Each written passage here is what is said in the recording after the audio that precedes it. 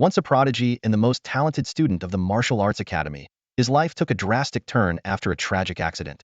Little did he know, awakening a mysterious system would set him on a path to defy fate and rise once more. Yin Xiu, if you can't pay your tuition, just drop out.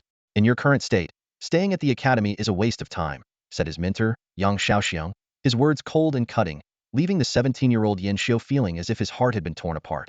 Just a year ago, he had been the brightest star of the martial arts academy, reaching the 9th rank of a martial disciple at the age of 16, only one step away from becoming a martial artist, a goal countless people could only dream of. But an unexpected beast tide shattered everything. Not only did he lose his parents, but he was also gravely injured by a second-rank ferocious beast. His cultivation was completely destroyed, and his talent for martial arts dropped to a mere fraction of what it once was. Teacher Yang, please give me a little more time. I promise I can gather the tuition. Yin Xiu's voice was hoarse but resolute. In the year 5371 of the ferocious martial calendar, in a world overrun by beasts, only by becoming a martial artist could one live with dignity.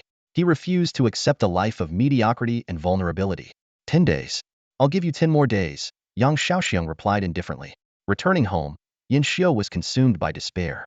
The tuition fee of 50,000 was a trivial amount to a martial arts family, perhaps the price of a single elixir, but to someone living off welfare like him, it was an insurmountable figure.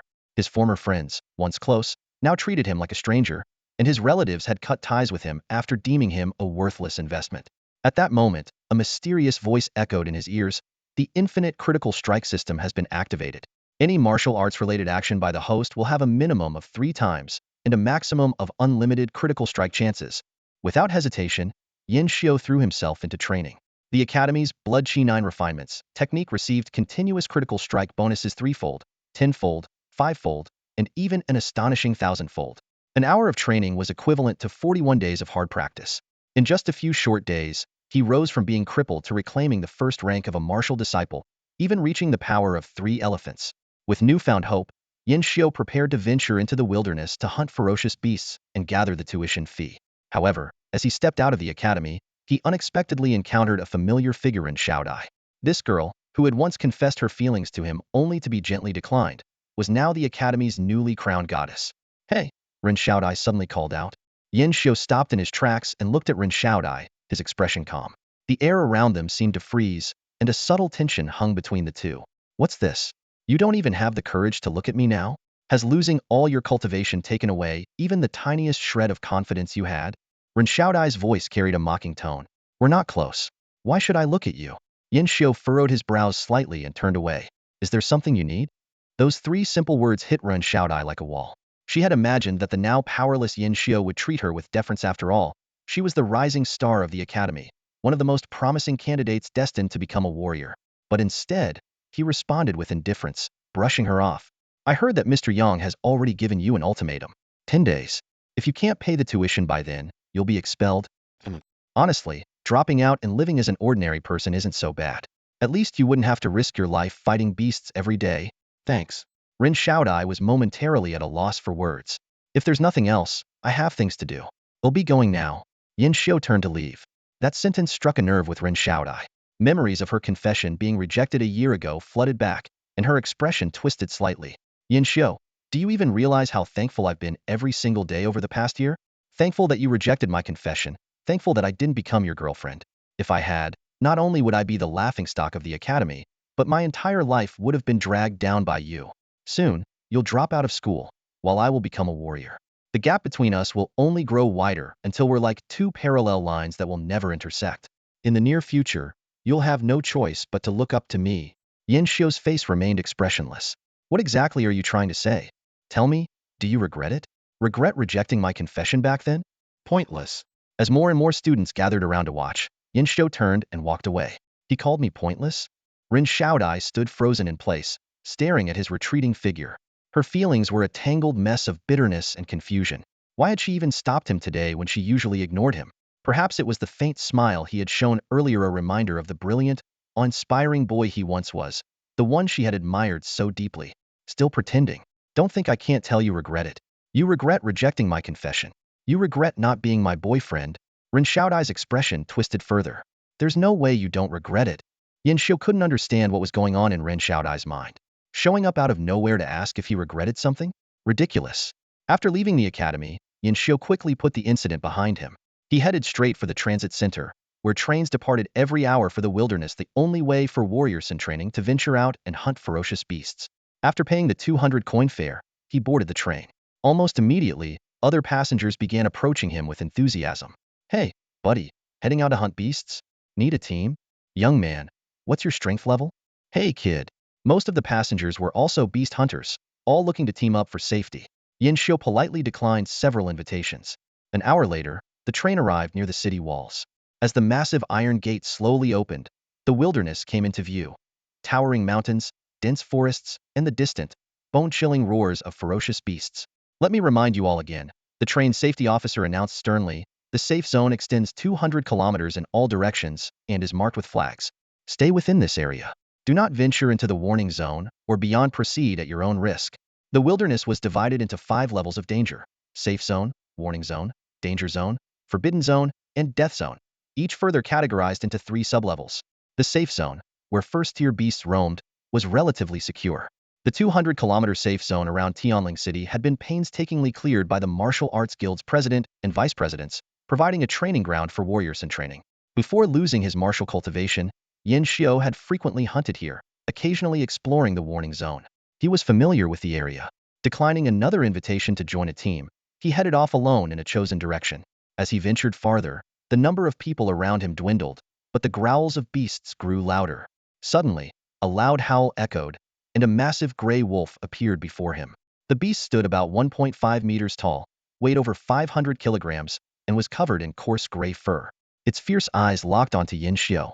A gray wolf, a first-tier lower-grade beast, Yin Xiu muttered, his eyes lighting up before turning serious. First-tier lower-grade beasts varied greatly in strength. The weakest had the power of 1 elephant, while the strongest could reach the power of 25 or 26 elephants. This wolf wasn't the strongest of its kind, but with its speed and powerful bite, it could hold its own against a second-tier warrior. For Yin Xiu, who only had the strength of 3 elephants, this fight wouldn't be easy. Howl! The gray wolf let out another roar and lunged like a drawn bow. Yin Xiu drew his Guanhong sword, a weapon gifted by the academy when he reached the 9th tier of martial training. The sword was 3 feet long, 3 inches wide, and razor-sharp, nearly refined in quality and capable of slicing through iron like butter. He sidestepped the wolf's attack and swung his sword downward. Martial skill. 1 sword slash. Just then, a system notification rang in his mind. Congratulations! Your attack has triggered a 100x critical hit. The power will be amplified by 100 times. The immense sword energy leveled a nearby boulder, and the gray wolf was sliced cleanly in half, dying instantly. 100x critical hit? That's 300 elephants of power. Even a 9th-tier warrior would have been slain. Such high multipliers are rare or really unlucky. Yin Xiu crouched down and began collecting his spoils. Yin Xiu skillfully began processing the corpse of a first-level gray wolf. His movements were practiced and precise. In no time, he had completed the dissection. He collected 100 milliliters of gray wolf blood and 2 gray wolf eyeballs, items worth over 3,000 coins. However, due to the inconvenience of carrying it, he decided to leave behind the wolf's pelt. Just as he was preparing to leave, a chilling sound of hissing caught his attention. Following the sound, he saw a massive black serpent, about half a meter thick and over 10 meters long, slowly emerging from the forest. Its crimson eyes glinted with a dangerous light. It was a first-level lower-grade ferocious beast, the black spinning snake. Attracted by the scent of blood. Huh? Yin Xiu narrowed his eyes and assumed a battle stance. You want to eat me? Let's see if you have what it takes. The battle was anything but easy. Though Yin Xiu possessed the strength of 3 elephants, capable of delivering a minimum of triple critical damage, amounting to the power of 9 elephants equivalent to a second-level martial apprentice, the black spinning snake, with its strength of 12 to 13 tons, also matched a second-level martial apprentice. The low probability of triggering higher critical hits made the fight a grueling stalemate. After 3 to 5 minutes of intense combat, the system suddenly alerted him. Congratulations, your attack has triggered a 30x critical hit bonus. With a flash of cold light, Yin Xiu's rainbow sword slashed through the air in a sharp arc, severing the black spinning snake's head cleanly. You didn't expect my strike to be this powerful, did you? Yin Xiu murmured to himself. Honestly, neither did I. Over the next few hours, with the support of the infinite critical hit system, Yin Xiu dominated the first-level safety zone. The system's notifications came repeatedly. Congratulations, your attack has triggered a 20x critical hit bonus. Congratulations, your attack has triggered a 50x critical hit bonus. Congratulations, your attack has triggered a 30x critical hit bonus. In no time, 10 ferocious beasts had fallen to his sword. His spoils were abundant: 2 black spinning snake gallbladders, 4 mountain bear eyeballs, 2 gray wolf eyeballs, and various beast blood, with a total value nearing 30,000 coins. Had it not been for limited carrying space, forcing him to abandon numerous lower-grade materials, his earnings could have doubled. As the sun set, Yin Shou began his journey back. He remained vigilant, not only against ferocious beasts, but also against human hunters. Although the safety zone was patrolled by martial artists from the Martial Arts Guild to maintain order, the lucrative rewards often tempted some to ambush returning martial apprentices. Fortunately, the journey was uneventful, and he soon arrived at Tianling City. Sticking to his plan, Yin Shou headed straight for the city's largest alchemy shop, 10,000 Medicine Pavilion.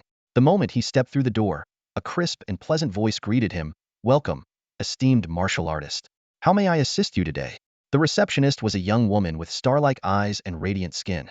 Her jet-black hair framed a gentle smile that was undeniably charming. Yin Shou had to admit, her beauty scored well above 95 points, surpassing even Ren Xiaodai. Moreover, she exuded a unique aura that set her apart from ordinary attendants. However, after enduring a year of hardship and setbacks, Yin Shou was no longer as frivolous as he once was. Calmly, he said, "I'm here to sell materials."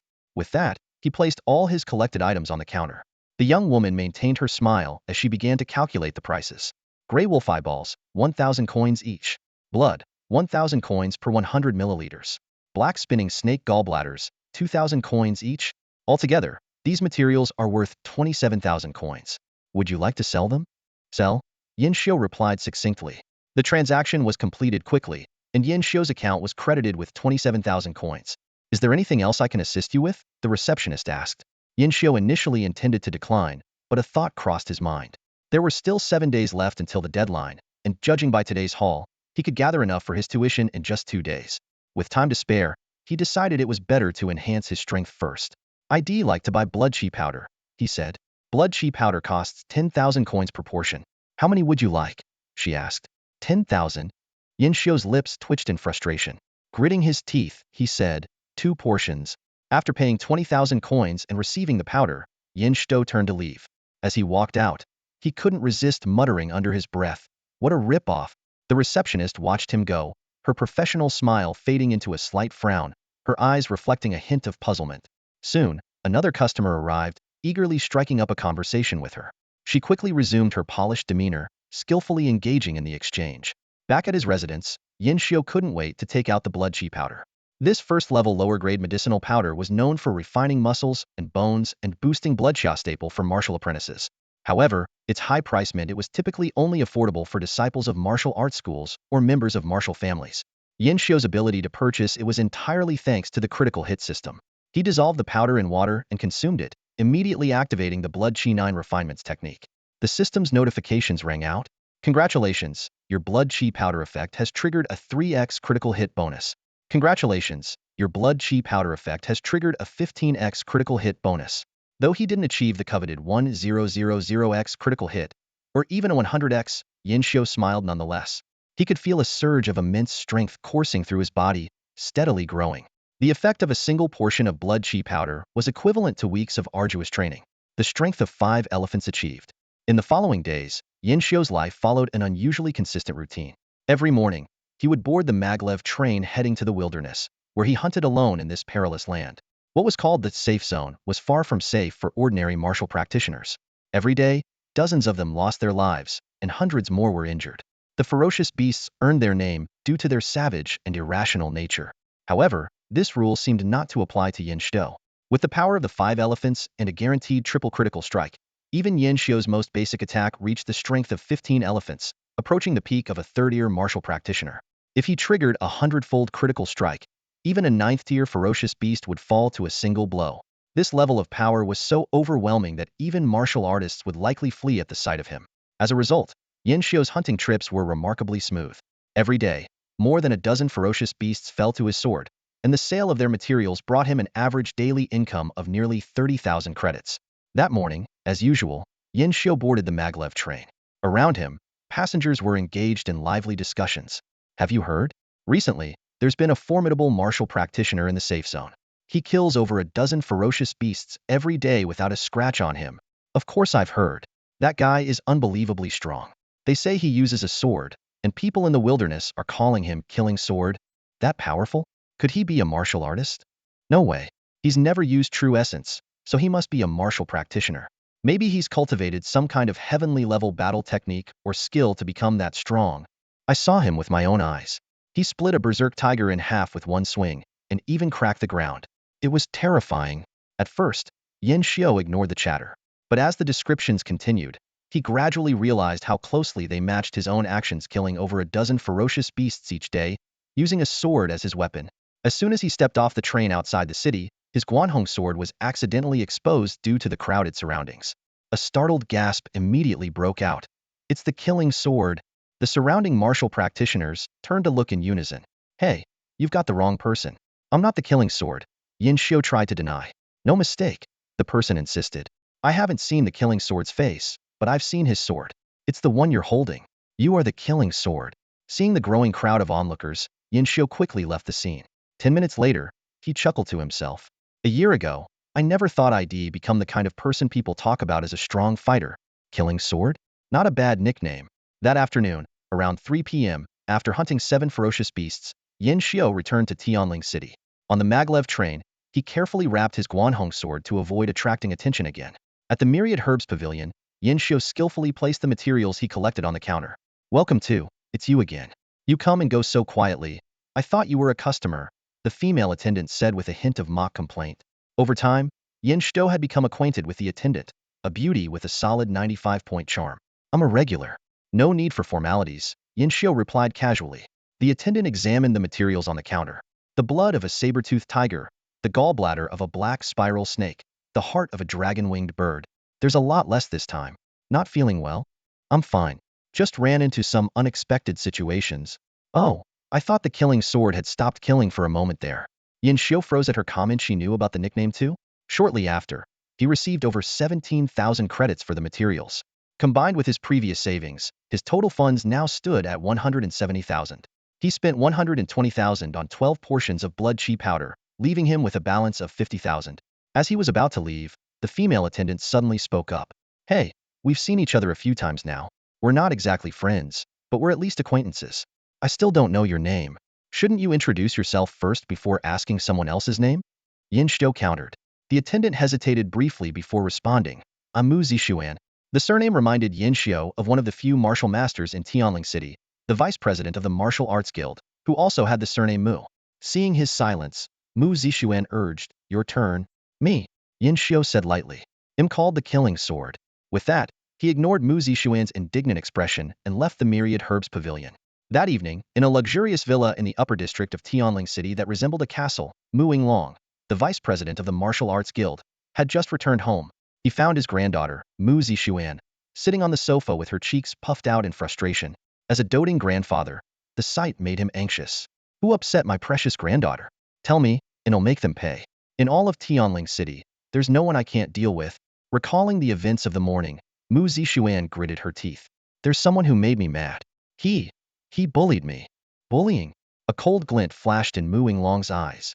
As the vice president of the Martial Arts Guild and one of the few martial masters in the city, no one had ever dared to bully his granddaughter. Who is it? Tell me, Xiao Zixuan.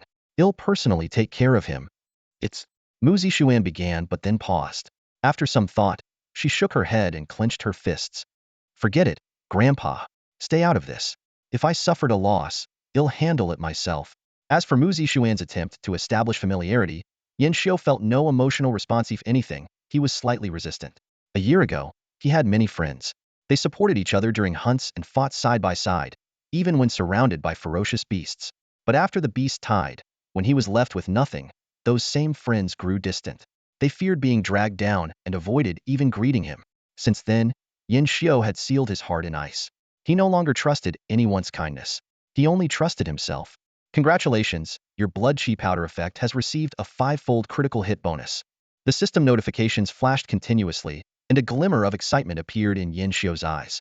After consuming 12 portions of blood chi powder, he achieved astonishing critical hits of 150 times. Although he still hadn't triggered the elusive 1,000-fold critical hit, the immense medicinal power coursed through his body, perfectly absorbed by him.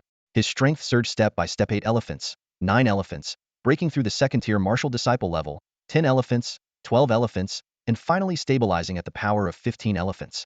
He was now just 3 elephant strength away from reaching the third-year martial disciple level. Feeling the boundless power within, Yin Xiu was both elated and melancholic. After a year, he had finally regained a fragment of his peak condition. Yet, a sigh soon followed if not for the severe injuries that had damaged his martial talent back then. The strength gained from these 12 portions of blood chi powder could have at least tripled, pushing him near the fourth-tier martial disciple level. I must find a way to repair my damaged martial talent, Yin Xiu vowed silently. Night fell over Tianling City. Before lying down, Yin Xiu softly said goodnight to a photo frame on his bedside table. Inside the frame was a heartwarming family portrait, a kind-looking woman, a gentle and warm man, and a young man with a radiant smile. The next morning, as Yin Xiu stepped into the classroom, he immediately felt the gazes of his classmates, some amused, some mocking, others gloating. Without paying them any attention, he walked straight to his seat and focused on the martial arts class about combat techniques. Halfway through the lesson, Instructor Yang Xiaoxiong suddenly pushed the door open. Yin Xiu, come with me to the office. As soon as Yin Xiu left the room, whispers erupted among the students. It must be about the tuition fees. Today's the final deadline. To think he was once so brilliant, the first to break through the 9th-tier martial disciple level. Now, he's just a failure. In the office, Yang Xiaoxiong's expression was cold. 5,000 tuition fees. Pay it now, or leave the academy immediately. To everyone's surprise, Yin Xiu calmly pulled out 5 stacks of bills. Teacher, here is the tuition fee. Yang Xiaoxiong froze. You? How could you possibly have? A trace of concern flashed in his eyes. Where did this money come from? It's my own money. Please accept it. Yin Xiu interrupted firmly. Wait, Yang Xiaoxiong said in a serious tone. Even if you pay the tuition, the annual assessment in half a month given your current state, not even at the first-tier martial disciple level you will almost certainly be expelled. Thank you, but I know what I'm doing, Yin Xiu replied before turning to leave. On the way back to the classroom, a mix of emotions surged in his heart. He understood that Instructor Yang meant well, trying to keep him away from the conflicts among martial artists. However, he couldn't accept such pity-driven concern. He was determined to live with dignity. Back in the classroom, his classmates, seeing that he hadn't been expelled, began speculating that this might be his last lesson. As the class ended, Wang Luyang suddenly appeared at the classroom door. Whispers broke out again. Isn't he here to settle the score with Yin Xiu? I heard he's already broken through to the 8th-tier martial disciple level. Yin Xiu is doomed this time. Just as Yin Xiu was about to avoid him, Wang Luyang's mocking voice rang out. Well, Yin Xiu, why are you trying to run away as soon as you see me? Afraid I'll witness how pathetic you look when you get expelled? Ha ha ha. The air around seemed to freeze. The students gathered in small groups, forming a circle, their gazes filled with various emotions, some entertained, others intrigued, but most filled with mockery and schadenfreude. Are you that free? Yin Xiu asked, frowning. His voice was calm, yet carried a hint of sarcasm. Wang Luyang froze. This so-called waste, whose cultivation had been completely destroyed, this Yin Xiu who was on the verge of being expelled, dared to speak to him in such a tone? Didn't you hear me? Yin Xiu repeated, his expression blank.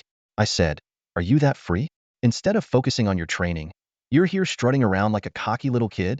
Little kid? Wang Luyang's gaze turned icy. You worthless failure, what good are words? You can't even pay your tuition and are about to be expelled. Your connection to martial arts will be severed forever, and you'll fade into obscurity among the masses. Meanwhile, I am destined to stand at the top as a martial artist. He stepped closer with disdain in his voice. Stop overestimating yourself, Yin Xiu. You're no longer the genius you once were. You're just a talentless failure with no cultivation left. To me, you're no better than an ant. The ridicule in the eyes of the onlookers grew sharper. Watching the once brilliant prodigy being humiliated ignited a strange sense of satisfaction in their hearts. Yin Xiu's gaze swept over the crowd before settling on Wang Luyang. I'm sorry to disappoint you, but I've already paid my tuition. For the next year, I'm still a student of Blue Rain Martial Academy. What? Wang Luyang's eyes widened, and the crowd fell silent. Yin Xiu pulled out a receipt from his pocket. I said, Wang Luyang, it seems I've let you down. I haven't been expelled because my tuition has been paid. As for my connection to martial arts, a faint smile tugged at his lips. It seems deeper than you think. All eyes turned to Wang Luyang, filled with amusement. His face turned pale, then flushed with anger, and a murderous glint appeared in his eyes. To him, this was all Yin Xiu's fault. If Yin Xiu had said earlier that he had paid his tuition, he wouldn't have been humiliated like this. Yin Xiu narrowed his eyes, calculating silently. Right now, he had the strength of 15 elephants. With a guaranteed 3-fold critical hit, that would be 45 elephants worth of power. equivalent to a fifth-year martial apprentice. If he focused on agility and evasion, he could hold his own against Wang Luyang for a while. If he triggered a tenfold critical hit, 150 elephants worth of strength would be enough to defeat him. And if it were a hundredfold critical hit, there might not even be anything left of him to find. Though he didn't want to escalate things, if Wang Luyang insisted on making a move, he'd have no choice but to let him taste defeat once again. He'll kill you. Wang Luyang finally lost his composure and prepared to strike, heedless of their surroundings. Just as the tension reached its peak, a cold voice cut through the air. What are you doing? A powerful aura swept across the area, instantly suppressing Wang Luyang's killing intent. It was far beyond the level of a martial apprentice. Yang Xiaoxiang, their instructor, approached slowly, his expression cold and his gaze sharp. What do you think you're doing? Wang Luyang's face twisted with frustration. Over the past year, he had tried to get his revenge on Yin Xiu several times, but Yang Xiaoxiang always appeared at just the right moment to stop him. And now, it was happening again. Nothing, teacher. I was just here to check on a friend, Wang Luyang said through gritted teeth. Though his background made him unafraid of a teacher, he still had to consider the academy, especially the headmaster. Have you finished checking? Yes. Then why are you still here? Are you trying to intimidate someone? I'll leave now. Wang Luyang left in disgrace, but not before shooting Yin Xiu a venomous glare, his killing intent unmistakable. Yin Xiu sighed inwardly. He wasn't sure whether to feel grateful or frustrated by Yang Xiaoxiang's intervention. Yin Xiu, Yang Xiaoxiang said after a brief pause, his tone softening slightly. Your tuition hasn't been processed yet. I'll give you 2 more days. If you want a refund during this time, come find me. Use the money to start fresh, live an ordinary life. Don't stay at the academy. I can't always protect you. With that, Yang Xiaoxiang dispersed the crowd and walked away. Yin Xiu watched his retreating figure for a long time but said nothing. Then he left the academy. He was heading back to the wilderness to hunt. Being a second-tier martial apprentice was far from enough. He needed to become stronger. What? Yin Xiu already paid his tuition? Where did he get that kind of money? Ren Xiaodai asked in disbelief. 50,000 wasn't a small sum. Even high-level martial apprentices would have to hunt dozens of beasts to gather that much. The dangers of such hunting were self-evident. But how had Yin Xiu, a powerless ordinary person, managed it? If I hadn't seen it with my own eyes, I wouldn't believe it either, her friend replied. But it's true. Yin Xiu showed the receipt in front of everyone, complete with the academy's stamp. Ren Xiaodai fell silent. She had assumed Yin Xiu would be expelled for failing to pay his tuition, that they would part ways and never cross paths again. But now, he had somehow gathered 50,000 and remained at the academy.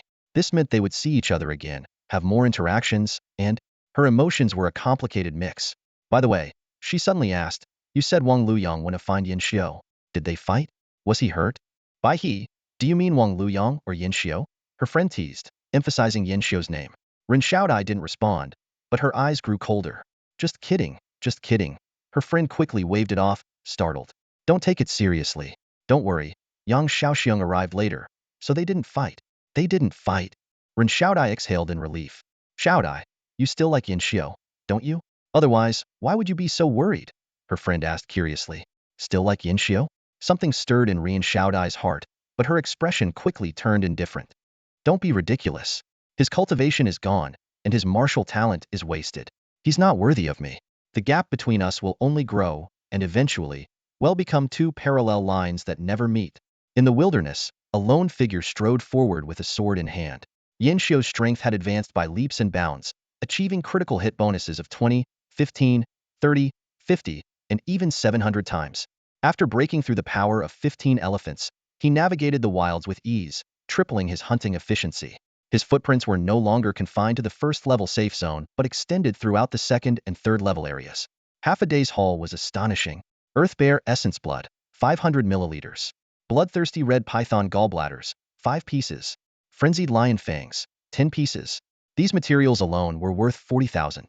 Unfortunately, Yin Xiu was ultimately alone, with limited carrying capacity. After each hunt, he could only take the most valuable parts, reluctantly leaving behind the less valuable materials. After killing a black wolf, his pack was full, so he decided to return to Tianling City. If only I had a storage-type weapon, Yin Xiu thought to himself. Such weapons, capable of creating subspace for storing items, were incredibly rare. Even in all of Tianling City, only a handful of people owned one. Just then, the sound of fierce fighting and arguing reached his ears nearby. Bastards! You're going to kill us for our loot? Aren't you afraid of being wanted by Tianling City? Wanted? Huh. If we kill all of you, who will know it was us? Next time, be smarter and don't flaunt your valuable materials. You'll get what's coming to you. Ha ha ha, we thrive on risk-free deals. As long as we get rich, who cares about karma? Yin Xiu glanced over and saw 7 martial apprentices surrounding 2 others. The victims were already on the brink of death, bloodied and battered, with bones exposed. Wilderness hunters? Yin Xiu muttered expressionlessly. The dying apprentice caught sight of Yin Xiu and clung to a glimmer of hope. Brother, these people are wilderness hunters. Help us. Not my problem, Yin Xiu replied coldly. How can you be so heartless? We're all warriors from Tianling City. Yin Xiu ignored them. A year ago, he might have stepped in, but not anymore. Over the past year, he had endured scorn and ridicule, struggling even to pay his tuition. Back then, no one had offered him a helping hand. Now, his only focus was on improving his own strength, no longer swayed by the plight of others. Soon, the 2 martial apprentices were beaten to death, their bodies left in pieces. The hunters gleefully collected their spoils, laughing uproariously. Yin Xiu remained indifferent, continuing toward the wilderness transport station. One of the hunters eyed him with malice. Boss, here's another fat target. Look at that bulging pack, must have some good stuff. Should we? He made a throat-slitting gesture. The others perked up, but their leader, a 7th-tier martial apprentice, slapped the man hard. Idiot. If you want to die, do it yourself, but don't drag us down. But boss, he's alone and looks young. Yeah, there are 7 of us. Taking him down would be easy. The leader's icy gaze swept over them, his menacing aura silencing them all. Do you fools even realize what it means for a young man to wander the wilderness alone with such a full pack? The leader said coldly. It means strength amid strength. He's a tough nut to crack, and the smart move is to leave him alone. The wilderness is vast. We don't need this one prey. Seeing their lingering skepticism, the leader added, didn't you notice the sword on his back? 3 feet of cold steel, gleaming with a deadly edge. If I'm not mistaken, that's the killing sword. Everyone's been talking about the one who slays over a dozen beasts in a single day. Killing sword? The group gasped, their ambition extinguished. A 1st-tier beast was as strong as a martial apprentice, sometimes stronger. Killing over a dozen beasts in a day meant he could easily take down just as many martial apprentices. Boss, good thing you stopped us in time. Otherwise, we'd already be dead by his blade. Back in Tianling City, Yin Xiu headed straight for the Myriad Medicines Pavilion. Over here. Over here. I'm right here. A crisp and melodious voice called out. Yin Xiu ignored it, walking straight to another counter. He emptied his pack of beast materials and said, please tally these up. I want to sell them all. Mu Zixuan puffed up her cheeks in frustration, feeling wronged. Ever since that day, Yin Xiu had deliberately avoided her counter every time he visited. As the granddaughter of Mu Yinglong, vice president of the Martial Arts Association, and one of the few martial masters in Tianling City, she had initially tolerated it. But now, she couldn't hold back any longer. She still hadn't settled the score for being played with. Mu Zixuan strode over, her face devoid of expression. Please move to my counter. Thank you. Mu Zixuan's voice, though polite, carried an undeniable authority. The receptionist at the counter immediately stood up and walked away briskly, afraid that even the slightest delay might offend this young lady. With a touch of elegance, Mu Zixuan seated herself on the counter stool, a glimmer of satisfaction flashing in her eyes. Sir, is there anything I can assist you with? She asked. Yin Xiu silently packed up his materials, ready to turn and leave. But before he could, Mu Zixuan's delicate hand slammed down on the beast materials, a hint of ferocity emerging on her stunning face. Don't push your luck. In all my life, no one has ever dared to ignore me. Now someone has, Yin Xiu replied expressionlessly, reaching out to push her hand away. But the next moment, his brow furrowed slightly. This seemingly fragile hand was able to completely withstand his strength, equivalent to the force of 15 elephants, as if it were made of unyielding divine metal. So, she's a martial practitioner too, and quite skilled at that, Yin Xiu thought to himself. Noticing the surprise on Yin Xiu's face, Mu Zixuan withdrew her hand with a self-satisfied smirk. Her tone was firm yet soft. Don't waste your energy. No one in the Wan Yao Pavilion will serve you except me. Of course, you're free to go elsewhere if you're willing to accept their prices. Yin Xiu's expression stiffened slightly. The Wan Yao Pavilion was the premier martial arts alchemy shop in Tianling City. Not only did they offer the highest purchase prices, with a premium of up to 10%, but the martial arts pills they sold were also of the highest quality. Going elsewhere? The price difference alone would be heartbreaking. From the receptionist's attitude earlier, it was clear that with just one word from Mu Zixuan, the entire Wan Yao Pavilion would indeed refuse to serve him. Money was the key to cultivation resources. Yin Xiu wasn't about to turn his back on money, so he reluctantly sat down. I'll sell all these materials. Thank you for your trouble. Not so fast, Mu Zixuan said, her teeth clenched. We still have a score to settle. What's your name? And don't give me some nonsense like, killing sword, be careful, or I'll have you blacklisted from the entire Wanyao Pavilion. Yin Xiao, he replied calmly. Your grandfather is Mu Long. Yes, my grandfather. Mu Zixuan began to answer instinctively, but quickly caught herself, her expression turning furious. I'm the one asking you questions, not the other way around. Now, tell me, what's your real name? Yin Xiao's mind cleared. As expected, she was the granddaughter of Mu Long, the vice president of the Martial Arts Guild and one of the few martial masters in Tianling City. And according to rumors, the owner of the Wanyao Pavilion also bore the surname Mu.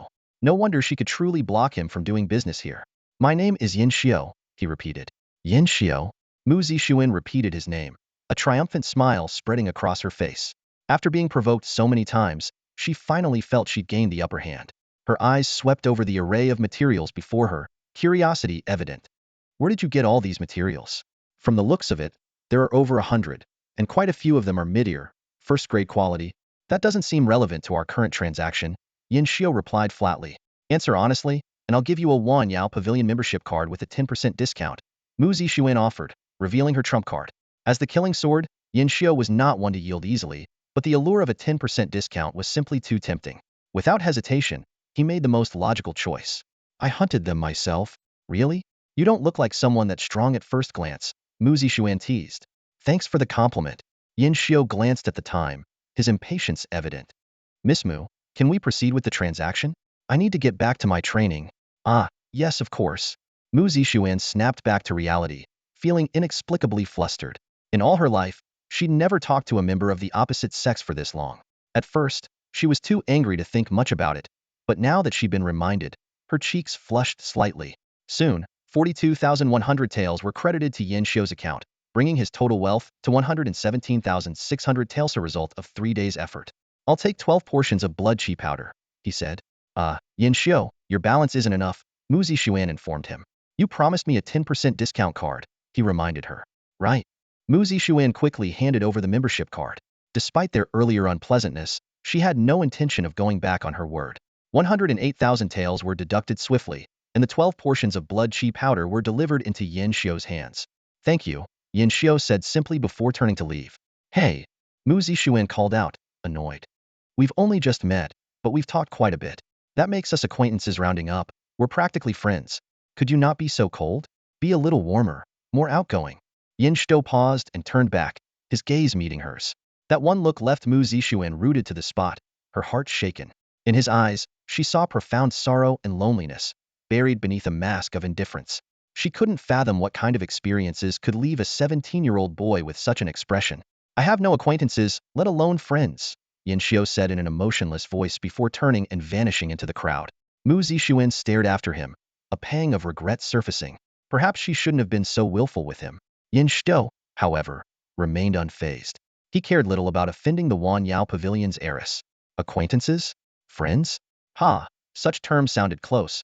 But if he hadn't been the killing sword, if he were just an ordinary person with no martial arts skills, scraping by in a Bay City, would she still use those words to describe their relationship? Even those comrades who had once fought alongside him now saw him as a burden. Why would she be any different? Back home, Yin Xiao composed himself and focused on his cultivation. He consumed the blood chi powder one portion at a time. Congratulations. Your blood chi powder effect has been tripled. Congratulations. Your blood chi powder effect has been quintupled. Congratulations. Your blood chi powder effect has been tripled. Congratulations. Your blood chi powder effect has been multiplied by 70 times. 5 or 6 hours passed quickly, and all 12 portions of blood chi powder were consumed. Unfortunately, no effects exceeding 100-fold appeared, and even 10-fold effects were rare. Night fell, enveloping the room in darkness. Yin Xiao opened his eyes, ending his training. From a drawer, he retrieved a grip strengthener and began testing his strength. 17 elephants of force. 19 elephants of force. 21 elephants of force. 22 elephants of force. Suddenly releasing the grip strengthener, Yin Xiao's face broke into a satisfied smile. Martial apprentice, 3rd rank achieved. In the wilderness, a life-and-death showdown was unfolding. Yin Xiao gripped the Guan Hong sword, his gaze cold and focused. Every move he made was a testament to the meticulous training he had received at the academy. Cross slash, sword thrust, gale step, all executed with seamless precision. Opposite him, a blazing fire leopard roared ferociously, flames erupting in all directions, yet he remained calm and composed. The battle raged on for 10 minutes until fate intervened for the young warrior. System notifications flashed repeatedly. Triple, quintuple, triple, and finally an astonishing 500 times critical hit multiplier. The sword's light surged explosively, radiating icy brilliance, and the incoming flames were instantly obliterated. The blazing fire leopard was cleaved in half before it could even let out a final cry. This luck, Yen Xiao muttered with a faint sigh as he began skillfully harvesting materials from the slain beast. The first-tier mid-grade beast yielded a decent haul, a blazing fire crystal and 100 milliliters of flame blood, with a total value of around 7,000. After checking his pack, Yen Xiao estimated that he needed to hunt 3 more beasts to fill it. However, the wheels of fate had already begun to turn, although he quickly dispatched another beast. A far greater danger was looming. Suddenly, strange roars echoed from all directions, laced with an unmistakable sense of fear. Even more unsettling, a large number of warriors were fleeing frantically from the same direction. As Yen Xiao hesitated, debating whether to stop hunting, a deafening roar shattered the sky. A violent gust of wind howled, and rocks crumbled. A massive creature came into view, standing 3 meters tall. It resembled the mythical Qiongqi, its body covered in thick scales. Its golden eyes gleamed with a chilling, terrifying light. A second-tier beast, the rampaging Qiongqi. This fearsome entity, which should have been confined to the danger zones, now appeared in the safe zone. It effortlessly slaughtered every living thing within a 100-meter radius. Over 10 warriors were devoured in an instant, and even the surrounding beasts were not spared. The moment those golden eyes locked onto Yen Xiao, a bone-chilling dread swept over him. Without a second thought, he abandoned all his gear and bolted. The gap between a warrior apprentice and a true warrior was as vast as the divide between mortals and gods. Even a 9th-tier apprentice was no match for a real warrior. Facing this second-tier beast, which rivaled a warrior in strength, Yen Xiao knew that direct confrontation meant certain death. With the critical hit system amplifying his gale step, triggering triple, quintuple, and triple boosts in succession, Yen Xiao ran for his life. Only one thought consumed him. He had to make it to the rail station, but fate was unkind. The tremors and the stench of blood from behind grew closer by the second. Worse still, in his desperate attempts to evade pursuit, he had veered off course and was unknowingly heading deeper into the perilous danger zone. Cornered and with no other options, Yen Xiao frantically began hurling stones at the beast. 15 times, 10 times, and triple critical hits triggered consecutively, but these attacks were little more than an itch to the rampaging Qiongqi. After several close brushes with death, their relentless chase finally brought them to the edge of a cliff. Yen Xiao stopped running. Towering cliffs loomed around him, the howling winds cutting through the air, and the abyss below seemed bottomless. He gripped the Guan Hong sword tightly, a resolute glint flashing in his eyes. Even with the strength of 22 elephants and as a third-rank martial apprentice, falling from such a height would mean certain death. Rather than dying a meaningless death, he resolved to fight to the end. The raging Qiongqi slowed its pace as it saw its prey stop. A cruel, mocking expression appeared on its savage beastly face, as though it were a cat toying with a mouse, in no rush to deliver the fatal blow. There was only one chance for a strike. Yen Xiao slowly raised the Guanhong sword. This movement completely enraged the raging Qiongqi. It seemed incredulous that this insignificant human, no more than an ant in its eyes, dared to point a sword at it. Roar! The terrifying roar shook the mountains and forests, causing the earth to tremble. The raging Qiongqi lunged forward with ferocious speed. This time, Yen Xiao did not retreat. Instead, he charged ahead, swinging his sword in a horizontal slash.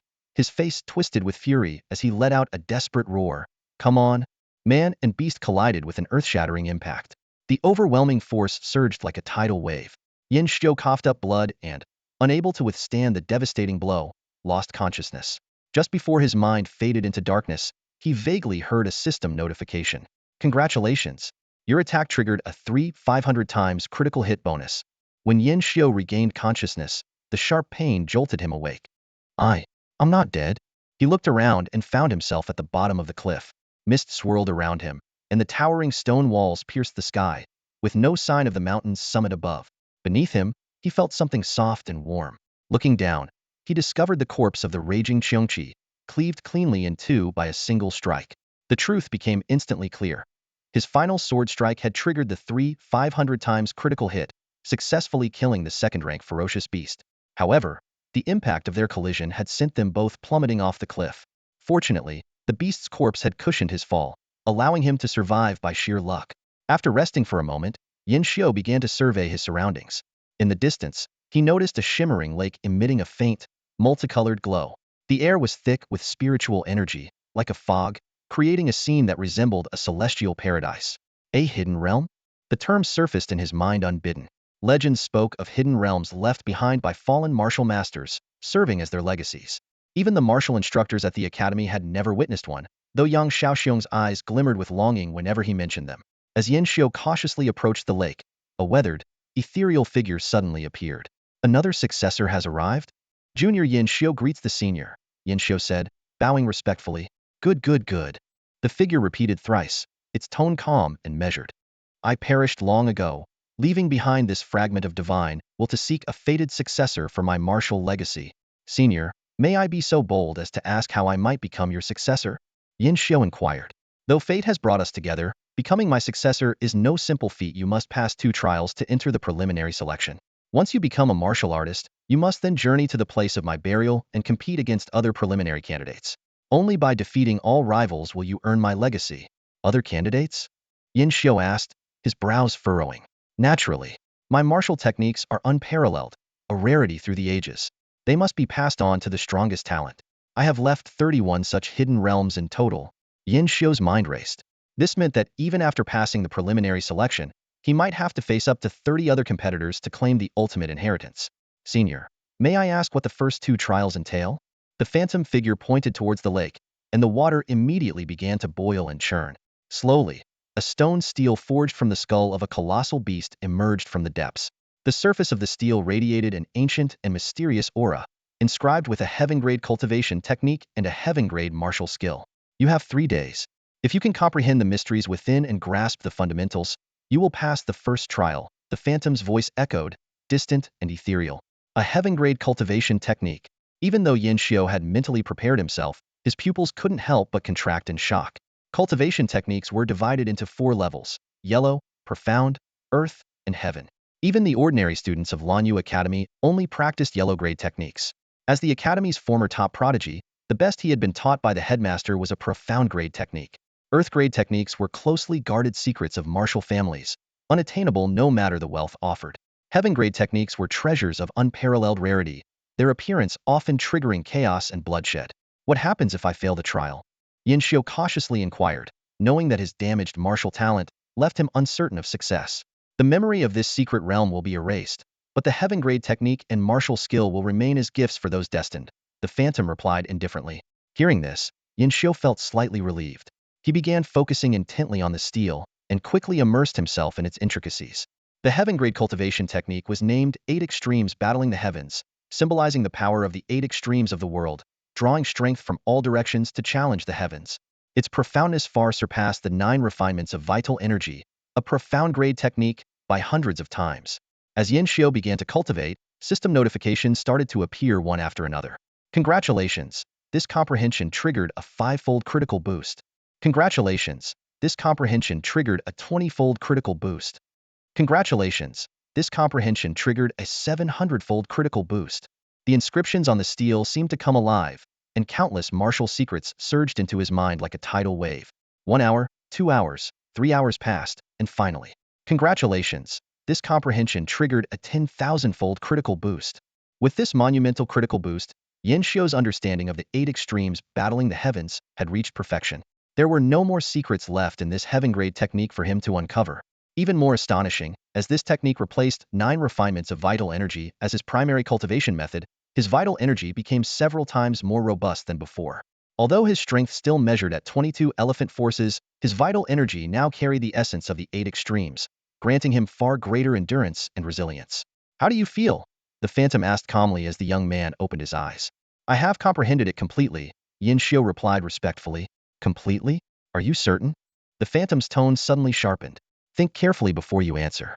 If you dare deceive me, not only will you lose the heaven-grade technique, but your very life will be at risk. Yin Xiu smiled confidently. Before a senior like you, how could I dare to utter falsehoods? Then demonstrate it for me.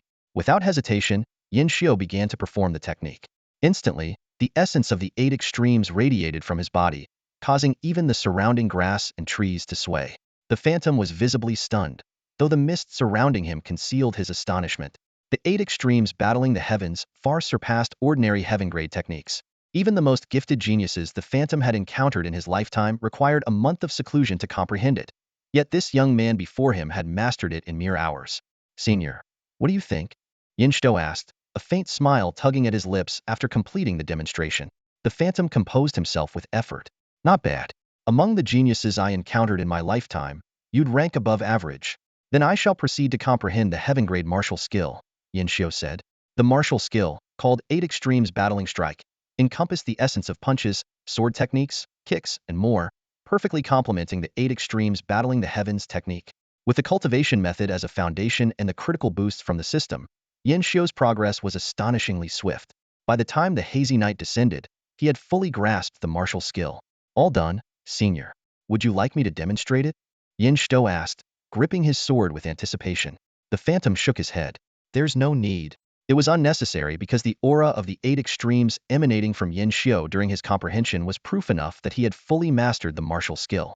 To have comprehended both the 8 extremes battling the heavens and 8 extremes battling strike in less than a day, such talent was monstrous. The Phantom sighed inwardly, lamenting that he was merely a fragment of consciousness.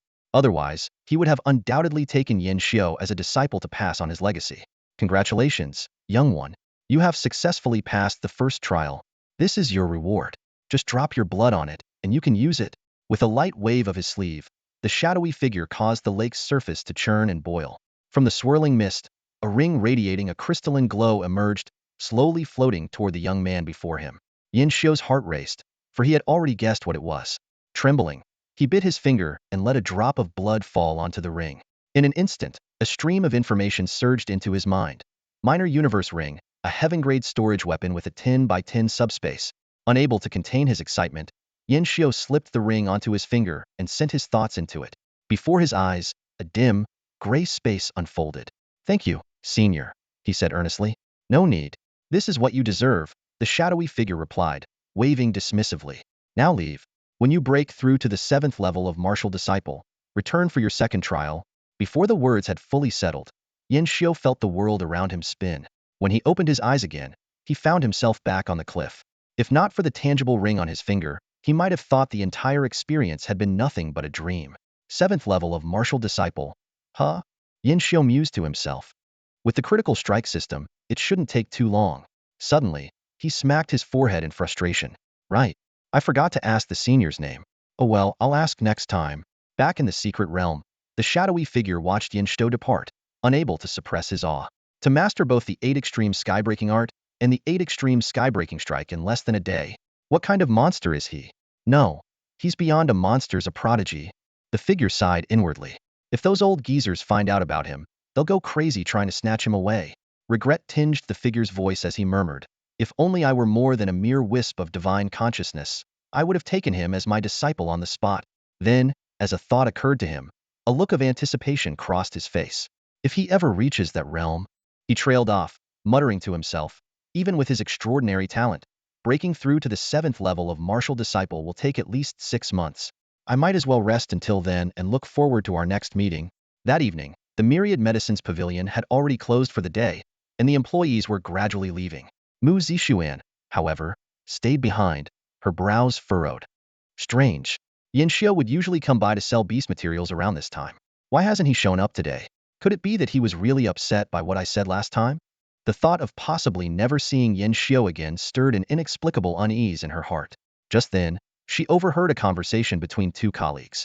Did you hear? Something happened in the wilderness. What happened? I heard a second-tier fierce beast broke into the safe zone and killed dozens of martial disciples. The scene was horrifying. Are you serious? How could a second-tier beast end up in the safe zone? Mu Zixuan's heart skipped a beat as she thought of Yin Shou, who often operated in the safe zone. Anxiety surged through her as she urgently questioned her colleagues. Is what you're saying true? Startled by her sudden outburst, the 2 exchanged glances before nodding in unison. It's true. News has spread all over the wilderness. Back at home, Mu Zixuan locked herself in her room, ignoring her grandfather Mu Yinglong's calls. Staring out at the starry sky, she clung to a single thought. The safe zone is vast, and the wilderness even vaster. It can't be that coincidental. He's the killing sword. After all, there's no way he'd die so easily. The next morning, Yin Shou stretched lazily. Exhausted from being chased by a second-tier beast and undergoing the secret realm trial, He had collapsed into bed upon returning home and slept until the sun was high in the sky. After a quick wash and a simple meal, he headed to the Myriad Medicines Pavilion. The second-tier materials from the rampaging Cheongqi were stored in the minor universe ring. Rather than laboring to refine pills or forge weapons himself, it was far more practical to sell them. It was a pity, though, that he had only obtained the ring after the secret realm trial. Otherwise, he could have stored the entire beast's corpse, which would have fetched 2 or 3 times the price, enough to break through to the 5th level of martial disciple. If luck had triggered a 10,000-fold critical strike, he might have even reached the 6th level directly. Upon arriving at the pavilion, Yin Xiu chose a quiet spot to retrieve the materials. Since storage weapons were exceedingly rare, displaying one publicly would inevitably attract unwanted attention. Although he wasn't afraid of trouble, there was no need to invite it either. Yin Xiu. As soon as he stepped inside, a voice called out to him with unrestrained excitement. Yin Xiu walked over to Mu Zixuan's counter, noticing the visible relief on her face. Puzzled, he asked, "What's going on? I've only been gone a day. No need to get so worked up, right?" "Haoho's worked up. Not me," Mu Zixuan retorted, though her heart was conflicted. They weren't particularly close. There was even some lingering tension between them, so why had she felt so anxious upon hearing he might have encountered a fierce beast? She rationalized it as a reflection of her kind nature, unwilling to see a friend meet a tragic end. Yes, that must be it. By the way, she suddenly recalled, I heard a second-tier beast appeared in the safe zone yesterday and killed several martial disciples. Did you run into it? I did. Right, of course you didn't. Otherwise, you wouldn't be standing here unharmed. Wait, what did you say? You did? Mu Zixuan finally processed his words, her eyes widening in disbelief. I definitely ran into it, Yin Xiu confirmed. Then it must not have noticed you. Lucky for you. It noticed me. And then? It didn't chase you? It did. But it didn't catch you? It caught me. Huh. Yin Xiu, you're hilarious. That was a second-tier beast. If it had caught you, there's no way you'd still be standing here. Mu Zixuan's words trailed off as her gaze fell on the bundle Yin Xiu placed on the counter. One by one, he began pulling out items. The rampaging Cheongqi's blood, eyes, teeth, bones. Mu Zixuan's expression grew increasingly stiff. By the time Yin Xiu finished, she couldn't help but wonder why she had been so worried about this person in the first place. Finally, she managed to croak, You killed that beast? Mu Zixuan's astonishment was understandable. A martial apprentice slaying a second-tier ferocious beast was utterly unbelievable, akin to an ant tearing apart an elephant. If not for the beast materials laid out before her, she would never have dared to make such a bold assumption. More or less, Yin Xiu replied ambiguously as always. It was really you who killed it? Mu Zixuan inhaled sharply, disbelief flashing in her eyes. Isn't the Myriad Medicine Pavilion known for prioritizing customer privacy above all else? Since when did they start getting so curious about the origins of beast materials? Yin Xiu, well aware of the implications of a martial apprentice killing a second-tier beast, chose not to elaborate. He reached out to take back the materials. If you don't want to purchase them, never mind. I'll shop around elsewhere. Bang! A familiar scene played out once more as Mu Zixuan slammed her hand on the beast materials, cheeks puffed in frustration. I was just asking. Why are you so petty? Fine, I'll buy them. She quickly quoted a price. 200 milliliters of violent Cheongqi blood, 1 pair of violent Cheongqi eyes, 13 violent Cheongqi teeth, total value, 312,000. It's already been transferred to your account. Yin Xiu nodded in satisfaction as his account balance instantly grew by a 6-figure sum starting with 3. I need blood chi powder, right? Mu Zixuan cut him off, her tone carrying a hint of personal grievance. 11,000 per portion. You have 312,000, so that's 31 portions. No haggling. I'll go grab them for you now. Wait, what? Killing sword? Didn't you usually spend all your money on blood chi powder? Changed your mind this time? Not exactly. It's just. Yin Xiu slowly pulled out a card. You forgot, I have a 10% discount card. So it's not 31 portions, it's 35. Thanks. Mu Zixuan gritted her teeth, regretting yet again that she had ever issued that discount card. With a tinge of resentment, she handed over 35 portions of blood chi powder. After completing the transaction, Mu Zixuan couldn't help but ask, that second-tier beast, did you really kill it? Guess, Yin Xiu replied nonchalantly, ignoring the murderous glare behind him as he walked away with the 35 portions of blood chi powder. A furious roar echoed faintly from behind him. Guess? Go to hell. System notification. Congratulations, your blood chi powder effect has triggered a 5-fold critical boost. System notification.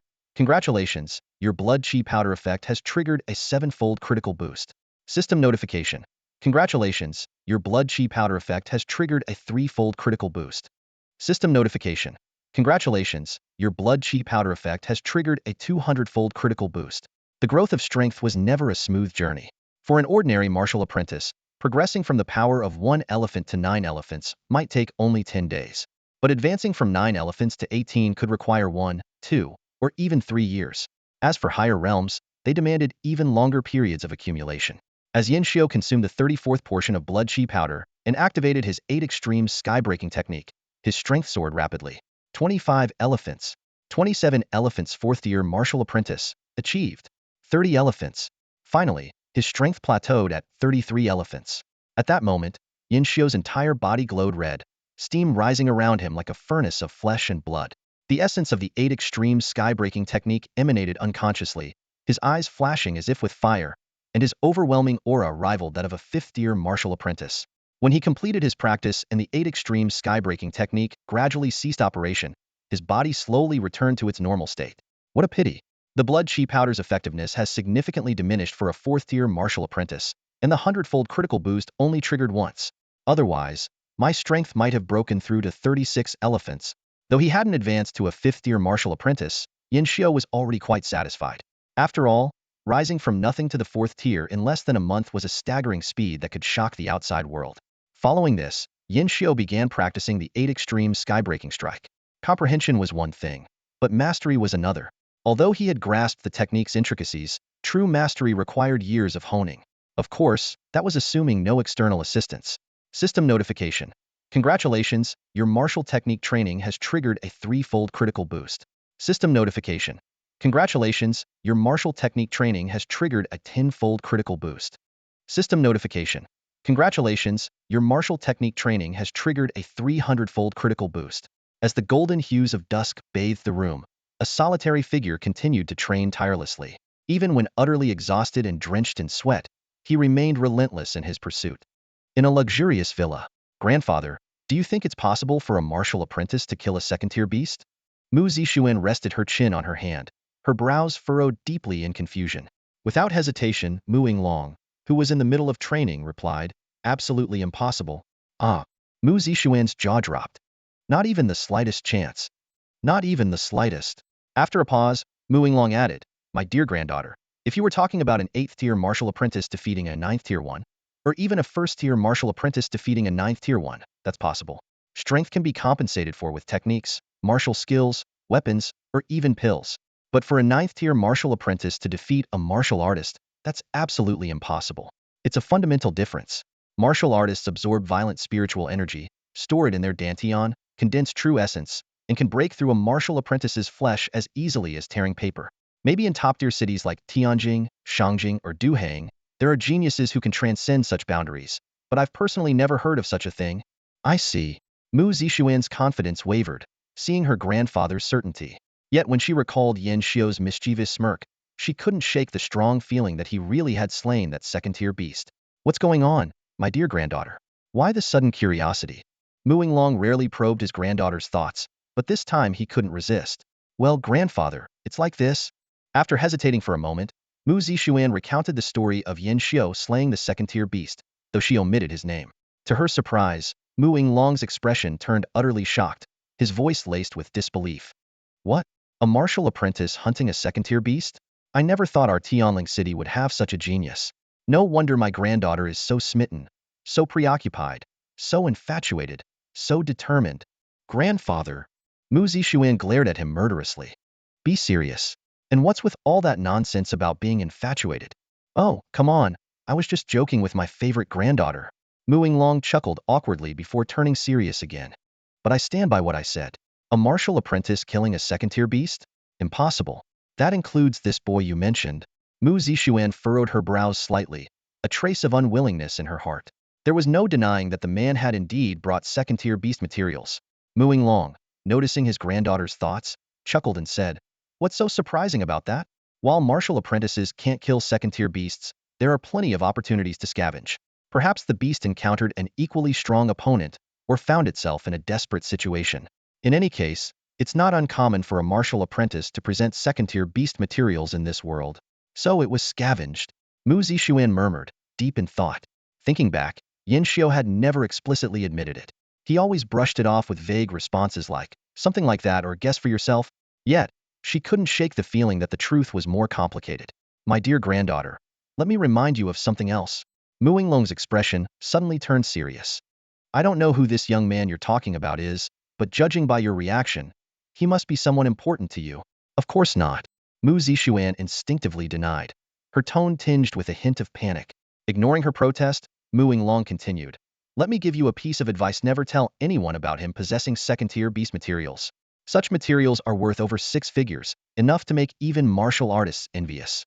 If word gets out, your friend will likely become a target and land himself in trouble. Mu Zixuan felt a chill in her heart. She had been so focused on questioning whether Yin Xiao had truly slain a second-tier beast that she'd completely overlooked this potential risk. I understand, Grandpa, she said solemnly. Mu Winglong's tone lightened as he smiled and teased. So, my dear granddaughter, when will you introduce me to this friend of yours? He's not a friend's my enemy, my nemesis. Mu Zixuan snapped, rolling her eyes at him. There's no way I'm letting you meet him. With that, she ignored Mu Winglong's exaggerated look of indignation and dashed back to her room. The news of a second-tier beast appearing in the safe zone caused quite a stir in the wilderness. Martial apprentices were filled with unease, prompting the Martial Arts Union to dispatch martial artists for a large-scale search and elimination mission. However, after several days, the martial artists were unable to locate the beast. Some speculated that it had returned to the danger zone, while others rumored that martial masters from another city had taken it upon themselves to eliminate the threat. The beast's fate remained a mystery. Thankfully, the Martial Arts Union soon issued a statement assuring that no second-tier beasts remained in the safe zone.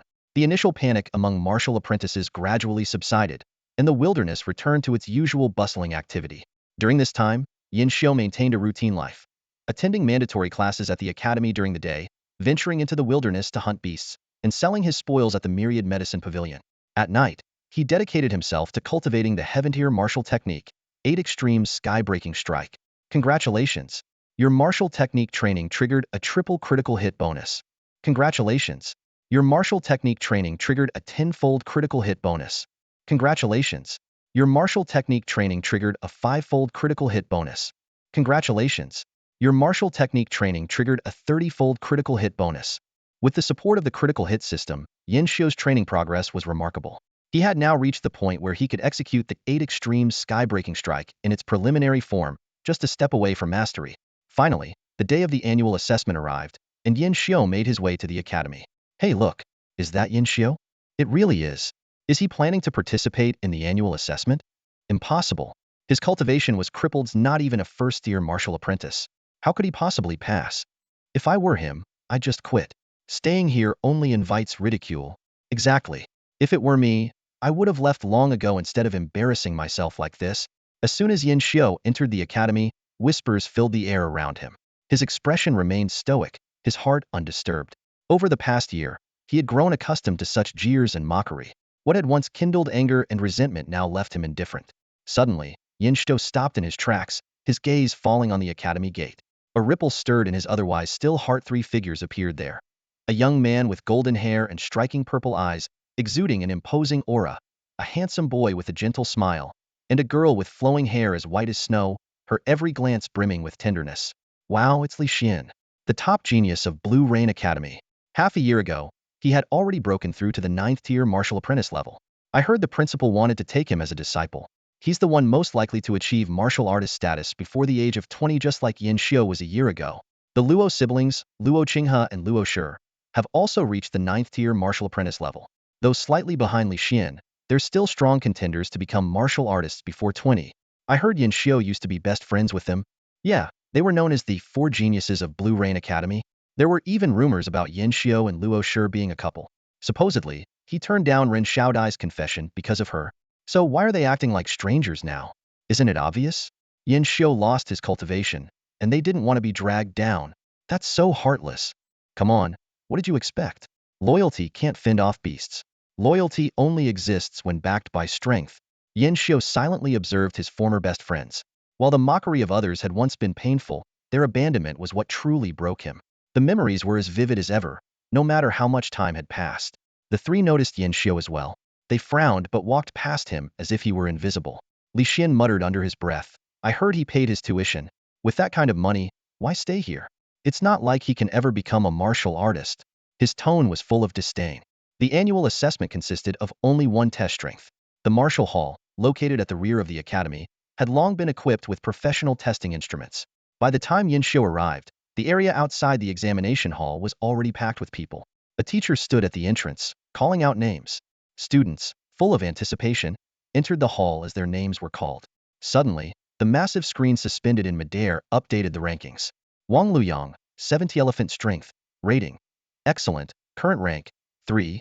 The crowd erupted instantly, exclamations echoing throughout. 70 elephant strength? That's almost at the 9th tier martial apprentice level. Wang Luyang is truly remarkable. Well, his father is Wang Tianshi, the head of the Shitian Martial Hall and vice president of the Martial Arts Association. He's one of the few martial masters in Tianling City. Ah, so that's his background. Shu, watch your mouth. Don't invite trouble.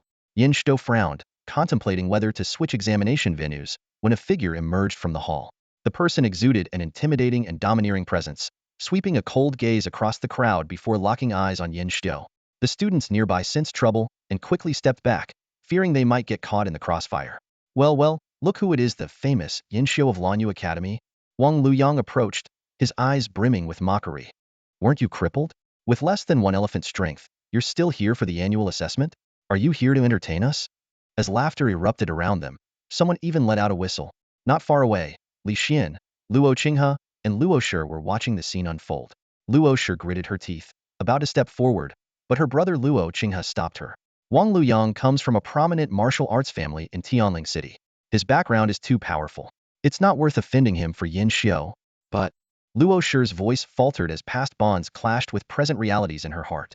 No buts, Li Xian said with a tone of reproach. Yin Xiu is already crippled. Staying in the academy will only bring trouble. He brought this on himself. It has nothing to do with us. In the end, Luo Shi nodded. I understand. Yin Xiu remained expressionless. Wang Luyang, more often than not, those who treat others as a joke are the ones who are the real joke. Oh, are you calling me a joke? Wang Luyang's smile vanished, replaced by a murderous intent. Do you believe I can't crush you like an ant right now? A similar deadly intent surged within Yin Xiu. He had been waiting for Wang Luyang to strike first. With his 33 elephant strength, combined with triple critical strikes and his mastery of the 8 extremes combat technique, Yin Xiu was confident he could end it in a single move. Just then, a powerful aura swept over the area, instantly dissipating Wang Luyang's killing intent. This is academy grounds. It's the annual assessment. What are you trying to do? Yang Shaoxiong stepped in front of Yin Xiu, casting a cold glare at Wang Luyang. You just gathered your strength. Who are you planning to attack? Wang Luyang's expression shifted rapidly before he forced a smile. No one, Teacher Yang. We were just fooling around. The assessment is over.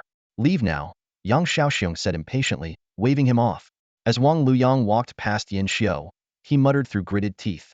I refuse to believe Teacher Yang can protect you forever. Yin Xiu silently dispersed his 8 extremes combat energy, thinking to himself, actually, it's Teacher Yang who just protected you. Before leaving, Yang Shaoxiong warned Yin Xiu, stay away from Wang Luyang in the future. Don't cause trouble for me. Li Xian and the others, seeing there was no more drama to watch, headed straight to the front of the martial hall. As prodigies, they didn't need to wait in line to enter. Before stepping into the hall, Luo Qinghe glanced back at Yin Xiu and sighed inwardly. With his cultivation gone, provoking Wang Luyang is only asking for trouble. The assessment continued. Li Xian, Luo Qinghe, and Luo Shi soon had their results. 80 elephant strength, 70 Nini elephant strength, and 75 elephant strength, taking first, second, and third places, respectively, bumping Wang Luyang down to 6th. Next up, Yin Xiu. Finally, it was Yin Xiu's turn. The test involved a sand-filled column designed to measure the strength of a single punch. The passing line for the annual assessment was 9 elephant strength. The higher the score, the better the ranking, with additional rewards for top performers. Though he initially planned to aim for a decent score, after acquiring the 8 extremes combat technique and 8 extreme strike, Yin Xiu no longer cared much about the assessment rewards. He approached the column and casually struck it with a finger. Congratulations! Your attack has triggered a triple critical hit bonus. The large screen outside instantly refreshed. Yin Xiu, 11 elephant strength, rank 1032. The result left the students present in shock. Yin Xiu, 11 elephant strength? Wasn't his cultivation completely destroyed? 11 elephant power? The students' exclamations echoed across the training grounds. The results displayed on the screen left everyone wide-eyed, and the chatter surged like a tide. Yin Xiu was supposed to be a cripple, wasn't he? How did he manage to cultivate again, and even pass the annual assessment? Looks like he's been preparing for this for a while. Wang Luyang is going to lose it. Didn't he say Yin Xiu was here just to make people laugh? Well, now it seems like the joke's on him. Li Xian stared at the results on the screen, his brows furrowed. Yin Xiu's determination to continue cultivating martial arts was admirable.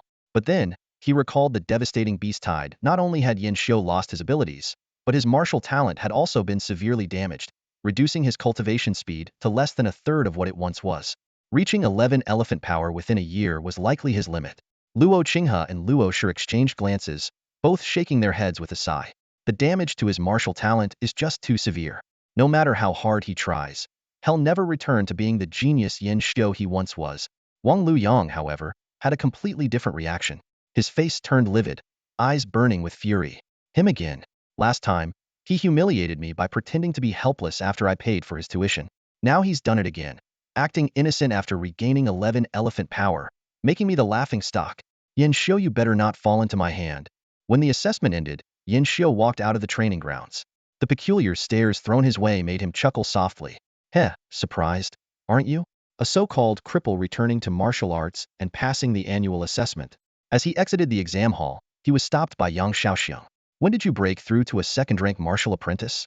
Not long ago, Yin Xiu replied, silently adding in his mind. Actually, I'm already a fourth rank. You must have endured a lot to get here. Not too much. You're still the same, never showing any sign of the hardships you've been through. Yin Xiu wanted to explain that with the critical strike system, his path of cultivation hadn't been that difficult. But before he could, Yang Shaoxiang shook his head and continued, you shouldn't have revealed your progress. Too many people envy you, especially Wang Luyang. You've embarrassed him again, and he won't let this go. Hearing these words, warmth surged in Yin Xiu's heart. If it weren't for this seemingly aloof teacher Yang, he would have been expelled long ago. It was Yang who had negotiated with the dean to allow his tuition fees to be delayed for so long. It was also Yang's protection that kept Yin Xiu's old enemies from daring to act against him. Don't worry, teacher Yang. I know what I'm doing. Sigh, I hope you really do. After leaving the academy, Yin Xiu prepared to head into the wilderness for hunting. The martial path required resources like pills, techniques, and skills, all of which demanded wealth. Hunting fierce beasts for materials was the fastest way to earn money. At the academy gate, he encountered Ren Xiaodai, who was there to take her assessment. Yin Xiu gave her only a brief glance, not even acknowledging her with a nod, and walked away without hesitation. Ren Xiaodai stared at his departing figure, lost in thought. Has he finished his assessment? He probably failed, considering he's no longer the prodigy he once was, not even a first-rank apprentice judging by how quickly he left. He must have been expelled. Well, that's for the best. I won't have to think about that confession from that night anymore. A light smile curved her lips as she walked into the academy. But when she overheard the students around her discussing how Yin Xiu had passed the assessment with 11 elephant power, she froze in place, completely stunned. Ren Xiaodai anxiously sought out her best friend, her eyes shining with barely concealed anticipation. I heard Yin Xiu pass the assessment? Her voice trembled slightly. Her friend rolled her eyes, her tone tinged with exasperation. You're just finding out, Xiaodai? This news has been all over the academy for a while now. She paused, her voice shifting to one of admiration. Yin Xiu's achievement is truly remarkable this time. Even with his martial talent damaged, he managed to forcefully cultivate the strength of 11 elephants. Imagine how much hardship he must have endured. It's true. A ripple of emotion stirred in Ren Xiaodai's heart, her hands unconsciously twisting together. Her friend, seeing right through her thoughts, curled her lips into a knowing smile. Oh, our goddess Ren, how does it feel now that the boy you used to admire isn't being expelled? Ren Xiaodai opened her mouth, wanting to say I don't care. We're not close, or we're not the same kind of people. Yet, after a long pause, all her words condensed into a soft, I don't know. Her friend gently patted her shoulder, speaking with a tone of heartfelt wisdom. Actually, you know everything. You're just not ready to admit it. After the storm of the academy's assessment passed, Yin Xiu returned to his usual routine, attending mandatory classes, venturing into the wilderness to hunt fierce beasts, and selling his spoils at the Myriad Medicine Pavilion. Although the second-tier beast had vanished without a trace, rumors surrounding it only grew more rampant. That morning, Yin Xiu, as usual, boarded the underground tram heading for the wilderness. As soon as he found a seat and sat down, he overheard a lively discussion around him. The Martial Arts Guild has been searching for that second-tier beast for ages and still hasn't found it. Who knows if it returned to the warning zone or, as the rumors say, was taken down by a passing martial artist. Hey, I heard an interesting rumor. Want to hear it? Spill it already. Stop teasing, or we'll gang up on you. The person lowered their voice conspiratorially. I heard that the second-tier beast really was killed. But it wasn't by some passing martial artist or an ordinary warrior. It was taken down by none other than the newly famous slaughter sword. Ugh, the statement was immediately met with a chorus of groans. Someone outright dismissed it, retorting, "What nonsense are you spouting? No matter how skilled the slaughter sword is, he's just a martial apprentice. Killing a second-tier beast? Keep dreaming." The man stood up defiantly, his voice carrying a hint of arrogance. "Why not? Killing Sword is a ruthless figure in the safe zone, having hunted down no fewer than 100 fierce beasts. What's so special about taking down a Tier 2 beast?" As soon as he spoke, the surrounding crowd erupted in even louder laughter. Some of the martial apprentices exaggeratedly clutched their stomachs, laughing so hard that they could barely stand. "Brother," one of the martial apprentices said, wiping tears of laughter from his eyes, "I take it you're not a properly trained martial apprentice from an academy. You haven't undergone systematic training and don't understand the power hierarchy of warriors, do you?" "So what if I'm not?" the man retorted, stiffening his neck. "Exactly. Do you even realize how vast the gap is between a martial apprentice and a martial warrior? How vast? Like the distance between heaven and earth. Huh. It seems you still don't quite grasp it. Let me put it this way. A martial warrior can effortlessly kill over 20 martial apprentices. Even if surrounded by 100 martial apprentices, they could break through unscathed. And a Tier 2 beast is equivalent in strength to a martial warrior. Now, think again. Do you really think Killing Sword could slay a Tier 2 beast?" I, I. The man's face turned beet red as he slumped back into his seat, clearly shaken and disheartened. As the infamous slayer of a Tier 2 beast, Yin Xian, known as Killing Sword, couldn't help but feel a mix of emotions. He didn't notice, however, that on the other side of the train, someone was glancing in his direction while rapidly sending messages. The massive, steel-reinforced gates slowly opened as the railcar departed Tianling City, heading toward the wilderness. Out in the wilderness, Wang Luyang stood still, glaring in the direction of Tianling City. His twisted expression and murderous eyes betrayed his intent. He wasn't here to hunt fierce beasts. She was waiting for someone. Yin Shito. Ever since the annual assessment ended, Wang Luyang couldn't close his eyes without replaying the humiliation Yin Shito had inflicted on him, turning him into a laughingstock at the academy. Everywhere he went, he felt the sting of ridicule. Over time, his resentment had grown into an uncontrollable volcano of hatred, driving him nearly insane. He had to find Yin Shito and reclaim his dignity by repaying the humiliation tenfold. At a nearby camp, a few figures gathered around a bonfire, engaged in conversation. "Brother Yang, are you sure that loser will actually come to the wilderness?" "Doesn't seem likely. Even if Yin Shito managed to break through as a martial apprentice again, he's only got the strength of 11 elephants at best, a Tier 2 martial apprentice.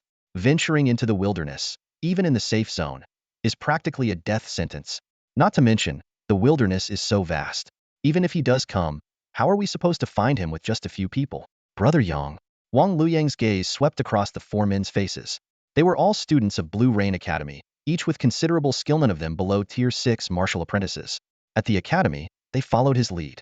He had brought them here for one purpose, to help him find Yin Shito. "Don't worry," Wang Luyang said, his expression feral, his tone dripping with murderous intent. "I've already sent someone to tail Yin Shito. The latest report says he boarded the rail car and will soon arrive in the wilderness." The four martial apprentices exchanged excited looks. As expected of Brother Yang, always so thorough. "Haha, that loser dared to oppose Brother Yang? He doesn't even know how he's going to die." "Don't worry, Brother Yang. If Yin Shito dares step into the wilderness, well, drag him to you so you can vent all your anger." One of them added meaningfully, "By the way, Brother Yang, about what you promised us." A flicker of displeasure passed through Wang Luyang's eyes, but he held back his temper. He still needed their help to track Yin Shito in the vast wilderness. "Don't forget who my father is. Rest assured, once it's done, each of you will get a profound level martial skill. I won't go back on my word." The others were thrilled by this promise. Brother Yang is so generous. Brother Yang is unstoppable. Following Brother Yang always pays off. Basking in their flattery, Wang Luyang couldn't help but smile. Soon, a notification sounded on his device. Wang Luyang glanced at it, his eyes gleaming. "Yin Shito has entered the wilderness. Split up into 5 groups, we must find him." Unaware that he was being targeted, Yin Shito didn't immediately begin hunting upon reaching the wilderness. Instead, he sought out a relatively secluded area to lure a fierce beast. Roar! A deafening roar shook the forest as a massive tiger emerged. Standing 2.2 meters tall, it exuded a bloodthirsty aura. This was a bloodthirsty tiger, a top-grade Tier 1 fierce beast. Fierce beasts were wild creatures with a natural inclination for violence. However, instead of charging at its prey as usual, the bloodthirsty tiger emitted a low, uneasy growl and began to retreat. It had caught the scent of blood, the scent of its kind, killed and left behind. Interesting. It's actually scared. Yin Xiu was slightly surprised but soon chuckled. A top-grade Tier 1 beast. Its strength is decent enough, a perfect target to test my 8 extreme sky-crushing strike. Indeed, Yin Xiu intended to use this fierce beast as practice. The tiger's ferocity eventually overpowered its unease. With a thunderous roar that reverberated through the forest, the 2.2-meter-tall beast charged like a small mountain. Good. Bring it on. Yin Xiu focused his energy, channeling power from his heels through his waist and all the way to his fingertips, where it erupted with force. The essence of the Ba Ji Bo Tian strike lay in this very principal strength that could reach far and momentum that could shatter the heavens. Though he had only recently begun practicing this move, he had already grasped some of its profound truths. His technique carried an aura of creation and destruction, as if splitting the heavens and earth. A timely system notification appeared. Congratulations! Tenfold critical hit, bonus activated. Boom.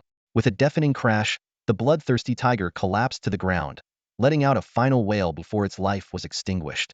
Yin Xiu's lips curled into a faint smile as he thought to himself, true mastery comes from real combat, far more effective than solitary practice. In the days that followed, Yin Xiu roamed the wilderness, hunting beasts. Whether it was with fists, palms, or the occasional unsheathing of his long sword, every move he made demonstrated the variations of the Ba Ji Bo Tian strike. Each battle deepened his understanding of this celestial-grade martial art. The materials harvested from the slain beasts were, of course, stored in his small universe ring. However, with the critical hit system's assistance, these first-tier beasts posed little challenge. Most were slain in a single blow, and even the stronger ones couldn't last beyond 3 exchanges. This left him unable to truly experience the life-and-death insights that the Ba Ji Bo Tian strike was meant to reveal. Should I try venturing into the danger zone? The bold thought crossed his mind, but he quickly dismissed it with a shake of his head. Recalling the terrifying power of the frenzied Xiong Qi from that day, he knew all too well that facing a second-tier beast with his current martial apprentice strength would be suicidal. After all, a 1,000-fold critical hit was a rare and unpredictable occurrence. By the afternoon, yet another beast fell under his sword. As he scanned the wilderness for his next target, a voice called out, Yin Xiu. Following the sound, he saw a young man approaching with a long staff slung over his shoulder, an arrogant expression on his face. So it really is you. Who would have thought I'd be the first to find you? Ha ha ha. Looks like I've struck gold. Yin Xiu took note of the boy's academy uniform and frowned slightly. Blue Rain Academy? You came here specifically to find me? Congratulations. You guessed correctly, the boy replied with a smirk, his tone dripping with nonchalance. To be more precise, Yang Jiao, that's Wang Liang wants to find you. I'm just here to play the vanguard. Yin Xiu stood in the desolate wilderness, his robes billowing in the cold wind. From the distance, a figure approached. It was one of Wang Luyang's subordinates. What if I refuse?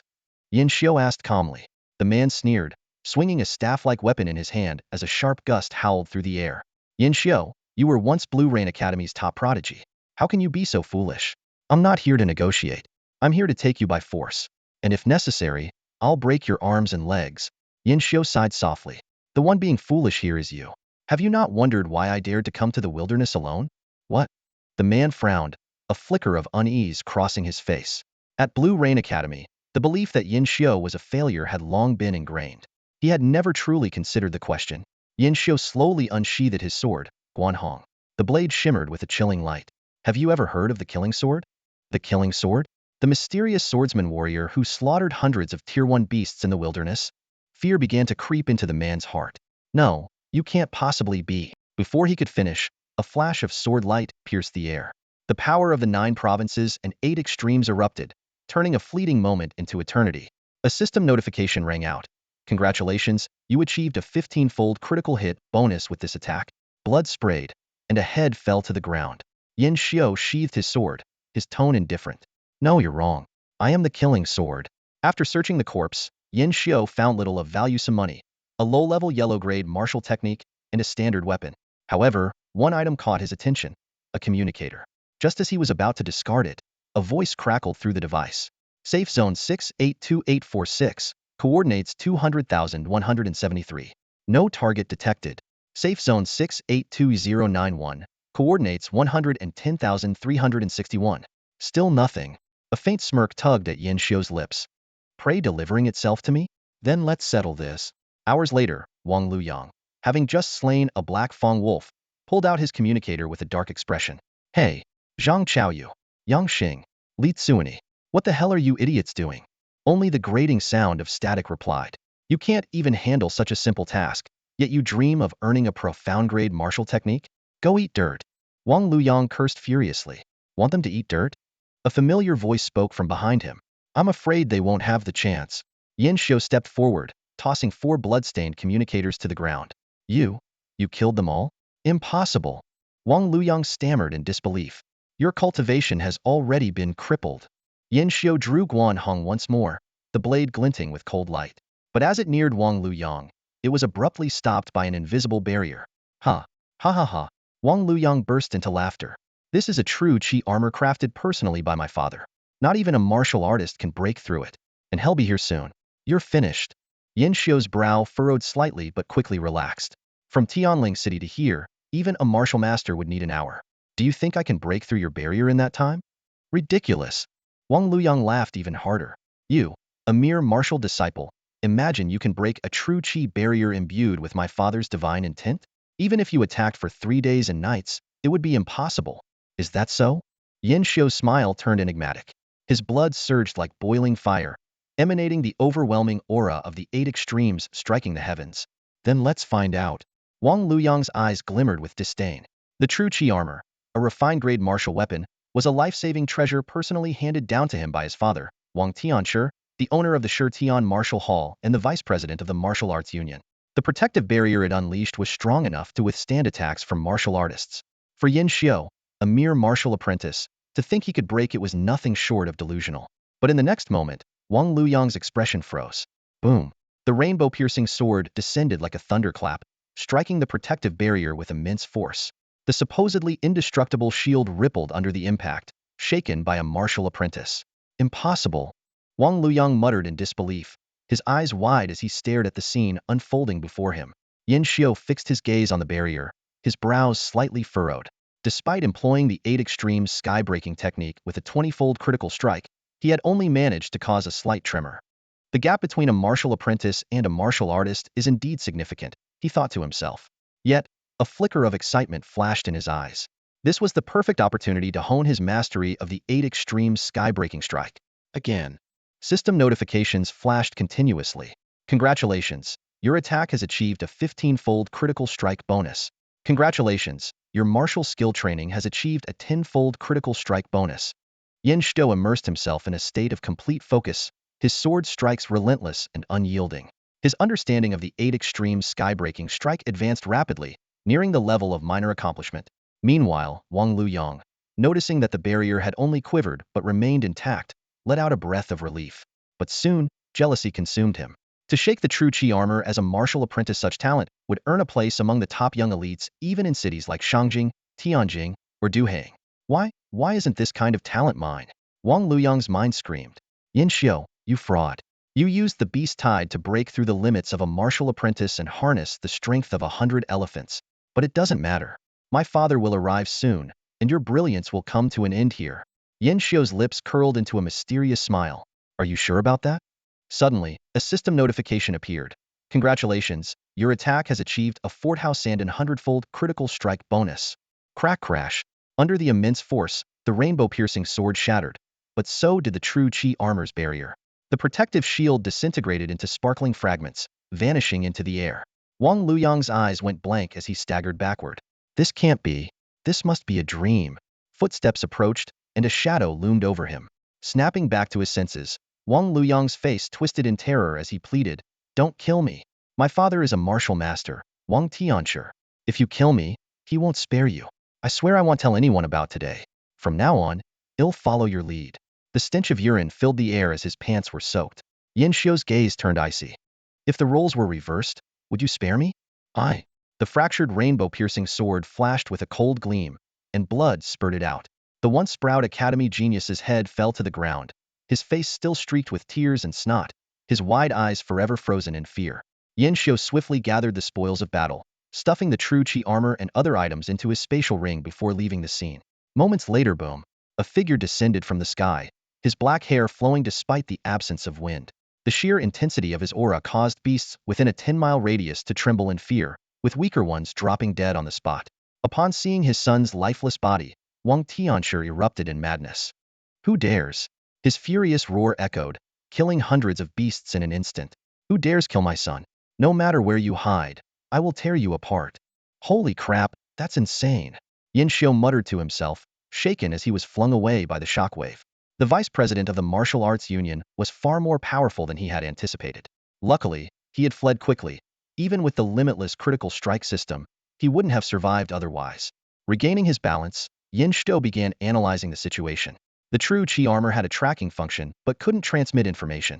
Wang Luyang hadn't had the chance to inform his father of the assailant's identity before his death, so for now, Yin Xiu was safe.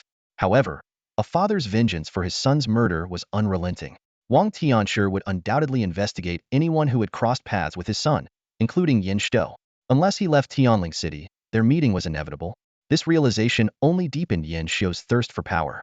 Back at his residence, Yin Xiu sorted through his spoils and was overjoyed. Blood Qi pills? Wang Luyang used these precious resources for daily training. What a waste. The Blood Qi pill, a rare elixir refined from the essence of dozens of first-tier ferocious beasts, emitted a faint crimson glow in Yin Xiu's hand. Its potency was far superior to the average Blood Qi powder, surpassing it by several magnitudes. Such a treasure was so valuable that even a ninth-tier martial apprentice would need to save for a long time to afford just one. Only the heirs of martial aristocratic families could afford to use it as casually as an ordinary pill. 1, 2, 3. Yin Xiu meticulously counted his spoils. 12 in total. A cold smirk formed on his lips. So this was the so-called martial talent of Wang Luyang, nothing more than an illusion built on these expensive pills. Having a martial master-level father certainly came with its privileges. Besides the Blood Qi pills, the spoils included 3 pieces of martial equipment.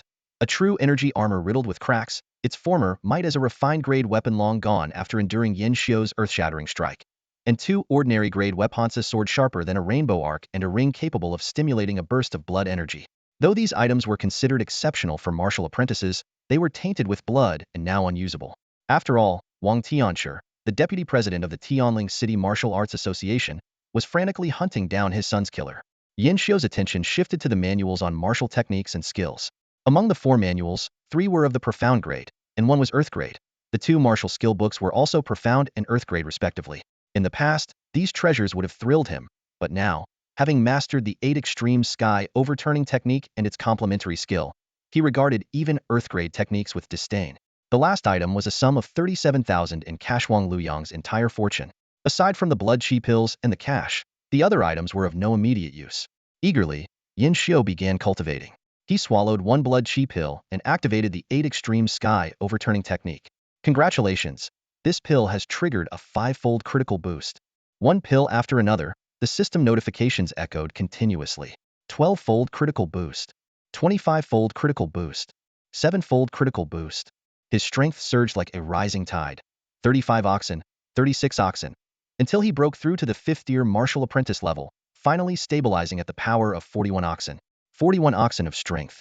Even with just the basic 3-fold critical boost, I can unleash the terrifying power of 123 oxen, far exceeding the limits of a 9th-tier martial apprentice. A glint of satisfaction flashed in Yin Xiu's eyes. Now, I am undoubtedly the strongest beneath the rank of martial artist. That night, he slept soundly, more at peace than ever. But the next day, news of Wang Luyang's gruesome death spread through Tianling City like wildfire. Enraged, Wang Tianshi unleashed his fury, slaughtering over 100 people in just 2 days, some of whom were crushed into pulp in the streets. His unrestrained rampage caused widespread panic, forcing many martial artists with past grievances against the Wang family to flee the city. It was only when the Martial Arts Association president, a revered Grand Martial Master, and the city's guardian intervened that the bloodshed was reluctantly brought to an end. Hearing these developments, Yin Xiu felt a deep sense of relief and resolved to steer clear of this madman, at least until he had the strength to face him. Meanwhile, a major announcement shook the academy. To prepare for the upcoming competition between the 7 martial arts academies of Tianling City, a special C class was being formed. This elite class would not only study earth-grade martial techniques, but also receive personal guidance from the headmaster. Li Xian, Luo Qinghe, Luo Shi, Ren Xiaodai. The names quickly spread they were the academy's brightest talents. Many remarked that, had Wang Luyang been alive, he would undoubtedly have been included. That morning, Yin Xiu visited the library to borrow books on 2nd-tier ferocious beasts, preparing for an exploration of the warning zone. As he turned to leave, he unexpectedly ran into 3 familiar faces: Li Xian, Luo Qinghe, and Luo Shi. The 4 of them stood frozen, the atmosphere instantly turning awkward. As always, Yin Xiu held a book in his hand, turning slightly to bypass Li Xian and his group on his way to his seat. A year of estrangement had buried their past friendship completely. Toward Li Xian and the others, Yin Xiu felt neither resentment nor any stirring of emotion. They were now familiar strangers, perhaps the most fitting description of their relationship. Unexpectedly, Luo Shi, who had always avoided him, spoke up. Yin Xiu, congratulations on advancing to martial disciple again. Li Xian and Luo Qinghe frowned but didn't stop her. Yin Xiu looked slightly surprised but simply nodded and said, "Thank you. I thought you wouldn't be able to recover from the setbacks and would give up completely," Luo Shi said with a hint of emotion. "Rebuilding your martial path must have been tough." "It wasn't too bad," Yin Xiu replied. He wasn't being dismissive. With the infinite critical strike system in hand, his journey to rebuild his martial path hadn't been particularly difficult. As for the earlier hardships, he had fought hard, but the damage to his martial talent had been too severe. Coupled with continuous setbacks, he had spent an entire year unable to cultivate even a fraction of an ox's strength. Those struggles no longer needed to be mentioned. "I see." Luo Shi was about to continue when Luo Qinghe placed a hand on her shoulder and stepped forward. "Sure, the dean is waiting for us. Don't waste time, save it for another day." "Ah, okay, I understand, brother." Luo Shi glanced at Yin Xiu, her eyes showing a hint of apology. Yin Xiu's expression remained calm. He didn't believe that merely demonstrating the strength of a second-level martial disciple would win back the acceptance of his former friends. Besides, he no longer cared. As they passed by each other, Li Xian lowered his voice and said, "Yin Xiu, be careful. Wang Luyang is dead, and his father, martial master Wang Tianshi, is going mad trying to find the killer. Although your cultivation level is low, and you wouldn't be considered a suspect, you still had a grudge with them." Thanks for the warning," Yin Xiu replied without a change in expression. He himself was the one who had killed Wang Luyang. He simply said, "Noted." The two groups then went their separate ways, one heading to their seats, the other toward the door, moving in opposite directions. After they parted, Luo Qinghe spoke with a hint of reproach. "Sure, why did you talk to Yin Xiu? He had a grudge with Wang Luyang, and it's very likely Wang Tianshi is watching him. If you get too close, or worse, get entangled with him, it'll cause us a lot of trouble." "But we used to be best friends," Luo Shi said, her tone tinged with grievance. "Not anymore," Luo Qinghe said firmly. After a brief pause, he sighed. "Sure, I know you have feelings for Yin Xiu, but you need to see things clearly. The Yin Xiu you admired was the Academy's top genius, dazzling and surrounded by glory, not the one who has lost his cultivation, had his martial talent destroyed, and will eventually fade into obscurity." Luo Shi's eyes dimmed with sadness. A year ago, many at the Academy had assumed she and Yin Xiu were a couple, though that wasn't the case. It had been a one-sided affection on her part. At that time, Yin Xiu had shown great interest in her as well. If things had gone as expected, they might have naturally become lovers after he advanced to a martial artist. But fate had taken a different turn, and now they were like strangers. If Yin Xiu hadn't been caught in that beast tide, he probably would have joined the elite seed class too, Luo Shi murmured to herself.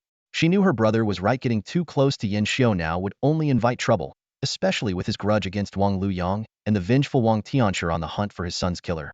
Yet, she couldn't quiet the turmoil in her heart. In the days that followed, Yin Xiu spent most of his time in the library, occasionally venturing into the wilderness safety zone to practice by hunting first-level ferocious beasts.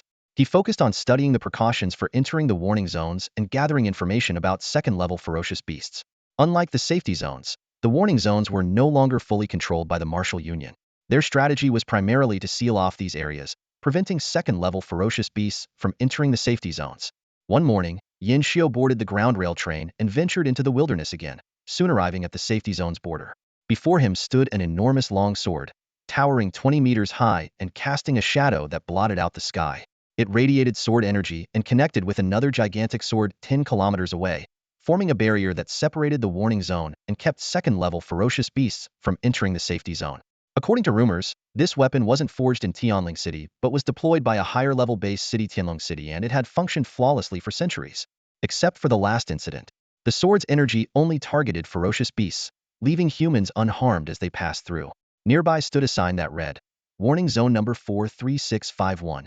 Each area had a serial number designation, not just the warning zones, but also the safety zones, danger zones, and forbidden zones. However, most people paid little attention to the numbers for the former, while ordinary martial artists rarely encountered the latter. Yin Xiu passed through the wall of sword energy with ease. Deep, guttural roars echoed from the distance, sending tremors along the edge of the restricted zone. Yin Xiu stood there, a chill running down his spine.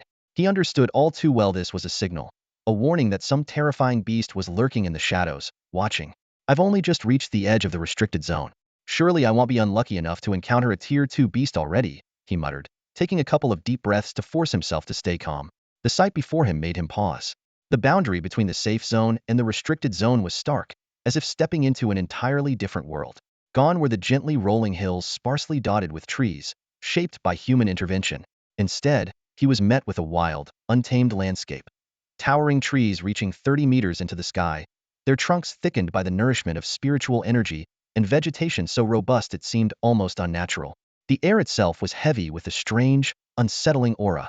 For a fleeting moment, the thought of retreating back to the safe zone crossed Yanxio's mind. But he quickly suppressed it. This was a necessary trial. The Academy's mandatory courses and the library's extensive texts had prepared him well in theory. Tier 2 beasts had already developed a sense of territoriality. While not yet overwhelming, they instinctively drove away potential threats. The stronger the Tier 2 beast, the more intense its territorial instincts and the larger the area it controlled. In the restricted zone, going too long without encountering a Tier 2 beast is actually a warning sign. Yanxio recalled the cautionary notes from his textbooks. It usually means there's an especially terrifying creature nearby, and you must avoid it at all costs. On the other hand, frequent encounters with Tier 2 beasts suggest the area is relatively less dangerous. Steeling himself, Yanxio steadied his breathing and focused his mind, stepping fully into the restricted zone. Deep within this perilous area, chilling roars echoed one after another, shaking the entire forest. It was as if the land itself was mockingly welcoming another human foolish enough to tread into its domain. As Yanxio ventured deeper into the danger zone, the presence of ferocious beasts became increasingly dense. The ecosystem here was intriguing despite being a high-risk area. First-tier beasts were in the majority. However, they had been relegated from predators to prey, serving as food for the second-tier beasts. Yanxio's strength had grown immensely. Each strike carried the power of 123 elephants, combined with his heaven-level martial technique, the 8 extreme sky-shattering strike, making the hunt for first-tier beasts effortless. Yet, he refrained from acting recklessly as he had in the safer zones. Instead, he advanced cautiously, avoiding encounters whenever possible and only striking when absolutely necessary. Even then, he aimed for swift and decisive action to avoid attracting the attention of second-tier beasts. The reason was simple. While his goal was to challenge second-tier beasts, there was a vast disparity in strength even among them. He was specifically seeking second-tier lower-grade beasts that matched the strength of a newly advanced martial artist. If he accidentally provoked a second-tier upper-grade beast, even escaping could become a hopeless endeavor. Oh, a wolf's howl echoed in the distance, and Yanxio's eyes lit up. Judging by the sound, this beast seemed relatively weak, making it a suitable target for practice. After cautiously eliminating a few obstructing first-tier beasts, Yanxio finally approached the source of the howl. Parting the dense underbrush, he spotted a small wolf about a meter tall. Its fur was a striking blue-green, and its size was even smaller than many first-tier beasts. The wolf was engrossed in devouring the massive carcass of another beast. A Qingfeng wolf? Yanxio's expression shifted slightly. This was not an ideal opponent. Though it was a second-tier lower-grade beast, it naturally possessed wind affinity, allowing it to manipulate wind and move with astonishing speed. Even many high-tier martial artists preferred to avoid such troublesome foes. After a moment of contemplation, Yanxio decided to retreat. Getting entangled with a Qingfeng wolf would make escape nearly impossible. It was better to seek a more suitable target for practice. Not long after, he found his second target, a beast resembling a giant bear. The Earth Subjugator bear stood 7 meters tall, its skin a dull yellow-brown. When it rose to its full height, it resembled a small building, and even a casual stomp could make the ground quake. Despite its imposing presence, Yanxio broke into a smile. Though the Earth Subjugator bear was a second-tier lower-grade beast with strength comparable to a second-tier mid-grade beast, its affinity with the Earth granted it unmatched durability. However, its greatest weakness was its sluggish speed and slow reactions, making it far less threatening than the Qingfeng wolf. Yanxio was almost unable to contain his excitement, but he ultimately restrained himself. He decided to first thoroughly scout the area, mapping out the movements and tendencies of all the second-tier beasts before making his move. After spending 5 to 6 hours investigating, Yanxio had a clear understanding of the area. There were 11 second-tier beasts in total, including the Qingfeng wolf, the Earth Subjugator bear, and the Xian Shui black serpent. Though they occasionally clashed, their similar strength and mutual fear of being exploited when injured had created a delicate balance. As night fell, Yanxio retreated to the safety zone and set up his tent. Leaning against a wooden stake, he gazed at the starry sky, listening to the distant roars of beasts. A smile crept onto his face as he thought of Li Xian, Luo Qinghe, Luo Shi, Lu Xiaodai, and everyone else he knew at Lanyu Academy. You all think I've been left behind, but little do you know, I'm already preparing to challenge second-tier beasts. It's not that you abandoned me, I've already far surpassed you. Imagining their reactions when they learned the truth, Yin Xiu found the thought amusing. The next morning, Yin Xiu returned to the Earth Subjugator Bear's territory. The massive bear lay snoring beside a large boulder, its thunderous snores audible from 100 meters away. Stupid bear, take this, Yin Xiu roared as he charged forward, wielding the sun-eroding sword he had confiscated from Wang Luyang. Unleashing the power of the 8 extreme sky-shattering strike, he aimed the blade at the bear's thick hide, only for it to get stuck, leaving nothing more than a shallow white mark. So tough. Yin Xiu's expression darkened. Roar. The Earth Subjugator Bear awoke with a furious bellow, swiping its massive paw. The gust of wind from the strike alone stung Yin Xiu's face.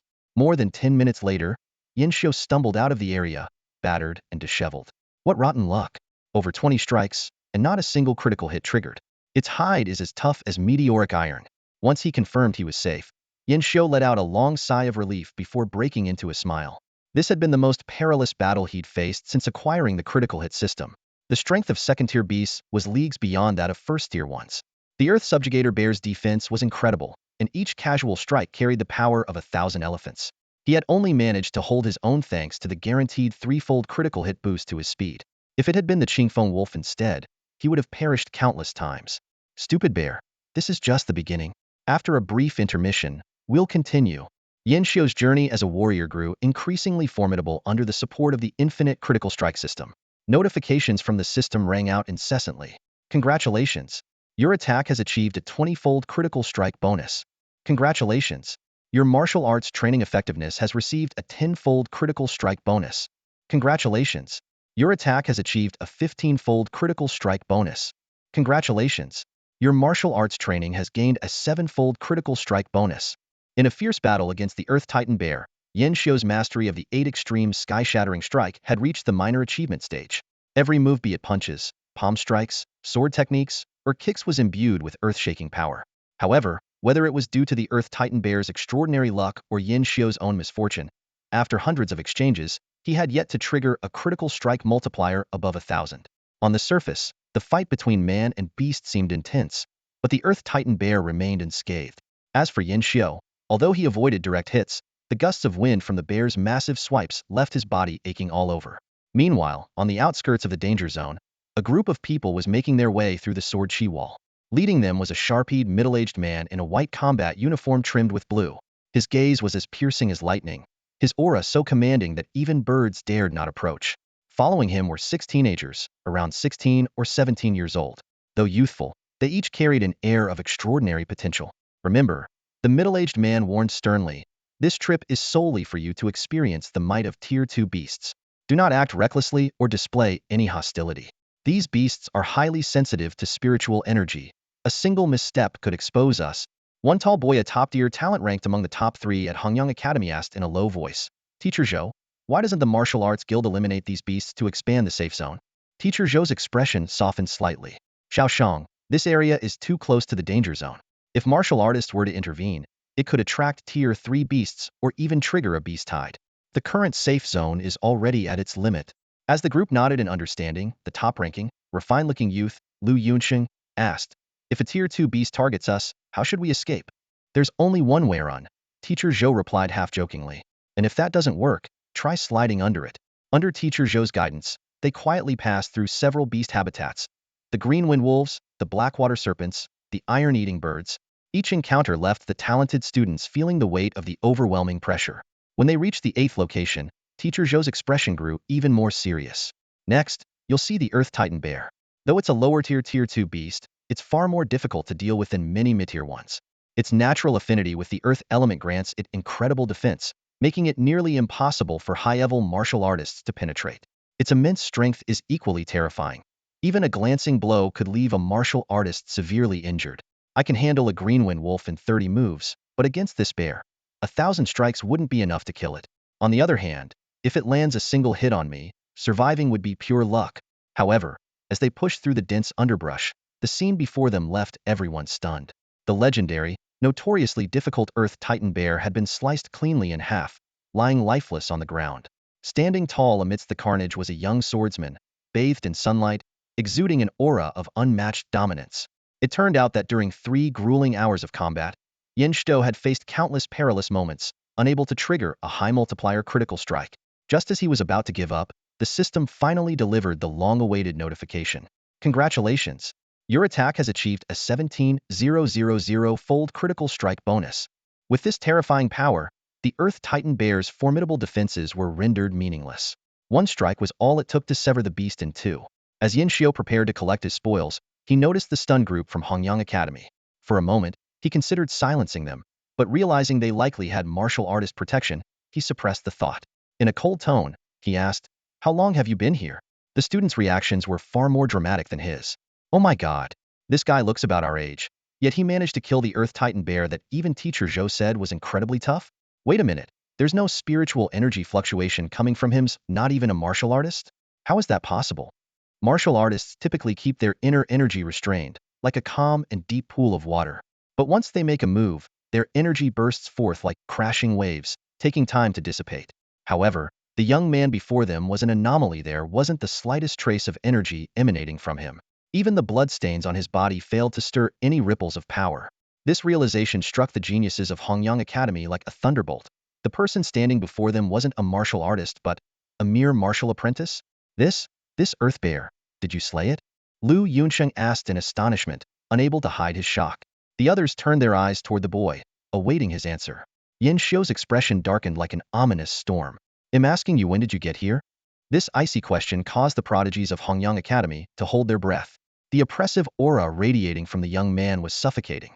"Young man, don't misunderstand," Teacher Zhou quickly interjected, trying to diffuse the tension while a flicker of caution crossed his eyes. "We just arrived and didn't see how you killed the Earth Bear. We mean no harm, so there's no need to be so wary." Yin Xiu noticed the uniforms on these individuals and frowned slightly. "You're from Hongyang Academy?" "That's right," Teacher Zhou nodded. Hongyang Academy and Blue Rain Academy are ranked among the 7 great martial academies of Tianling City, with Hongyang being third. Lu Yunsheng, seeing the proud way the young man stood holding his long sword, felt a desire to befriend him. "I am Lu Yunsheng, the class leader of Hongyang Academy's elite class, and a 9th-rank martial apprentice. May I ask for your name, brother?" Shang Yingming chimed in as well. "If you're a fellow Tianling City resident, come find me sometime. I'll treat you to a drink. Make friends?" Yin Xiu thought back to the past. Once, his exceptional talent in martial arts and rapid progress had made him a rising star at Blue Rain Academy, admired by many. Li Xian, Luo Qinghe, and Luo Shi had even gone out of their way to befriend him. But when his martial talent was damaged and his cultivation lost, they were the first to distance themselves. True friendship? It was nothing more than a facade born of power. "No need," Yin Xiu coldly declined. He stored the Earth Bear's corpse in his spatial ring and turned to leave. A storage weapon? The group from Hongyang Academy gasped in shock, their pupils contracting. Lu Yunsheng was about to follow, but Teacher Zhou stopped him. "Don't pursue him. That young man is no ordinary person. He has the heart of a tiger, but the gentleness of a flower. Moreover, he remains wary of us. Acting recklessly might make him see us as enemies." "Teacher," Shang Yingming asked, his voice trembling, "isn't it a universally accepted truth in the martial world that a martial apprentice cannot defeat a second-rank beast? How? How did he manage to do it?" Teacher Zhou took a deep breath. "Truths are meant to be broken." This statement left the gathered prodigies deep in thought. How many people in the world could defy common sense? Thinking about how this young man, as a martial apprentice, had slain a second-rank beast, they couldn't help but feel a wave of frustration. Seeing their expressions, Teacher Zhou offered reassurance. "Don't lose heart. Each of you is a true genius. Even in the higher-tier base cities, you would not pale in comparison to the scions of great families. But that young man, he defies logic. For a martial apprentice to slay a second-rank beast, even in the highest base cities, he would be nothing short of a legend. He has transcended ordinary measures. He is like a god on the mountaintop, and we mere mortals at its base cannot compete with him." Lu Yunxing suddenly had a thought. "Teacher, who could he be? Someone capable of crossing such a vast boundary to kill an enemy surely isn't an unknown figure." "I'm not sure," Teacher Zhou replied, shaking his head before adding gravely, "but one thing is certain: a citizen of Tianling City and likely belongs to one of the 7 academies." At these words, everyone was stunned. As Yin Shou walked away, he silently reflected. What bad luck to run into them. Still, I've never shown myself in Hongyang Academy, so that martial artist and the students shouldn't recognize me. No need to worry about my identity being exposed. I'd better avoid this area in the future to prevent further encounters. Leaving the Earth Bear's habitat, Yin Xiu passed through the wall of sword chi and returned to the safe zone. He boarded the city rail car back to Tianling City. He wasn't too concerned about his strength being exposed. A martial apprentice defeating a second-rank beast would undoubtedly create a sensation in the martial world. But so what? If necessary, he could leave Tianling City for another place or retreat into the wilderness. With no family, no friends, and no attachments, he was free to go wherever he pleased. Back in Tianling City, Yin Xiu headed straight for the Myriad Medicine Pavilion. Mu Zixuan was leaning on the counter, lost in thought. When she saw someone enter, she was about to greet them, but upon looking up, she was startled. Oh my gosh! Yin Xiu, what happened to you? How did you end up like this? Yin Xiu certainly looked disheveled. After spending 2 days in the wilderness, crawling through bushes, braving wind and rain, and without cleaning up, it was surprising he was even recognizable. I've been out in the wild for a while, but let's not talk about that. Do you have a private room? I need to sell some materials. Mu Zixuan stood up decisively and led Yin Xiu into a lavish VIP room. The space was astonishingly spacious, with the floor covered in the golden fur of a Tier 2 feral beast, the Jin Gung tiger. The chandelier was meticulously crafted from the bones of a Tier 2 Tsang wolf, and every piece of decor in the room exuded an air of extravagance. Yin Xiu glanced around in awe. Is this room available for just anyone to use? Mu Zixuan smirked inwardly at the sight of the usually composed Yin Xiu looking so astonished. This was the highest-level VIP room of the Wanyao Pavilion, a privilege so exclusive that even a transaction worth millions might not secure access. As Yin Xiu was about to probe further, he suddenly remembered that the young woman before him was none other than the granddaughter of Mu Yinglong and the heiress of Wanyao Pavilion. For her, gaining access to such a room was as simple as uttering a word. Ah, the perks of being a third-generation martial aristocrat. Yin Xiu sighed to himself before asking, what kind of material is so special that it requires a private room? Don't tell me it's just some low-value stuff. Of course not. Mu Zixuan was about to explain when Yin Xiu raised his hand abruptly.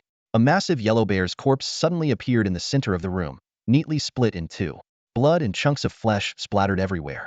Fortunately, the room was large enough to contain the scene. Otherwise, it might have burst at the seams. My VIP room. Mu Zixuan was initially ready to wail about the cleaning costs, but her complaints got stuck in her throat as her eyes widened in shock. Her voice trembled as she exclaimed, a Tier 2 feral beast? The Earth Bear? That's correct. Where did you find this? She asked incredulously. I didn't find it, Yin Xiu replied flatly. Mu Zixuan's teasing tone began to fade as she noticed something unsettling. Yin Xiu's gaze remained calm and unbothered, even as he stood before the massive corpse of the Tier 2 beast. A startling thought crept into her mind. Could it be that he had personally slain this creature? To be continued. In the end, he still couldn't break through to the 7th level of martial disciple. Yin Xiu let out a soft sigh and slowly withdrew his energy.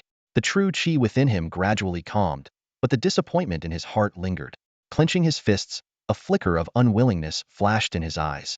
If my martial foundation hadn't been damaged, with the amount of elixirs I've consumed, breaking through to the 7th level wouldn't have been an issue. I might have even reached the 8th or 9th level. As he thought of his damaged foundation, his expression turned grim, and he silently vowed to find a way to repair it. That evening, the Mu family residence was brightly lit. My dear granddaughter, I hear you landed a big client today and closed a deal worth millions? Mu Yinglong entered with a beaming smile. My Zixuan is not only a martial arts prodigy but also a little business genius. Mu Zixuan, however, seemed distracted. She responded to her grandfather's praise with only a faint, it was all right. What's wrong? Ignoring even your grandpa now?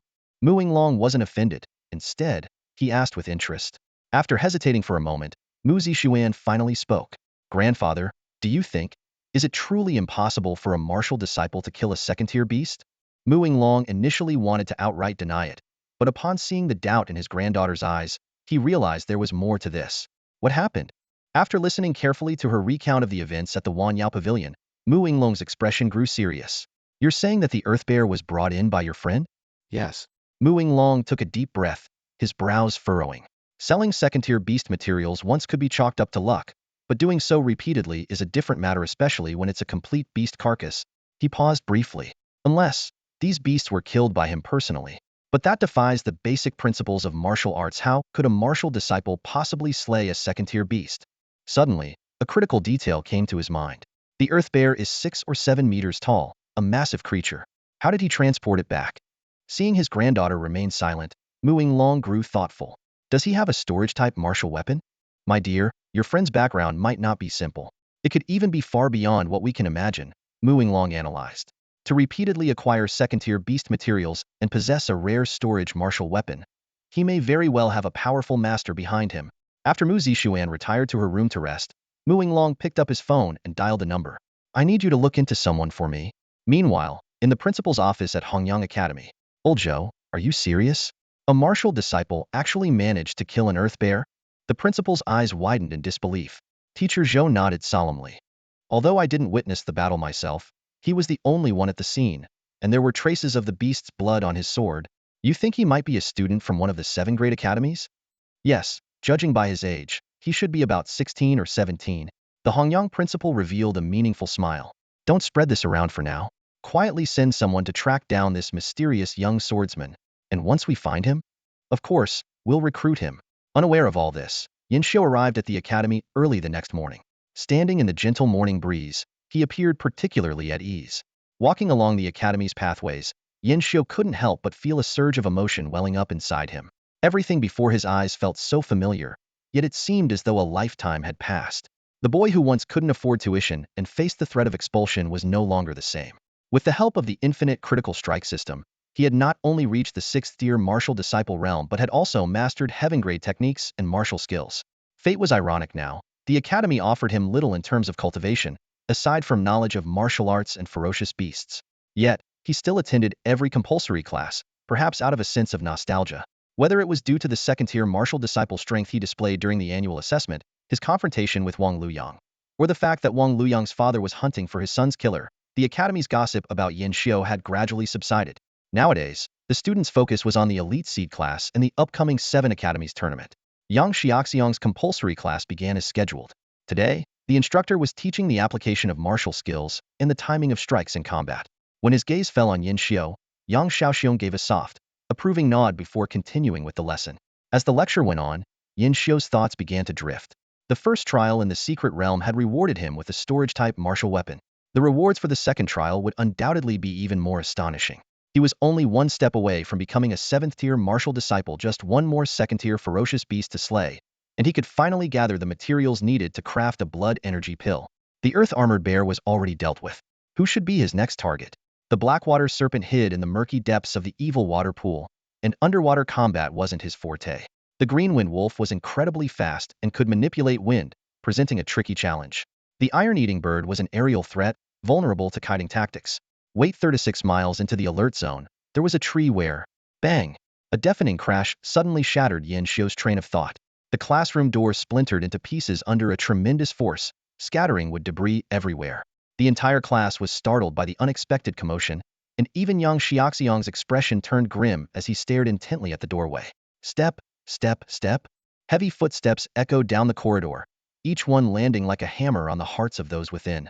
Though it lasted only a few seconds, the tension made it feel like an eternity. Finally, a middle-aged man appeared at the entrance. His long, jet-black hair flowed unnaturally despite the still air, and an oppressive, suffocating aura radiated from him. Even the reinforced concrete walls began to warp under the sheer weight of his presence. Who among you is Yin Xiu? The man asked, his voice dripping with murderous intent as his gaze swept across the room. Swish. Every student's eyes instinctively turned toward the same direction. This is bad. Yin Xiu's heart sank as he immediately recognized the man Wang Tianshi, the master of the Stone Sky Martial Hall, vice president of the Martial Arts Guild, and one of the few martial masters in Tianling City. He was also Wang Luyang's father. Yin Xiu had anticipated this day would come, but he hadn't expected it to be so soon. This has nothing to do with any of you. Leave. Wang Tianshi commanded coldly, paying no heed to the fact that this was a classroom. In a flurry of panic, dozens of students scrambled to flee, desperate to escape the room as if their lives depended on it. Wang Tianqi's gaze finally locked onto Yin Xiu, and the killing intent in his eyes grew even more intense. Yin Xiu, is it? I heard you had a feud with my son. The last time he ventured into the wilderness, it was to seek revenge against you. That's right, Yin Xiu admitted without hesitation. He knew that someone of Wang Tianqi's caliber would have thoroughly investigated the matter, making denial pointless. In the next moment, an unspeakably terrifying pressure surged toward Yin Xiu. He was forced back against the wall, as though struck by a towering tidal wave, unable to move or even breathe. What do you think you're doing? This is Blue Rain Academy. Yang Xiaoxiang shouted, stepping forward to shield Yin Xiu and attempting to resist the overwhelming aura. A flicker of killing intent flashed in Wang Tianqi's eyes. I said, leave. With a casual flick of his finger, a burst of energy shattered Yang Xiaoxiang's protective force. The instructor coughed up blood and was knocked aside, gravely injured. However, Wang Tianshi seemed to restrain himself, refraining from delivering a fatal blow. Turning his attention back to Yin Xiu, Wang Tianshi sneered. I've done my research on you. Blue Rain Academy's former top talent, crippled by a second-tier ferocious beast during last year's beast tide. Your cultivation was destroyed, and your martial foundation severely damaged. It took you an entire year just to recover to the strength of 11 elephants. Someone like you couldn't possibly have killed my son, let alone harm a hair on his head. Sorry to disappoint you, but you're wrong, Yin Xiu said through gritted teeth. Not only did I harm him, I cut off his head. If you already know the truth, why bother asking? Because of Xiaoyang, Wang Tianshi replied, his voice heavy. I never interfered much in his life. I believe that under my protection, he wouldn't truly grow. So when he faced setbacks or was bullied, I let him handle it on his own. But I never expected. His expression twisted with rage. My son died just like that, in such a senseless way. He was my only child. I failed him as a father when he was alive, letting him face so much hardship. Now that he's gone, I'll make sure everyone who ever wronged him or opposed him pays dearly in hell. The violent aura surged wildly through the classroom. Yin Xiu buckled under the pressure, coughing up blood as if struck by an invisible force. His heart pounded with fear, hadn't realized the wrath of a martial master could be so terrifying. Without exerting any effort or channeling his energy, Wang Tianxi's mere anger was enough to injure him. Is this the end? Yin Xiu clenched his teeth. Wang Tianxi's strength was overwhelming. To defeat or even injure him, Yin Xiu would need a critical strike multiplier of tens or even hundreds of thousands, far beyond anything he had achieved since gaining the infinite critical strike system. Could it really happen this time? Yin Xiu's expression twisted with determination. Realizing that Wang Tianshi would not let him go, Yin Xiu's face twisted with determination as he staked his life on the minuscule chance of a millionfold critical strike. This one attack would decide life or death. At this critical moment, a long, soft sigh broke the tense silence. Unnoticed by anyone, a tall, thin figure with white hair and a youthful face had appeared in the classroom. His slightly hunched posture gave him a frail appearance, yet as soon as he arrived, the oppressive and terrifying atmosphere in the room dissipated instantly. Dean, Yang Xiaoxiang, heavily injured and coughing up blood, seemed to find his anchor. His previously tensed body gradually relaxed. Yin Xiu also recognized the figure and felt his taut nerves ease. In stark contrast, Wang Tianxi's expression grew darker, and a hint of unease flashed in his eyes. Oldly, aren't you supposed to be at the Martial Arts Guild discussing the 7 Academies tournament? The Dean of Blue Rain Academy chuckled lightly. I intended to go, but some trivial matters delayed me. I didn't expect to stumble upon this scene. You're going to stop me? I can't stand by and watch you kill my students here at the academy. Over a useless nobody. You're willing to oppose me? Whether he's useless or not, as long as he remains a student of Blue Rain Academy, he is under my protection. And if I insist on killing him?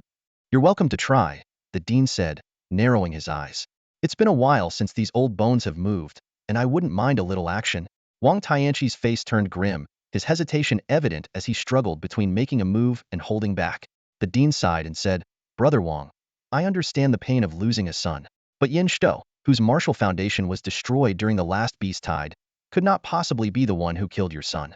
You've already taken many lives in the name of avenging Lu Yang. Continuing down this path will only provoke more outrage. Wang Tianshi snorted coldly, realizing that with this old man present, it would be impossible to succeed. He withdrew his oppressive aura and turned to leave. At the door, he suddenly spun back around, glaring at the dean. You can't protect him forever.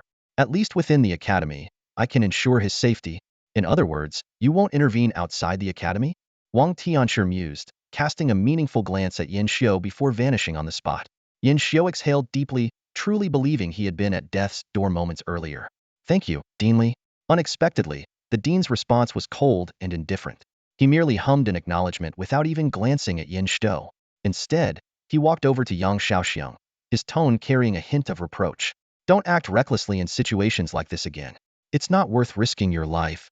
No, it is worth it. Yang Xiaoxiang replied firmly, his gaze resolute. Yin Xiu is my student. As his teacher, it's my duty to protect him. You're as stubborn as ever. The dean sighed. Come, let's get you treated. The two left together, and the elderly dean, who had just driven away Wang Tianshi, never spared Yin Xiu another glance. Standing alone in the empty classroom, Yin Xiu's expression was unreadable. He understood now that the dean's intervention was purely for the sake of the academy's reputation. Whatever gratitude he had initially felt was already gone. News of the incident spread quickly throughout the academy. Students whispered among themselves, some saying that Teacher Yang had been gravely injured protecting a nobody, while others blamed Yin Xiu for being a jinx who brought trouble to those around him. Many were convinced that Yin Xiu wouldn't survive for much longer. Li Xian, Luo Qinghe, and Luo Shi, who had previously distanced themselves from him, privately felt relieved that they had done so. Gradually, a consensus formed among the students of Blue Rain Academy marked by Wang Tianshi. Yin Xiu was as good as dead. In the days that followed, Wang Tianshi did not appear again. Yin Xiu initially worried that his adversary might be plotting something in secret. However, he later learned that Wang Tianshi had gone after other enemies. After all, given Wang Luyang's personality, it wasn't surprising that he had made numerous foes. Even so, Yin Xiu remained cautious, disguising himself whenever he ventured outside. During this time, Yin Xiu rarely stayed at the academy, instead spending most of his days in the wilderness near the defensive perimeter, sparring with second-tier ferocious beasts to hone his martial skills. Unfortunately, the probability of triggering high critical damage was still extremely low. Over 2 days, he managed to slay only one lumbering slaughter rhino, and even then, the commotion attracted other beasts, forcing him to retreat without collecting its corpse into his spatial ring. Still, the experience was not without its rewards. His mastery of the 8 extreme celestial strike was nearing perfection, his combat skills had significantly improved, and he was becoming increasingly adept at handling second-tier beasts. Yin Xiu even began to entertain the idea of sparring with a true martial artist. One morning, a young woman in a purple dress arrived at Blue Rain Academy. Her eyes sparkled like stars, and her skin glowed like autumn waters. A hopeful smile graced her lips as she wandered through the campus. Unintentionally, she drew a crowd of male students, all of whom stared at her stunning beauty, unable to look away. Why hasn't that guy shown up yet? Mu Zixuan stood at the entrance of Blue Rain Academy, the autumn wind lightly brushing through her long hair. She furrowed her brows slightly, her heart a mix of anticipation and nervousness. Ever since that night when she discovered Yin Xiu might have an unusual background, the mystery had been like a thorn, pricking her mind day and night. As the daughter of the Wanyao Pavilion's owner and the granddaughter of the vice president of the Martial Arts Guild, it took her less than 2 hours to use her grandfather's connections to investigate every person named Yin Xiu in the city. It didn't take long for her to pinpoint her target Blue Rain Academy.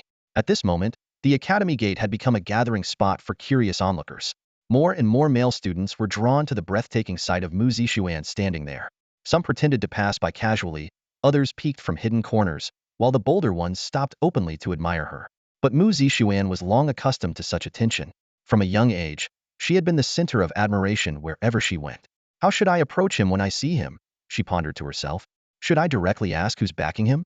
No, that won't work. That guy is so guarded. He'd definitely get defensive. Suddenly, her eyes lit up. I know. I can suggest going to the wilderness with him. If I see how he slays second-tier beasts, they'll figure everything out. Just then, a golden-haired, violet-eyed young man approached. It was Li Xian, the academy's top genius. When he greeted her, Mu Zixuan initially didn't plan to respond. But then a thought crossed her mind. She had known Yin Xiu for some time, yet she knew almost nothing about him. Why not use this opportunity to gather some information? Feigning anger, she declared that she was looking for Yin Xiu to settle a score. Her tactic worked like a charm. Li Xian quickly spilled more details.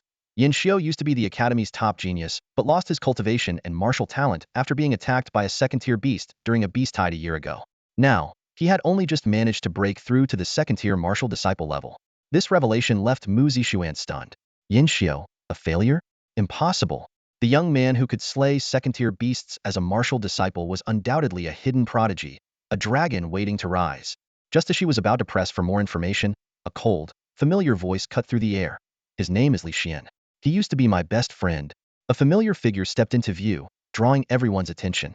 The surrounding students exchanged strange looks when this person appeared.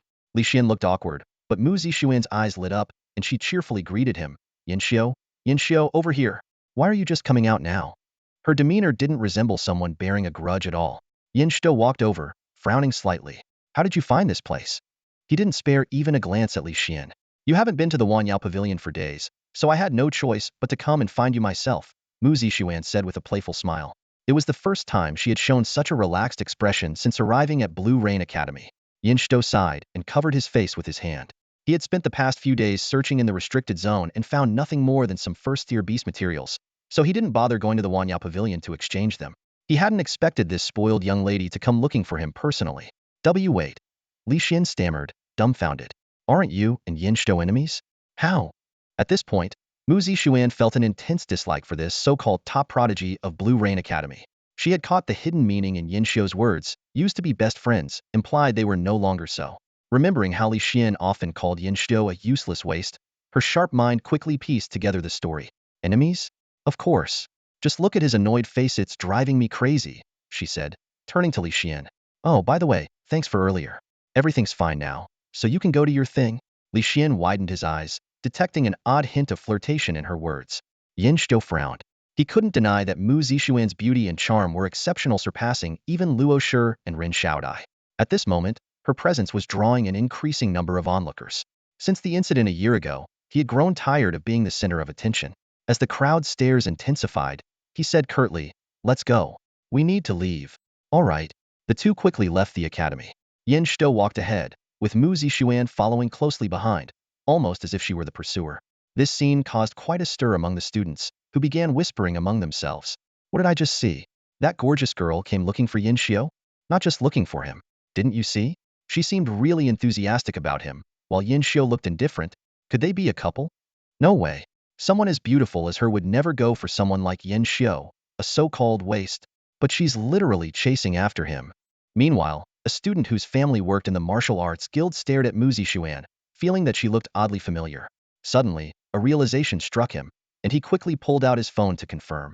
His excitement grew as he exclaimed, "It really is her." Who? Who is she? Do you know her? Tell us. I've never seen such a stunning girl before. Stop keeping us in suspense, or we'll make you talk. The student took a deep breath and said solemnly, "She's Mu Zixuan, the granddaughter of Mu Yinglong, the vice president of the Martial Arts Guild, and the daughter of the Wan Yao Pavilion's owner." His revelation caused an uproar among the crowd. They had guessed that the girl had an extraordinary background, but they hadn't imagined it would be this prestigious. With her grandfather being Mu Yinglong and her father running the Wan Yao Pavilion, her family was one of the top martial arts clans in Tianling City. What baffled everyone was why the granddaughter of a martial arts master, a wealthy heiress, would take an interest in someone like Yin Shou, who had lost his cultivation. Li Xian stood frozen, staring at their retreating figures, unable to comprehend it. How had that waste managed to build such a close relationship with someone from the Mu family, even taking the lead in their interactions? He couldn't understand what gave that waste the right. Meanwhile, after leaving the academy, Yin Shou headed toward the transit center, planning to take a train to the wilderness patrol zone. Mu Zixuan quickened her pace to catch up. Yin Shou, I thought you were cold and distant, the type to keep people at arm's length. But it turns out you've got quite the sense of humor. The Mu family heiress smirked, as if she'd uncovered some secret. The mighty killing sword, capable of slaying second-tier beasts, pretending to be a waste at the academy so everyone looks down on you. I can already guess the script. Are you planning to suddenly reveal your strength at the right moment and shout, "The tables have turned"? It's not an act, Yin Shou said flatly. What? Mu Zixuan didn't catch his words over the noise of passing vehicles. I said, it's not an act, Yin Shou repeated, his face expressionless. A year ago, I truly lost my cultivation and my martial arts talent. Because of that, my so-called best friend immediately distanced himself from me, afraid of being dragged down. Those who once admired me turned to mockery and scorn. Mu Zixuan stopped smiling, staring at him in stunned silence. Her heart was deeply moved. No wonder his gaze always carried such loneliness. No wonder he said he had no friends. No wonder he resisted her kindness so much. Over the past year, he had endured the pain of losing everything, the betrayal of friends, and the ridicule of his peers. She wanted to comfort him, but noticed there was no resentment in his eyes as he spoke of the past. In that moment, she understood. This young man was no ordinary person, was like a dragon in its infancy, a prodigy, and a true warrior. He didn't need anyone's pity or consolation. A lone wolf licks its wounds in solitude. A true warrior never dwells in the past. So she said nothing more and simply followed quietly behind him, wherever he went. Eventually, Yin Shou couldn't take it anymore and abruptly turned around. You followed me all this way. How much longer do you plan to keep this up? Just tell me, what do you want from me? Yin Shou stood in the academy's corridor, his brows furrowed deeply. He simply couldn't understand why Mu Zixuan was so infatuated with him. She was a lady of noble birth, stunningly beautiful, and extraordinarily talented. And himself? Just an orphan who had lost his parents in a beast tide. Other than occasionally offering some materials from second-tier ferocious beasts, he had nothing else worth mentioning. You've been following me all this way. How much longer are you planning to keep this up? Just say it. What do you want from me? Yin Shou finally turned around, unable to suppress his frustration. Why are you being so harsh? I don't mean any harm. Mu Zixuan feigned a pitiful expression, but a sly glint flashed in her eyes. Could you act any more fake than that? Caught red-handed, Mu Zixuan chuckled awkwardly. All right, fine. It's nothing serious. I just thought it'd be fun to head into the wilderness with you. So, what do you say, Master Slayer Sword? Will you grant this humble lady the honor? No. Yin Xiu refused without hesitation. Not again. Mu Zixuan clenched her teeth in frustration. Why not? Give me one good reason. There isn't one. If you keep being difficult, they'll revoke your discount card, lower the buyback prices at the Wanyao Pavilion by 10%, and restrict the sale of certain martial arts elixirs. I don't like getting too close to people. Is that reason enough? Yin Xiu finally relented. Mu Zixuan's indignant expression froze. Reflecting on their earlier conversation, a pang of regret surfaced in her heart. Of course, Yin Xiu was different from others. He had once hit rock bottom, been shunned by his closest friends, and endured countless scornful looks and ridicule. Such experiences had made him incredibly sensitive, like a wounded lion, wary and hostile toward anyone who dared approach. I have a refined grade longsword named 7 Kills. It matches your nickname quite well. If you agree to take me into the wilderness, I'll give it to you, she offered. Yin Xiu stared at her silently, saying nothing. Is it not enough? Mu Zixuan's heart sank. Refined grade weapons were incredibly rare and could only be wielded by martial artists. Each one was worth at least $1 million, and the 7 Kill sword was an exceptional piece, coveted even by high-level martial artists. Even with her background, offering such a weapon was a considerable sacrifice. Just this once, Yin Xiu finally said, his voice trembling slightly as if trying to suppress something. What? Mu Zixuan looked up in surprise and delight. Yin Xiu sighed inwardly. He wanted to stick to his principles, but the young lattice offer was simply too tempting. With his increasingly frequent encounters with second-tier ferocious beasts, the corroding sun weapon he had taken from Wang Luyang was no longer sufficient. He genuinely needed a replacement weapon. I said, just this once. Yin Xiu paused before adding, and I want that 7 Kills sword right now. Deal. Mu Zixuan beamed with joy. With a wave of her hand, a long sword appeared out of thin air. Yin Xiu's pupils contracted slightly. You have a storage-type weapon as well? I told you. Mu Zixuan grinned smugly. This young lattice background is far greater than you can imagine. She tossed the sword to Yin Xiu. Go ahead, inspect it. Yin Xiu caught the sword and drew it from its scabbard. Immediately, an overwhelming killing aura surged forth, causing the surrounding temperature to plummet, with faint signs of frost forming. The sword, 3 feet 7 inches in length and entirely a deep, icy blue, had the words 7 Kills engraved on its blade. Streams of energy seemed to flow faintly along its surface. Neither the rainbow pierce nor the corroding sun could compare to it. A fine sword. Yin Xiu couldn't take his eyes off it. Hey. I'm standing right here, and you're more captivated by that sword than by me. A stunning beauty? Mu Zixuan pouted in mock displeasure.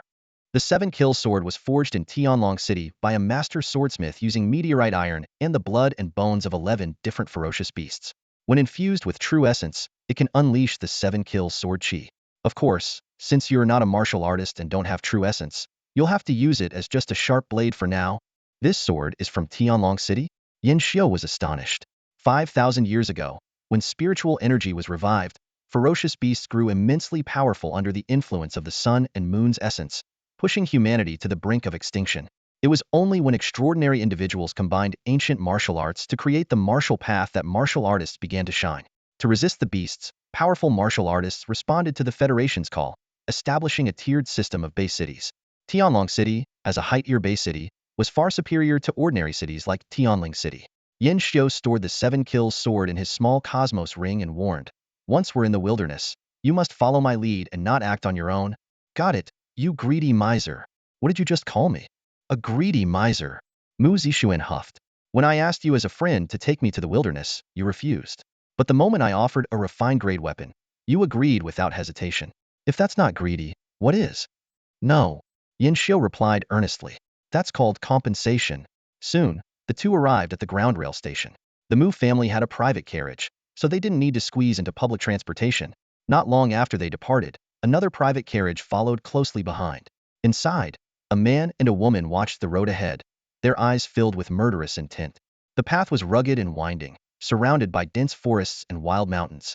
From time to time, eerie roars of ferocious beasts echoed through the wilderness. This was truly a world of wild creatures. However, Yin Xiu was behaving unusually today. Instead of crossing the wall of sword energy to venture into the danger zone, He leisurely wandered around the safe zone, casually slaying any first-tier beasts he encountered, as if he were on a carefree outing. Hey, Yin Xiu, are we just going to stroll around the safe zone? Mu Zixuan finally couldn't suppress her dissatisfaction. Yin Xiu blinked innocently. What else? Of course, we're supposed to head to the danger zone and mess with some second-tier beasts. I paid you a refined-grade weapon, not to watch you bully weaklings. Mu Zixuan interrupted him furiously. Sorry, I think there might be some misunderstanding between us, Yin Xiu said, his playful expression fading as he spoke seriously. I'm just a martial apprentice.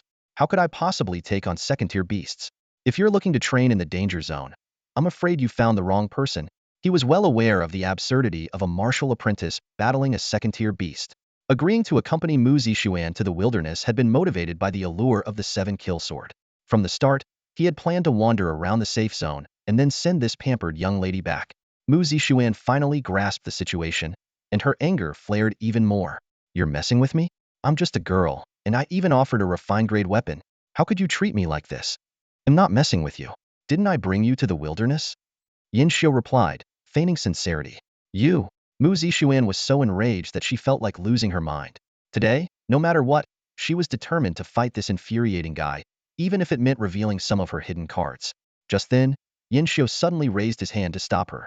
His casual demeanor vanished, replaced by an unprecedented seriousness, with even a hint of apprehension in his eyes. What's wrong? Mu Zixuan was startled by his unusual reaction.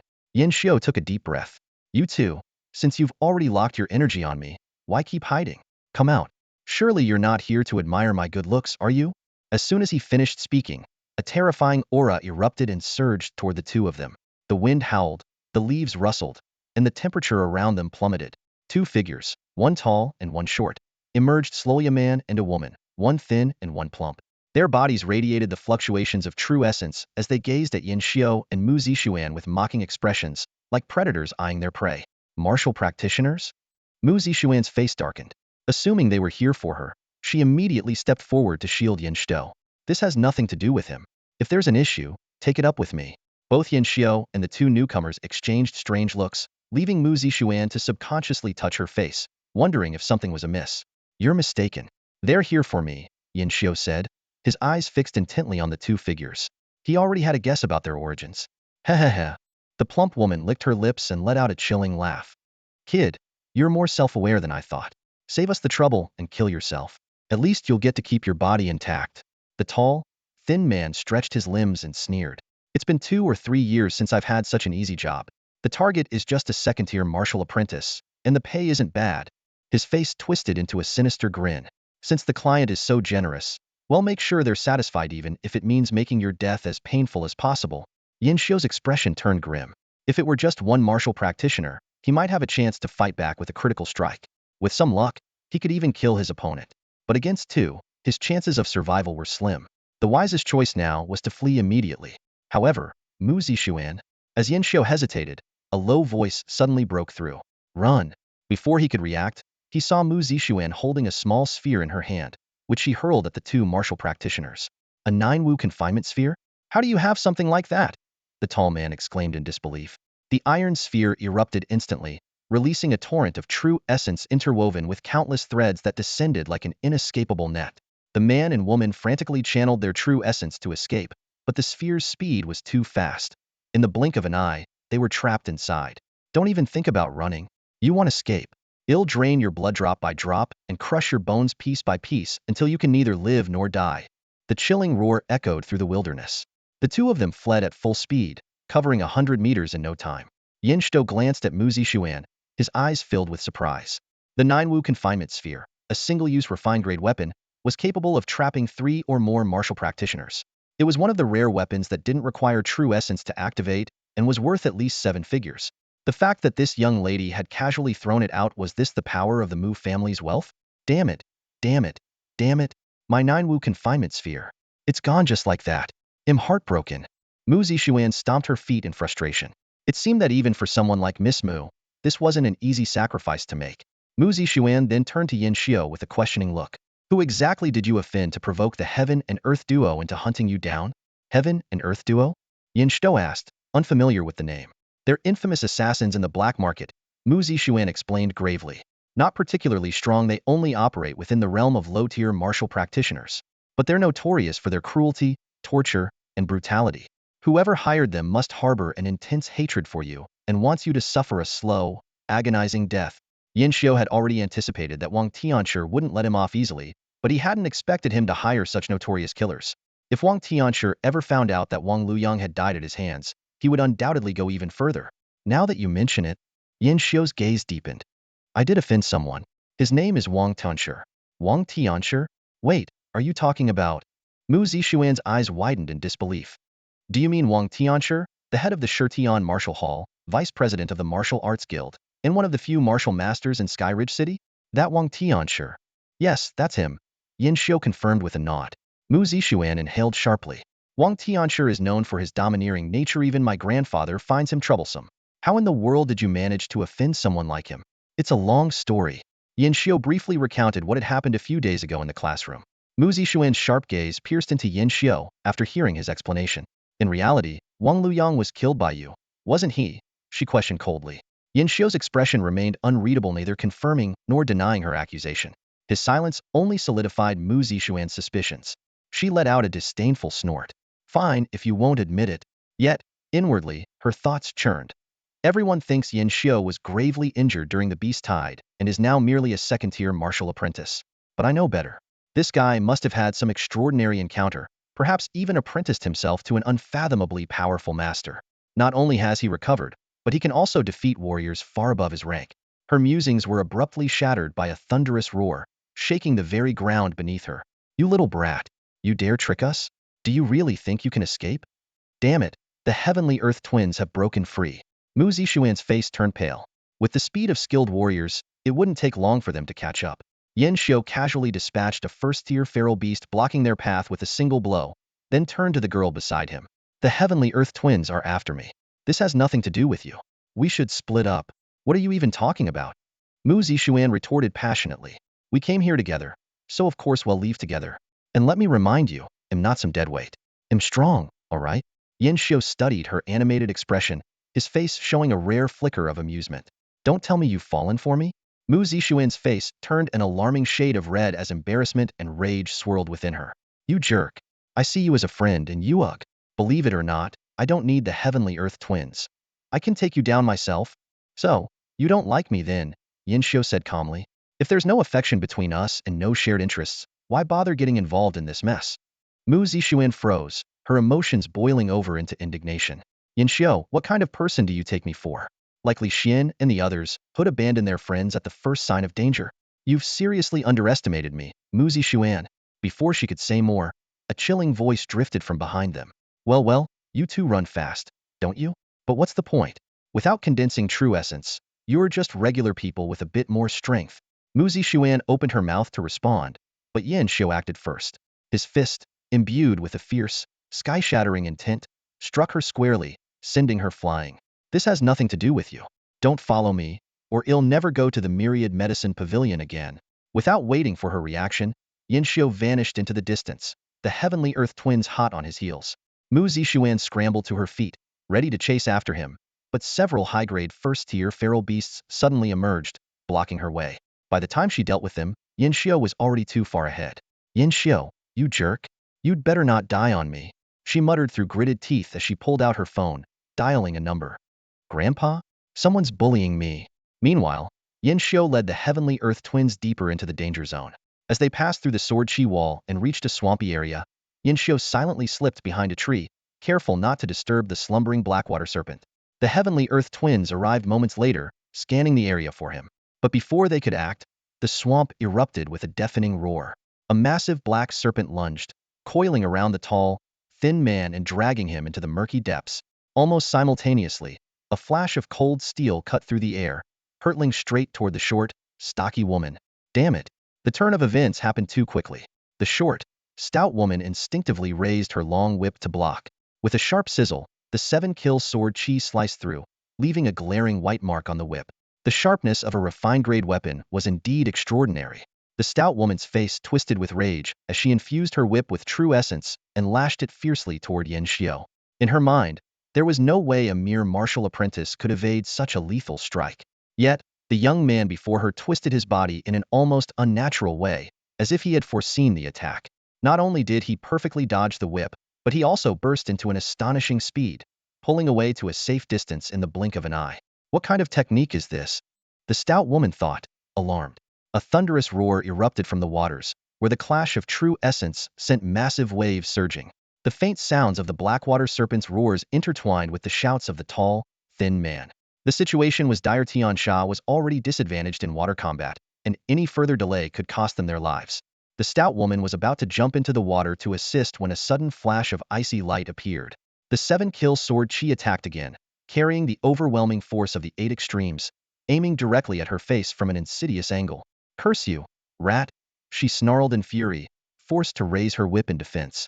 This brief hesitation allowed the tall, thin man to be dragged into the depths by the blackwater serpent, vanishing from sight. Meanwhile, the infuriating boy slipped away like an eel, putting even more distance between them. "If you've got guts, stop running." The stout woman finally lost all composure, unleashing a torrent of true essence as she lashed her whip wildly in pursuit. A series of system notifications echoed. "Congratulations, your attack triggered a 15x critical hit multiplier. Congratulations, your attack triggered a 3x critical hit multiplier. Congratulations, your attack triggered a 40x critical hit multiplier." Yin Xiu sighed inwardly. This was his entire plan: to use the Blackwater Serpent to pin down one opponent, while he relied on speed to outmaneuver the other. Unfortunately, the critical hit multipliers had been less than ideal. Even with a 40x multiplier, his current strength of 50 elephant units only amounted to 1,200 elephant units. While more than enough to deal with a 9th-tier martial apprentice, it was barely sufficient to contend with a practitioner who had refined true essence. And this was only because Tian Di Shuangsha's abilities were relatively mediocre. Against a stronger opponent, even a 100-fold critical hit wouldn't leave a scratch. Such was the insurmountable gap between martial apprentices and martial practitioners, the difference of true essence. But that didn't matter. The stout woman's speed was nothing exceptional, only slightly faster than that of a lesser earth bear. As long as he maintained the current pace, victory was just a matter of time. Yin Xiu's heart was as cold as ice, his moves precise and calculated, never missing a beat. At this point, the stout woman finally realized something was off. This martial apprentice before her, though lacking true essence, could fluctuate between strong and weak attacks. Occasionally, his bursts of power even seemed to shake her true essence, nearly injuring her. "Impossible!" she screamed in frustration. "The employer's intel clearly stated you were just a 2nd-tier martial apprentice with, at most, 11 elephant units of strength. How can you be this powerful?" Suddenly, it dawned on her. "I get it now. Yin Xiu, you're no waste at all. You deceived Wang Tianshi and everyone else. It was you who killed Wang Luyang, wasn't it?" As a black market assassin, Tian Di Shuangsha was well aware of the chaos Wang Tianshi had unleashed in Tianling City to avenge his son. But to think that the seemingly weak and disposable target was actually the most dangerous prey, the true culprit behind Wang Luyang's death. Sword shadows and the whip clashed again and again, but neither side could gain the upper hand. The battle by the water's edge had reached a fever pitch. The short, stout woman surveyed the perilous situation before her, gritting her teeth as a trace of compromise laced her voice. "They'll abandon the mission and promise not to reveal your true strength. Just let me save Tian Sha, and from now on, well, stay out of each other's way." Yin Xiu, his face expressionless, continued swinging his sword, the energy of the Ba Ji Bo Tian technique coursing through him. "Do you think I believe that? I can swear on it. What good is a vow?" Yin Xiu sneered coldly. "I could make hundreds of oaths without a second thought. For me, only the dead can keep secrets." "The dead?" The stout woman froze for a moment before letting out a cold laugh. "I'll admit, your attacks are strange, sometimes strong, sometimes weak, but at best, you're on par with an average warrior.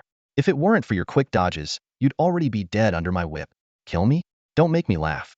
You can't even break through my protective true essence." Her tone shifted to a threat. "The moment I escape and tell Wang Tianshi your secret, do you think you'd survive the pursuit of martial masters?"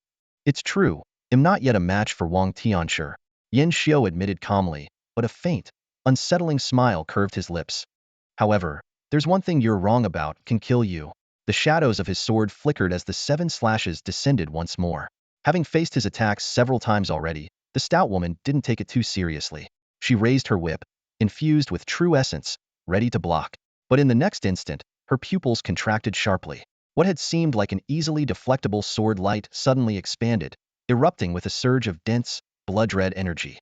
The sheer force was beyond anything she could measure or comprehend. It was a terrifying power she had never encountered before. Her whip shattered inch by inch under the overwhelming force. Her protective true essence collapsed, and her body began to disintegrate.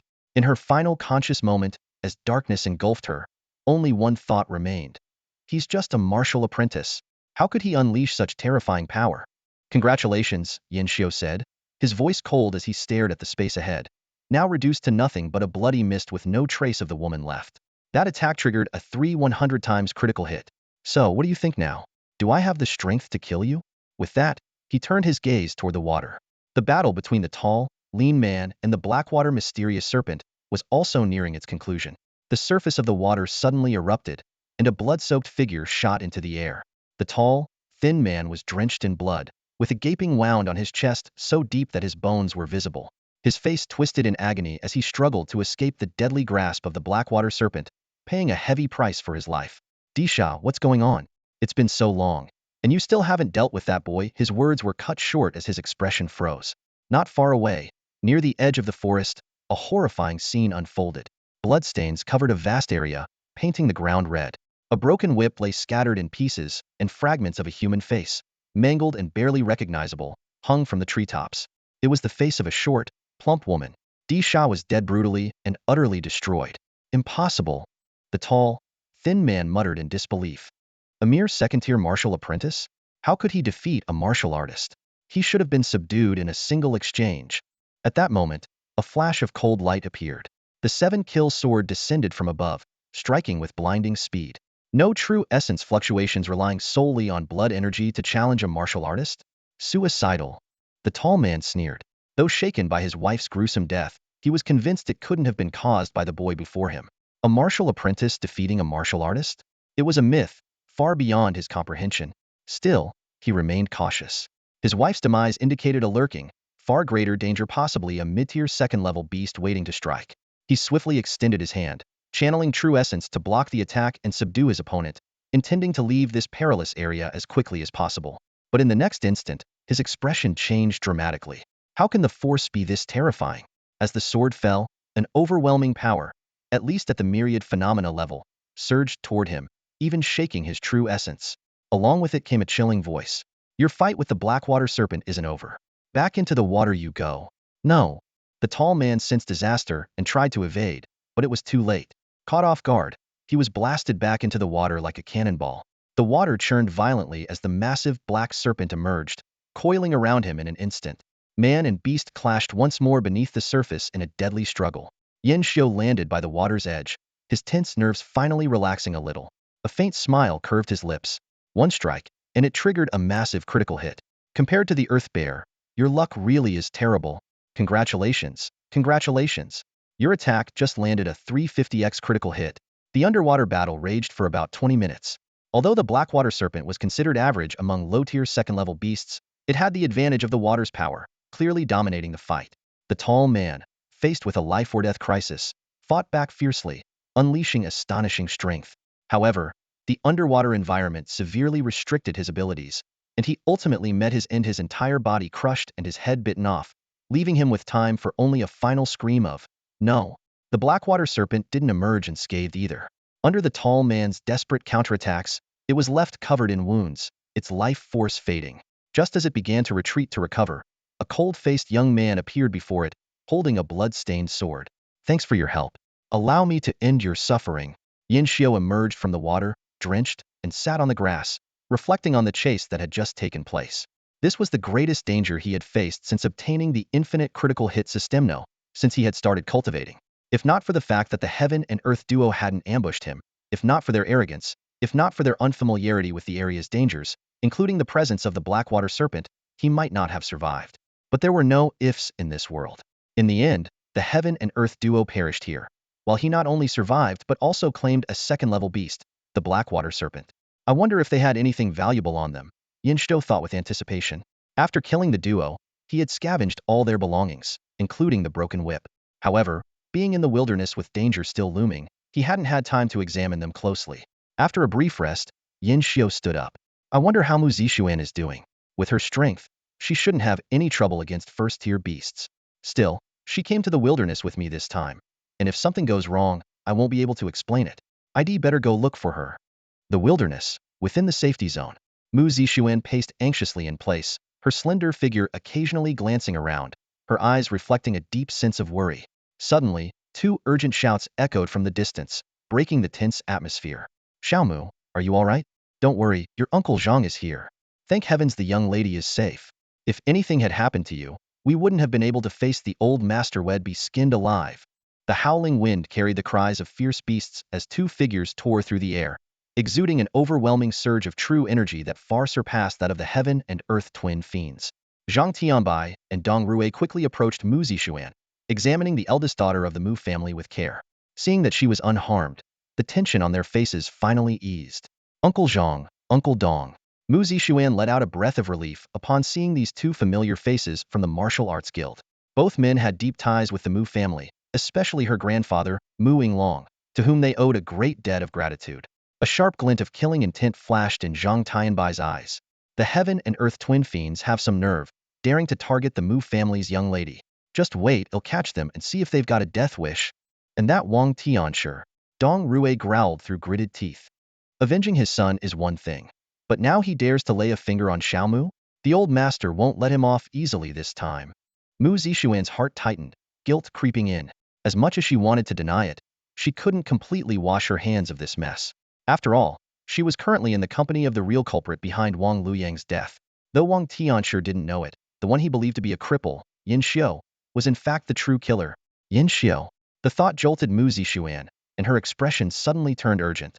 Uncle Zhang, Uncle Dong, I'm fine, but my friend is still being chased by the heaven and earth twin fiends. We need to save him immediately. Don't worry, Xiaomu. Zhang Tianbai and Dong Rui reassured gently, though deep down, they both believed the martial apprentice was likely doomed. After all, dealing with a martial apprentice was child's play for two martial artists. Unaware of their thoughts, Mu Zixuan anxiously pointed in one direction. Uncle Zhang, Uncle Dong, they went this way. Before she could finish, she suddenly froze. Not just her, Zhang Tianbai and Dong Rui also turned their gazes toward the same direction, a flicker of surprise flashing in their eyes. From the treetops came the rustling of leaves, and a soaked figure emerged from the depths. Though he appeared a bit disheveled, he exuded an undeniable air of confidence and composure. What's this? Only 2 hours apart, and you've already forgotten me, the newcomer teased. Am I seeing things? Are you human or ghost? Mu Zixuan asked, her eyes wide with disbelief. So young, yet your eyesight's already failing? You should get that checked, Yin Xiu replied in his usual playful tone. Mu Zixuan started to grumble, but was quickly overwhelmed by a wave of joy. She couldn't even understand why she felt so elated. You're okay? That's amazing. By the way, what about the twin calamities? How did you escape? Tell me everything. Yin Xiu didn't answer immediately. Instead, his eyes shifted to the two men, sensing their faint yet imposing presence. Internally, he remained cautious. And these two are? They're Uncle Zhang and Uncle Dong. They're here to protect me. No need to worry, Mu Zixuan explained briefly. After exchanging pleasantries, Zhang Tianbai and Dong Rui became deeply intrigued by this young man who had managed to survive the twin calamities. Yin Xiu gave a simple explanation. I'm familiar with the areas where second-tier fierce beasts reside. I used a diversion tactic, leading them into a conflict with the beasts. This explanation left the two martial artists stunned. For a martial apprentice to maneuver between martial artists and fierce beasts with such composure and wit was truly extraordinary. When Zhang Tianbai suggested pursuing the twin calamities, Yin Xiu calmly responded, no need. They're already dead. To substantiate his claim, he produced the Earth Fiend Whip. Zhang Tianbai immediately recognized the weapon and exchanged a bewildered look with Dong Rui, both struggling to process the unexpected turn of events. On the way back to the city, Mu Zixuan approached Yin Xiu privately. You must fought them yourself, didn't you? You know too much, Yin Xiu said, casting her a deep, meaningful glance. Hey, what's that supposed to mean? Don't tell me you plan to silence me, she retorted. The two shared a knowing smile. Back in Tianling City, Zhang Tianbai and Dong Rui departed on other matters. Yin Xiu accompanied Mu Zixuan to the Myriad Medicine Pavilion. In a private underground storage room large enough to hold any beast materials, Yin Xiu waved his hand, revealing the massive corpse of the Blackwater mystical serpent before Mu Zixuan. Yin Xiu skillfully began dissecting the Tier 2 ferocious beast's corpse, his movements fluid and practiced. This was his third time, and his technique had become increasingly refined. Soon, the materials from the Blackwater serpent were neatly arranged before him. A glistening, transparent gallbladder, an intact snakeskin, 2,500 milliliters of essence blood, 150 milliliters of venom, and a pair of glowing, eerie eyes. Not bad, Yin Xiu. This is quite the haul. Altogether, it's worth 2.18 million, Mu Zixuan said, a trace of envy in her eyes. Even as the cherished daughter of the Mu family, this amount was equivalent to nearly a month's allowance for her. The usual convert it all into blood chi pills, Yin Xiu replied, then suddenly remembered something. Oh, and don't forget I have a 10 discount card. I know. You don't have to remind me every single time. Mu Zixuan pouted, clearly annoyed. If you keep this up, I'll revoke your discount card next time. This thing can be revoked? Yin Xiu frowned. The store reserves the right to final interpretation, Mu Zixuan said smugly, lifting her chin triumphantly. Yin Xiu wisely chose to keep quiet. To preserve the useful discount card, he decided not to argue with her. Soon, the transaction was complete, and he had obtained 30 blood chi pills. The store's blood chi pills are almost wiped out because of you. And all with that 10 discount, what a loss. Mu Zixuan muttered regretfully. If I had known, I'd have given you a 5 or 2 discount card instead.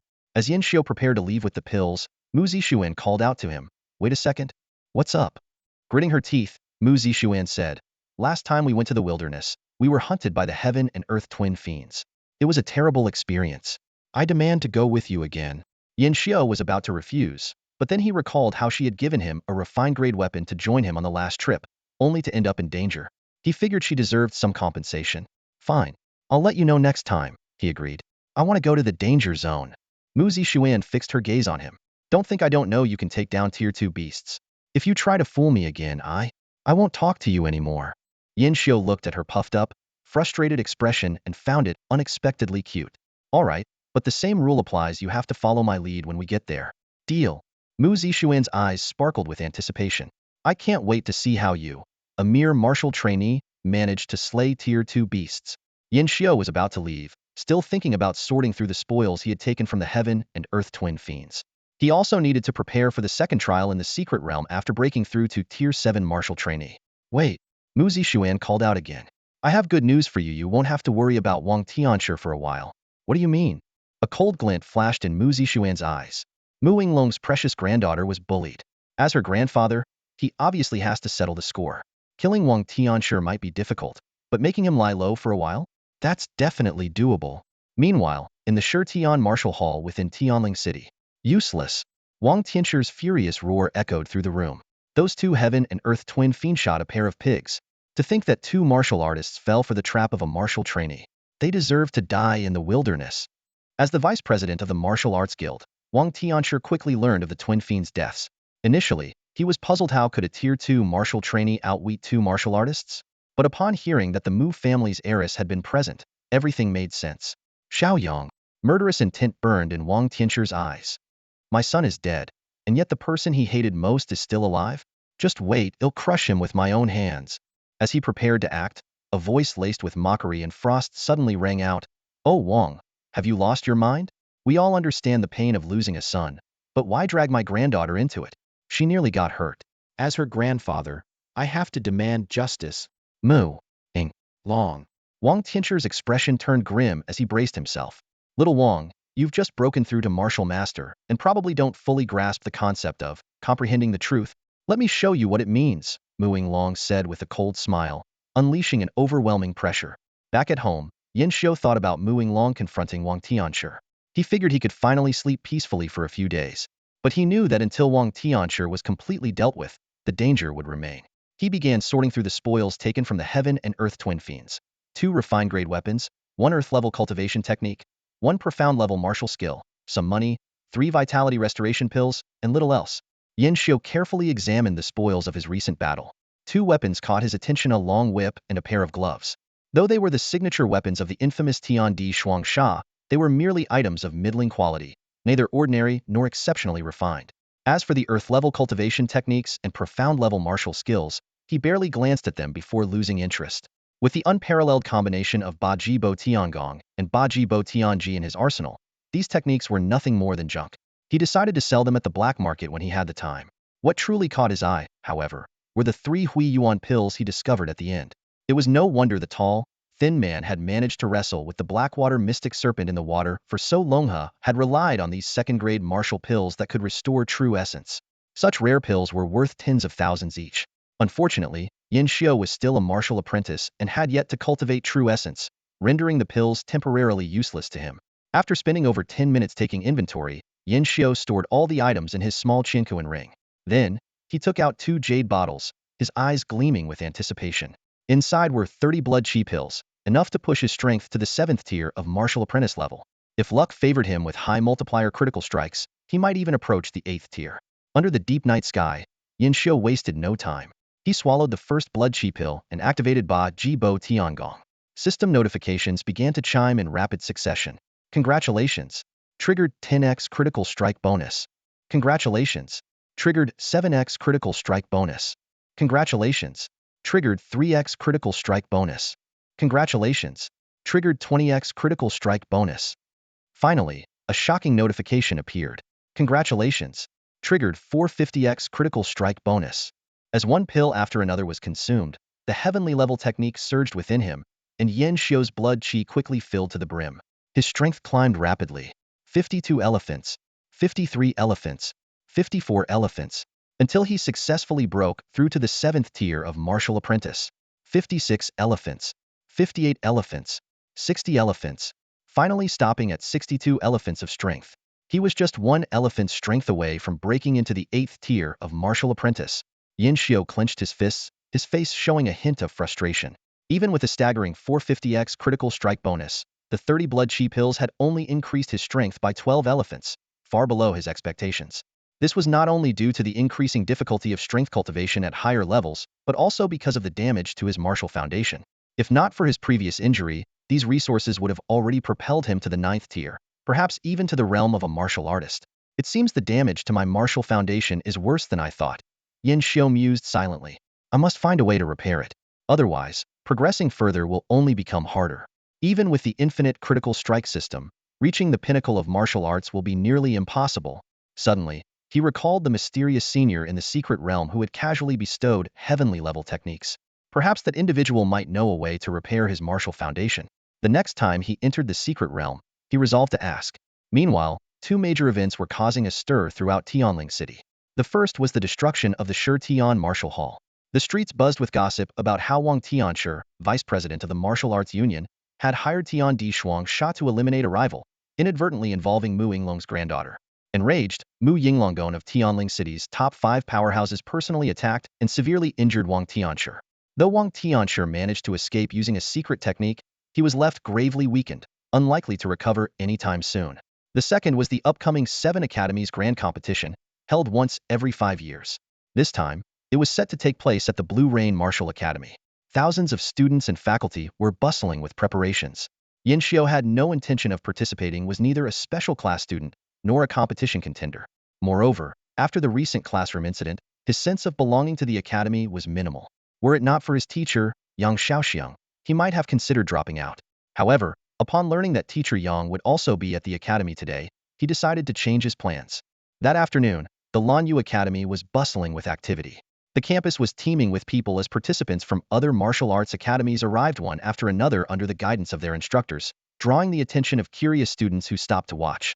However, Yin Xiu had no interest in these so-called prodigies. At this moment, his thoughts were focused solely on one person. When he reached the teacher's office, the sight of Yang Shaoxiang, bandaged and looking dispirited, greeted him.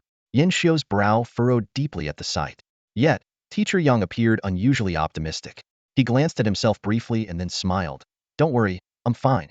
Wang Tianshi held back because of the dean and only used a trace of martial intent. While it looked serious at the time, the injuries weren't too severe. Besides, the 7 Academies tournament is such an important event. I have to be here to help. Teacher Yang, this is the first time in nearly a year that you've smiled at me, Yin Xiu said after a moment of silence. Yang Shaoxiang touched his face. Oh, is that so? Maybe I've been pretending for too long and just can't keep it up anymore. Actually, you're not very good at pretending. It's easy to see through, Yin Xiu replied, looking at Teacher Yang, who still occasionally winced. His emotions were a mix of gratitude and guilt.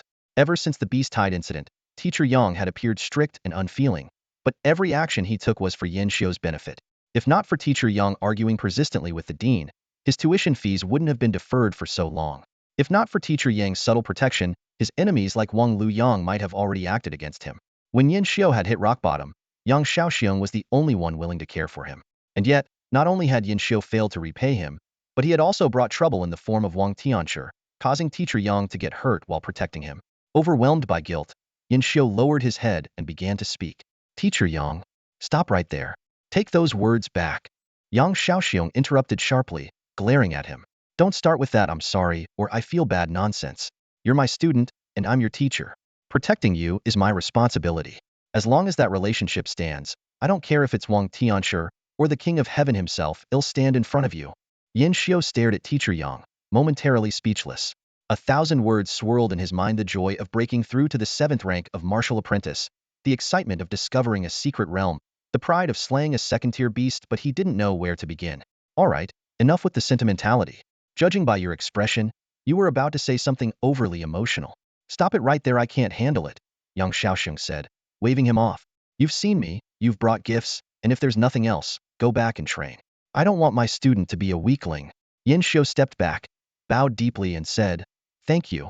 He then turned to leave, but paused at the door. Looking back, he said seriously, also, Teacher Yang, I'm not a weakling anymore. I'll believe it when I see it. Yang Xiaoxiong replied with a faint smile. All right, Yin Xiu responded firmly before leaving. He was headed to the secret realm to face his second trial. Slaying a second-tier beast as a 7th-rank martial apprentice was far from enough. He needed to grow strong enough to surpass Wang Tianshi and eventually kill him with his own hands. After Yin Xiu left, the smile on Yang Xiaoxiong's face faded. His brows furrowed deeply, and he let out a heavy sigh. Xiaoxiu, you're still unwilling to let it go. But right now, you are just a second-tier martial apprentice with damaged foundations. If you keep pushing like this, it'll cost you your life. How many more times can I protect you? Over 5,000 years into the era of spiritual energy revival, martial arts had risen to prominence, granting martial artists high status and respect. The 7 Academies tournament, held every 5 years, was one of the rare grand events in Tianling City. Disciples from martial halls, independent cultivators, and civilian martial apprentices all gathered at Lanyu Academy, eager to witness the brilliance of the prodigies. By this time, participants from the other 6 major martial arts academies, including Hongyang Academy, had begun to arrive. So this is Lanyu Academy? Not bad. The decorations and facilities are decent. But I wonder if their contestants will be able to pique my interest. Haha, don't get your hopes up, Lao Lu. You're already a peak 9th rank martial apprentice with 81 patterns of strength, proficient in earth-level martial techniques, and mastering an exquisite cultivation method. Aside from true martial artists, who else could possibly stand against you? Don't say that. The world is vast, and geniuses are countless. What if someone in the 7 academies is stronger than me? In the courtyard of Hongyang Academy, Lu Yunxing wore a faintly proud smile. As the academy's top genius, every movement he made exuded an innate arrogance. Impossible, impossible. Shang Yingming immediately chimed in. I've done some digging into the other academies. It's hard enough to find someone stronger than me, let alone you, old Lu. Having you participate in the 7 Academy tournament is basically a dimensional blow to the other contestants. Shang Yingming, who had just risen to the rank of Hongyang Academy's second-best talent, had already cultivated the strength of 80 elephants, just one step away from the peak of a 9th-tier martial apprentice. Although his mastery of 2 earth-level martial techniques had yet to reach perfection, their power was already astonishing. Lu Yunxing's strength, however, far surpassed his, leaving the two of them feeling relaxed about the upcoming 7 Academy tournament. Just then, a timid voice broke their air of confidence. But Brother Lu, Brother Shang, what if he participates in the tournament? After all, Teacher Zhou said it's very likely that he's a student of one of the 7 academies. The mention of that person seemed to carry a strange power, instantly freezing the expressions of the two geniuses. In their minds, an image surfaced. A young man standing beside the corpse of a second-tier beast, the Earth Bear, his blood-stained sword in hand, and a cold, disdainful gaze that was impossible to forget. After a long silence, Lu Yunxing forced a laugh. Haha, if he participates, then we'll just aim for second place. After all, there's not much difference between first and second. Old Lu's got a point, Shang Yingming added. He's like a god on the mountain, and we're just people at the foot. There's no real competition. If he joins, then second place is as good as first. The surrounding participants from Hongyang Academy all nodded in agreement. They had all witnessed that astonishing scene with their own eyes and understood the terrifying strength of the young man in question. Suddenly, Shang Yingming's expression froze. His eyes widened in disbelief as he tugged at Lu Yunxing's sleeve. Old Lu, look over there. Tell me I'm not seeing things. Lu Yunxing, initially annoyed, followed Shang Yingming's gaze and instantly froze as well. He instinctively rubbed his eyes. It's him.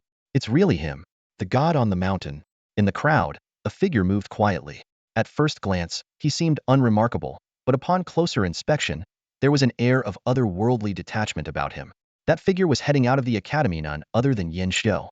He actually showed up at the 7 Academy Grand Competition? Isn't this just bullying? Shang Yingming's eyes widened, his voice filled with disbelief. Lu Yunxing's expression turned slightly bitter. Although they had joked earlier that if the deity from the mountain decided to participate, they would settle for second place, who wouldn't want to claim the top spot? Deep down, they still clung to a sliver of hope that the formidable figure, capable of sweeping through the wilderness and slaying a Tier 2 beast as a mere martial disciple, would dismiss this child's play of a competition. But now, that hope had been shattered. Wait, Shang Yingming suddenly frowned. Old Lu, look at Blue Rain students. They seem to know him. Lu Yunsheng squinted, observing the reactions around him. Interesting. Could this impressive figure actually be a student of Blue Rain? Why not find out? Shang Yingming, despite wearing a look of disdain, instinctively decided to leverage his charming appearance. With a friendly smile, he approached a girl and asked bluntly, "Beautiful lady, who was that person in white just now?" "Him?"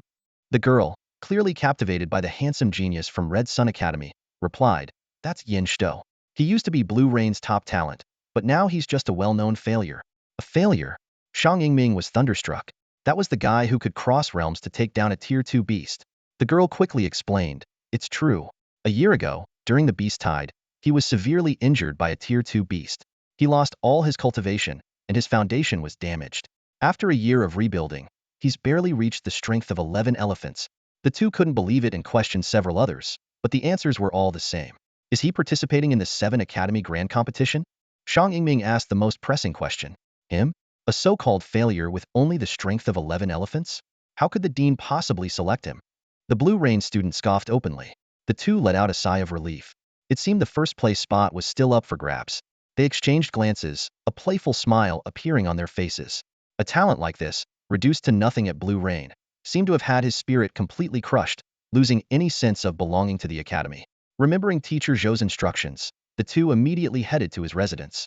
As they passed by Blue Rain students, they chuckled inwardly. If they couldn't even recognize someone of this caliber, this martial academy was surely on its way out.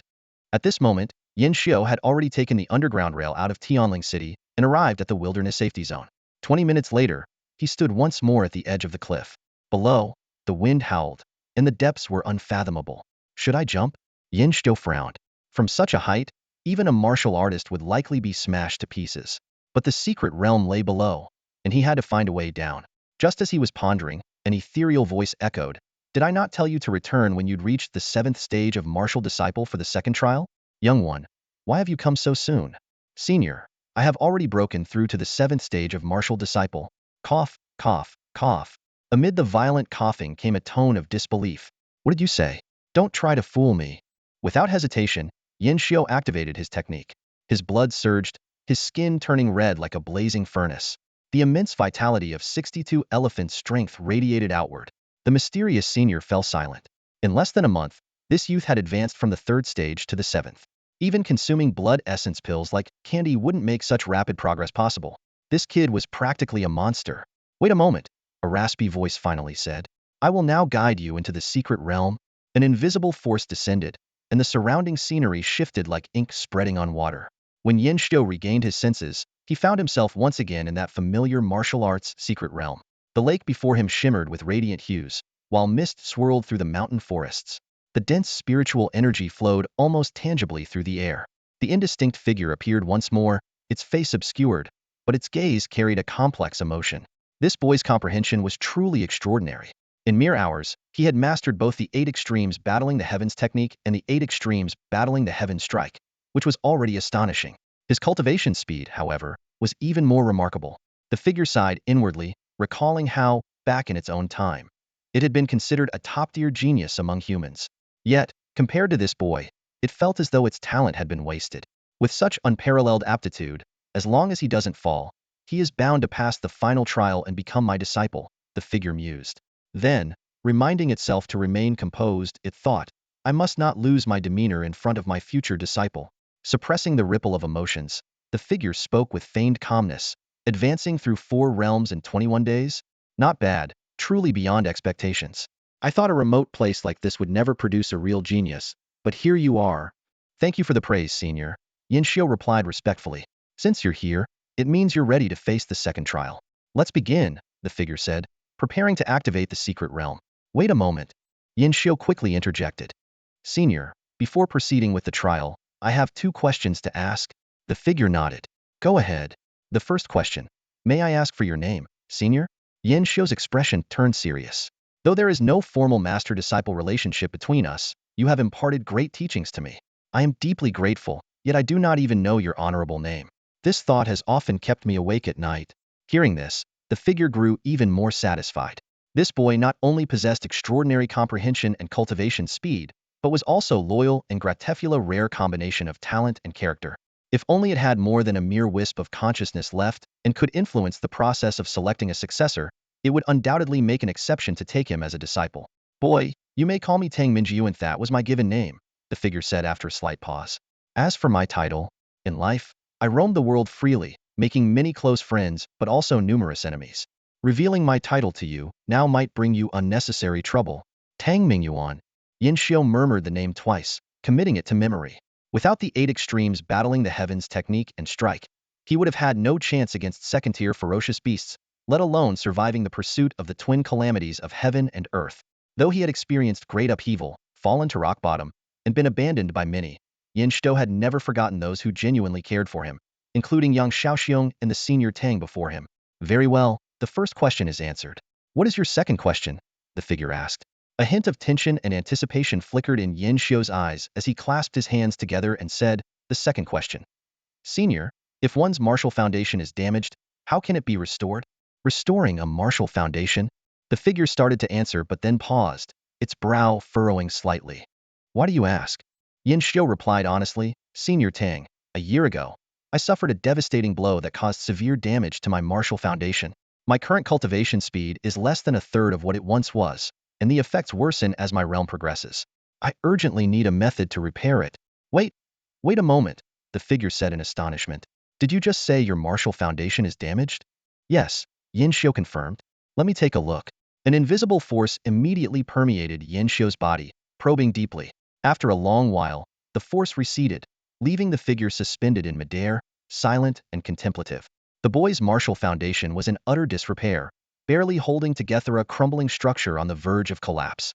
His martial talent was now less than a third of what it once was. Yet even so, he had managed to advance through 4 realms in under a month.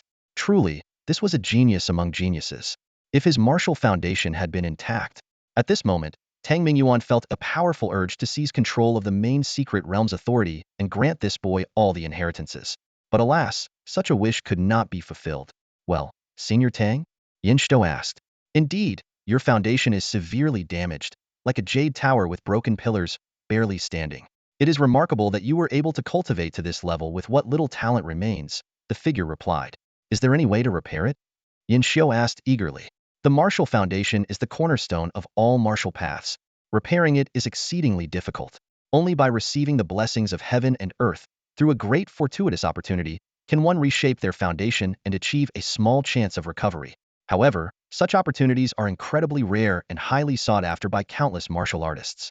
They are now almost impossible to find. I see. Yin Xiu clenched his fists tightly, his expression darkening. In just over a month, he had progressed from an ordinary person with no cultivation to a 7th-tier martial disciple, seemingly advancing rapidly. Yet he knew his true potential was far greater. If not for his damaged foundation, he might have already reached the 9th tier and begun advancing toward the martial practitioner realm. If he did not repair his foundation soon, his martial path would only grow more treacherous. However, Tang Mingyuan's tone shifted. It just so happens that the final secret realm, where my inheritance lies, contains such a rare opportunity. It serves as the ultimate reward for completing all the trials and can partially restore your martial foundation. Really? Yin Xiu's face lit up with joy. The figure nodded. I do not lie. In that moment, a burning determination surged within Yin Xiu. No matter how perilous the trials or how formidable his competitors, he vowed to obtain Tang Mingyuan's final inheritance. Now then, boy, do you have any other questions? Tang Mingyuan asked solemnly. If not, I will initiate the second trial. I have no more questions, Yin Xiu replied, pausing briefly before asking. But may I ask, Senior Tang, what is the second trial? This trial. Tang Mingyuan's voice carried a hint of anticipation. Over the course of 3 days, you must use the 8 extremes battling the heaven strike to attack the trial column. Achieving 5% damage will suffice to pass. The greater the damage, the greater the reward. As his words faded, the shimmering lake began to churn, and a massive grayish-blue column inscribed with the word trial rose from the water's surface. Yin Xiu gazed at the trial column before him, a peculiar expression crossing his face. Yin Xiu gazed intently at the test pillar, his mind echoing with notifications from the infinite critical hit system. He turned to Senior Tang, his eyes gleaming with curiosity. Senior Tang, are you sure you want to use this as the test? What if I actually managed to destroy the test pillar? What would the reward be? Impossible. Senior Tang replied firmly, his voice brimming with confidence. This test pillar was forged during my lifetime using the bones of 37 second-tier ferocious beasts, along with celestial iron, diamond meteorite, and other precious materials. It's a refined-grade weapon. Even a martial artist would find it impossible to shatter. In fact, I intentionally lowered its hardness. Otherwise, with my cultivation, even a martial master couldn't so much as scratch it. Yin Xiu's expression turned peculiar. What if just hypothetically, I somehow managed to destroy it? Senior Tang chuckled nonchalantly. I have a martial technique called the free-roaming dragon step. It's a grandmaster level technique, surpassing the heavenly grade. Normally, it wouldn't be offered as a reward, but I'll make an exception this time. If you can destroy the test pillar, the free-roaming dragon step will be yours. A grandmaster level technique? Yin Xiu's body trembled at the revelation.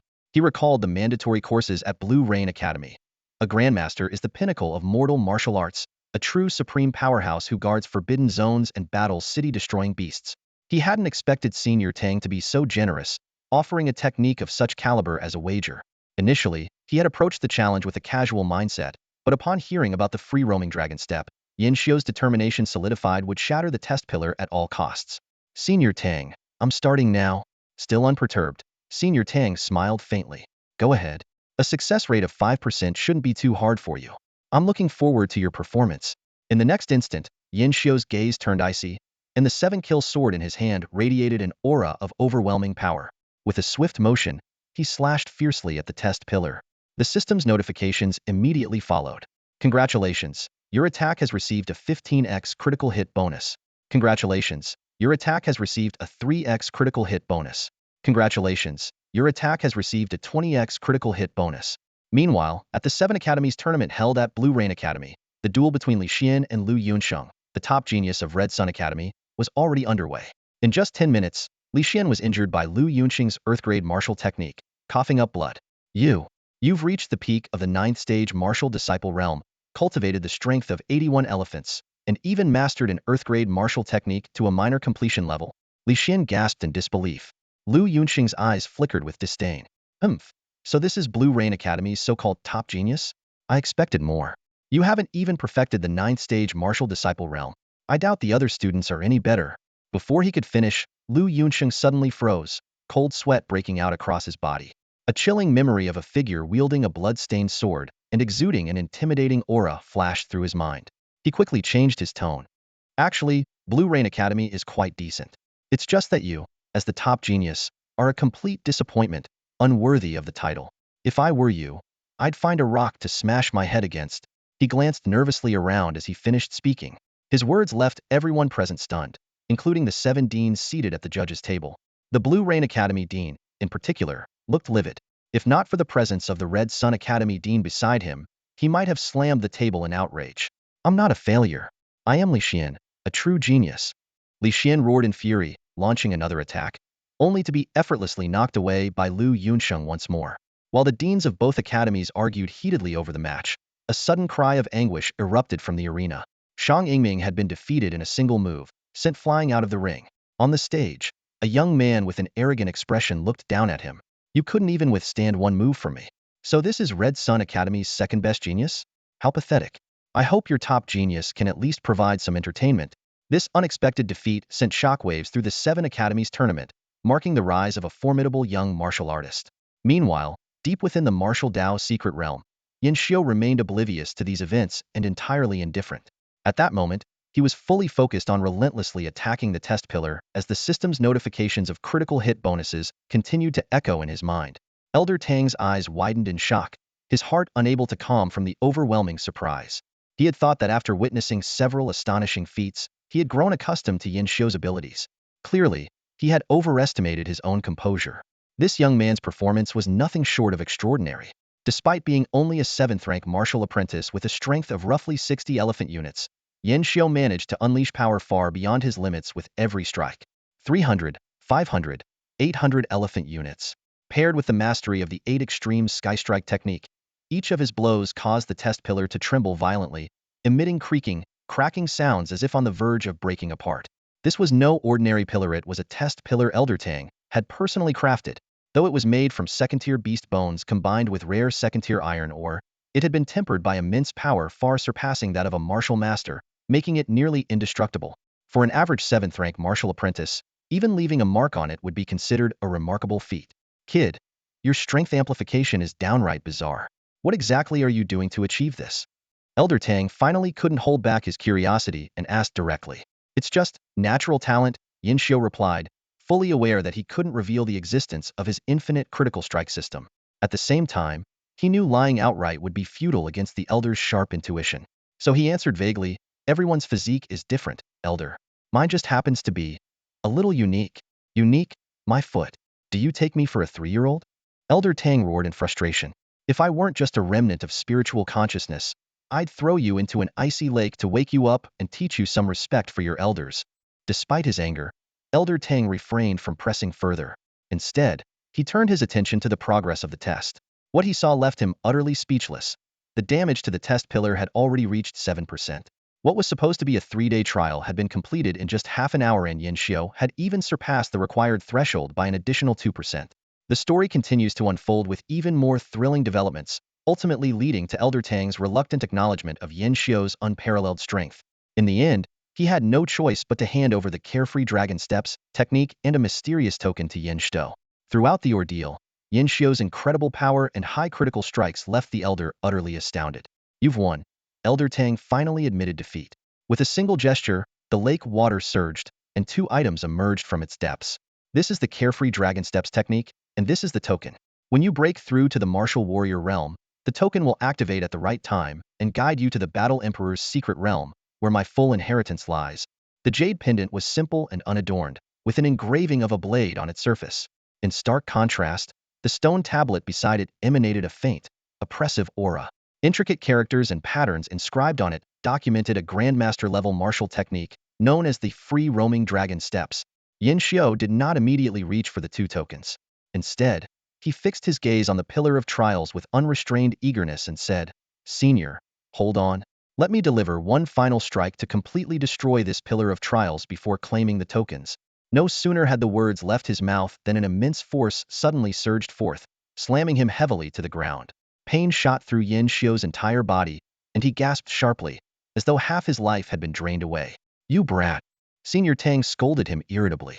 The Pillar of Trials is the foundation of this entire secret realm. If it's destroyed, the realm will vanish, and it'll disappear along with it. What, are you worried I'm not dying fast enough and want to send me off early? Yin Xiu's eyes widened in shock. Senior Tang, why didn't you mention this earlier? Who would have thought you were such a monster, actually capable of destroying the Pillar of Trials? Senior Tang shuddered as he recalled the strange power amplification technique Yin Xiu had used. Yin Xiu ultimately refrained from acting further. Senior Tang had treated him generously, teaching him heavenly-level techniques and martial skills, and even gifting him storage-type weapons.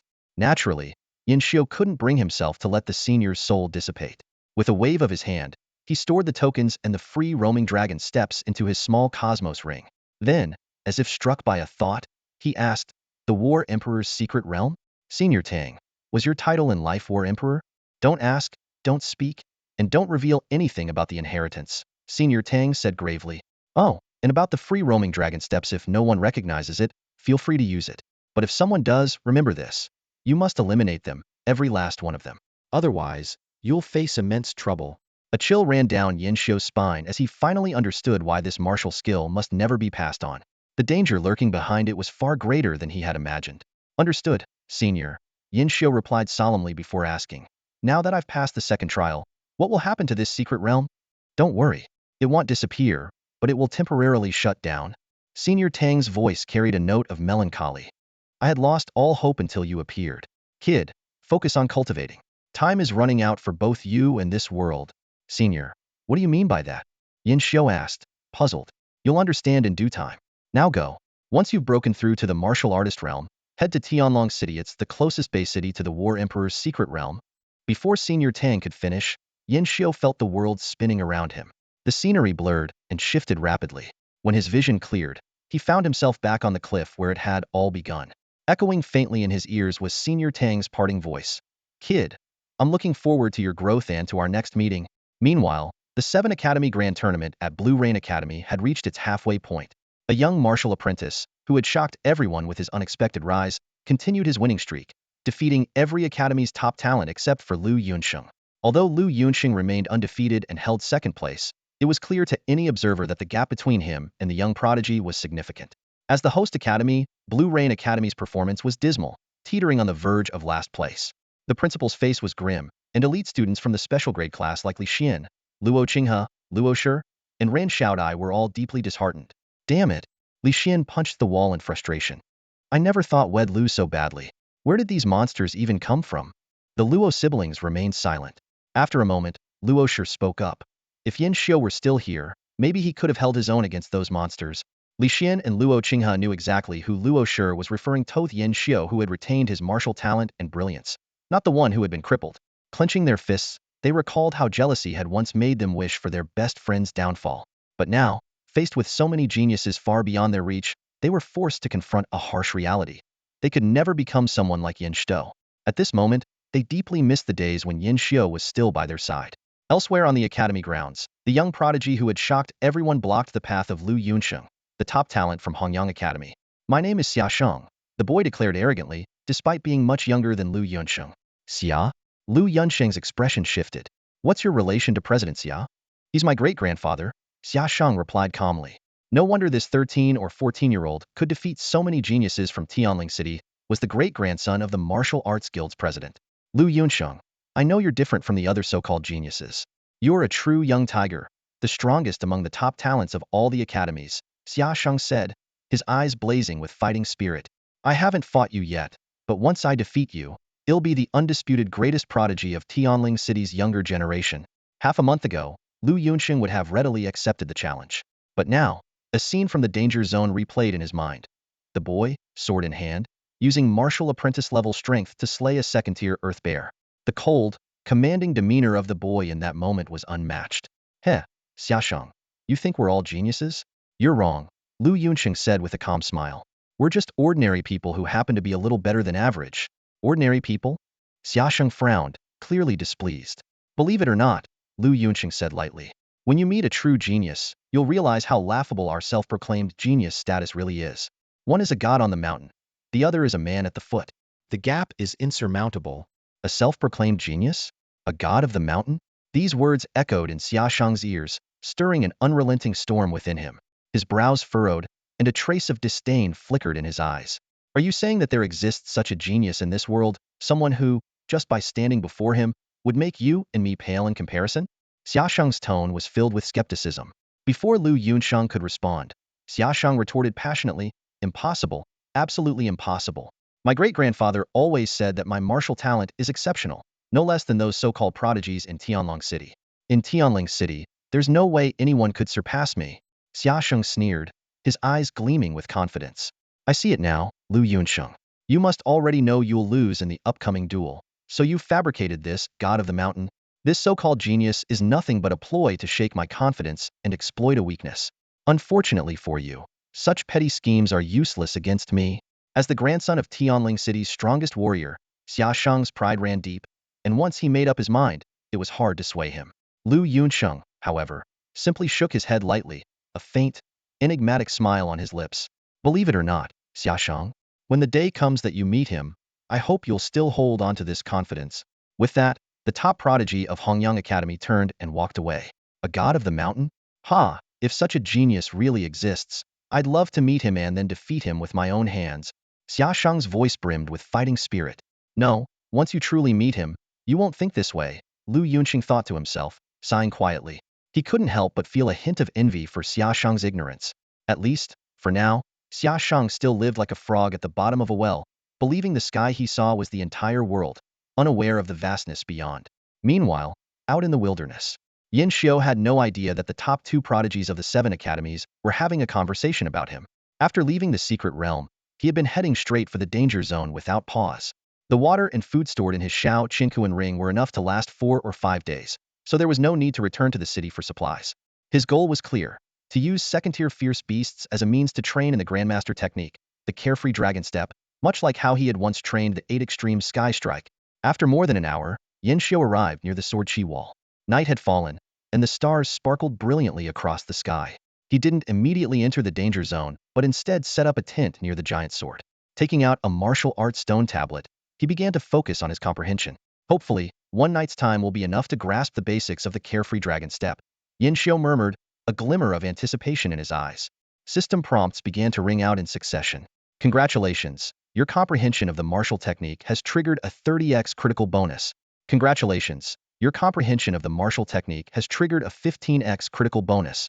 Congratulations, your comprehension of the martial technique has triggered a 3x critical bonus. Congratulations, your comprehension of the martial technique has triggered a 200x critical bonus. As Yin-Xiu truly immersed himself in the process, he began to experience firsthand the vast gulf between heavenly grade techniques and grandmaster level techniques. Back in the secret realm, it had taken him only a few hours to fully comprehend the 8 extreme sky strike and 8 extreme sky force, both heavenly grade techniques.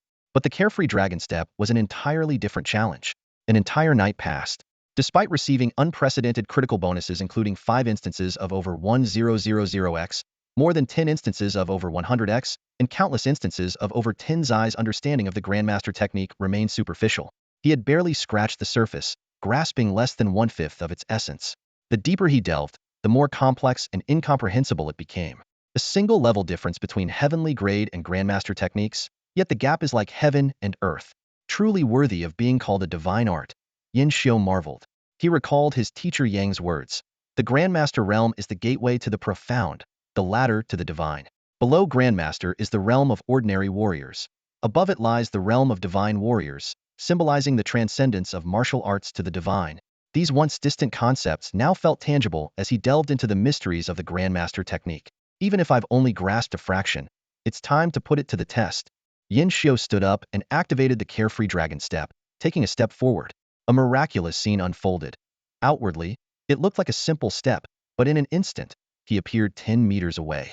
The carefree dragon step seemed to defy the constraints of time and space, allowing him to traverse vast distances in a single stride. Ascending to the heavens, roaming the world, unstoppable by wind or rain, transforming the vast expanse of nature into a mere step away, achieving the transcendence of the dragon. The summary at the end of the technique was no exaggeration. And this is just using the basic power of my blood energy. If I break through to become a true martial artist and combine it with the unlimited critical system. Yin-Xiu's mood lifted, and even the shadow of being targeted by Wang Tianshi seemed to fade. At the same time, he gained a deeper appreciation for the weight of a Grandmaster technique. Such a divine martial art if discovered not just by Tang's old enemies, but even by martial masters or grandmasters would undoubtedly incite a frenzy of desire. Thus, not only must anyone who recognized the carefree dragon step be silenced, but even those who realized it was a Grandmaster technique could not be allowed to live. The next morning, Yin-Xiu packed up his tent and crossed the sword chi wall into the danger zone. This time, he chose the mist-hidden lion, one of the stronger second-tier lower-grade fierce beasts, as his opponent. In the wilderness warning zone, a lone figure moved swiftly across the vast expanse of land. It was Yin-Xiu, who had been honing his martial techniques in this area for 2 full days, accompanied by the constant chime of system notifications. Congratulations, your martial technique comprehension has triggered a 20x critical hit bonus. Congratulations, your martial technique comprehension has triggered a 55x critical hit bonus. Congratulations, your martial technique comprehension has triggered a 7x critical hit bonus. Congratulations, your martial technique comprehension has triggered an 18x critical hit bonus. At this moment, Yin-Xiu was locked in a fierce battle with a second-tier Azure Wind Wolf. His movements were unpredictable and elusive, utilizing the exquisite Xiaoyao dragon step to maneuver freely within a 10-meter radius. It was as if he had transcended the boundaries of space. Even against this wind element beast known for its speed, he managed to hold his ground, though opportunities to counterattack were scarce, coming only once every 10 minutes or so. Yin-Xiu had been relentlessly sharpening his skills in the warning zone. Starting with the misty shadow lion, he gradually challenged stronger beasts. Now, he could even briefly contend with the Azure Wind Wolf, which he had regarded as the greatest threat in the area. With the support of the infinite critical hit system, both of his martial techniques had made remarkable progress. The Ba Ji Bo Tian strike had reached new heights. Each strike carried immense, domineering force, capable of effortlessly shattering ironstone. However, as a martial apprentice who had yet to condense true essence, Yin Xiu could only cultivate this heavenly grade technique to its current level. The progress in the Xiaoyao Dragon Step was even more astonishing. From nothing, he had advanced to a level where he could move freely within a 10-meter range. Truly as carefree as a dragon, unstoppable by wind or rain. Even the Azure Wind Wolf, with its natural affinity for wind elements, struggled to harm him in a short span of time. However, both techniques had reached the limits of the martial apprentice stage due to the lack of true essence. Even triggering a critical hit of over 1,000 times would not result in a qualitative breakthrough. With his food and water supplies nearing depletion, Yin Xiu decided to head back. Although he had focused solely on martial training this time and failed to slay any second-tier beasts to obtain blood energy pills for advancing to the 8th stage of martial apprenticeship, he felt no regret there would always be a next time. As he crossed the Sword Chi wall on his return, Yin Xiu suddenly remembered that the 7 Academy tournament should be nearing its conclusion. He decided to take a look. After all, he was once the top prodigy of Lanyu Academy and, by fate's design, should have been a participant if only destiny had not taken an unexpected turn. At this moment, within the Lanyu Martial Academy, the 7 Academy tournament had reached its climax. Xiaoshang from the Purple Thunder Academy and Li Hongyang from the Red Sun Academy were in first and second place, respectively, while the competition for third place was fiercely contested. Amid the crowd's fervent anticipation, Lu Yunsheng and Xiaoshang finally stepped onto the same stage. The audience erupted in cheers and chants, rooting passionately for their chosen contestants. Lu Yunsheng, you're not worthy of being my opponent, Xiaoshang said coldly. Once I defeat you, I'll go meet that so-called god on the mountain you mentioned. The battle erupted in an instant. Though younger, Xiaoshang's martial prowess far surpassed his opponents. In less than half a minute, Lu Yunsheng's figure was sent flying amidst the gasps of the spectators. Xiaoshang of the Purple Thunder Academy emerged as the ultimate victor. Xiaoshang stood on the path of Blue Rain Academy, his heart filled with disappointment. Although he had just won the championship of the 7 Academies tournament and would be receiving generous rewards in the afternoon, none of it could ease his sense of loss. As the great-grandson of the strongest warrior in Tianling City, he had always considered himself a peerless genius, pursuing the path of invincibility. He participated in the 7 Academies tournament for one reason: Lu Yunsheng. This prodigy, praised even by Xiaoshang's great-grandfather, was seen as one of the future protectors of Tianling City. However, when Xiaoshang met Lu Yunsheng, he discovered that the latter not only lacked the arrogance typically associated with geniuses, but also considered himself ordinary and held an inexplicable reverence for a so-called god of the mountain. God of the mountain? What nonsense, Xiaosheng sneered. If someone claimed there was a genius as strong as or stronger than me, I might believe it. But feeling ordinary just by standing in front of him? Ridiculous. When I find this so-called god of the mountain and defeat him, you'll understand, Lu Yunsheng, that your fear stems from your uselessness. As he strolled along the deserted path, someone approached him from the opposite direction. The narrow road could only accommodate one person at a time, forcing them to stop when they met. Can we each make way a little? The person before him had a delicate face, was dressed in white, and carried a faint smile. Yet, inexplicably, he exuded a feeling of warmth tinged with coldness, as though an invisible barrier kept everyone at a distance. Xiaosheng frowned. Do you not know who I am? Oh, are you famous? The man asked with interest. So, who are you, little guy? I'm Xiaosheng, the champion of the 7 Academies tournament. Xiaosheng? Never heard of you. The man furrowed his brows slightly. The tournament's already over? Ah, I guess I arrived too late. With that, he turned to leave. This dismissive attitude completely enraged Xiaosheng. Wait, he shouted, his voice filled with anger. I am the champion. Got it, the man replied with a nod. And then, Xiaosheng's expression twisted with fury. Since you're so nonchalant in front of a champion, you must be strong. Let me see for myself. With that, he threw a punch carrying 50% of his strength. But in the next moment, Xiaosheng's pupils contracted sharply. The man had vanished into thin air. As Xiaosheng stood there, stunned, a calm yet icy voice came from behind him. I'm right here. Before Xiaosheng could turn around, a single finger pressed against his forehead. Hope your luck holds, and you don't end up dead. Before the words could fully settle, an overwhelming force surged from the fingertip, breaking through Xiaosheng's defenses and sending him flying into the distance. Not bad. You didn't get your head blown off. As expected of the 7 Academies champion, your luck is pretty decent. The man's tone remained calm, as if stating an unremarkable fact. You? Who are you? Xiaosheng managed to ask, his voice weak, his heart shaken to its core. The man was clearly at the same martial apprentice level, yet with just one finger, he had defeated Xiaosheng as easily as brushing off dust. Who am I? The man paused for a moment, a flash of complexity passing through his eyes, before letting out a deep, meaningful sigh. In this academy, I suppose you could call me a nobody. A no. Nobody? Xia Shang's eyes widened in disbelief, nearly choking on his own words. He exclaimed urgently, "Come on, big brother. You defeated the champion of the 7 Academies tournament with just one finger. If you're a nobody, then what does that make me? And what about all the so-called geniuses of Tianling City?" The man responded calmly, "Don't go around acting recklessly. Not everyone is as patient as I am." With that, he turned to leave. Wait, Xiaoshang tried to chase after him. There were so many questions swirling in his mind about this ridiculously powerful, mysterious boy. But the other person's speed was beyond comprehension. Each step seemed to transcend space and time. In the blink of an eye, he disappeared over the horizon. Xiaoshang stood there, staring blankly in the direction the man had vanished, as if in a dream. Who was he? Why was he so powerful? And why would someone so overwhelmingly strong call himself a nobody? He's even stronger than the last time. A voice suddenly came from behind. Xiaosheng spun around sharply and locked eyes with the speaker. Lu Yunsheng, you've been here this whole time? Lu Yunsheng shook his head lightly. Not the whole time. I just got here when I heard the commotion. He paused, a playful smile appearing on the face of the Red Sun Academy's top talent. So, how do you feel after encountering him? Xiaoshang's expression shifted from anger to frustration. Terrible. Frustrated. I never imagined I could be so easily defeated by another martial apprentice. You're actually lucky. The first time I met him, the impact on me was 100 times worse than what you're feeling now. 100 times? Because I watched him kill a second-tier ferocious beast with his bare hands. What? He killed a second-tier ferocious beast? That's impossible. Xiaosheng's eyes widened in shock. A second-tier beast was equivalent to a martial artist in strength. Xiaosheng knew all too well the immense gap between a martial apprentice and a martial artist.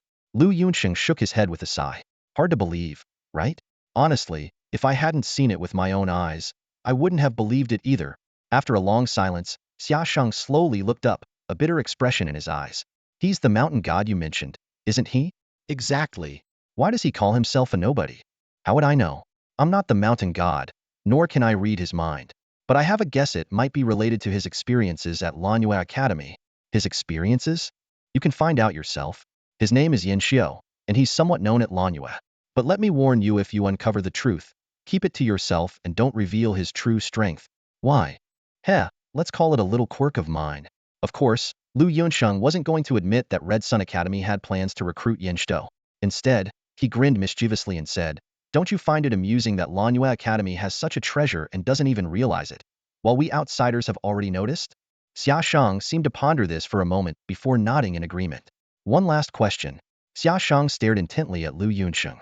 Why do you call him the mountain god? It's what my teacher calls him. He says that person is the mountain god, while we are mere mortals living at the foot of the mountain. There's no competition between gods and mortals, so why compare ourselves to a god only to deny our own worth? The mountain god and the mortals at the foot of the mountain. So that's the meaning behind that strange title. Xiaosheng left soon after. The battle had shattered his previous arrogance, leaving him no trace of his former confidence. He now walked like a defeated, disheartened youth. Old Lu, are you sure it's okay to tell that kid about the mountain god? After Xiaosheng left, Shang Yingming appeared and asked. Lu Yunsheng watched Xiaosheng's departing figure and shook his head slightly. The mountain god already interacted with him. There's no way to keep it a secret, so it's better to be straightforward. But what if the Purple Thunder Academy also gets the idea to recruit him? Then we'll see who has the better methods. As long as the mountain god isn't staying at Lanyue Academy, it's fine. A trace of disdain appeared on Lu Yunsheng's face. An academy that would label such a brilliant talent as a nobody doesn't deserve him.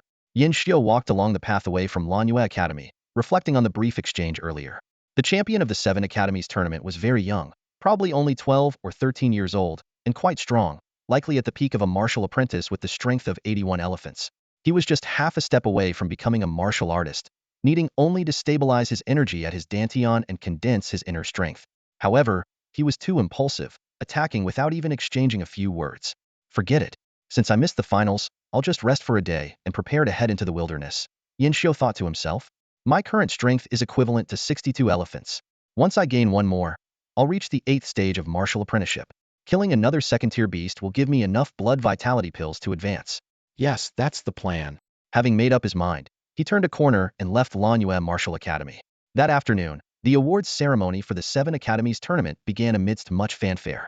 However, to everyone's confusion, Xiaoshang, the first-place winner, didn't seem happy at all. Instead, he appeared dejected, lifeless, and utterly defeated, as if he'd suffered some kind of crushing blow. This sparked widespread speculation among the crowd. Meanwhile, the headmaster of Lanyue Academy wore an equally sour expression. As the host, their performance had been dismal, ranking 6th out of 7, practically last place, leaving him utterly humiliated. At that moment, the headmaster of Purple Thunder Academy approached and let out an inexplicable sigh. Oldly, you really know how to keep a secret, huh? The Lanyue headmaster looked completely baffled, having no idea what the other man was talking about. The Red Sun headmaster chimed in with a smirk. He's not keeping a secret, he's just blind. As for how he became blind, don't ask me, don't know either, ha ha ha. Blind. The Purple Thunder headmaster seemed lost in thought, a hint of amusement flickering in his expression. Could it be that he doesn't know? What do you think? Pretty blind, isn't it? Ha ha ha. Listening to their mocking, cryptic exchange, the Lanyue headmaster was so enraged he nearly exploded. Finally, he couldn't hold back and shouted, "What the hell are you two talking about?" In the wilderness warning zone, an angry wolf's howl pierced through the air. Amidst the mountains and forests, a man and a wolf clashed and tangled in the fierce wind. The wolf beast, with its blue-green fur, stood only a meter tall, but its affinity with the wind element made each of its strikes as swift as lightning. Yin Xiu relied on his agile, free-roaming dragon step technique and the critical strike system support to barely hold his ground against this Tier 2 ferocious beast. Finally, with a precise strike enhanced by a 200 times critical multiplier, the 7-kill sword light descended, severing the head of the Azure Wind Wolf. Finally, it's done. Yin Xiu exhaled deeply, a faint smile forming at the corner of his lips. Before undergoing the second trial, he would never have dared to confront such a beast known for its speed and razor-sharp claws that could easily tear flesh. After storing the Azure Wind Wolf's corpse in his small universe ring, Yin Xiu left the warning zone, satisfied, and headed back to the Myriad Medicine Pavilion in Tianling City to sell his spoils. However, the familiar face of Mu Zixuan was absent from the shop today. Just as Yin Xiu approached the counter to speak, a voice filled with amusement interrupted him.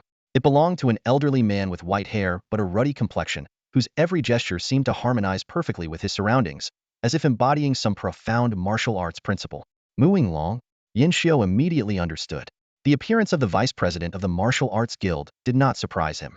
Ever since his interactions with Mu Zixuan, he had anticipated this day would come. Under Mu Yinglong's guidance, the two entered a luxurious VIP room. When the elder mentioned the cost of cleaning the room, Yin Xiu feigned ignorance and avoided the topic entirely. This reminded Mu Yinglong of how his granddaughter had gnashed her teeth in frustration when speaking about this young man, causing him to shake his head in amusement.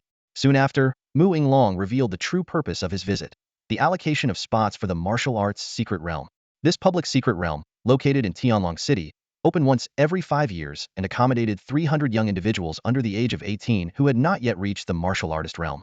Of these, Tianling City was allotted 15 spots, 10 determined by the 7 institutes competition, and the remaining 5 recommended by the vice president of the Martial Arts Guild. I have 2 spots in my hand, Mu Yinglong said meaningfully. One is for Mu Zixuan, and as for the other, the transitions between scenes were seamless, and the dialogues were vivid, maintaining the integrity of the original plot while enhancing the imagery and immersion, allowing readers to better engage with the story. Me? Yin Xiu pointed at himself. Mu Yinglong shot him an impatient glare, his tone tinged with disdain. You're so boring. At least pretend to be confused, a bit nervous, and maybe a little expectant. Just blurting it out like that, where's the fun in that? Yin Xiu quietly observed the martial master before him, thinking to himself that this so-called powerful figure seemed far less imposing than the rumors suggested, almost a bit eccentric, in fact. Frowning, he asked, "Senior, aren't the 5 vice presidents supposed to have 1 spot each? How come you have 2? What's so strange about that?" Mu Yinglong replied nonchalantly. "I just gave Wang Tianchi a good beating, and naturally, I took his spot as well." He said it as if defeating a powerful martial artist was just another everyday occurrence. Enough with the idle talk. Mu Yinglong continued, suddenly serious. "Kid, since you've already guessed it, I'll get straight to the point. Yes, this spot is for you, but there's a condition." "A condition? What condition?" "Protect my precious granddaughter. Make sure no one bullies her." Ah. A wave of resistance surged in Yin Xiu's heart, and he almost refused outright. Seeing his reaction, Mu Yinglong glared at him, his tone irritable. "What's with that face, kid? Let me tell you the truth, me granddaughter's strength is no joke. She's far stronger than old Master Xia's great-grandson, the one who came first in the 7 Academies tournament. I'm only bringing you along as an extra precaution." Yin Xiu still hesitated. The events of the past year had left him instinctively reluctant to form close connections with others. Just then, Mu Yinglong added casually, Oh, by the way, I forgot to mention the martial training realm is no ordinary place. It holds great fortunes, and there's even a chance you'll find treasures that can repair a damaged martial foundation. But if you're not interested, that's fine. I'm too old to force anyone. I'll just find someone else. Yin Xiao shot to his feet, his expression earnest. Senior, please, assign this task to me. Mooing long. Yin Xiao's reaction wasn't purely out of greed. It was the allure of the words repair martial foundation. Though his cultivation progress seemed decent on the surface, advancing to a 7th-rank martial apprentice within a month only, he knew how much time he'd lost due to his damaged foundation and what obstacles lay ahead in his future cultivation. To restore his foundation, he'd do anything, even protect Mu Zixuan or challenge deities themselves. You kid, Mooing Long sighed. When I mentioned going with my granddaughter, you were all unwilling. But as soon as I brought up the treasures, you jumped at the chance. Can't you at least pretend to care about the first part? Must you be so transparent? Senior, how about we start over? Yin Xiao asked sheepishly, sensing his own awkwardness. Get lost. Their conversation then turned to the logistics of entering the martial training realm. Mooing Long explained the process briefly. They would meet at the transit center 3 days later at 2 p.m., where he would personally escort Yin Xiao onto a special train bound for Tianlong City. Yin Xiao solemnly promised to take good care of Mu Zixuan, but Mooing Long couldn't shake the feeling that he was inviting trouble. By the way, Mooing Long said, changing the subject, you came to the store today to sell beast materials and exchange them for money to buy pills, right? Since my granddaughter isn't here, let this old man handle it for you. Show me what you've got. All right, senior. As Yin Xiao was about to summon his storage weapon, Mooing Long suddenly felt uneasy, as if he'd forgotten something important. His expression shifted drastically, and he hurriedly shouted, Wait, kid. But it was too late. The storage space opened, and the corpse of a one-emetertal green wind wolf appeared in the VIP room. Blood immediately pooled on the floor, and a foul stench filled the air. No, my VIP room. Mooing Long howled in despair. The green wind wolf's value was quickly appraised at 2.12 million, even more than the earth bear. However, Yin Xiao only received 2 million, as 120,000 was deducted for cleaning the VIP room. He used the remaining money to purchase 27 blood chi pills, which he stored in a jade bottle. As Yin Xiao left the myriad medicines pavilion, he could still see Mooing Long gritting his teeth in frustration. Yin Xiao thought to himself, Old Master Mu, really, at your age, can't you be a bit more composed? It's just a dirty VIP room. But to deduct money, that's nearly the cost of 1.5 blood chi pills. What a loss. Until the boy's figure completely disappeared from sight, Mooing Long's face, previously clouded with anger, shifted into a meaningful smile. His gaze fell upon the intact corpse of the second-tier ferocious beast on the ground, a glimmer of amazement flashing in his eyes. To slay a second-tier beast while still at the martial disciple stage. It seems the heaven and earth duo must have fallen by his hand as well. This boy is truly remarkable. Reflecting on the information he had gathered recently, Mooing Long pondered. The once top prodigy of Blue Rain Academy had lost everything in that sudden beast tide, his cultivation destroyed, his martial foundation shattered. Over the past year, he endured betrayal from his most trusted friends and countless sneers and ridicule. Yet, at his lowest point, fate granted him an extraordinary opportunity, allowing the boy to rise from the ashes. Now, with the ability to fight across realms as a martial disciple, his future potential seems boundless. If I lend him a hand in his time of need and offer him a spot, it would be a kindness he won't forget. And considering his connection with Zixuan, a sharp gleam flickered in Mooing Long's eyes. Once he soars to greatness, the Mu family of Tianling City might gain a solid foothold in this chaotic world. With this in mind, he immediately pulled out his phone and dialed his granddaughter's number. My precious granddaughter, have you thought about the martial arts secret realm yet? Not going? Grandpa won't force you. By the way, that Yin Xiao is going too. I thought. Oh, changed your mind? Excellent, excellent. Grandpa will make the arrangements right away. Night fell. As soon as Yin Xiao returned home, he eagerly immersed himself in training. A series of system notifications appeared. Congratulations. This time your pill consumption triggered a 20-fold critical effect bonus. Congratulations. This time your pill consumption triggered a 15-fold critical effect bonus. Congratulations. This time your pill consumption triggered a 5-fold critical effect bonus. Congratulations. This time your pill consumption triggered a 3-fold critical effect bonus. The medicinal power within Yin Xiao's body gradually dissolved. With the support of the infinite critical strike system, he easily crossed the threshold of an 8th-tier martial disciple. As the energy from the 27 blood chi pills was absorbed bit by bit, his strength steadily climbed from 63 elephants to 65, then to 67, finally stabilizing at the power of 69 elephants. When the boiling blood chi finally calmed, Yin Xiao slowly opened his eyes. Feeling the surging power within him, A faint smile appeared on his lips. 69 elephants of strength, with a guaranteed threefold critical hit. That means even with a casual strike, I can unleash the power of 207 elephants. Paired with the Ba Ji Bo Tian strike and the carefree wandering dragon step, I can hold my ground against other martial artists even without triggering a high critical hit. With his cultivation session concluded, Yin Xiu's thoughts turned to the martial training realm. Although Mu Long had only mentioned that it might hold great opportunities, Yin Xiu, eager to repair his martial foundation, was determined to seize even a 1 in 10,000 chance. 3 days until departure, a trace of anticipation flashed through Yin Xiu's eyes. Tianlong City. I've heard it's dozens of times more prosperous than Tianling City. I wonder what it looks like. In the following 3 days, Yin Xiu refrained from hunting second-tier fierce beasts in the wilderness alert zone. Firstly, he wanted to conserve his energy for the martial training realm. Secondly, he was wary of injuries that might hinder his performance. Most importantly, the bounty issued by Wang Tianshi on the black market had not been retracted, so there might still be martial artists secretly watching him. To avoid unnecessary trouble, he stayed indoors and focused on mastering the carefree wandering dragon step. On the day of departure, at precisely 1:30 in the afternoon, Yin Xiu arrived at the central station of the ground rail system. The Mu family grandfather and granddaughter were already waiting in the VIP lounge. The old man had his eyes closed, resting, while Mu Zixuan glanced around as if searching for someone. When she saw Yin Xiu enter, her eyes lit up. She was about to stand and greet him but seemed to think better of it. Sitting back down and pretending not to notice him, Yin Xiu paused briefly, but without overthinking it, he found a seat and sat down. The station was not crowded at this time, as the top 10 contestants of the 7 Academies competition had yet to arrive. The waiting hall felt particularly quiet. Before long, Mu Zixuan couldn't hold back any longer. She walked up to Yin Xiu, a hint of displeasure in her voice. Hey, you clearly saw me. Why didn't you come over to say hello? Didn't you ignore me first? Yin Xiu replied. That's only because you broke your promise and made me angry, she retorted. Yin Xiu looked completely puzzled. When did I break my promise? Have you been to the wilderness alert zone recently? Mu Zixuan asked, glaring at him with a cold smile. Where did the corpse of the green wind wolf come from? Don't tell me you just happened to stumble upon it.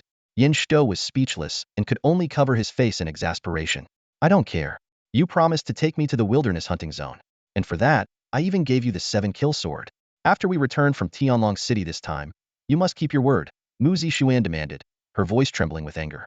Yin Xiu suddenly remembered the promise he had made and, realizing he was in the wrong, quickly agreed. All right, I'll take you as soon as we get back. Promise. Promise. Swear on it. Are you a child? Swearing on it. Yin Xiu sighed helplessly. All right. Since I promised, I won't go back on my word.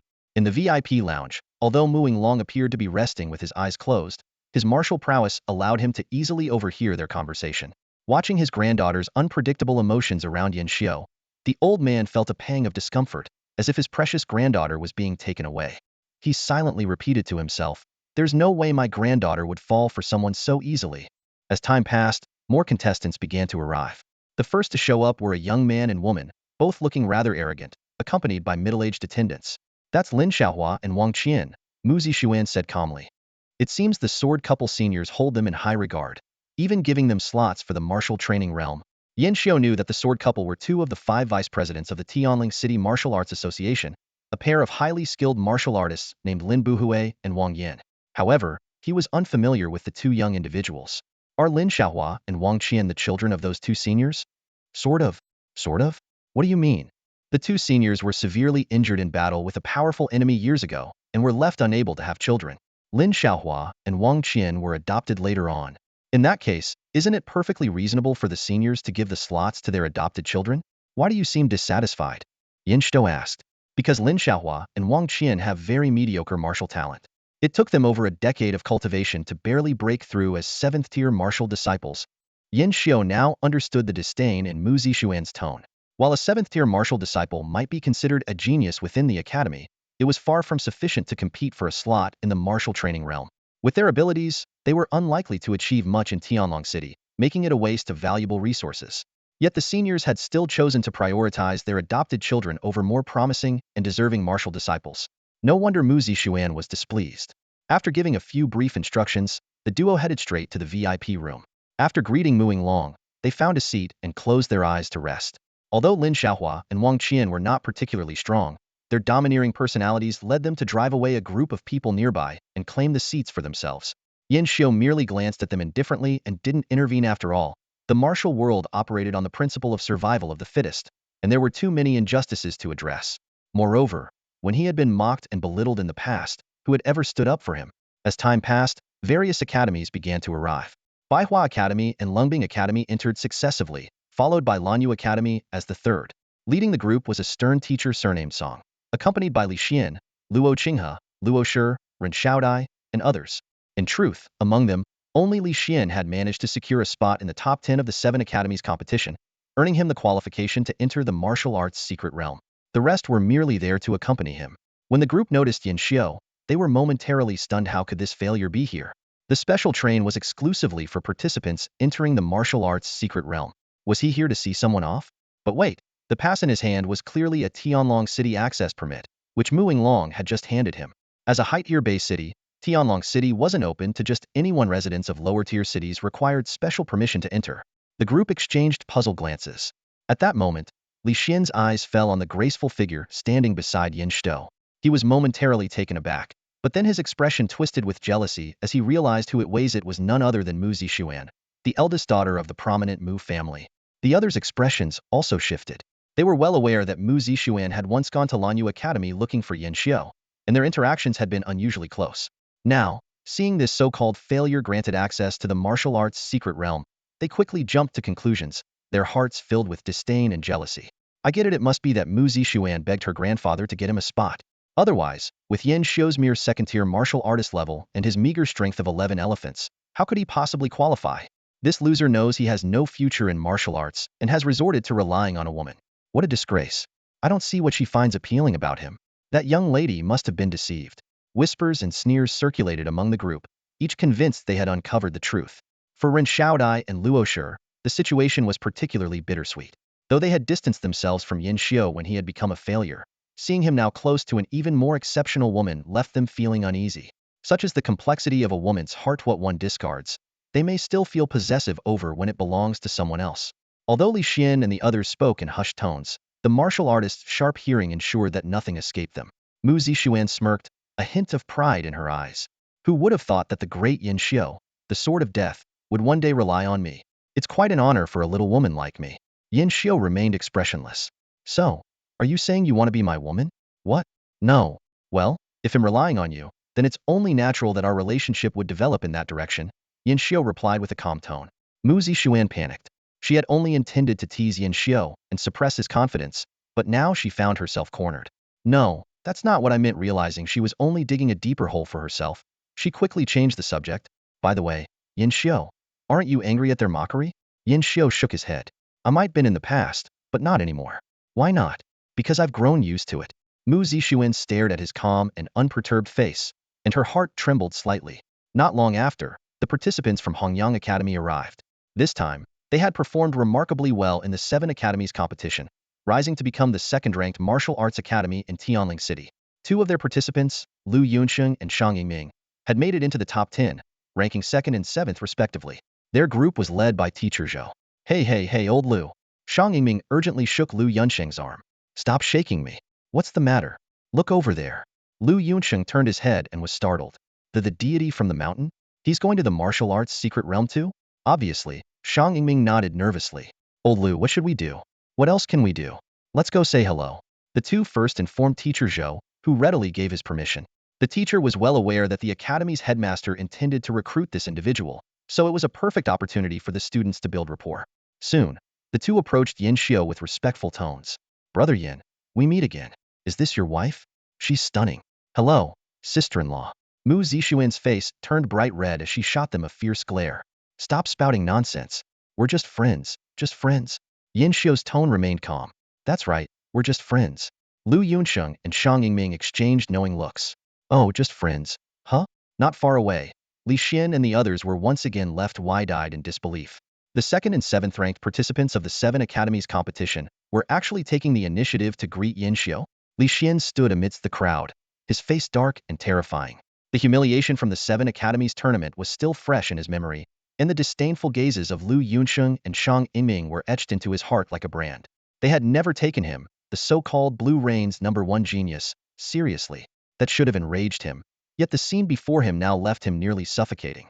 Those two prodigies, who had ranked 2nd and 7th respectively in the 7 Academies tournament, were now gathered around Yin Xiao with enthusiasm, like ordinary students. Yes, Yin Ziath they had always dismissed as a failure. Why? Li Xian clenched his fists tightly, his nails digging deep into his palms. Why does that loser get the attention of the Mu family's eldest daughter and the admiration of these geniuses? Standing nearby, Luo Qinghe shared the same grim expression.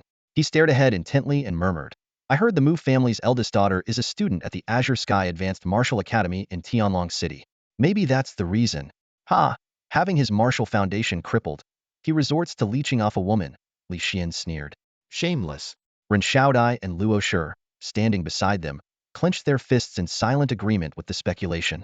Just then, the crowd suddenly fell silent. A boy of about 12 or 13 walked in, exuding an overpowering aura. The martial apprentices from the 7 academies instinctively made way for him, and even Li Xian and the others held their breath. This was Xia Shang, the champion of the 7 academies tournament. But in the next moment, everyone was stunned. The always arrogant Xia Shang froze when he saw someone in the crowd. His expression changed drastically, as though he'd seen a ghost. His imposing aura dissipated instantly, and he quickly strode over to Yin Xiao. Lowering his voice, he said, You're here too? This scene was like a bolt from the blue for Li Xian and the others. Even the champion of the 7 academies tournament treated Yin Xiao with such respect? Could the influence of the Mu family's eldest daughter really be this overwhelming? Yin Xiao seemed to notice the strange looks from those around him, but merely waved his hand casually. It's good to see you all. If there's nothing else, I'd like some peace to rest my eyes. This dismissive attitude made the 3 prodigies slightly uncomfortable, but remembering that this man had defeated a second-tier ferocious beast across realms and bested Xia Shang with a single move, they let it slide. Brother, Lu Yunxing suddenly spoke up, as if recalling something. Our academy's headmaster would like to meet you. Hey, my academy's headmaster wants to meet you too. Xia Shang quickly interjected, glaring at Lu Yunxing. Yin Xiao seemed to ponder for a moment. We'll talk about it after I return from Tianlong City. Time passed, and the special train bound for Tianlong City arrived at the station. This advanced martial vehicle, capable of traversing the wilderness, was so robust that even calamity-level beasts could hardly shake it. While boarding, Ren Xiaodai suddenly spoke up from behind Yin Xiao. When you rejected me before, I thought you had some backbone. Turns out you're just a man who relies on women for support. Yin Xiao turned around, his face expressionless as he stared at her. Don't push me, or I'll kill you.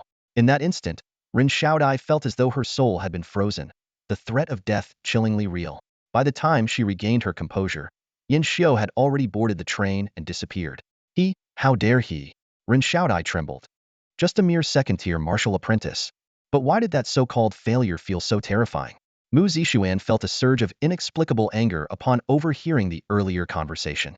Yin Xiao remained calm, his gaze fixed on the window. An old admirer of mine. I rejected her, but she doesn't hold a grudge against me for it. On the contrary, after I was crippled, she was glad I didn't say yes back then. Perhaps my securing a spot for the martial arts secret realm and heading to Tianlong City has stirred something in her. So, she doesn't know your true strength? Mu Zixuan asked thoughtfully, a hint of delight flickering in her heart. Probably not.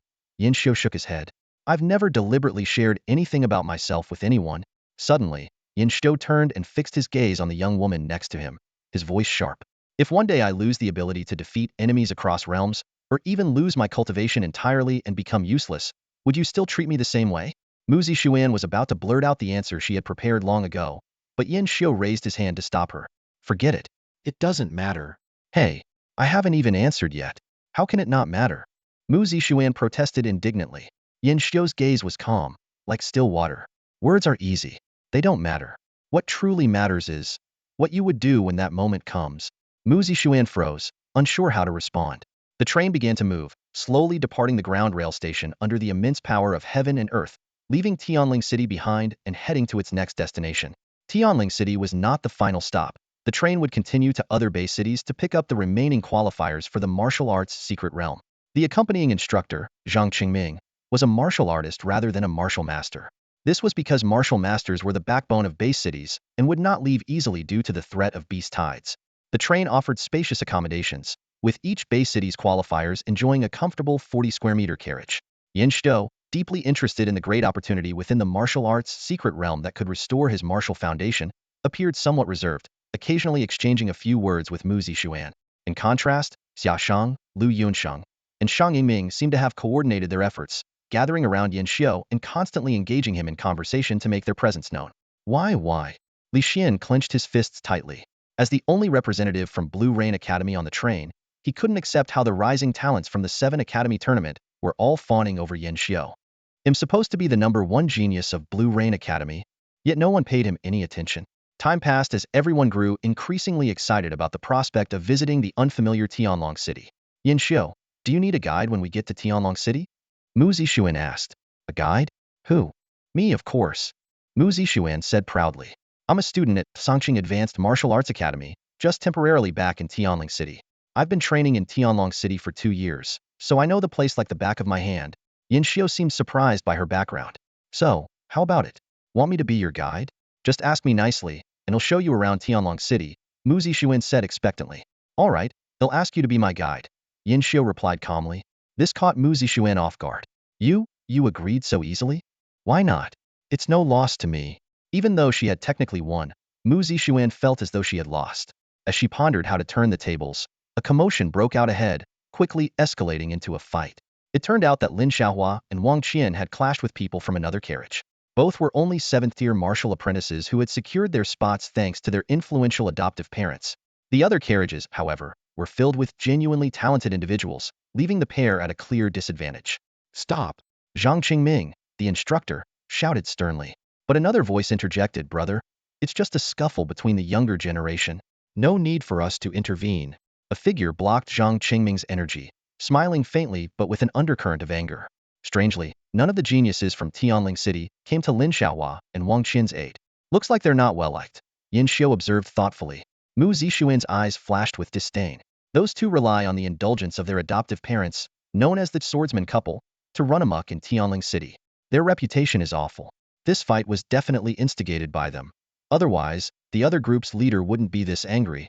Eventually, the situation was quelled by the suppressive aura of a martial master from Tianlong City, who issued warnings to both sides. Although Lin Xiaohua and Wang Qian were seething with resentment, the matter was resolved. Yin Xiu, who disliked being the center of attention, maintained a detached attitude. His sole focus was reaching the martial arts secret realm to seek the great opportunity to restore his martial foundation. After more than 2 hours, the train finally arrived at Tianlong City. By the time the train arrived at Tianlong City, the twilight had already draped the land in shadow. Through the window, Yin Xiu stared blankly at the scene before him.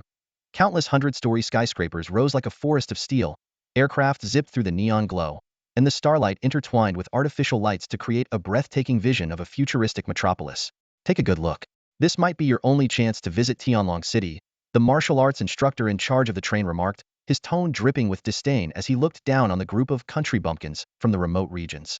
Accommodations had already been arranged by the Secret Realm Agency. They were housed in a towering hotel that spanned 100 floors, with 3 entire levels reserved for them. The martial arts apprentices from Tianling City were assigned to the 73rd floor. Through the massive floor-to-ceiling windows, Lu Yunsheng and the others gazed greedily at the city's dazzling splendor. So this is what a high-level base city looks like. Compared to this, Tianling City is just a backwater village. If only we could settle down here. Forget it. Unless you manage to break through to the great martial master level before turning 50, it's impossible. Yin Xiu, too, was deeply captivated by the city. Compared to Tianling City's lone 50 or 60-story martial arts guild building, the 100-story skyscrapers here were everywhere, and one particular structure pierced the clouds like a divine pillar, making one feel utterly insignificant. Just as everyone was lost in awe, a heated argument broke out in the hallway. Do you even know who I am? Cross me, and you're all finished. Oh, look at that. Someone from Tianling City trying to act tough? Planning to commit murder across cities? Go ahead. You've crossed the line, no, let's see what you can do. The argument quickly escalated into a brawl. Lin Xiaohua and Wang Qian found themselves surrounded and beaten by a group of people, while Xia Shang, Lu Yunsheng, Shang Yingming, and the others looked on with expressions of disdain, choosing not to intervene. Even Zhang Qingming, the martial artist leading their group, couldn't be bothered to step in this time, clearly fed up with the duo's constant provocations. Yin Xiu didn't spare them a glance either. Instead, he turned to Mu Zixuan and said, Miss Mu, didn't you say you wanted to be my guide and show me around Tianlong City? Of course I did. Do you think I'm as unreliable as you? Mu Zixuan shot him a fierce glare. Li Xian watched the two walk away, jealousy burning in his chest. He couldn't understand why that good-for-nothing had managed to win Miss Mu's favor. Since the martial arts secret realm would open the next day and Tianlong City was far too vast to explore in one night. Mu Zixuan took Yin Xiu to visit a special place, the Chongqing Martial Arts Academy. This city within a city, comprised of 10 towering buildings, was the only advanced martial arts academy in Tianlong City and its surrounding regions. Impressive, isn't it? Mu Zixuan said with a smile. I'll be returning here soon to continue my studies. And I know you'll come here too, they'll be waiting for you. Yin Xiu remained silent. While he was indeed intrigued by the Chongqing Martial Arts Academy, his interest had nothing to do with anyone else. Sensing his thoughts, Mu Zixuan pouted and said, "You're so heartless, no wonder you don't have any friends. Let's go back to the hotel and get some rest." The next morning, the group gathered at the hotel entrance, waiting for the Secret Realm Agency's transport. Lin Xiaohua and Wang Qian were absent due to their injuries. It was rumored that if their attackers hadn't shown mercy, their condition could have been even worse. Some laughed at their misfortune, saying, the sword and blade duo must be furious now, seeing their foster children beaten so badly and unable to retaliate. Others, however, worried that the two elders might vent their anger on the rest of the group for not stepping in to help. Soon, a long, hovering bus capable of seating over 100 people arrived. Mu Zixuan sat beside Yin Xiu and teased, "Nervous? There's nothing to be nervous about. Just do your best," Yin Xiu replied confidently. With his unlimited critical hit system in hand, and with no martial artist participating, he had nothing to fear. The martial arts secret realm was located in a dangerous area numbered 19256, deep in the wilderness. The bus left the safe zone, passed through the warning zone, and entered the danger zone. The howls of ferocious beasts caused the apprentices' faces to pale, each fearing an encounter with a third-tier beast. After about 20 minutes, the maglev bus came to a stop. A staff member from the Secret Realm Agency announced loudly, "We've arrived at the martial arts secret realm. Everyone, please disembark." One by one, people stepped off the maglev bus. At that moment, a deep, terrifying roar echoed from the depths of the distant forest, shaking the very air. The oppressive sound sent chills down many spines. "It's a Tier 3 fierce beast," someone said in a low voice. Yin Xiu tensed up briefly. He was well aware that the martial training secret realm was located in a danger zone, and a Tier 3 fierce beast was something only a martial master could contend with. However, as he surveyed his surroundings, he noticed several martial masters stationed nearby, along with a temporary tent emanating an even stronger aura. With the added presence of martial master guards on the maglev bus, his anxiety quickly subsided. His safety was not in question.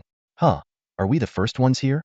Yin Xiu asked, looking at the empty grounds with some surprise. Apart from their group of martial apprentices from a regular base city, there wasn't a single person in sight. Mu Zixuan smirked self-deprecatingly. "Of course, we're the country bumpkins from ordinary base cities, the ones with the lowest status. Naturally, we're the first to arrive. We can't possibly keep the geniuses from Tianlong City waiting, can we?" Her words drew dissatisfaction from those around her. Someone muttered under their breath, "We're all martial apprentices. Why should we wait for them?" But another quickly countered, "What do you expect? We're just from ordinary base cities. Our status is indeed lower than theirs. Complaining won't change that." While Xiaoshang, Lu Yunsheng, and Shang Yingming understood this harsh reality, they couldn't help but feel a surge of frustration. Yin Xiu, however, remained unusually calm. Over the past year, he had grown used to scorn and ridicule and was utterly indifferent to such matters. Before long, 2 more maglev buses arrived under the escort of martial masters. When the doors opened, a group of teenage martial apprentices, all around 18 years old, stepped out. They were dressed in various outfits, some in martial hall uniforms, others in training gear. What shocked Yin Xiu was that every one of them exuded a powerful aura, their every move radiating strength. It was likely that all of them had already reached the 9th tier. Such talent was rare in Tianling City, but in Tianlong City, it seemed assembling 100 of them was effortless. Mu Zixuan, as a student from the Chongqing Academy, patiently explained, "These are disciples from the various martial halls, dojos, and martial arts classes of Tianlong City prodigies chosen from thousands." It didn't take long for conflict to arise between the two groups. The martial apprentices from Tianlong City cast condescending glances at those from the ordinary base cities. This innate sense of superiority immediately provoked the latter. "Hey, what's with that look?" "Obviously, it's the look of disdain. You country bumpkins from the sticks. Of course we look down on you." Just as the situation was about to escalate into a brawl, a martial master responsible for overseeing the secret realm intervened, unleashing an oppressive aura that silenced everyone. "Knock it off. Being granted access to the secret realm is already a great blessing. If anyone dares cause trouble again, don't blame me for throwing them out." Although his words were directed at everyone, his gaze lingered pointedly on the martial apprentices from the ordinary base cities. The young talents from the base cities looked visibly upset. Some were angry, some clenched their teeth, and others balled their fists, but ultimately, they had no choice but to hold back. After all, The area outside was a danger zone with Tier 3 fierce beasts roaming about. Being thrown out would mean certain death. This scene only fueled the arrogance of the local martial apprentices. So these are the so-called geniuses from the Bay Cities? Ha, what a joke. Country bumpkins will always be country bumpkins. Even their geniuses are this pathetic. The martial masters maintaining order turned a blind eye to the mockery. Yin Xiu watched it all with a detached expression, unfazed by the ridicule. To him, these arrogant individuals were no more than ants. If they crossed paths in the wild, he could end their lives with a mere flick of his finger. By the way, where are the students from Songqing Academy? Are they among these people?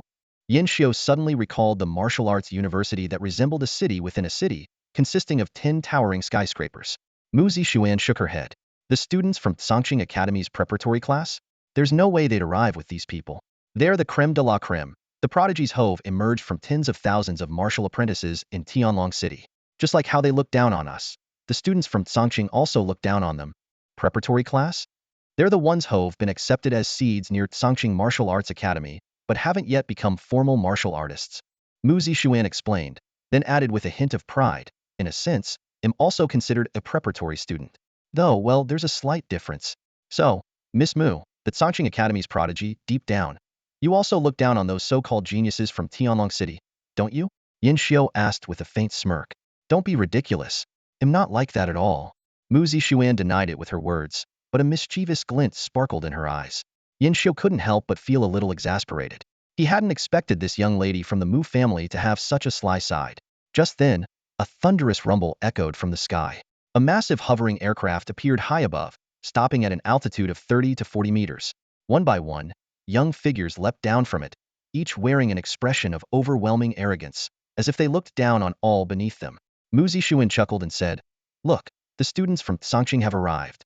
The representatives from the Songqing Martial Arts Academy stepped into the arena. Though there were only 7 or 8 of them, they exuded an intimidating and sharp aura.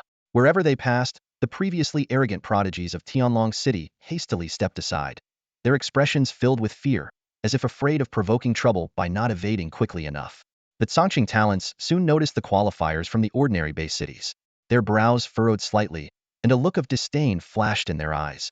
One of them said coldly, I really don't understand what the Secret Realm Institution is thinking. The Martial Trials Secret Realm clearly belongs to Tianlong City. Why let these base city losers take up spots? Exactly. These martial apprentices from ordinary bases can barely break through to become martial artists. They have no value for cultivation. Another chimed in, his tone even sharper. Those old men are too soft-hearted, always trying to look after the ordinary bases. In my opinion, they should just let them fend for themselves. True strength can survive in any environment, while trash deserves destruction. These remarks were even more venomous than the previous ones, not only labeling those from ordinary bases as worthless, but also denying their right to exist. This stirred the anger of all the martial apprentices from the base cities. One of them couldn't help but retort, You think you're so great just because of where you were born? We're all martial apprentices. If it comes to a fight, you might not be better than us. Seeing the situation about to spiral out of control, the martial master responsible for maintaining order frowned deeply, a trace of disgust in his eyes. He was just about to intervene and suppress the individuals from the base cities. At that moment, one of the geniuses from the Songqing Martial Arts Academy spoke up. Senior, since these people from the base cities are so defiant, why not let us spar with them? There's still time before the martial trial secret realm opens. It'll be a good chance to help them recognize their place. The martial master, already inclined towards Tianlong City, nodded at the suggestion. Fine, but keep it quick. And remember, no killing blows. The arena was quickly cleared. Yin Xiu watched the scene unfold, somewhat surprised that the martial master would heed the suggestion of a martial apprentice. What's so surprising about that? Mu Zixuan, standing beside him, said indifferently. They are the top seeds of the preparatory class at Songqing Martial Arts Academy, backed by martial arts families. Their futures are limitless. The martial master is just giving them face. Yin Xiu nodded in realization and then asked, Do you know them? I've heard of them, Mu Zixuan replied casually. The one who just spoke is Jiang Shaoli. Behind him are Zhang Dingyuan, Lu Ming, Bai Sisi, Wang Tianyi, and others. They're among the strongest martial apprentices in Tianlong City. And compared to you? Yin Xiu turned his gaze to the young girl. Mu Zixuan froze for a moment. Huh. I mean, how do these strongest martial apprentices from Tianlong City compare to you? Are you trying to get me to spill the beans? Mu Zixuan puffed out her cheeks. I'll just say this. As a martial apprentice, I'm not inferior to anyone. Of course, except for you, you freak. At that moment, a talented individual from an ordinary base stepped forward to face the challenge. This person was quite formidable, a ninth-tier martial apprentice nearing perfection, and had even mastered an earth-level martial technique. Among the younger generation in Tianling City, he was considered outstanding. Seeing this, hope ignited in the crowd, and someone shouted, "Take down these arrogant fools. Show them we're not easy to bully." However, less than half a minute into the fight, this so-called talent was sent flying, crashing heavily into a tree and coughing up blood. In the arena, Zhang Shaoli remained expressionless, as if defeating a top talent from an ordinary base was the most mundane thing in the world. "This is what you call a talent," he said calmly. "In Songqing, he's not even worthy of carrying my shoes." The entire crowd fell silent. Everyone stared in disbelief. How could the gap between two ninth-tier martial apprentices be so vast? "There's something off about this Zhang Shaoli," Yin Xiu frowned. Even though he's still a martial apprentice, his strength clearly surpasses the limit of 81 elephants. "What's going on? What's so strange about that?" Mu Zixuan said casually. "Haven't you heard of the 10th-tier martial apprentice?" The 10th tier? Yin Xiu was taken aback before recalling a rare piece of knowledge. Theoretically, martial apprentices only have 9 levels, ranging from the strength of 1 elephant to 81 elephants. However, beyond the 9th tier exists the 10th tier martial apprentice, those who surpass 81 elephants in strength, but have not yet condensed their true essence. The strength of such martial apprentices has no upper limit, potentially reaching 100 elephants, 1,000, or even 10,000 elephants. Yet, most martial apprentices condense their true essence soon after breaking through the 9th tier, as it's rare for anyone to deliberately suppress their breakthrough and continue honing their strength. Thus, 10th tier martial apprentices are exceedingly rare in the martial arts world. Yin Xiu suddenly realized the existence of the 10th tier martial apprentice, finally understanding why Zhang Shaoli had so easily defeated a formidable 9th tier martial apprentice. "Wait a minute," Mu Zixuan frowned slightly. "With your ability to slay a 2nd tier fierce beast, your strength should have long surpassed the limit of 81 elephants. How could you not know about the 10th tier martial apprentice?" Forgot.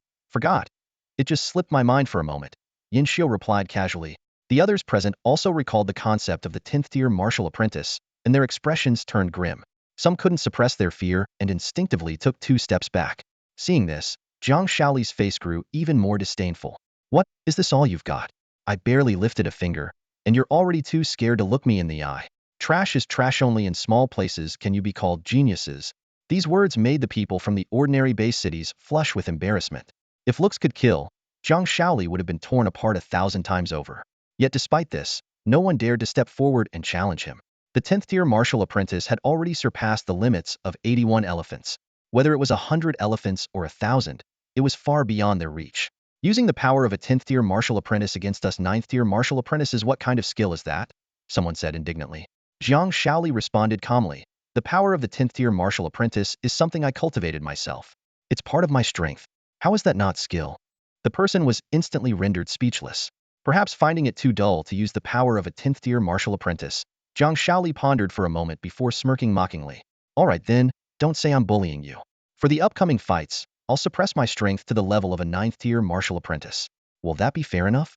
As soon as he said this, the previously silent crowd burst into excitement. The people from the lower tier base cities suddenly displayed a strong fighting spirit. "I'll go." A burly young man leaped several meters into the air and landed in the arena.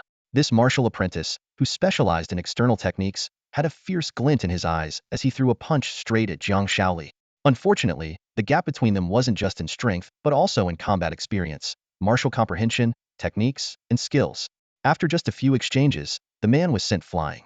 "Trash," Zhang Shaoli remarked with disdain. In the following moments, due to the geniuses from the Songqing Martial Academy intentionally suppressing their strength to the 9th tier level and their provocative words, they ignited the fury of the crowd from the ordinary base cities. However, the result of their repeated challenges was a series of crushing defeats at Zhang Shaoli's hands. Not only Zhang Shaoli, but other geniuses from Songqing, who joined in for fun, also took to the stage, leaving their opponents wailing in pain. After more than 20 matches, not a single challenger emerged victorious. They couldn't even gain the upper hand. Cough, cough, cough. Shang Yingming clutched his chest, his face contorted with pain. The strength of these Songqing Martial Academy geniuses is bizarre. It appears soft yet possesses immense power. Even if he suppressed his level to the 9th tier, or even the 8th tier, I wouldn't stand a chance. Lu Yunxing retorted defiantly, "We're all martial apprentices." I refuse to believe the gap is that wide, but reality hit him hard. Lu Yunxing barely lasted a minute on stage before being knocked down. While he fared slightly better than Shang Yingming, the difference wasn't significant. Seeing this, Xiaosheng wisely chose not to step forward. Yin Xiao, don't you feel like sparring with these Cangqing geniuses? Mu Zixuan teased with a hint of amusement.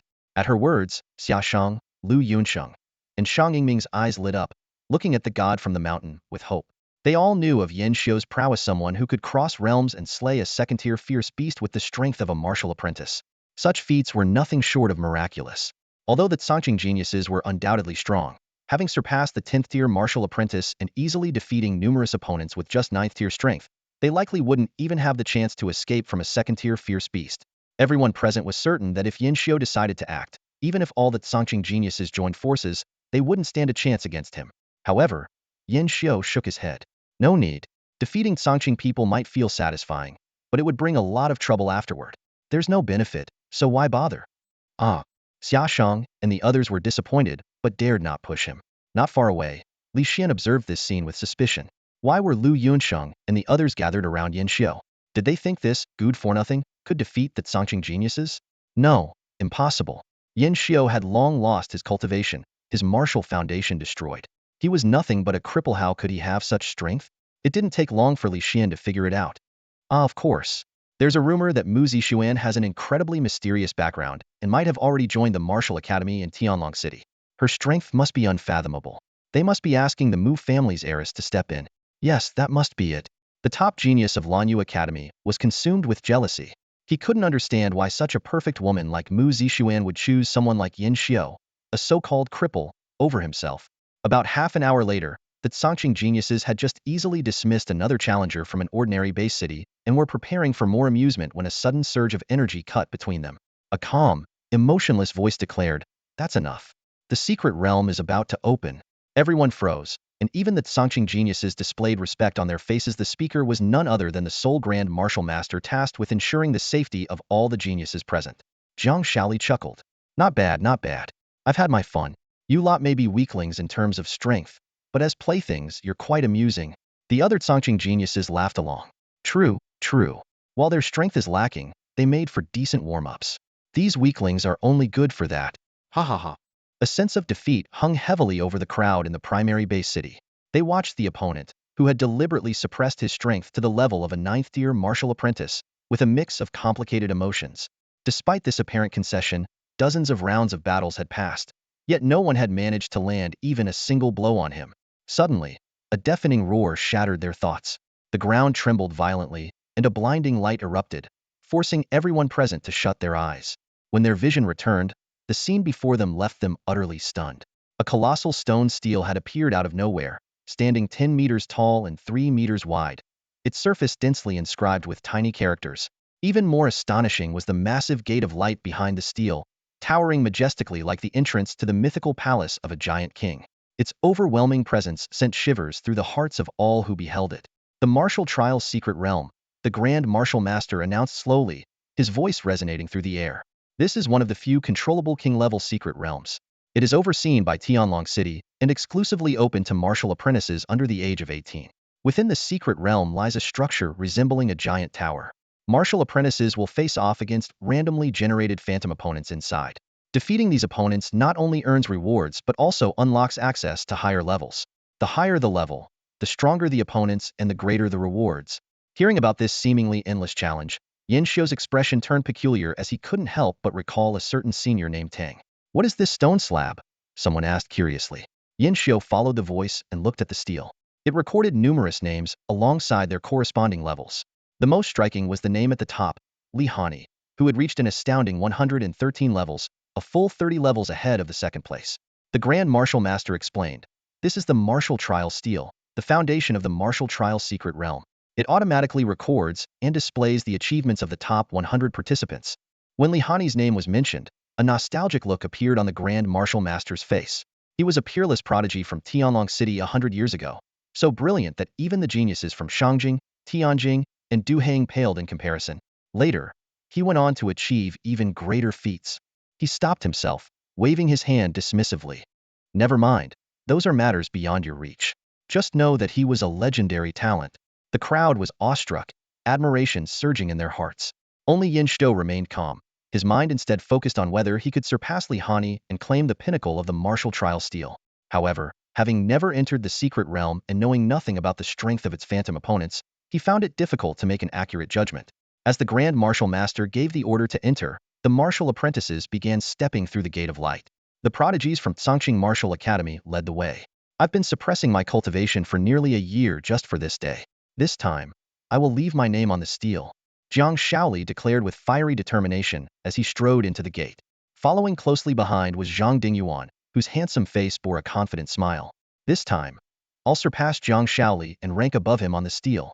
Next came the talents from Tianlong City's various martial arts schools, training programs, and academies. While they didn't dare to dream of reaching the steel, their determination to earn more rewards was evident in their eager expressions. Finally, it was the turn of the selected participants from the ordinary base cities. Boss, I'm heading in first, Lu Yunsheng said excitedly. I hope that when I come back out, I'll see your name replacing Li Hani's at the top and bringing glory to our Tianling city. That's a given. The boss is like a god from the mountains. Crushing Li Hani will be a piece of cake. Shang Yingming chimed in. Yin Xiu frowned at their words. A god from the mountains? Realizing they had let something slip, the two quickly backtracked. Oh, nothing. Nothing. You must have misheard. Oh look, it's our turn. See you later, boss. With that, they hurriedly entered the gate of light. Yin Xiu shook his head with a faint smile, choosing not to press further. At that moment, Mu Zixuan approached him. When I come out later, I expect to see your name on the steel. What's the point of being on the steel if, in the end, I'll still be beneath you? Mu Zixuan rolled her eyes at him before stepping into the gate. Why? Do you not want to be beneath me? Yin Xiu murmured to himself, then refocused his thoughts, his eyes fixed intently on the gate of light. For him, leaving his name on the steel wasn't the ultimate goal, nor was surpassing Li Hani. What truly mattered to him was whether the martial trial's secret realm held the opportunity to restore his martial foundation. If such a chance exists, I'll tear through the entire secret realm to claim it, Yin Xiu whispered, his gaze as sharp as a blade. With that, he strode boldly into the secret realm. As the blinding light faded, Yin Xiu opened his eyes to find himself in a vast chamber. The space was over 1,000 square meters, with walls lined with green bricks and dim oil lamps casting flickering shadows, giving the room the atmosphere of a gladiatorial arena. Looking around, he realized that the other 300 martial apprentices who had entered earlier were nowhere to be seen. Could it be that the martial trial's secret realm contains 300 such towers, each corresponding to one martial apprentice? Yin Xiu was taken aback. That's unbelievable. Yin Xiu stood within the towering structure, contemplating the mysteries of the secret realm. The 300 giant towers appeared grand, yet they clearly held hidden intricacies. However, his goal was clear to conquer the martial trial realm and obtain the means to restore his martial foundation. Everything else could wait. As he was lost in thought, an unexpected event unfolded. Spiritual energy gathered in the center of the room, quickly forming the phantom of a gray wolf. Its eyes glinted with ferocity, its bared teeth menacing, as if it were a living creature. A grade 1 low-tier fierce beast, a gray wolf? Yin Xiu noted in surprise that this illusory foe was entirely composed of pure spiritual energy. Such a method, truly defying the heavens. Before he could finish marveling, the gray wolf lunged at him, aiming directly for his throat. In a flash of sword light, the wolf's head fell, and its phantom dissipated into a wisp of smoke. Congratulations on clearing the first level. Reward, 3 portions of blood chi powder.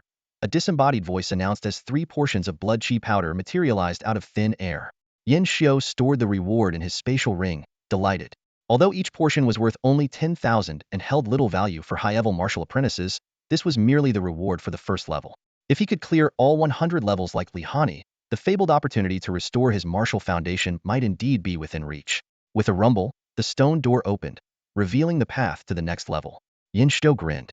To the senior who designed this secret realm, no matter how strong you made the enemies ahead, I'm afraid you'll have to forgive me for breaking the system. Ascending the stairs through the open door, he suddenly paused. Wait, what if that senior is still alive? Did I just curse him? My apologies, my apologies. The subsequent challenges proved to be smooth sailing. On the second level, 3 grade 1 low-tier fierce beasts were easily slain, granting him 10 portions of blood chi powder. On the third level, 4 grade 1 low-tier fierce beasts with strength close to that of 4th-tier martial apprentices were dispatched without issue, earning him a mortal-grade weapon. From the 4th level onward, the difficulty gradually increased, yet remained trivial for Yin Xiu. Meanwhile, in the outside world, 6 or 7 dozen young talents had already been eliminated. Discussions broke out among the crowd. The 23rd level is brutal 11 grade 1 height-ear fierce beasts attacking all at once. That's nothing. On the 27th level, There's a martial apprentice phantom proficient in earth-grade martial techniques, with strength equivalent to 78 elephant power. How did Li Hani make it to the 100th level? Did she break through to become a martial artist? Impossible. The rules specify participants must be martial apprentices under 18. Breaking through inside the secret realm? That's a death sentence. The more they speculated, the more astonished they became. Just how powerful had Li Hani grown? Only after experiencing the difficulty of the martial trial realm can one truly understand how powerful the geniuses on the leaderboard are. I stood at the exit of the 19th level, utterly exhausted, with mixed emotions churning inside me. Not far away, Li Xian had already collapsed to his knees, looking utterly defeated. The usually confident and spirited genius now seemed unable to accept his results. Before long, Shang Yingming also emerged from the trial realm. He had made it through the 26th level. While his performance was average, he seemed unbothered, standing there with an occasional glance at the stone monument, hoping to see the name of some renowned expert appear. The surrounding martial artists remained calm and indifferent, meditating with their eyes closed. Even the senior martial master responsible for defending against third-tier beasts maintained an air of composure. It seemed only changes in the rankings on the stone monument could draw their attention. Meanwhile, deep within the 47th level of the martial trial realm, Yin Xiu faced his current illusory opponent with a calm gaze. This foe was no ordinary adversary, a powerful martial artist, wielding the strength of 120 elephants and mastering heavenly-grade martial techniques. Even for a martial disciple who had broken through the 9th tier to reach the 10th, defeating such an opponent was no easy feat. Yet, Yin Xiu's voice remained as tranquil as ever. With an effortless motion, he unleashed 7 slaughter, as if it were merely a casual strike, and instantly defeated the illusory enemy. The ethereal system notification promptly echoed, "Congratulations, you have cleared the 47th level. Reward: 1 Supreme Grade Blood Chi Pill." Supreme Grade Blood Chi Pill? Yin Xiu's lips curled into a faint smile. This was no ordinary pill, it was 5 to 6 times more potent, with pure medicinal strength and no side effects, valued at around 800,000.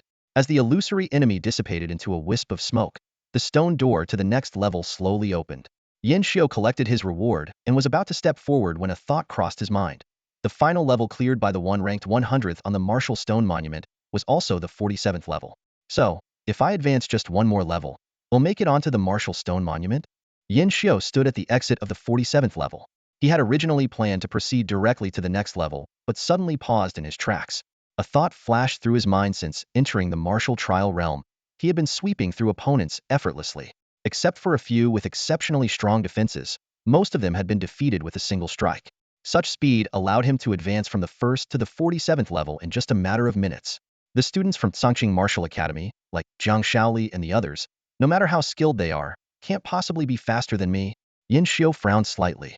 If I proceed to the 48th level now, the rankings on the martial trial monument will undoubtedly change. He vividly remembered how much of a sensation it would cause if an unknown martial artist from a base city ascended to the 48th level in just a few minutes. His past experiences had made him particularly wary of fame it could bring opportunities, but the risks it attracted were equally unpredictable. Should I wait here for a while and let someone else reach the 40th level first? The thought had barely surfaced before he dismissed it.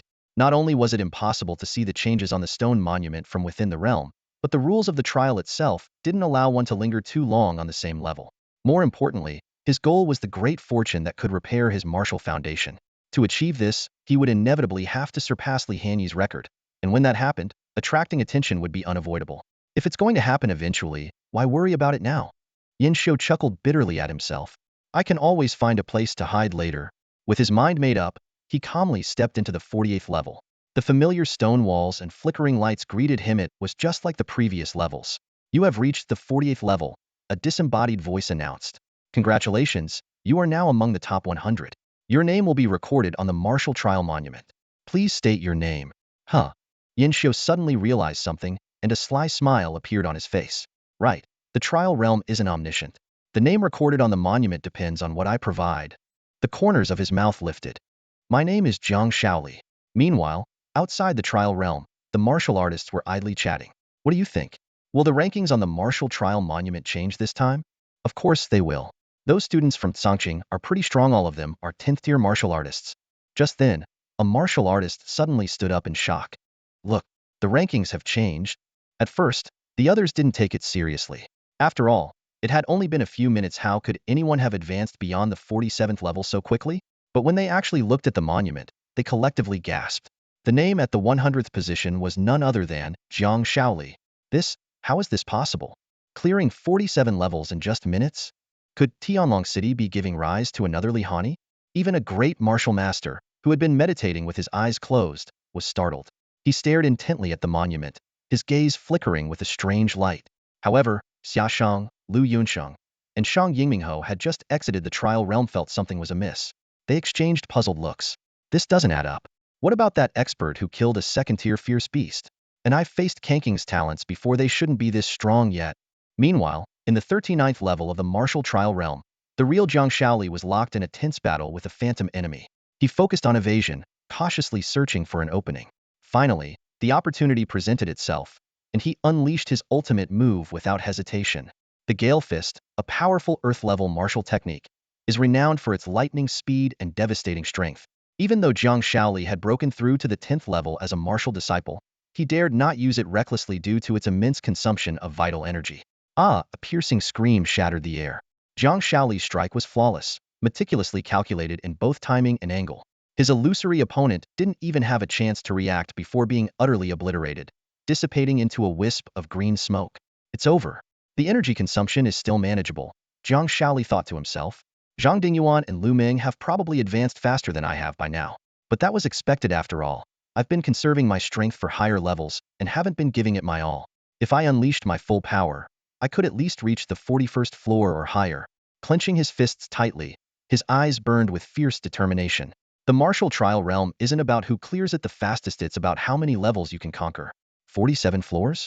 Simply making it onto the rankings isn't my goal. I'm aiming for the top 15, the top 30.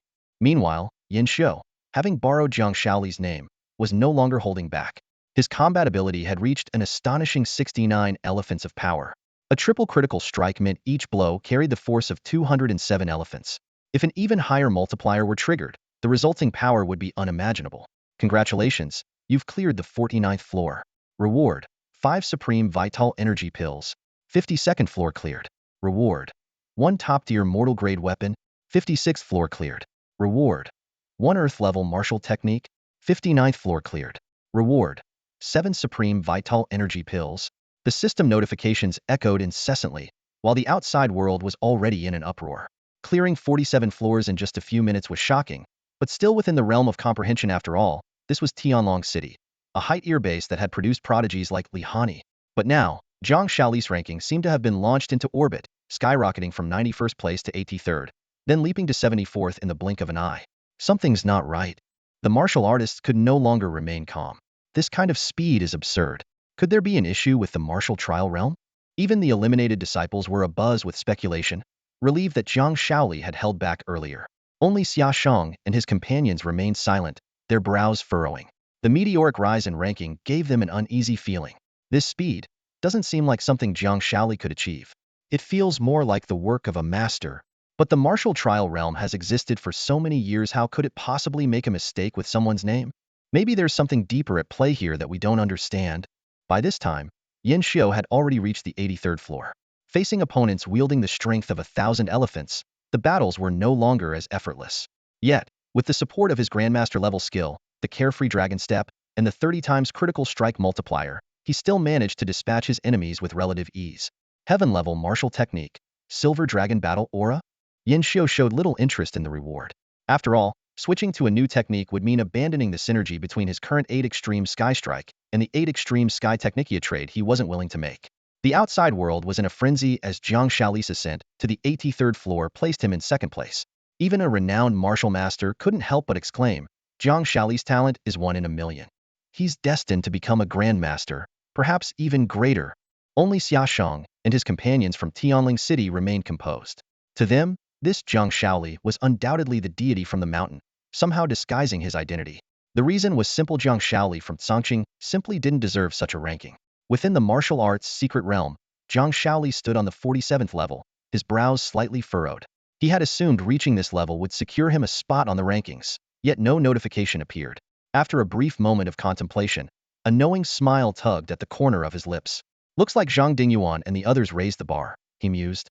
Half an hour later, as he stood on the 51st level, the long-awaited notification finally chimed. Just as he was about to announce his name, A mischievous thought crossed his mind. Why not use a nickname instead? Li Xiao, he murmured softly, a glint of cunning flashing in his eyes. The thought of Zhang Dingyuan and the others celebrating his supposed absence from the rankings, only to be stunned by the truth, made Jiang Shaoli chuckle to himself. Outside the realm, as time passed, martial disciples were gradually transported out. Their gazes instinctively turned toward the martial arts monument, and they were shocked to see the name Jiang Shaoli prominently in second place, with the level count still climbing. Wang Tianyi emerged from the secret realm with a look of disappointment, had only reached the 43rd level. But when he noticed the astonishment on everyone's faces and followed their line of sight, he too was left dumbfounded. 83 levels? How is that possible? Meanwhile, on the 99th level of the realm, a lone figure faced two mid-tier second-grade fierce beasts. The figure was none other than Yin Xiao, who had just acquired the refined-grade martial weapon, the little divine armored hedgehog. Without hesitation, he donned it. Li Hani managed to reach the 113th level as a martial disciple.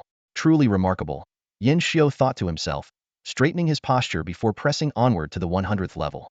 Back in the outside world, Li Tianyi, Zhang Dingyuan, and others stared in disbelief as Jiang Shaoli's name surpassed the 100th level. They all drew sharp breaths. When had their seemingly ordinary companion hidden such incredible strength? Ironically, the real Jiang Shaoli was, at that moment, locked in a fierce battle on the 56th level, his body battered and his breathing erratic. I'm a genius of Tsangqing. This isn't my limit, he roared through gritted teeth, charging toward his adversaries. On the ultimate battlefield, Yin Xiao stood on the 112th level, confronting a horde of over 100 first-grade fierce beasts alongside 4 mid-tier second-grade beasts. Clutching the 7 kills sword tightly, his eyes burned with determination.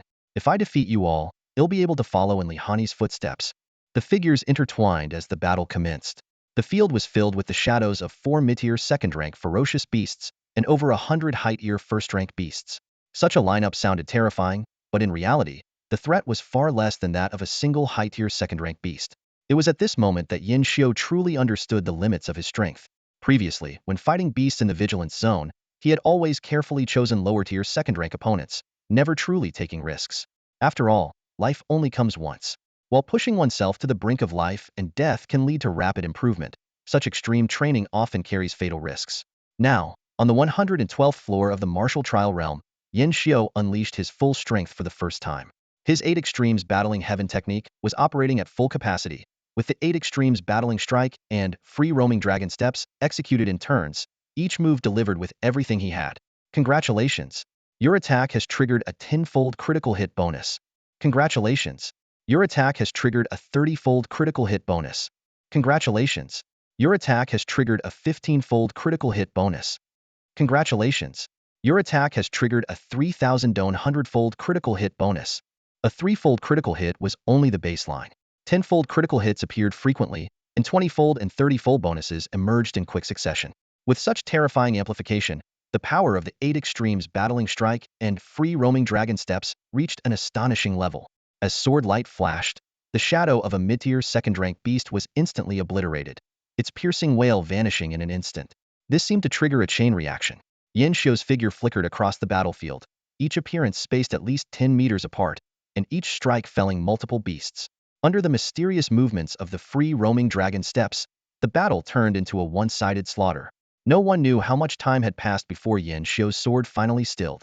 After a slight gasp for breath, a faint smile appeared on his lips. The once crowded room was now empty. Every shadowy beast had been eradicated by his blade. Congratulations! You have cleared the 112th floor. Reward: Master-level technique Divine Sky 9 Transformations. A master-level technique? Yin Xiao's heart leapt with joy, and he was eager to dive into its study immediately. However, the martial trial realm had its own rules. While there was no time limit for battles, challengers must enter the next floor within 1 minute of clearing a level, or they would be forcibly expelled. This was why most challengers chose to press forward without resting. The 113th floor, the stage where Li Hani had once fallen, battle intent surged in Yin Xiao's eyes as he anticipated the formidable opponent that awaited him. Meanwhile, in the outside world, Mu Zixuan stepped out of the martial trial realm with a triumphant smile. This time, she had performed exceptionally well, reaching the 80th floor and nearly surpassing the Secondo, the third-rank position. Unfortunately, she had encountered a shadow panther on the 80th floor, a beast that countered her abilities, and coupled with her exhaustion, she had fallen short. I made it to the 80th floor. Yin Xiao will definitely be shocked when he finds out. Speaking of which, has he come out yet? With his strength, he should be able to reach the 90th floor, maybe even the 100th. She muttered to herself while glancing at the martial trial stone tablet. Her brows furrowed instantly. Zhang Shaoli has reached the 112th floor? How is that possible? Although she wasn't familiar with the genius from Songqing, Mu Zixuan was well aware of his strength from observing his duels. There was no way he could reach such heights. After a moment of thought, she suddenly realized, I get it. It must be Yin Xiu. That guy must have used Zhang Shaoli's name to avoid drawing attention. At that moment, exclamations erupted around her. It's gone up again. My God, Zhang Shaoli has cleared the 112th floor, tying with Li Hani for first place. Could it be that another legend is about to rise in Tianlong City? Mu Zixuan's gaze fixed on the stone tablet, where the name Zhang Shaoli was now followed by 113th floor. She fell silent for a long moment before murmuring, that guy. He's just too monstrous. Not far away, numerous martial artists were in an uproar. Even the usually stoic grandmasters couldn't help but exclaim in astonishment. Meanwhile, the real Zhang Shaoli was still struggling on the 57th floor. On the 113th floor, violent spiritual energy coalesced rapidly under an invisible force. As the shadowy opponent fully materialized, Yin Xiu narrowed his eyes. It was a high-tier second-rank ferocious beast, a wind sky tiger. Though only a single word differentiated mid-ear from height-ear, the gap in power was immense. A height-ear second-rank beast could easily take down 5 or 6 mid-ear counterparts, or even more. Not even advanced martial practitioners could guarantee victory against such a foe. It was no wonder Li Hani had fallen here. Facing a height-tier second-rank beast as a martial apprentice was a daunting and nearly hopeless challenge. Roar! With a ferocious roar, the wind sky tiger fully emerged. Standing 7 meters tall, its body was wreathed in swirling winds, and its gaze alone exerted overwhelming pressure. Facing such a formidable adversary, Yin Xiu showed no hint of retreat. Instead, his expression was filled with intense battle intent and confidence. A height-tier second-rank beast with innate wind affinity? Definitely a tough opponent, stronger than anything I've faced before. But, as long as your speed can't match my free-roaming dragon steps, the victory will be mine. Before his words had fully faded, Yin Xiu's figure vanished from sight. A sharp sword light sliced through the air, marking the start of the battle. Outside, the grandmasters, martial artists, and eliminated apprentices all stared intently at the martial trial stone tablet, their eyes fixed on the numbers next to Zhang Shaoli's name. 1 second, 2 seconds, 3 seconds passed, and finally, the rankings shifted. Li Hani's rank had dropped by 1 position. Now, on the martial monument, Zhang Shaoli's name proudly occupied the top spot, with his achievement of reaching the 114th level leaving everyone in awe. What was even more astonishing was that he had yet to emerge from the martial secret realm. The entire plaza was in an uproar. Martial artists trembled with excitement, and even the most seasoned and composed grandmasters couldn't hold back their tears. Such a young manha truly unparalleled in brilliance. The crowd buzzed with fervent discussions. Do you think Zhang Shaoli can climb another level? Of course, it's possible. He's still inside the secret realm, which means this isn't his limit yet. But don't forget Li Hanyi's glory. 100 years ago, she fought beyond her rank as a martial apprentice, slaying second-tier beasts and holding her own against 3 martial artists without defeat. Even the prominent figures of Shangjing praised her as a pillar of humanity. Yet, she only reached the 113th level. Zhang Shaoli is clearly stronger. He might just create a new miracle. Meanwhile, on the other side of the crowd, Mu Zixuan, Xia Shang, and Lu Yunshin found the discussions amusing. They all knew the truth. Zhang Shaoli wasn't behind this achievement. It was the god on the mountain. At that moment, Lu Yunshin suddenly slapped his forehead. Huh, strange. Why hasn't that fake Zhang Shaoli come out of the secret realm yet? Simultaneously, in the 58th level of the martial secret realm, the real Zhang Shaoli was locked in combat with a phantom enemy. He calculated carefully in his mind, using the secret martial technique, I can end this fight in 2 minutes, but the energy cost is too high. It's better to adopt a prolonged strategy, which would also give me time to circulate the 9 woods vitality technique and recover my strength. Far above, Yin Xiu continued his climb through the levels. When he reached the 119th level, he noticed something unusual. Starting from the 115th level, the movements of the phantom enemies had become stiff, with some even freezing entirely. This realization struck him. Perhaps this martial secret realm wasn't fully completed.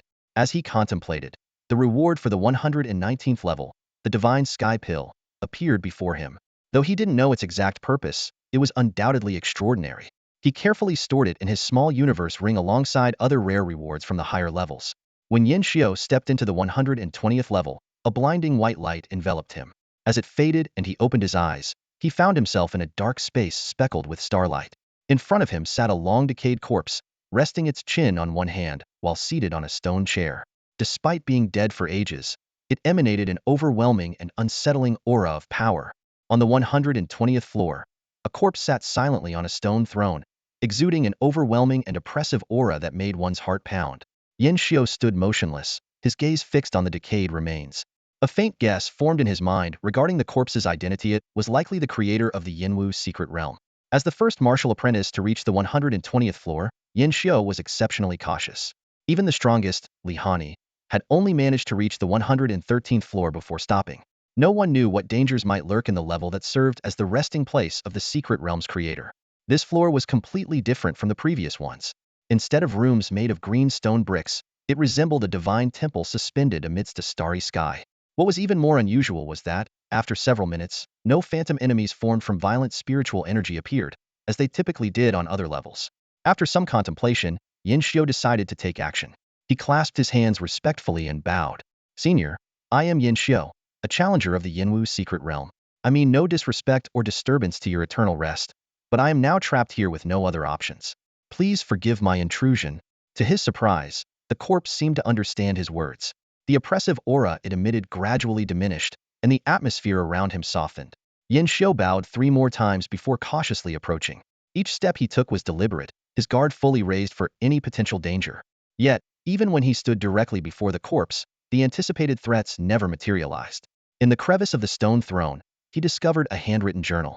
After bowing 3 more times to the corpse, Yin Xiao carefully retrieved the journal.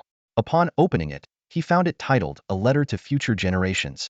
The letter contained startling revelations. The writer had fought in bloody battles for decades in the city of Linyuan, slaying countless calamity-class beasts and even 2 beast kings. These revelations left Yin Xiao in shock.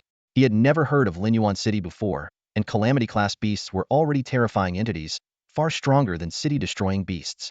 As for beast kings, they were so rare that even textbooks made no mention of them. The letter also unveiled the truth about the Yinwu secret realm. It was originally intended to have 300 levels and serve as a test for martial artists. However, due to the creator's severe injuries and impending death, they only managed to complete up to the 115th floor. In the end, they had to lower the standard, making it accessible to martial apprentices instead. The most crucial part of the letter detailed the inheritance. Its essence lay in the word, Zhan Shak. However, martial apprentices lacked the cultivation level to comprehend it directly, and even martial artists would require preliminary techniques to progress. By burning the journal, the inheritance would automatically enter the mind. But the true cultivation method would remain sealed until one reached the martial master stage. The letter concluded with a warning. Calamity looms. Linyuan City is on the brink of destruction, and time is running out for this world. After reading these words, Yin Xiao did not appear overjoyed. Instead, a trace of melancholy surfaced in his eyes. The inheritance obtained after burning the journal was the ultimate reward of the 120th level. Yin Xiao stared at the journal in his hand, his emotions a mixture of bittersweet feelings. While the inheritance was undoubtedly precious, it was far from the method he sought to repair the foundation of his martial path. Senior Tang was right. A miraculous opportunity capable of restoring one's martial foundation is extremely rare in this world. Yin Xiao murmured softly, carefully tucking the journal into a secluded corner of his spatial ring. He decided to wait until he returned home before fully accepting the inheritance. Just then, the corpse seated on the stone throne began to crumble, disintegrating into ashes that scattered into the air. On the fading face, there seemed to linger a faint, almost imperceptible smile. Witnessing this scene, Yin Xiao had a sudden realization.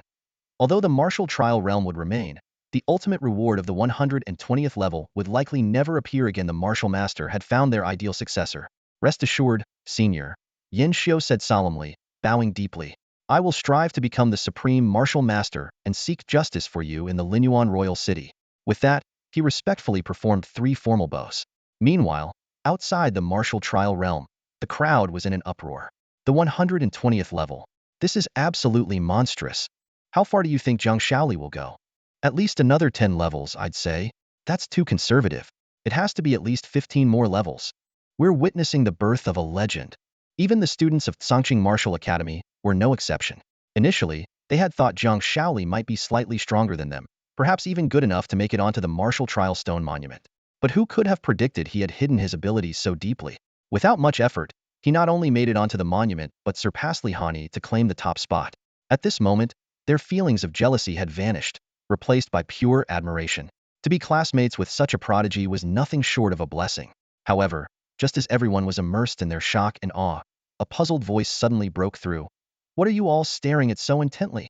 You didn't even notice me coming out of the martial trial realm? Unbeknownst to them, Zhang Shaoli had appeared amidst his companions. His mood wasn't particularly great in the 59th level. He had faced a fierce beast with a strength nearing 270 units of force. Despite using every trick in his arsenal, he had failed to slay it. Although reaching this point had already exceeded his expectations, human nature always craves more. Initially, he had planned to put on a little act, especially since he hadn't used his real name when ascending the martial trial monument. But to his surprise, this group hadn't even noticed his presence. Instead, their gazes were fixed in a single direction as if their souls had been captivated. What made Jiang Shaoli feel even more unsettled was the instant he spoke up. Zhang Dingyuan, Lu Ming, Bai Sisi, and the others all turned their heads in unison. Their eyes were filled with indescribable and peculiar expressions. The surrounding gazes surged like a tide, causing Jiang Shaoli to shiver instinctively. He touched his face and was just about to speak when the entire scene erupted into chaos. Jiang Shaoli is out. Where? Let me see. I want a photo with him. I want a hug. I want a kiss. The crowd broke into a frenzy of exclamations. Someone shouted excitedly, a living legend. Quick, let me get an autograph. When Jiang the Prodigy rises to the top, this signature will be worth a fortune. Count me in. More voices joined the commotion. Jiang Shaoli stood frozen, his body stiff and his mind blank. Wasn't this reaction a bit too much? Could it be because they recognized him through his nickname, Li Xiao? But all he had done was barely pass the 59th level, just scraping into the top 80. Was that really something to go crazy over? Something felt off, very off. Just as he was about to turn to old Zhang and Xiao Lu to ask what was going on, several figures rushed toward him. Leading the group was someone radiating an extraordinary glow, with every movement exuding a divine brilliance like a newborn star. It was none other than the only Grand Martial Master of the martial arts secret realm. The martial arts experts appeared, their faces brimming with joy. Unparalleled talent. Exceptional aptitude. You're practically a legend. Who would have thought our Tianlong city could produce such a figure again? Someone exclaimed excitedly. The heavens truly favor us. Ha ha ha. Another martial artist laughed heartily. Tianlong City is finally about to produce someone even more dazzling than Li Hani, destined to ascend to the pinnacle of martial arts. Even the Grand Martial Master, known for his strict demeanor, could not contain his excitement. He exclaimed repeatedly, Good child, good child. I've already sent word about you back to Tianlong City. The masters there are thrilled and have said they will personally mentor you in the future. No, it's more than that, higher, even willing to use their connections to send you to the capital. Zhang Shaoli was completely stunned, frozen in place. The scene before him felt like a dream. It was already understandable that others recognized Li Xiao as him and were shocked because of his name appearing on the martial monument. After all, during the last opening of the martial secret realm, not even the top 100 rankings drew much attention.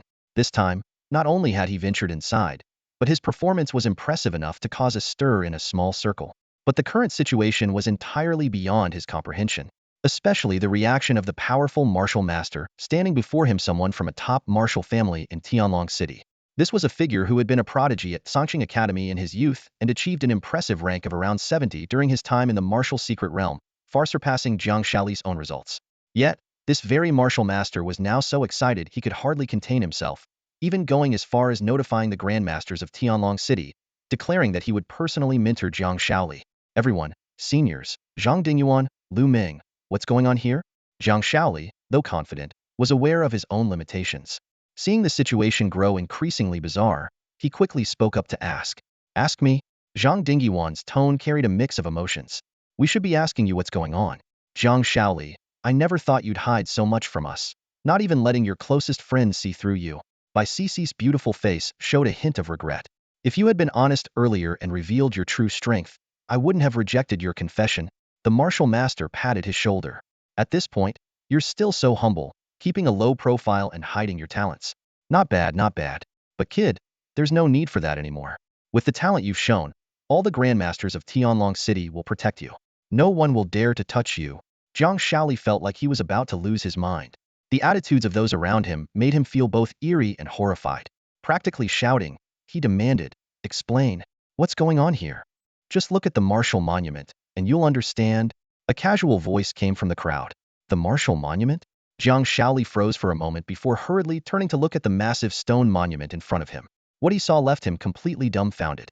First place, Zhang Shaoli, level 120. 120 levels? He finally understood why his friends accused him of hiding his abilities and why the martial master said the grandmasters of Tianlong City would personally mentor him. His name had surpassed Li Hanyi's and was now displayed prominently at the very top of the martial monument. Everyone, seniors, Zhang Dingyuan, Lu Ming, by Cici, you're all mistaken, completely mistaken. Zhang Shaoli anxiously tried to explain. The Zhang Shaoli on the martial monument isn't me at all. How could I possibly have that level of strength?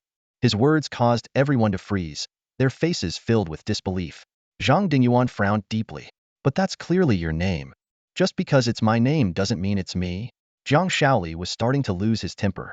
The names on the martial monument can be chosen by the participants themselves. Yes, I did make it onto the list, but I didn't use my real name. I went by Li Xiao, ranked 81st. Look, that's minute the first place Zhang Shaoli. A deathly silence fell over the crowd. Everyone's eyes widened in shock as they realized that Zhang Shaoli wasn't Zhang Shaoli. The genius who had surpassed Li Hani was someone else entirely. Even the martial master furrowed his brow deeply, sensing something was off. While this Zhang Shaoli had broken through to the 10th level of martial disciple, his strength wasn't extraordinary, about 120 elephants worth of force. By all logic, he shouldn't be capable of reaching 120 levels, let alone 70. At that moment, someone exclaimed, "Look! The name of the first place Zhang Shaoli on the martial monument is still glowing, which means he's still inside the secret realm and hasn't come out." The crowd suddenly understood, and many began speculating about the true identity of this mysterious prodigy who had used a fake name. Just then, a commanding voice rang out. The martial master urgently said, "Everyone here, report your names. We need to account for who hasn't exited the martial secret realm." But before he could proceed, the name of the first place, Zhang Shaoli, on the martial monument, dimmed. The mysterious prodigy had come out of the secret realm.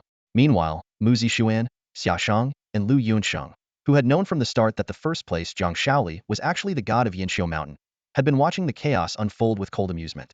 Particularly Xia Shang and Lu Yunsheng, who had previously been defeated by Jiang Shaoli. Though they respected his strength, they couldn't help but feel a sense of schadenfreude as they watched him frantically try to explain himself. "Hey, what are you all staring at?" A voice suddenly interrupted. Yanxiu, who had just exited the martial secret realm, had somehow appeared among the crowd without anyone noticing. When they saw him, Mu Zixuan, Xia Shang, Lu Yunsheng, and Shang Yingming all exchanged peculiar looks. The youngest, Xia Shang, couldn't hold back his curiosity and blurted out, Boss, you're the first place person on the martial monument, aren't you?" All eyes in the crowd turned to Yanxiu, their gazes brimming with barely concealed admiration. They were well aware of his extraordinary strength. This was a man who had slain a second-tier beast despite being at the level of a mere martial apprentice, a feat that had elevated him to near mythical status. But no one had expected him to ascend to the 120th floor of the martial trial realm, surpassing the legendary prodigy Li Hani to claim the top spot. "It wasn't me. You've got the wrong person," Yanxiu denied without hesitation, shaking his head firmly.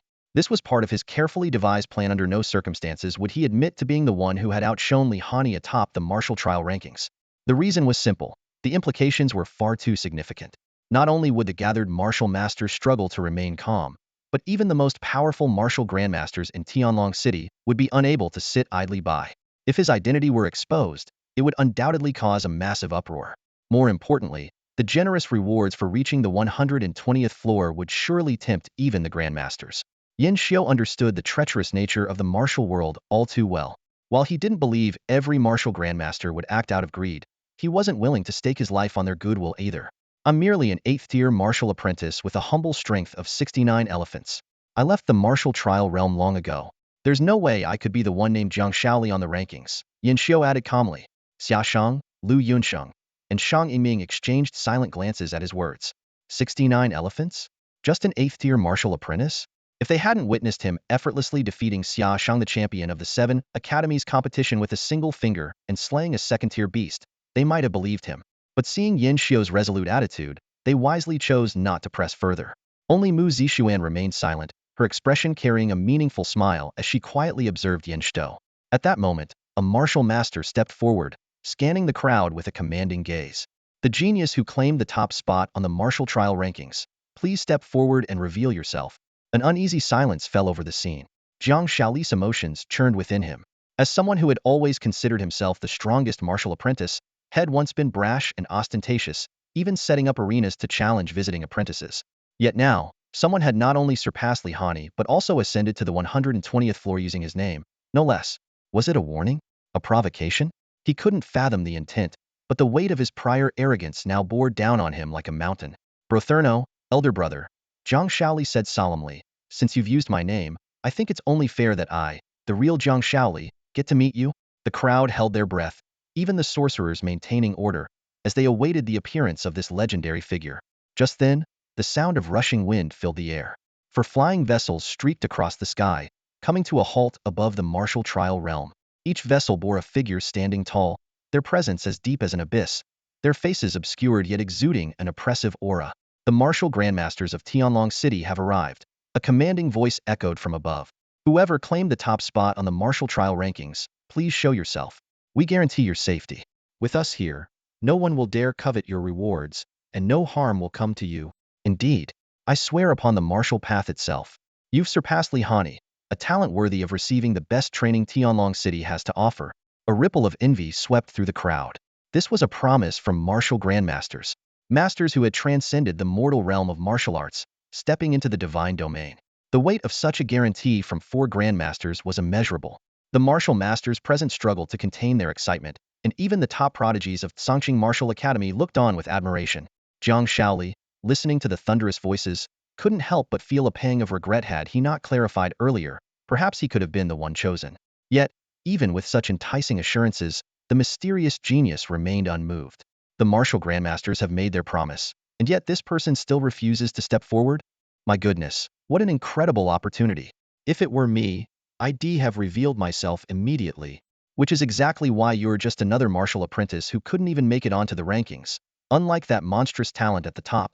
What's that supposed to mean? Think about it, someone who surpassed Li Hani might not even care about these so-called opportunities. As time ticked by, the 4 martial grandmasters stood like deities in the heavens, their presence towering above the crowd. Yet the scene below remained eerily silent. At last, the martial master received new instructions, surveying the crowd with a serious expression before announcing, my apologies to everyone, but we'll need to delay proceedings for a while. Grandmaster Sun has ordered a thorough investigation of everyone's cultivation levels. We will identify this genius within the next hour. The training ground instantly erupted into commotion. Among the numerous martial apprentices, some maintained calm expressions, others appeared tense, while a few showed either anticipation or guilt in their eyes. In Tianlong City, the urgency left no room for hesitation. The martial masters swiftly set up a perimeter, while several grandmasters floated in the air, overlooking the scene from above. The Grand Martial Master personally began inspecting each apprentice, testing their true blood energy one by one. 81 elephant strength? Not him.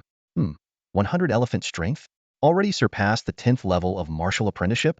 Impressive, but still not the one we're looking for. That brat from the Wang family, after pouring so many resources into him, he only managed 79 elephant strength. What a waste. The inspection was completed quickly. Even the elites from the Songqing Martial Academy and the younger generation of Tianlong City were thoroughly examined, yet no clues were found. The Grand Martial Master turned his attention to the contestants from the smaller base cities, his disbelief evident. How could a genius capable of surpassing Li Hani have emerged from such remote and impoverished areas? Despite his reluctance, the Grand Martial Master proceeded to examine Xia Shang, Lu Yunsheng, Shang Yingming, and others one by one. When he reached Mu Zixuan, he frowned slightly, scrutinized her briefly, and then shook his head. You're not the one. When he finally stood before Yin Xiao, Xia Shang and the others couldn't help but feel a surge of nervousness for him. However, Yin Xiao remained composed and greeted respectfully. Greetings, senior. The Grand Martial Master replied indifferently. After a brief examination, he showed a look of disdain and left without a word. This baffled Xia Shang and the others. After all, Yin Xiao was a prodigy capable of slaying second-tier beasts while still at the martial apprentice level. Yin Xiao, however, stayed calm, fully aware of his situation. Without the support of the infinite critical strike system, he was merely an 8th-tier martial apprentice with 69 elephant strength. Though his blood energy was slightly more robust due to practicing a heaven-tier technique, it was far from remarkable by Tianlong City's standards. Soon, all the contestants had been inspected, yet no results were found. The Grand Martial Master's expression darkened, and he even began to suspect that there might have been an error in the martial training secret realm. Impossible. A martial grandmaster immediately refuted. The martial training secret realm has been flawless for 100 years, and this time is no exception. Even with the martial grandmasters present, they were unable to locate the mysterious expert, and the crowd erupted into fervent discussion. Finally, the 4 grandmasters in the sky became restless. To the friend who cleared the 120th level, we humbly invite you to reveal yourself. I, as a martial grandmaster, vow on my honor to guarantee your safety. Indeed, with the four of us here, you needn't have any concerns. I am willing to offer a grandmaster level technique and 10 billion federal credits as a reward. Please, step forward. A grandmaster technique? The crowd collectively gasped at the generous offer, their eyes ablaze with envy. Some even entertained the idea of impersonating the mysterious expert, but quickly dismissed the thought they knew it was impossible to deceive the discerning eyes of the grandmasters. A heavy silence fell over the scene. No one responded. Eventually, one of the martial grandmasters sighed and said, "If you are unwilling to meet us, so be it. I promise that no matter when, the gates of Tianlong City will always be open to you." Seriously, hiding in the shadows, what are you even trying to conceal? A martial arts grandmaster spoke coldly, his voice laced with obvious disdain. The aircraft streaked across the sky, disappearing into the horizon like a flock of birds returning to their nests. The martial arts masters from Tianlong City had clearly run out of patience and began to leave one by one. Yin Xiu watched the departing aircraft and let out a long sigh of relief. He had been worried that these martial arts masters might resort to extreme measures, or even detain everyone out of frustration at not finding him. Fortunately, they refrained from such madness. Realizing that the top-ranked genius on the Yinwu monument refused to reveal himself, they ultimately gave up the chase. The Yinwu secret realm is now closed, came the timely voice of a senior martial artist, tinged with unmistakable regret. Next, dedicated martial instructors will escort you back to Tianlong City. His tone carried a trace of puzzlement, as though he couldn't fathom why the genius who had surpassed Li Hani would choose to hide his identity. Before long, hover cars arrived in succession. Even the usually arrogant prodigies from the Tsangqing region had set aside their pride, boarding the vehicles obediently alongside everyone else. "What's wrong, Lao Jiang?" Zhang Dingyuan teased as he glanced at Jiang Shaoli, who still seemed shaken. "I'd say you're pretty lucky. Of all the names that Big Shot could have used, he chose yours. You really got your moment in the spotlight." Lu Ming, by Cece, and the others nodded in agreement. "Give me a break, Lucky?" Jiang Shaoli shot him an exasperated glare. "You think this is a good thing?" Seeing the confusion on their faces, Jiang Shaoli sighed bitterly and explained, "That person used my name as a warning. Do you think he randomly picked a nickname? No. He deliberately chose my real name." At this, the group suddenly understood, quickly grasping the implications. Zhang Dingyuan gazed out the car window, watching the martial apprentices boarding the vehicles. Lost in thought, he murmured, "I never expected the opening of the Yinwu secret realm to attract someone so extraordinary. Do you think this mysterious big shot is from Tianlong City? Or could he come from one of the ordinary base cities?" The mysterious genius of the martial practice secret realm had become the talk of Tianlong City and its surrounding areas. Both local residents and visiting martial artists from nearby base cities were speculating about the identity of the prodigy who had dominated the secret realm. At this moment, Yin Xiu was seated on a hover bus heading back, a satisfied smile playing on his lips. The rewards from this secret realm expedition had put him in high spirits. Priceless treasures like elixirs, techniques, weapons, and materials now belonged to him. More importantly, he had obtained the inheritance of the secret realm's creator, a formidable figure from Linyuan King City whose strength was unfathomable. This person could effortlessly slay calamity-level beasts, and even take on beast kings in battle. Such an inheritance might surpass even the legacy of Senior Tang. As Yin Xiu pondered where he could safely unlock this inheritance upon returning to Tianling City, a delicate fragrance wafted through the air.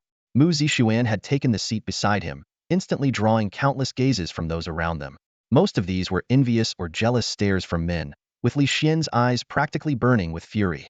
Mu Zixuan, long accustomed to being the center of attention, pouted and spoke with a hint of grievance. "Hey, Yin Xiu, be the judge for me here." "Judge? About what?"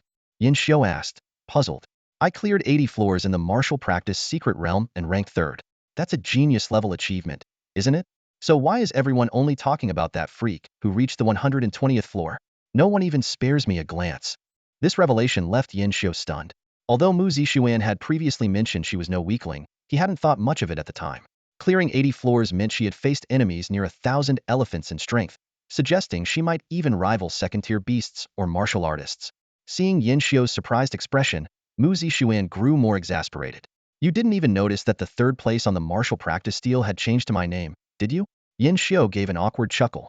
Truth be told, he had been too preoccupied with his own first-place ranking to notice. Mu Zixuan sighed. "Forget it. Everyone's obsessed with that freak, even the martial masters and grandmasters overseeing the secret realm." As she spoke, she cast Yin Xiu a meaningful glance. Yin Xiu chose to feign ignorance. "Third place never gets any respect." Mu Zixuan muttered as she stood up. Before leaving, she reminded him, "Don't forget your promise to take me to the danger zone for some exploration." "Got it," Yin Xiu replied with a nod. On the return journey, Yin Xiu skipped the hotel and took a maglev bus directly to the Tianling City Transit Hub. Although he missed the chance to sell Wang Luyang's items, he also avoided unnecessary trouble. Lin Xiaohua and Wang Qian, having learned their lesson, kept a low profile, and the journey was uneventful. At the transit hub, Yin Xiu parted ways with Mu Zixuan, nodded in acknowledgement to Xia Shang and the others, and transferred to another train heading for the wilderness. With Wang Tianchu's hostility in mind, he decided to find a safer place to sort through his spoils. Meanwhile, Li Xian scoured the station, searching for Yin Xiu to teach the useless man a lesson for getting too close to Mu Zixuan. But his efforts were in vain. In a secluded area of the wilderness safety zone, Yin Xiu set up a temporary tent.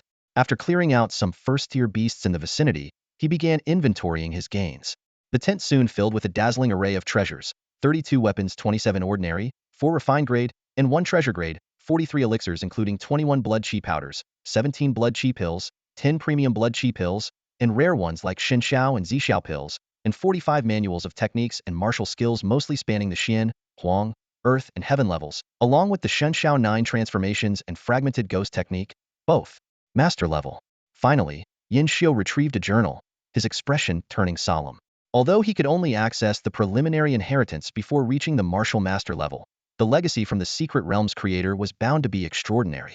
Tossing the journal into the fire, he watched as it burned to ash, releasing a white orb of light that hovered in the air. So this is the inheritance? Incredible. Yin Xiu reached out to touch the orb, which flowed into him like liquid. Instantly, an immensely powerful technique appeared in his mind. More than 10 minutes passed as Yin Xiu quietly processed the influx of information in his mind. The inheritance he had received was divided into 2 parts: the cultivation technique, dragon blood refinement, and the martial skill 9 shock dragon palm, both of which were at the grandmaster level. Dragon blood refinement allowed blood energy to be refined and concentrated into dragon force, while 9 shock dragon palm utilized dragon force to unleash devastating shockwaves capable of destroying anything in their path. Compared to these 2 grandmaster level techniques, the Ba Ji Bo Tiangong and Ba Ji Bo Tianjin paled in comparison. What was even more unsettling was that Yin Xiu sensed an enormous amount of information sealed deep within his memory. Just brushing against it sent chills down his spine.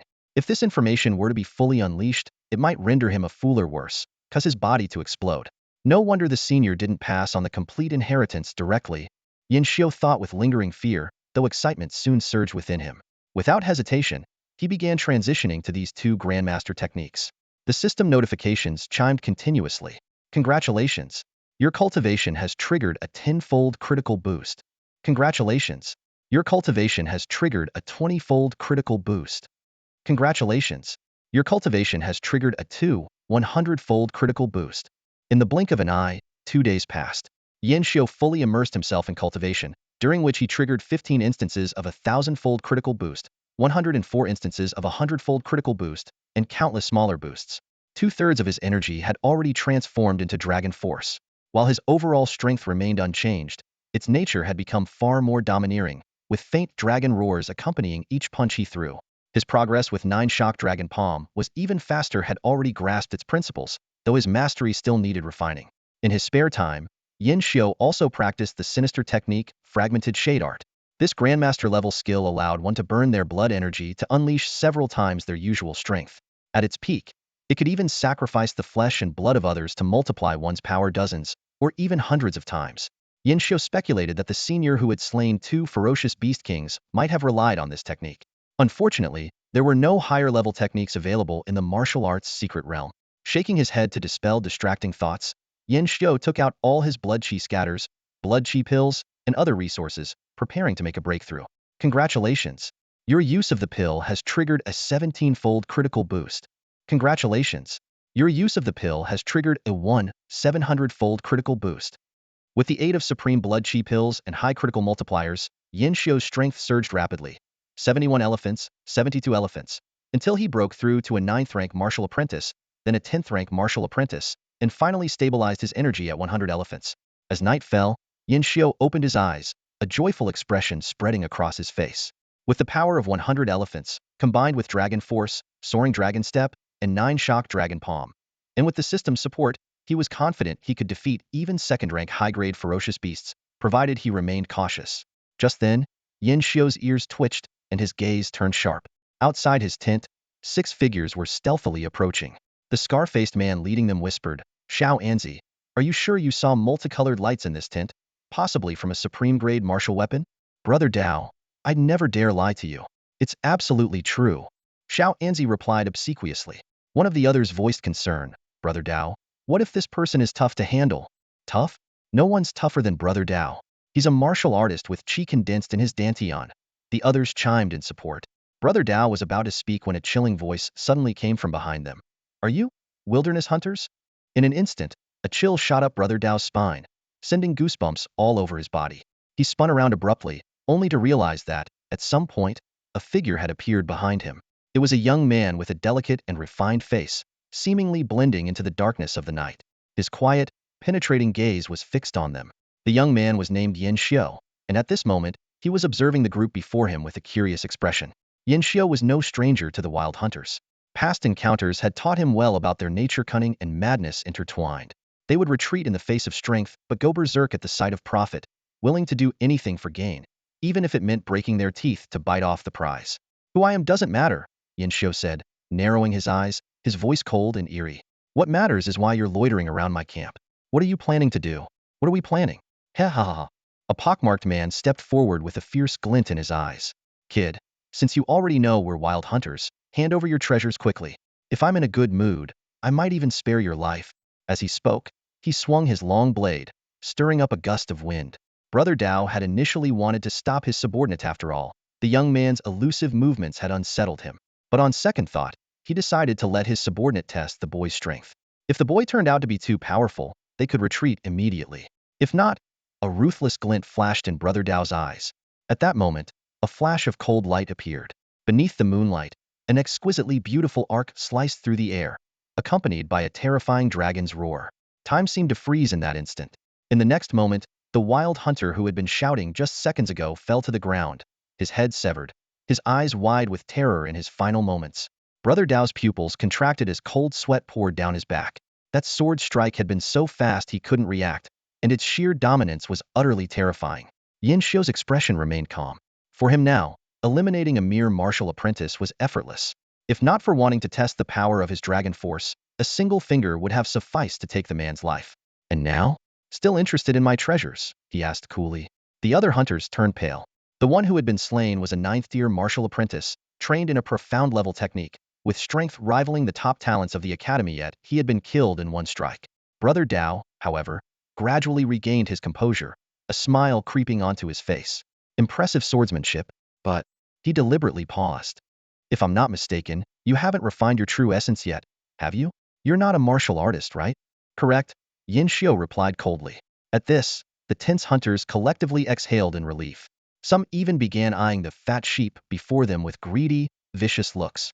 Brother Dao dropped his pretense as well, stepping forward as a surge of true essence whipped up a fierce wind. "Listen, kid, you surely understand the difference between a martial artist and a martial apprentice. That sword strike was impressive, but at the end of the day, you're just an apprentice. Hand over your treasures, and I'll let you leave. Think of it as making a friend. Otherwise what?" Yin Xiu asked impassively. "Otherwise, don't blame me for being ruthless." Brother Dao's eyes gleamed with malice as he struck out suddenly, his palms surging with true essence. Yin Xiu's expression remained unchanged. He activated the 9 Dragon Shocks technique and countered with a punch. The roar of a dragon tore through the air as Brother Dao's face twisted in shock. The young man's force was as vast and unfathomable as the ocean. In the face of this overwhelming power, Brother Dao's true essence was as fragile as paper, torn to shreds in an instant.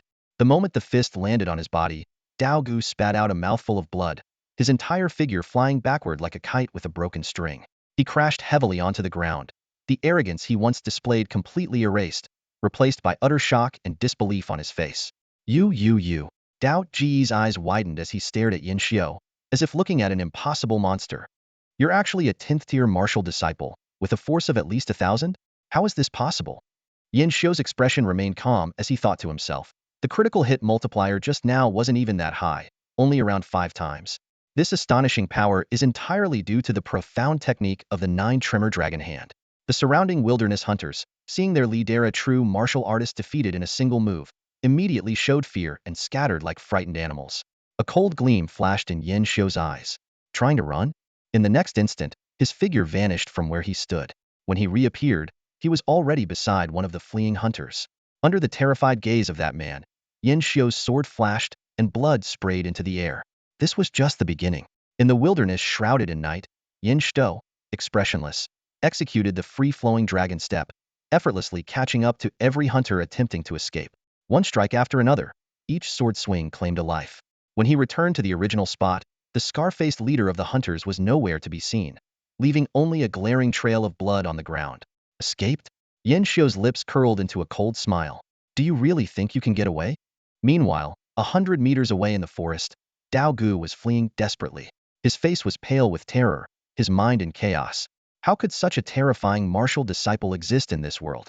With sheer force alone, he had effortlessly shattered his true essence? Such a thing was unheard of. Run, run. I have to run. As long as I reach that place, it'll be safe. Just then, a chilling voice echoed behind him. Where do you think you're going? Dao Ge's expression changed drastically as he instinctively turned and threw a punch.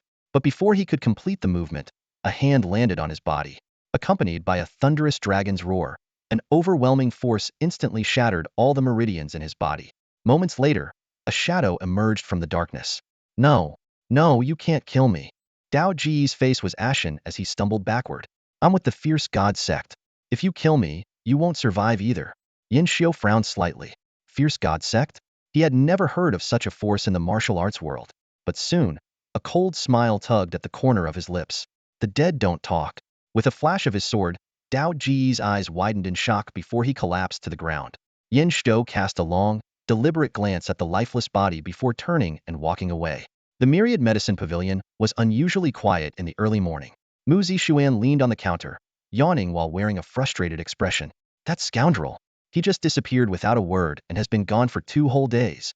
Is he planning to skip out on me? She was debating whether to storm into the restricted zone to find him when a deliberately low voice interrupted her thoughts. Hello? Is this counter out of service? Go somewhere else. Mu Zixuan waved her hand impatiently.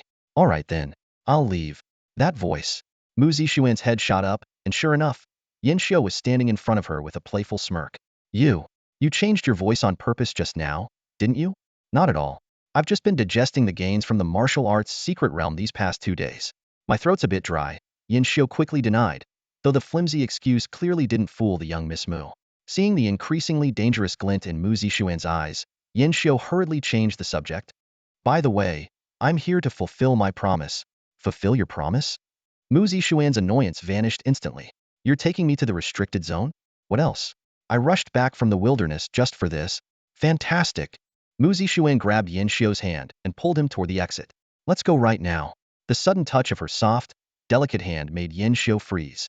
He wanted to pull away, but the warmth and tenderness made him hesitate, and he eventually gave up resisting.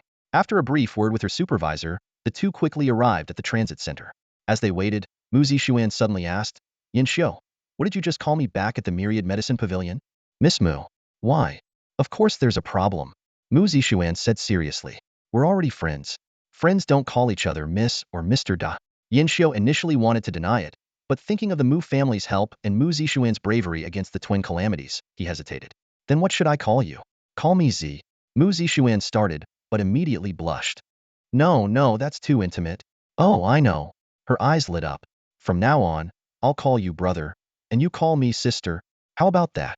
Yin Xiu was stunned. Weren't we just talking about being friends? Are you unwilling? Mu Zixuan's tone turned anxious. Yin Xiu suddenly smirked mischievously. Actually, there's an even better title. What is it? You could call me Dad. Yin Xiu, I'm going to kill you. The ensuing chase lasted for a full hour. In the end, Yin Xiu raised his hands in surrender. All right, my bad.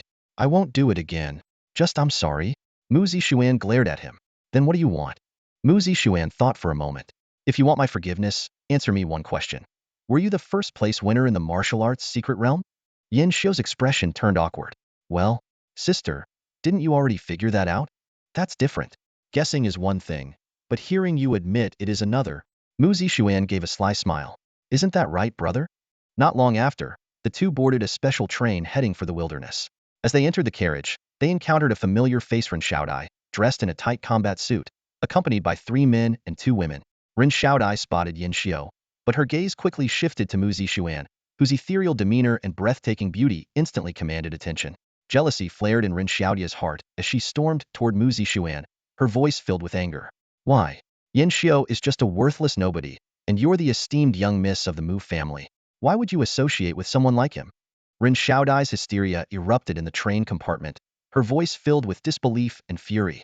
The three boys who were her companions discreetly distanced themselves, as if the out-of-control girl before them might scorch their social standing. Slap. The crisp sound of a slap echoed through the compartment. Ren Xiaodai clutched her face, her eyes brimming with shock. You actually hit me? I absolutely did. Mu Zixuan's expression was cold, entirely different from the gentle demeanor she usually displayed around Yin Xiao. Who Mu Zixuan, choose to be friends with is none of your business. But he's Yin Xiao. That loser. Ren Xiaodai shrieked. Slap. Another resounding slap followed. Mu Zixuan was truly enraged. As a peak martial apprentice capable of reaching the 80th level of the martial secret realm, Ren Xiaodai, a mere 7th-tier martial apprentice, was no match for her. Several consecutive slaps landed, and Ren Xiaodai's cheeks quickly swelled. That's enough, Yin Xiao said softly. She's still a young lady from a prominent family in Tianling City. There's no need to tarnish your reputation over someone like her.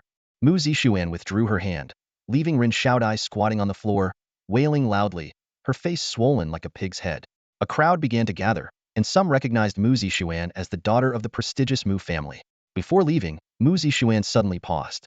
I remember you, Ren Xiaodai. You used to pursue Yin Xiao, didn't you? Yes, Ren Xiaodai nodded, fear flashing in her eyes. Only now did she truly grasp the terrifying strength of the young lady before her.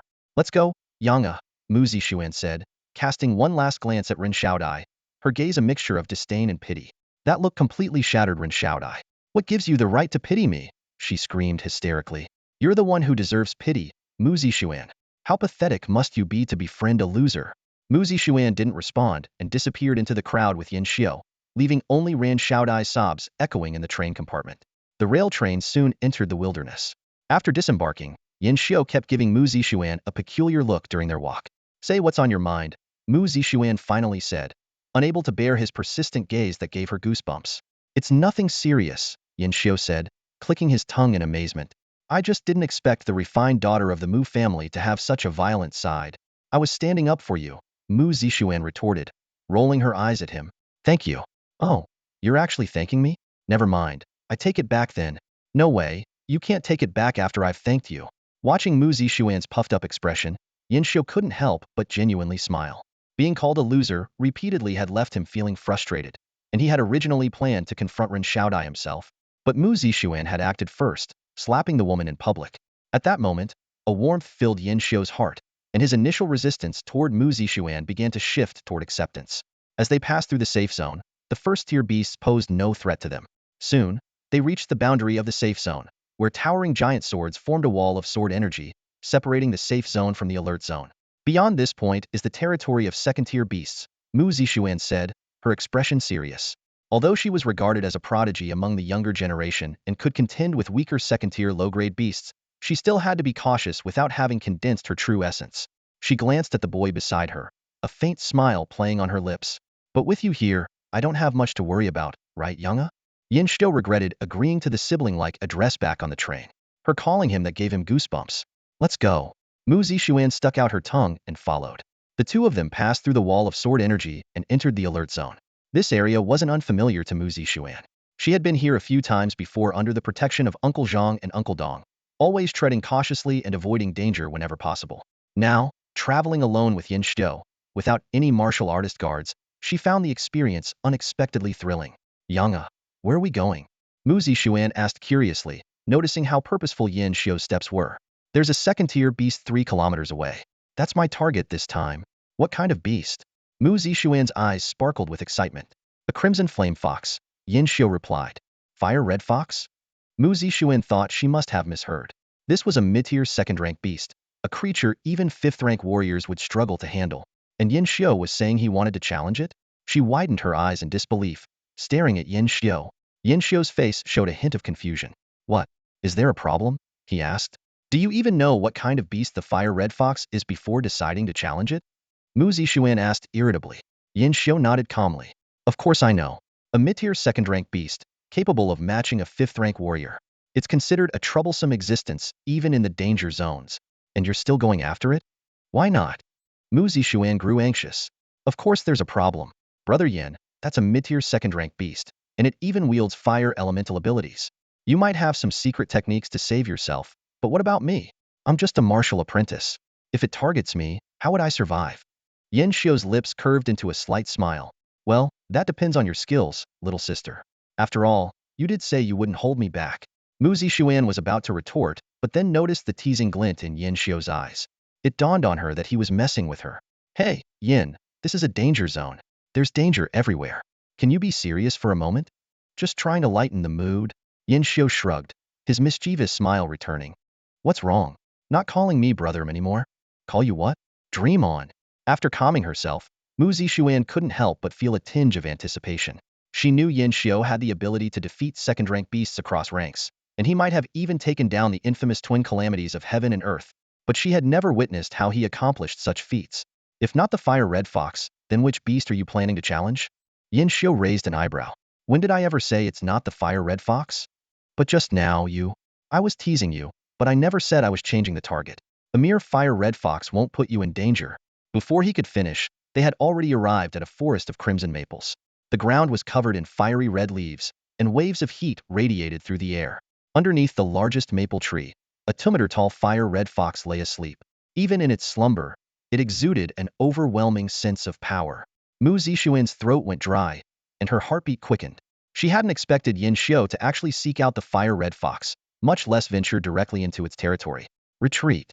While it's still asleep, before she could finish, the fire red fox opened its golden, slit-like eyes and fixed its gaze on them. Flames flickered faintly in its mouth. Mu Zixuan's heart sank in panic. Curse Yin Xiu. Why did he insist on challenging such a formidable opponent? If the worst came to pass, she might have to rely on her hidden trump card. Don't panic. Yin Xiu's voice carried a hint of amusement. I wouldn't put myself in danger. Choosing the fire red fox means I'm fully prepared. Are you saying you can take down a mid-tier second-rank beast? Mu Zixuan stared at Yin Xiu in shock. Yin Xiu didn't deny it. Back in the martial training realm, he had already slain numerous mid-tier second-rank beasts. Now, having broken through to the peak of 10th-rank martial apprentice, he possessed the strength of 100 elephants and had mastered techniques like dragon blood refinement, 9 shocks dragon palm, and shattering shadow arts. His power had increased tenfold. If it weren't for concern over Mu Zixuan's safety, he might have even considered challenging a high-tier second-rank beast. A mid-tier second-rank beast, huh? Yin Xiu's gaze locked onto the fire red fox, and a smirk played on his lips. I've killed plenty of them in the martial training realm. This will be my first in the real world. As soon as he finished speaking, the fire red fox unleashed a torrent of blazing flames.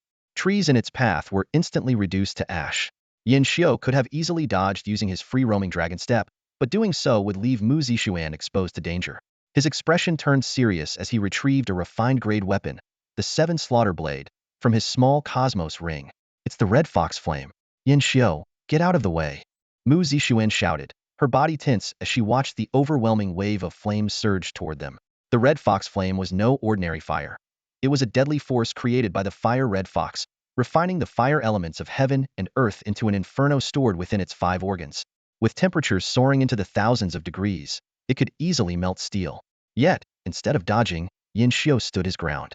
Calmly, he drew the 7-kill sword from his storage weapon, raising it slowly. Mu Zixuan stared in disbelief. Was he really planning to face the red fox flame heathen? Whoosh! The 7-kill sword sliced through the air. Though Yin Xiu held no regard for the fire red fox in his heart, he remained cautious in his actions. He channeled his dragon force to its peak, infusing the mysteries of the 9 shocks dragon hand into the 7-kill sword. With a fierce strike, he slashed at the oncoming sea of flames. A 20-fold critical hit? Little fox, you're truly unlucky, Yin Xiu remarked with a cold smirk. The roar of a dragon echoed across the heavens as the sword's light erupted. The massive wave of fire split in two under an immense force, cascading to either side and obliterating countless maple trees in its path. Yin Xiu stood unwavering at the forefront of the flames, his figure illuminated by sunlight, resembling a deity.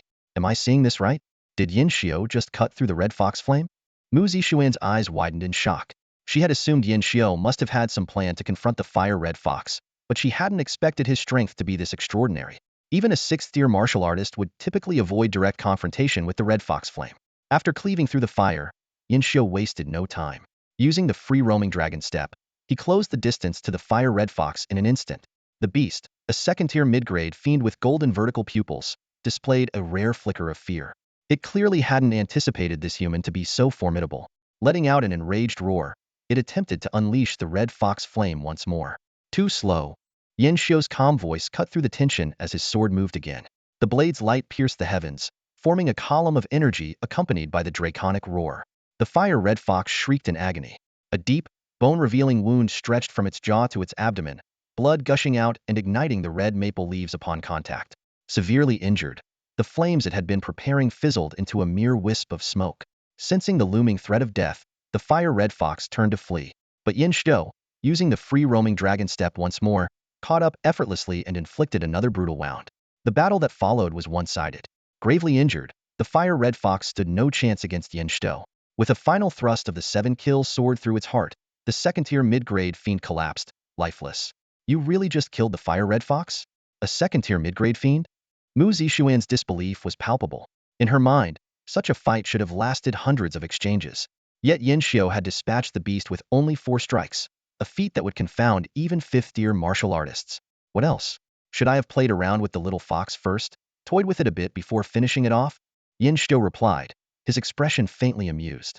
Mu Zixuan clenched her teeth, resisting the urge to pummel the infuriating man. Yin Xiu, be honest. Are you really just a martial apprentice? She asked, suspicion creeping into her voice. After all, it seemed impossible for a martial apprentice to so effortlessly slay a second-tier mid-grade fiend. Not yet. Yin Xiu shrugged casually. But I've already surpassed the 9th-tier martial apprentice limit and condensed the strength of 100 elephants. Mu Zixuan stared at him, struggling to digest this revelation. As Yin Xiu stored the fire-red fox's corpse into his small spatial ring, her gaze lingered, unnerving him. Why are you looking at me like that? He asked, a hint of discomfort in his tone. Nothing. Mu Zixuan's voice was flat. I'm just wondering if you're even human. Yin Xiu frowned, feeling slightly insulted. But before he could respond, his expression turned serious. He quickly stepped in front of Mu Zixuan, signaling her to stay silent. What's wrong? Mu Zixuan asked, her confusion tempered by the understanding that anything capable of making Yin Xiu this cautious must be extraordinary. Suddenly, the surrounding forest erupted into chaos. Birds and beasts scattered in panic, and countless first-tier fiends fled in terror. The ground trembled as a suffocating aura descended upon them. Emerging from the shadows was a massive figure 3 meters tall, with 8 legs, a sickly green body, and horrifying, bulging eyes. The 100-venom spider? Mu Zixuan's face turned pale. The 100-kill poison spider and the crimson fox were both mid-tier second-rank ferocious beasts, but their strength was worlds apart. This spider-like beast not only possessed the power of a peak 6th-rank martial artist, but its venom and unique web were so dangerous that even 7th-rank warriors were reluctant to provoke it. Mu Zixuan was filled with doubt. By all logic, second-rank beasts had a strict sense of territoriality. This was clearly the domain of the crimson fox, so the 100-kill poison spider shouldn't have appeared here. As she watched the massive shadow of the spider approach, a wave of tension gripped her. Stay here and don't move. Make sure to protect yourself, Yin Xiu said, a glint of anticipation flashing in his eyes. Are you going to kill the 100-kill poison spider? Of course. Yin Xiu's lips curled into a faint smile. I was just wondering who my next target would be. Since it came knocking, how could I let it go? Mu Zixuan opened her mouth, intending to remind him that this was a spider even 7th-rank warriors dreaded. But then she recalled the astonishing scene where Yin Xiu had effortlessly slain the crimson fox with 4 sword strikes. She quickly dismissed the thought. Instead of worrying about this monstrous man, she figured she should focus on finding a safe place to hide. Before she could say another word, Yin Xiu had already made his move. With his signature Dragon Force, 9-shock Dragon Palm, and the ethereal Dragon Step, his attack was accompanied by a deafening dragon's roar as his sword aimed straight for the 100-kill poison spider. Congratulations! Your attack achieved a 200x critical hit multiplier. With a thunderous boom, the ground shook violently as if a mountain had collapsed.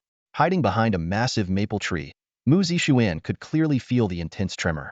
She thought to herself that the 100-kill poison spider was far stronger than the crimson fox. Its web could slice through steel with ease, and its venom could dissolve a martial artist into liquid within 10 seconds. Even with Yin Xiu's extraordinary skills, it would likely take him at least half an hour to defeat this beast. Am I hiding too close? Maybe I should find another spot. Just as she was mulling over her situation, a large hand suddenly rested on her shoulder. What are you muttering about over here? A familiar voice rang out. Startled, Mu Zixuan instinctively swung her palm in a defensive strike, but her attack was easily dodged. Miss Mu, are you trying to kill someone? Yin Xiu teased with mock anger. No, you just scared me. Mu Zixuan replied sheepishly, then realized something was off. Wait, weren't you fighting the 100-kill poison spider? It's already taken care of, Yin Xiu said calmly. Taken care of? Mu Zixuan's eyes widened. You just started fighting. Don't try to fool me. She crossed her arms and tilted her head in defiance, looking smug. Yin Xiu silently stepped aside and pointed into the distance. The body of the 100-kill poison spider is over there. See for yourself if you don't believe me. Following his gesture, Mu Zixuan looked over and her pupils constricted again. The once menacing 100-kill poison spider now lay lifeless on the ground, its body severed in half. Green, corrosive blood seeped into the soil, sizzling ominously. How is this possible? Not even a minute has passed. It just had bad luck, Yin Xiu explained nonchalantly. Before they could catch their breath, another menacing aura swept over them. The rustling of maple leaves and the scattering of birds and beasts heralded the arrival of a massive figure. With an earth-shaking roar, a colossal creature charged toward them. A mid-tier second-rank ferocious beast. The roaring Vajra gorilla? Mu Zixuan's voice trembled with disbelief. Why is there another one? What followed was even more astonishing. Over the next short while, 5 mid-tier second-rank beasts appeared one after another, their strengths ranging from 4th to 6th rank martial artists. Yin Xiu dispatched them all within minutes, collecting materials that nearly filled his spatial storage ring. He had to store the most valuable items in his subspace while reluctantly discarding the rest. Yet despite the bountiful loot, Yin Xiu's expression grew more serious. His brows furrowed in thought. Second-rank beasts were supposed to have strong territorial instincts. They shouldn't have left their domains so easily, let alone appeared in such quick succession. Moreover, their behavior seemed unusually frenzied. Yang, something feels off, Mu Zixuan said worriedly.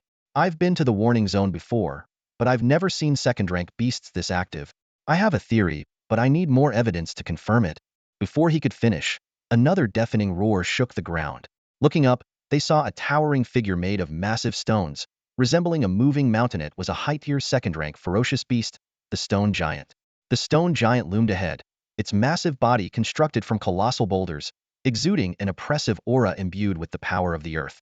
Among second-tier high-grade beasts, its attack power was not particularly remarkable, even inferior to that of the 100-venom spider. However, its nearly impenetrable defense made it a formidable challenge even for peak martial artists.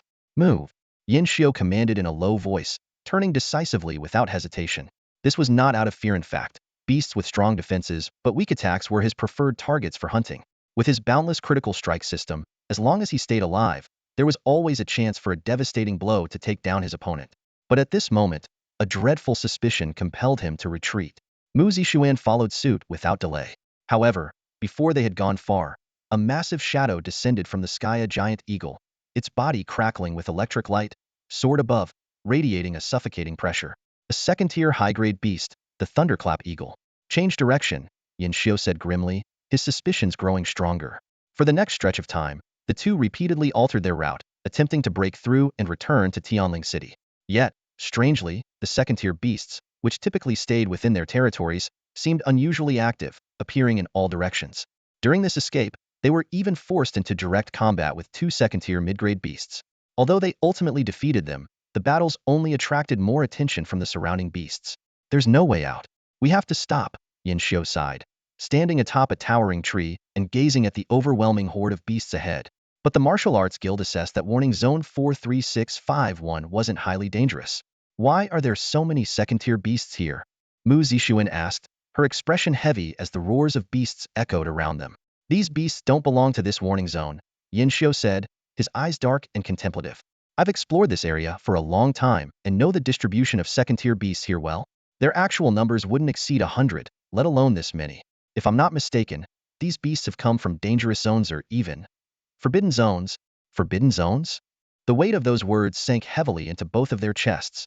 Forbidden zones were home to 4th-tier beasts, known as catastrophe-level beasts for their devastating destructive power, which only Grand Martial Masters could contend with. And in all of Tianling City, there was only one Grand Martial Master, the City Lord and Martial Arts Guild President, Xia Shang's great-grandfather. Could it really be a beast tide? Mu Zixuan's voice trembled. A beast tide was humanity's most terrifying disaster. When it occurred, countless beasts would surge toward the nearest human city like a relentless flood. First-tier beasts were mere cannon fodder, while second and third-tier beasts formed the main force. Even fourth-tier beasts might appear. In Tianlong City, which guarded the absolute death wasteland, such a situation would be even more catastrophic. Yin Xiu recalled the beast tide from a year ago. It was during that calamity that he was severely injured by a second-tier beast, losing not only his cultivation but also suffering damage to his martial foundation. He hadn't expected another beast tide to emerge so soon. Not necessarily. Yin Xiu began, but his words were abruptly cut off. Boom. In the distance, a monstrous creature appeared, a dual-headed lion with a body wreathed in flames and lightning, its aura far surpassing that of second-tier beasts. Wherever it passed, second-tier beasts scattered in fear, and those too slow to escape were incinerated by fire and lightning, leaving no trace behind. Yin Xiu and Mu Zixuan held their breath, not daring to make a sound. They recognized the beast. It was a third-tier mid-grade beast, the Thunderfire Lion. Only when the fearsome Thunderfire Lion disappeared over the horizon did they exhale, their foreheads slick with cold sweat. It's definitely a beast tide, Mu Zixuan said, her gaze fixed on the direction where the Thunderfire Lion had vanished. Third-tier beasts had an even stronger sense of territoriality than second-tier ones. They would never leave their domain unless driven out by catastrophe-level beasts, and that was a clear sign of an impending beast tide. Call your grandfather, Yin Xiu said, his eyes scanning the countless beasts below. Tianling City may already be aware of the beast tide, but just in case, notify him. When the call connected, Mu Yinglong was deeply worried upon learning that his granddaughter was trapped in the beast tide. He only felt slightly reassured after hearing that Yin Xiu was with her. After a brief exchange, the call ended. What now? Stay hidden. Don't get discovered. Then wait. Wait? You mean wait for the beast tide to pass, for the area to become safe, and then find a way to escape? Yin Xiu nodded. While he was capable of challenging second-tier high-grade beasts, that was in unknown scenarios. Now, with countless beasts prowling the area and the occasional oppressive aura of even greater threats looming in the distance, exposing themselves would mean near certain death for martial apprentices like them. But just then, a piercing screech tore through the air. A giant bird dove toward them, its sharp talons aimed directly at Yin Xiu and Mu Zixuan. They had been discovered. The silhouette of the bloodstreak bird cut through the sky, tracing a crimson arc. This Tier 2 mid-grade ferocious beast, infamous for its claws that could effortlessly tear through refined steel, was now diving at an astonishing speed. A dragon's roar suddenly echoed across the heavens. Yin Xiu reacted swiftly, executing the 9-shock dragon hand in the blink of an eye. The 7-kill sword, imbued with a terrifying vibrational force, slashed toward the oncoming giant bird. The system prompt appeared. This attack triggered a 1/700x critical hit. The sword light streaked through the air in a flash. The bloodstreak bird didn't even have time to cry out before it was cleaved in two and crashed heavily to the ground amidst a rain of blood. One strike to kill a Tier 2 mid-grade beast? Mu Zixuan, though not witnessing this for the first time, couldn't help but feel a surge of awe. However, Yin Xiu, who had just landed a massive critical hit and ended the battle in an instant, showed no sign of joy. Instead, his expression grew even more serious as he scanned the surroundings. The nearby beasts halted their movements at the sound, their gazes all locking onto the massive maple tree. A bloodthirsty red light flickered in their eyes. The worst-case scenario had finally come to pass. We've been discovered. Let's move. Yin Xiu, realizing there was no way to avoid confrontation, steeled himself. A flash of determination crossed his eyes as he leaped down. The dragon's roar resounded again as his sword light swept across, killing several beasts in an instant. Yet, this small-scale slaughter was insignificant against the overwhelming tide of beasts. More ferocious creatures surged forward like an unstoppable wave. Just as Yin Xiu prepared to swing his sword again, a light voice came from beside him. Let me handle this. It was Mu Zixuan who stepped forward. She drew a violet longsword radiating an extraordinary aura, far surpassing the quality of refined-grade weapons. Wherever the blade passed, lightning crackled, and in the blink of an eye, she had slain over a dozen Tier 1 beasts. Yin Xiu's face showed a trace of surprise. By conventional standards, a martial practitioner's power stemmed from the energy derived from their blood essence. Yet this young lady from the Mu family could command lightning? Don't underestimate me, all right? Mu Zixuan, noticing Yin Xiu's astonishment, shot him an annoyed glance. I may not be as strong as you, but I got into Tsangqing Martial Academy and made it to the 80th level of the Trial Secret Realm. Against Tier 2 beasts, even if I can't kill them outright, I can hold my ground for a while. Capable of holding her own against a Tier 2 beast at the martial practitioner level? Yin Xiu had to admit he had underestimated her before. Roar, roar, roar. Several deafening growls interrupted their exchange. A group of beasts charged toward them, one of which was a Tier 2, while the others were high-grade Tier 1. We'll take care of the Tier 2 one. The rest are yours, Yin Xiu said as he moved to strike. Mu Zixuan knew this was the best course of action and nodded in agreement, her body surrounded by crackling lightning as she dashed into battle. For an ordinary martial practitioner, surviving an encounter with a Tier 2 beast would already be considered fortunate. But such logic clearly didn't apply to Yin Xiu. The Tier 2 low-grade beast stood no chance against the vibrational force of the 9-shock dragon hand, and was sliced into pieces within moments by the 7-kill sword. Meanwhile, Mu Zixuan swiftly finished off her opponents. The Tier 1 beasts were no match for her. However, the sheer number of beasts was overwhelming, like a swarm of locusts. For every few they defeated, countless more surged forward. We can't keep fighting here. We need to break through. Yin Xiu, slashing down another beast, quickly realized the problem. This was a beast tide. The entire wilderness had been mobilized, and there was no end to the creatures. The longer they stayed, the more their stamina would be drained, and the greater the risk of attracting even more terrifying beasts. But which direction should they break through? Yin Xiu found himself in a dilemma. Toward Tianling City? He immediately dismissed the idea. During a beast tide, countless creatures were converging on that base city, including Tier 3 beasts and possibly even Calamity level ones. No matter how confident he was, Yin Xiu knew he was no match for a Tier 3 beast. Should they head deeper into the wilderness? Yin Xiu hesitated. Beyond the alert zone lay the danger zone, home to Tier 3 beasts as well. While the beast tide might have reduced their numbers, there was no guarantee they wouldn't encounter one. As he deliberated, a clear voice rang out. I know a place that's absolutely safe. We can break through in that direction. Absolutely safe? Yin Xiu was stunned. He couldn't imagine what place in the wilderness could be considered safe amidst a beast tide. Mu Zixuan hesitated, her expression conflicted. After a long pause, she gritted her teeth and said, It's my biggest secret, one even my grandfather doesn't know. You can't tell anyone? What kind of place is it? Yin Xiu started to ask, but another wave of beasts, including a Tier 2 mid-grade one, interrupted, forcing him to focus on the battle. After slaying the Tier 2 mid-grade beast, Yin Xiu seized a moment to catch his breath and said decisively, All right, let's go to the place you mentioned. You lead the way and he'll cover you. No need, Mu Zixuan replied, shaking her head. Yin Xiu was momentarily puzzled, but before he could ask, he was stunned once again.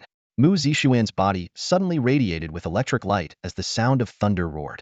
In the blinding brilliance, the beasts near her were instantly reduced to charred remains.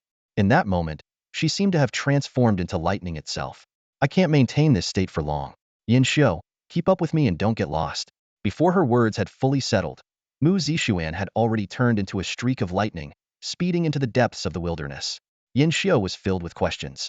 How could Mu Zixuan, a mere martial practitioner, wield lightning? And what was this absolutely safe place? But now was not the time for inquiries. He quickly activated his drifting dragon step and followed the trail of lightning. The more he chased, the more astonished he became. Mu Zixuan, in her lightning form, was unbelievably fast, surpassing the limits of a martial practitioner. Without his drifting dragon step and several critical hits boosting his speed, he might have been left behind. Even more shocking was the destructive power of the lightning surrounding her. Wherever she passed, the ground was scorched black, and countless beasts were reduced to ash. This young lady from the Mu family clearly harbored an extraordinary secret. Fortunately, they encountered no Tier 3 beasts along the way, and even Tier 2 high-grade ones were rare. After relentless fighting, the density of beasts around them began to thin noticeably. Yin Xiu surveyed the unfamiliar surroundings, his brow furrowing. This area had no coordinates and appeared to be an uncharted zone unexplored or evaluated by the Martial Arts Association. The unknown wilderness usually stems from two scenarios. Yin Xiu advanced while pondering. The first scenario involves treacherous terrain, so dangerous that even the strength of a base city cannot explore it. Such areas are typically marked with warning signs by the Martial Arts Guild. However, during his journey, he hadn't seen any such warnings. Clearly, this place belonged to the second scenario, Virgin Land, yet to be discovered by the Martial Arts Guild. Zizi. As he was contemplating how Mu Zixuan had found this place, a sudden crackle of electricity interrupted his thoughts. A fleeting numbness spread across his arm. Though the current wasn't strong, it was enough to put Yin Xiu on high alert. Surveying his surroundings, he noticed two peculiarities. The traces of ferocious beasts had almost entirely disappeared, and faint electric currents occasionally flickered through the air, barely noticeable unless closely observed. Electricity in the air. Yin Xiu's heart sank. By now, Mu Zixuan had already stopped moving. The arcs of electricity around her body gradually dissipated, leaving her visibly drained. She staggered slightly, but Yin Xiu quickly reached out to steady her. Thank you, she murmured softly. her cheeks flushing as she felt the warmth of his strong arm. Yin Shou, however, didn't pay attention to her gratitude, his focus entirely on the surroundings. What is this place, and why is there electricity in the air? After regaining some strength, Mu Zixuan steadied herself and replied quietly, "This is the Thunder Pool." Thunder Pool? Yin Xiu looked puzzled. He had never heard of such a name.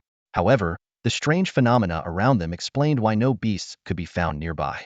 It's hard to explain in just a few words. Come with me, and you'll understand, Mu Zixuan said without elaborating further, leading Yin Xiu deeper into the area. Along the way, sporadic arcs of electricity struck Yin Xiu, sending waves of numbness through him. Fortunately, the current wasn't strong enough to cause serious harm. Even though no beasts were in sight, Yin Xiu remained highly vigilant. In contrast, Mu Zixuan appeared familiar with the path, walking with ease and confidence. After about 20 minutes, the two arrived at the edge of a cliff. Mu Zixuan stopped and gazed downward, her eyes shimmering with an unusual light. Curious, Yin Xiu stepped closer and was stunned by what he saw. This was no ordinary cliff, but a colossal thunder pool. Within the pool, golden and purple lightning flowed like liquid, dazzling and intimidating in equal measure. No wonder the air was electrified. This place truly lived up to its name, a pool of thunder and lightning. Brother Yin, Mu Zixuan spoke softly, I bet you're curious. How is it that someone like me, just a martial apprentice, can wield lightning? Yin Xiu nodded. When he first saw her sword strikes surrounded by electric arcs, he assumed it was the effect of a martial weapon. But later, when she wrapped herself in lightning and moved like a bolt of electricity, he realized this young lady from the Mu family was hiding a significant secret. Now, seeing this thunder pool, he had a vague idea. So, Mu Zixuan asked, have you guessed it yet? Are you a natural-born combat physique? Yin Xiu asked gravely. In the martial world, combat physiques were extremely rare but highly compatible with martial arts. Throughout history, there had been numerous types of combat physiques, such as the true dragon physique with innate dragon force, the evergreen physique with incredible vitality, and the true thunder physique, perfectly aligned with thunder and lightning. Mu Zixuan nodded at first, then shook her head. I do have a combat physique, but it isn't innate. What do you mean? Yin Xiu's curiosity was piqued. Now that she had brought Yin Xiu to the thunder pool, Mu Zixuan saw no reason to hide the truth. After organizing her thoughts, she began to recount her story. About 7 years ago, my grandfather wanted me to gain some worldly experience, so he took me on an expedition to the warning zone. Unexpectedly, a Tier 3 beast wandered out of its territory and appeared in the warning zone. Yin Xiu shook his head inwardly. Mu Long, the renowned elder, was truly audacious, treating the wilderness like his backyard, and even bringing his young granddaughter along for an adventure. Yin Xiu could already guess part of what happened next. My grandfather, though a martial master at the time, struggled against the Tier 3 beast. He had no choice but to hide me in what he thought was a secure spot before going to face the beast. Mu Zixuan continued, her chest heaving with emotion, clearly still upset. But that spot wasn't secure at all. It had already been discovered by another beast. I was snatched away without any suspense. Yin Xiu tensed. And then, Mu Zixuan's eyes flickered with a trace of fear. That beast didn't eat me. Instead, it took me to this thunder pool and threw me directly into it. Threw you in? Yin Xiu glanced at the golden, liquid-like lightning below, his hair standing on end. Could this Mu family heiress actually be a ghost? Mu Zixuan suddenly frowned, scrutinizing him. Are you thinking something ridiculous? Of course not, Yin Xiu quickly denied. Really? Absolutely. Then why do I feel like you're not being honest? Mu Zixuan's sharp intuition left Yin Xiu speechless. Sensing she might press further, he quickly changed the subject. What happened next? You can probably guess. Mu Zixuan took a deep breath. I didn't die. Instead, the baptism of the thunder pool forged my purple thunder physique, and I even obtained a cultivation technique called 9 Heavens Purple Thunder Art. Yin Xiu drew in a sharp breath. Though he had anticipated something extraordinary, hearing it firsthand left him deeply shaken. This thunder pool could actually create a purple thunder physique? Standing at the edge of the pool, he felt a surge of temptation. If I jump in now, could I gain the purple thunder physique too? I strongly advise against it, Mu Zixuan said with a hint of amusement. My experience was 9 fluke. If you jump in, I guarantee you won't last 2 seconds before being reduced to ashes. Yin Xiu's first instinct was disbelief. A flash of unwillingness and doubt crossed his eyes. After all, they were both human. Back then, Mu Zixuan was only 11 or 12 years old, not even a martial apprentice, yet she managed to forge the purple thunder battle body in the thunder pool. Meanwhile, he had the infinite critical strike system, mastered numerous grandmaster techniques, and rose through adversity. How could he possibly be inferior to her back then? As his thoughts churned, Mu Zixuan calmly added, when I fell into the thunder pool, there was a powerful will contained within it. It was under that will's protection that I emerged unscathed from the thunder and was able to cultivate the purple thunder battle body. The nine heavens purple thunder technique was also taught to me by it. And now? Yin Xiu asked after a long silence. That will was already at its limit. After helping me form the purple thunder battle body, it dissipated. Yin Xiu took 2 steps back silently before angrily exclaiming, "Something so important, and you didn't say anything earlier. Did I not say it early enough?" Early enough. Yang, you weren't just thinking of jumping into the thunder pool to forge your own purple thunder battle body, were you? No. Really no? Really no. Of course, Yin Xiu wouldn't admit it. If Mu Zixuan had spoken a moment later, he might have actually jumped in. Seeing that Mu Zixuan was about to press further, Yin Xiu quickly changed the subject. By the way, is there something else beneath the thunder pool? His question wasn't baseless. Within the liquid-like thunder, the faint outlines of something seemed to flicker. Though indistinct, its presence felt undeniably real. Do you want to go take a look? Mu Zixuan asked. Is that even possible? Yin Xiu hesitated. The golden thunder in the pool was terrifyingly intense. Just being near it caused a burning sting on his skin. If he really jumped in, he'd likely be reduced to nothing within seconds. Normally, it wouldn't be, Mu Zixuan replied. But that will left me a secret path to the bottom of the thunder pool when it taught me the 9 heavens purple thunder technique. It's absolutely safe. As she spoke, Mu Zixuan grabbed Yin Xiu and led him away from the cliff. The secret path wasn't near the thunder pool but rather beside a withered tree about 100 meters away. Mu Zixuan extended her hand, lightning flickering at her fingertips, and a previously non-existent path gradually revealed itself. This is a spatial passageway, Yin Xiu murmured after a moment of thought, quickly grasping the concept. Mu Zixuan nodded. According to that will, this passageway was left as a backdoor for the gatekeeper. In other words, for me, gatekeeper, you'll find out soon enough. The two entered the secret passage one after the other. This passage wasn't a physical structure but rather a space torn open and stabilized by immense power. The surroundings overlapped with reality yet felt surreal, as if they were walking through a vivid illusion. Suddenly, a sense of intuition struck Yin Xiu, prompting him to look up. Above, endless golden thunder flashed, flowing like liquid. Even separated by a layer of illusion, its presence was chilling. Are we under the thunder pool now? Yin Xiu asked, feeling his scalp tingle. Sort of. Mu Zixuan nodded and shook her head simultaneously. According to that will, this passage doesn't exist in the real world. It's more like a secret realm. It appears to be beneath the thunder pool, but they're not in the same dimension. Only then did Yin Xiu breathe a sigh of relief. He had been worried that the boundary above them might fail to contain the golden thunder.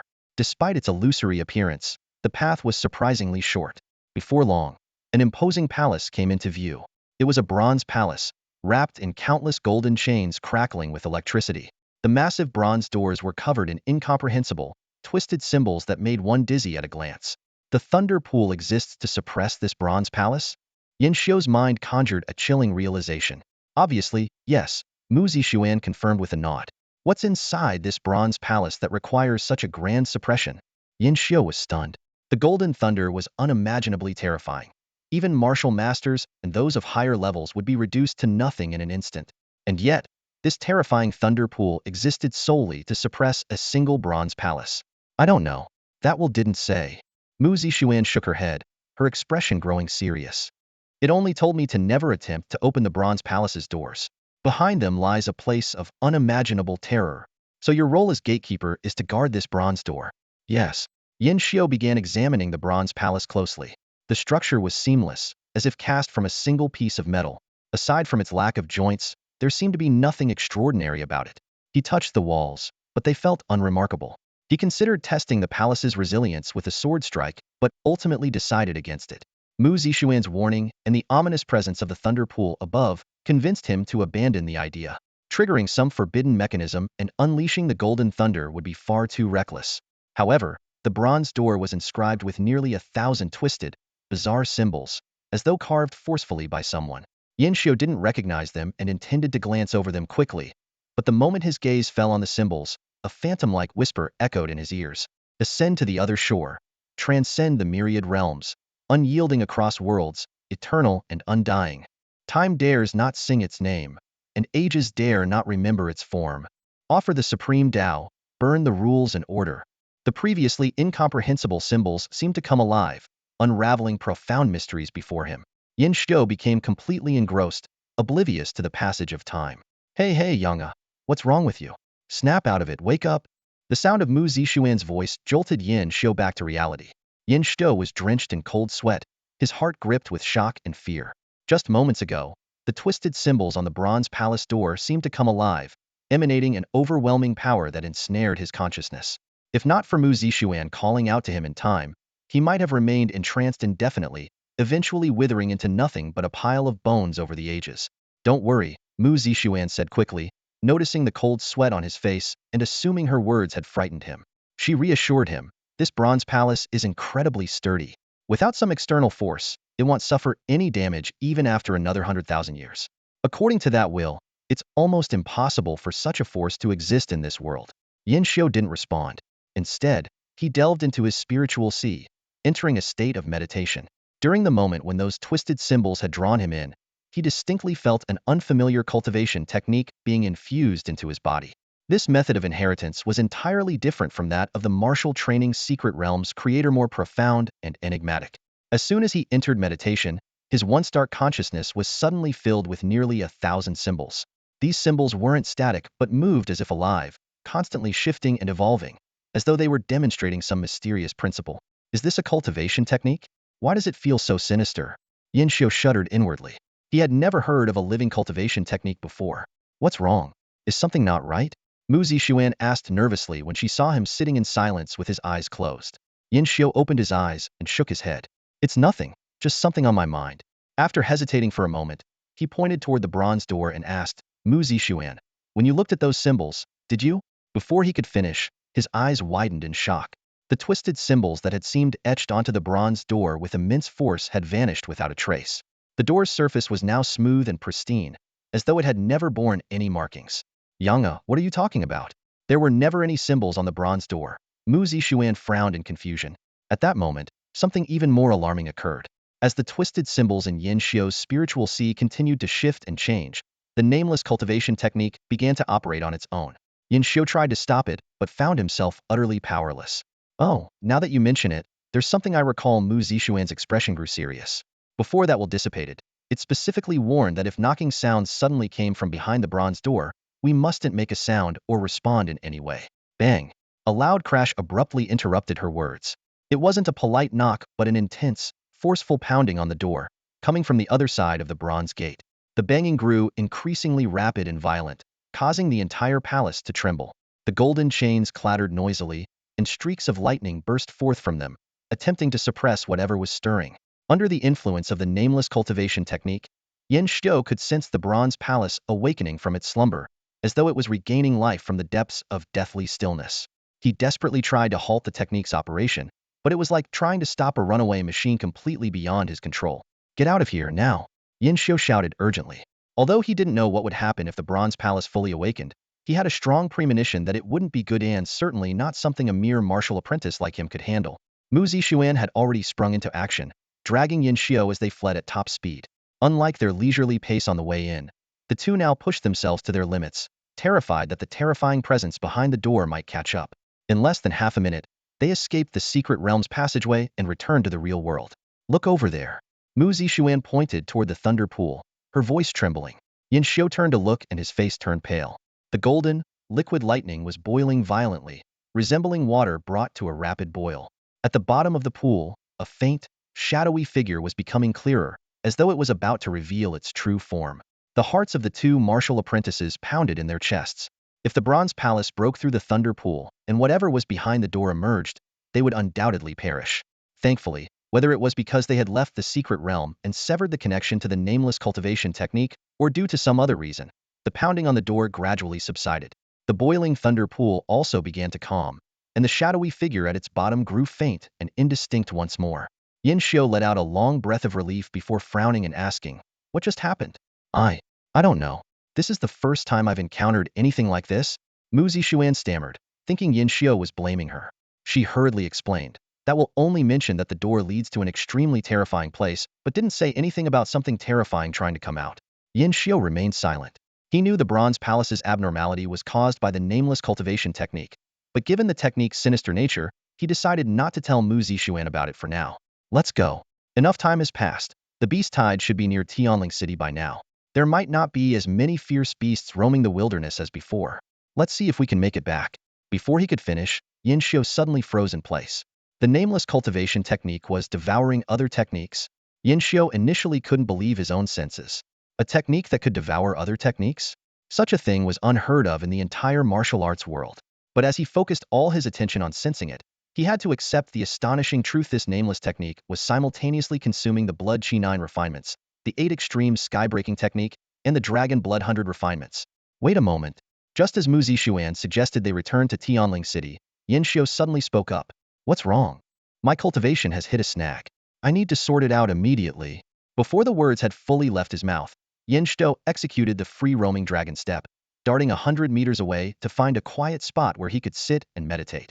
This unprecedented turn of events shook him to his core. A technique being devoured, what could this possibly mean? If his cultivation were to be completely wiped out, Yin Xiu didn't dare let his thoughts go further.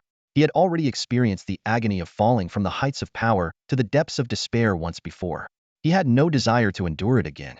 Plunging his consciousness into his sea of awareness and entering a meditative state, Yin Xiu gained a deeper understanding of the nameless technique. It was like a massive furnace, treating other techniques as raw or to be smelted, refined, and purified. Even more astonishing, it would reassemble the essence of these techniques based on the practitioner's traits, creating the most suitable martial path for them. This means that as long as I gather enough techniques, I can integrate them and forge an invincible path uniquely my own. Yin Xiu's heart surged with excitement. As he examined his martial skills, he discovered that the 9 tremor dragon hand, the free-roaming dragon step, the fragmented shadow technique, and others had also been absorbed by the nameless technique. However, they hadn't disappeared. Instead, they were reborn in a more powerful form, perfectly aligned with his new method of cultivation. In that case, I'll call this new technique Infinite Method, Yin Xiu murmured to himself. And the new attack skill that merges multiple martial techniques will be named Infinite Martial Technique, First Form. Infinite Dragon Sword. Although his raw energy hadn't increased, Yin Xiu could feel that his combat strength had risen by at least 40%. Yet, the thought of the eerie knocking sound from that fearsome presence in the Bronze Palace, when he activated the nameless technique, still lingered in his mind, filling him with unease. Where exactly did this technique originate? When he strolled back to Mu Zixuan's side, she spoke before he could say anything, her voice filled with concern. Don't worry, Brother Yin. Even if you lose your cultivation again, you still have me. As long as I'm around, no beast in the wilderness will ever harm you. Yin Xiu looked utterly puzzled, struggling to grasp Mu Zixuan's concern. The young girl before him appeared anxious, her tone tinged with worry. Brother Yin, even if your cultivation regresses, I believe you can rise again. You're the peerless genius who conquered the 120th level of the martial arts secret realm and even outshone Li Hani. As she spoke, her cheeks flushed slightly, and her voice softened. I will help you too. After a moment of contemplation, Yin Xiu finally understood what she was thinking and couldn't help but chuckle. Mu Zixuan, don't tell me you think something went wrong with my cultivation technique, causing my realm to drop or my powers to be lost? Only then did Mu Zixuan notice that, although Yin Xiu had returned on foot, he carried himself with an air of composure, showing no sign of frustration. Yin Xiu shot her an exasperated glance. Of course not. There have been some changes to my cultivation technique, but they're all positive and have nothing to do with a drop in my realm. As for the fact that his combat power had increased significantly, he thought it unnecessary to mention. I see. Mu Zixuan let out a long sigh of relief.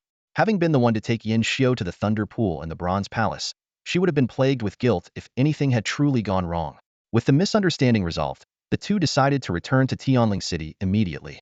By now, the beast tide had been raging for over an hour. Most of the ferocious beasts had likely reached the city walls, reducing the dangers in the wilderness. It was the perfect time to make their way back. On the road, Yin Xiu felt a warm sense of gratitude as he recalled Mu Zixuan's earlier concern. He had once believed he would never have friends again, but reality had proven him wrong. Meanwhile, the scene outside Tianling City was one of sheer terror. At the base of the towering 10-meter-high walls, a sea of Tier 1 and Tier 2 beasts surged forward, roaring deafeningly as they desperately tried to scale the walls and tear into human flesh.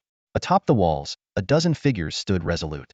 Men and women, dressed in various attires, they all shared one thing in common: a powerful aura radiating from them as they gazed coldly at the seemingly endless beast tide. They're here, someone murmured. The warriors' gazes all turned toward the distance, their expressions grim. From the wilderness came terrifying roars, and massive Tier 3 beasts began to emerge. There was a twin-headed thunderfire lion wreathed in flames and lightning, an 8-meter-tall, snow-white cloud-wind tiger, and a 16-legged, jet-black purgatory spider queen with blood-red eyes. These beasts exuded an overwhelming aura far beyond Tier 2. and wherever they passed, lesser beasts scattered in fear or were crushed into pulp if they moved too slowly. So many of them, someone exclaimed in shock. More than 10 Tier 3 beasts had already appeared, with possibly more on the way. Considering that Tianling City had only a dozen warriors, the numbers were nearly even. Deanly spoke in a deep voice. These Tier 3 beasts are waiting for reinforcements. We can't wait any longer. If their numbers surpass ours, Tianling City will face disaster. According to the rules of the Human Federation, whenever a beast tide occurred, all warriors were required to prioritize the protection of the city and could not shirk their duty. 4 high-level base cities, warriors, grandmasters, and martial arts masters were obligated to confront the threat heed.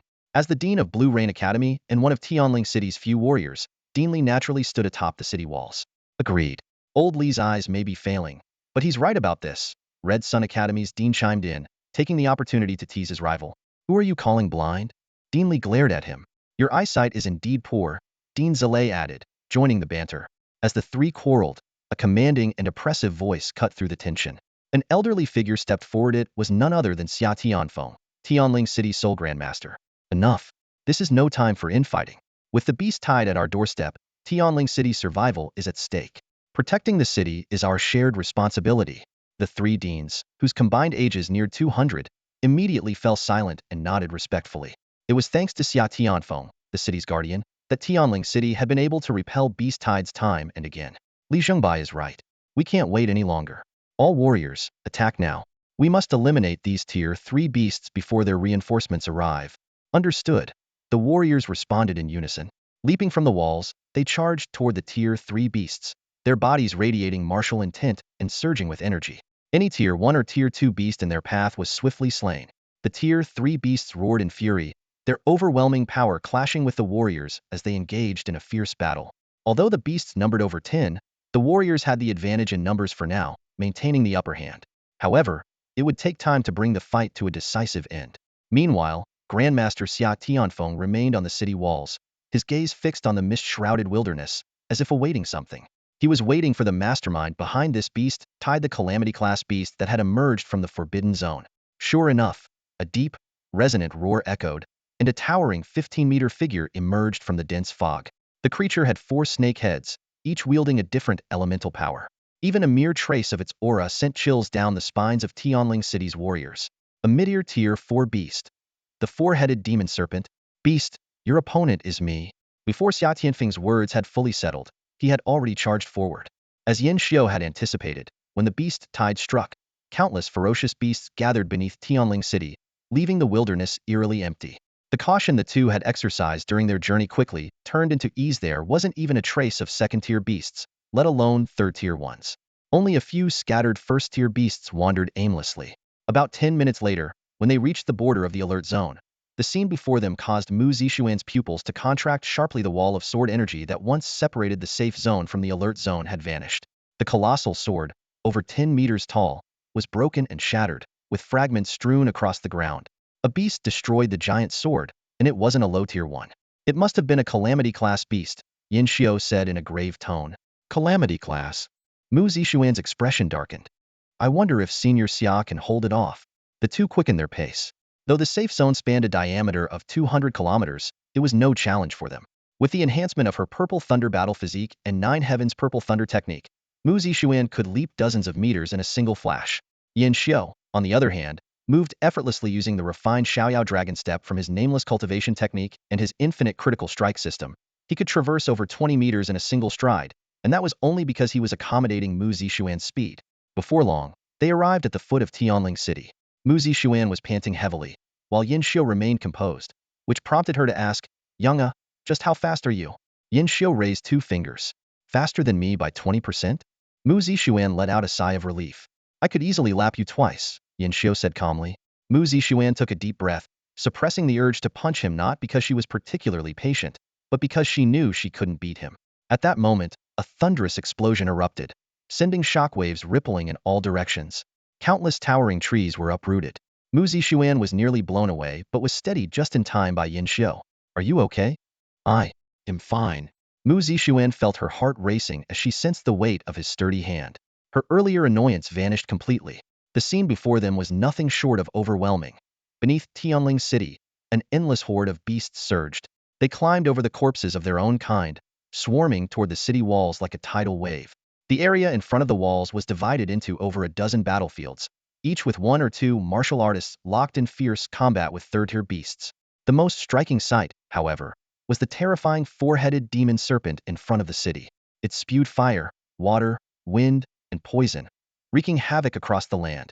Wherever it passed, first and second-tier beasts were instantly reduced to blood and gore, while even martial artists and third-tier beasts were forced to retreat far from its path. Facing off against it was a frail-looking elderly man, Grandmaster Xia Tianfeng. Though his body appeared emaciated, he exuded an aura of divine power. This battle between a calamity-class beast and a grandmaster would determine the fate of Tianling City. What should we do now? Mu Zixuan frowned. Though they were temporarily safe, once the beast tide receded, they would be in peril. We need to find a way to get into Tianling City, Yin Xiu said firmly. Entering Tianling City? A flicker of fear flashed in Mu Zixuan's eyes.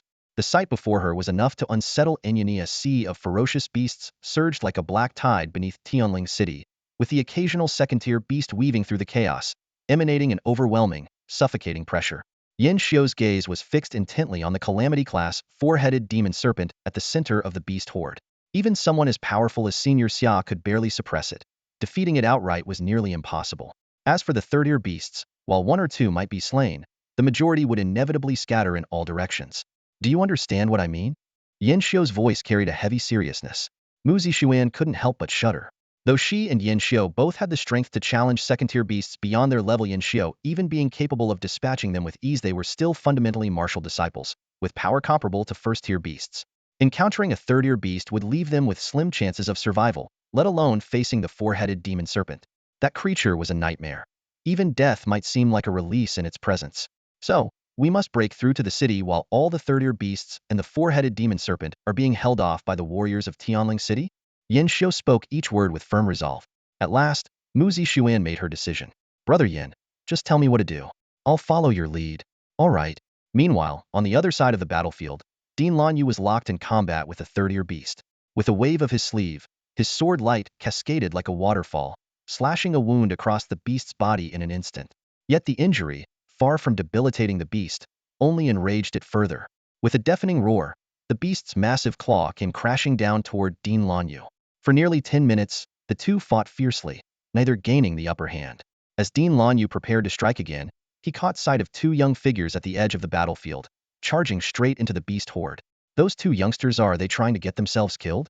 Dean Lanyu's face darkened with concern. The remaining warriors watched the two young figures charging into the beast tide, their faces filled with tension and disapproval. These reckless youngsters dared to face the beast tide head, and it was nothing short of a death wish. Despite their dissatisfaction, the warriors couldn't just stand by and let the youths be devoured, as they were, after all, descendants of Tianling City. However, just as they were about to intervene, the scene before them left everyone wide-eyed in astonishment. A resounding dragon's roar pierced the skies, and a dazzling sword light descended like a cascading galaxy, cutting down first-tier beasts wherever it passed. Even more shocking was the fact that a second-tier beast also fell under this brilliant sword strike. At the same time, silver lightning danced wildly through the beast horde, as if divine punishment had descended upon the earth. Wait, one of the warriors suddenly noticed something unusual. That boy! There's no trace of true essence emanating from him. He's only using his blood energy to execute martial techniques. Could he really just be a martial disciple? This revelation made the warriors gasp in disbelief. The two figures before them were like unsheathed divine swords, leaving a trail of blood and despair wherever they went. Whether first-tier or second-tier beasts, all were annihilated in mere moments.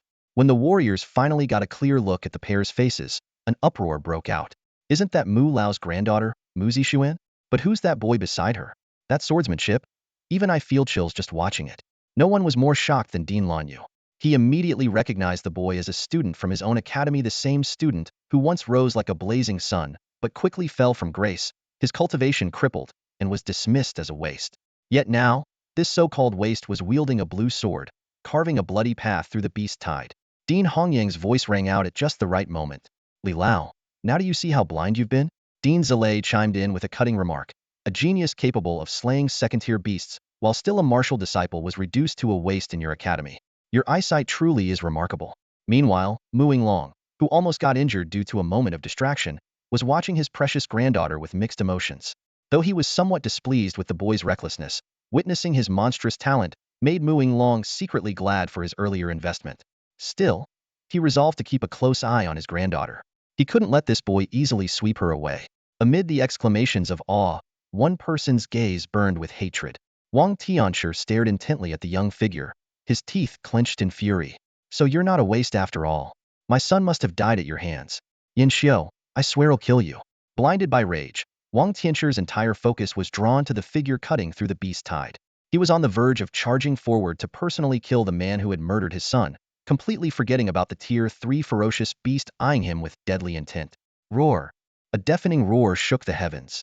In that split second of distraction, the beast's razor-sharp claws struck Wang Tianshi like lightning. Blood spurted out as his body swayed violently, suffering a devastating blow.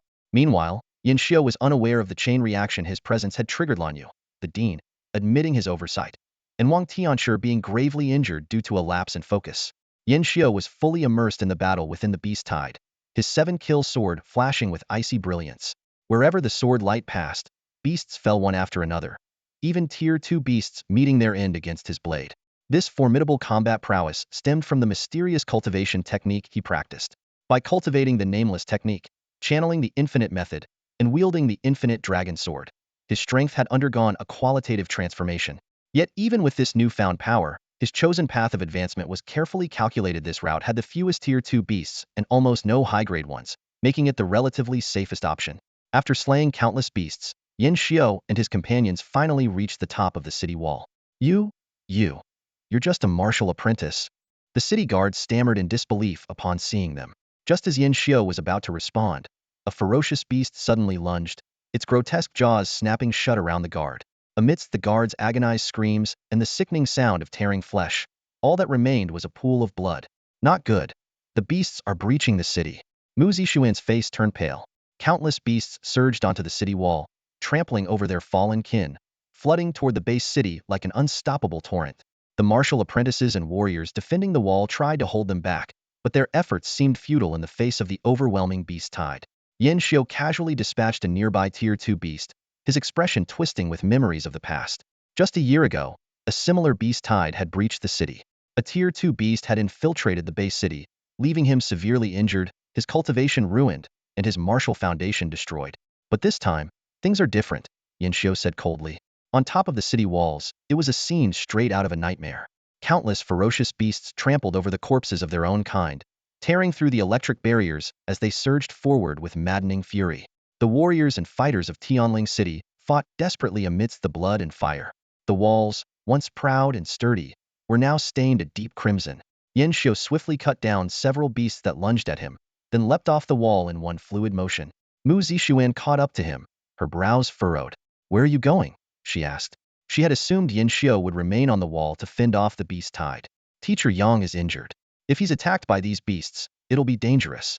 I have to get back to the academy, Yin Xiu said gravely. Earlier, while scanning the battlefield from the wall, he hadn't seen Yang Xiaoxiong anywhere. A sense of foreboding weighed heavily on him. He couldn't shake the thought that Teacher Yang had been injured protecting him from Wang Tianshi, and the urgency in his heart only grew. Teacher Yang? Who is he? Mu Zixuan asked. He's the only person who treated me kindly when I hit rock bottom, Yin Xiu replied. The two made their way toward Lan Yu Martial Academy, cutting through the chaos with electric flashes and dragon-like roars. In their wake, a blood-soaked path of destruction was left behind. Inside Lan Yu Martial Academy, teachers and students were working in an orderly fashion to combat the beast tide. Some guarded the entrances, others guided residents to safety shelters, and still others coordinated efforts. As one of the 7 prominent martial academies in Tianling City, Lan Yu not only trained warriors but also housed multiple shelters to protect the city's residents. However, with a city population of hundreds of thousands, the shelters could not accommodate everyone. Those unable to reach safety in time could only remain in their homes, praying for survival. Yang Xiaoxiong, drenched in blood, was being supported by others. This beast tide was far more terrifying than the one a year ago. While no third-tier beasts had appeared, the number of second-tier beasts had surged. 4 or 5 of them were already prowling outside the academy. Despite his injuries from a previous battle, Yang Xiaoxiong had been forced to take up a defensive position due to the academy's lack of manpower. After a brutal fight, Yang Xiaoxiong had managed to kill the second-tier beast, but he was left gravely wounded, teetering on the edge of death. He silently prayed that no more second-tier beasts would appear. With the headmaster fighting third-tier beasts on the city walls and the other teachers defending various gates, there was no one left to provide backup. but fate seemed to mock him. A chilling howl shattered the air. A second-tier beast, the Qingfeng wolf, was closing in. With a single swipe of its claw, it unleashed a wind blade that tore through the steel gate, shattering it into pieces and sending nearby warriors flying, blood spilling from their mouths. The Qingfeng wolf strode in, its glowing green eyes scanning the surroundings with a sinister grin.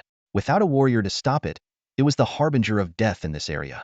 It had already snapped the necks of 3 young warriors, their blood dripping from its jaws, when its gaze locked onto the gravely injured Yang Shaoxiong. Yang Shaoxiong felt despair wash over him. His thoughts involuntarily turned to Yin Shou. If only he had been able to protect Yin Shou a year ago, preventing him from being severely injured by a second-tier beast, perhaps Yin Shou would have already broken through to the warrior realm and could now come to his aid. But the world offered no place for what-ifs. As the Qingfeng wolf lunged toward him, its massive jaws wide open, a thunderous dragon-like roar erupted and echoed across the skies. The Qingfeng wolf let out a pain-filled, despairing wail as its head was severed in an instant.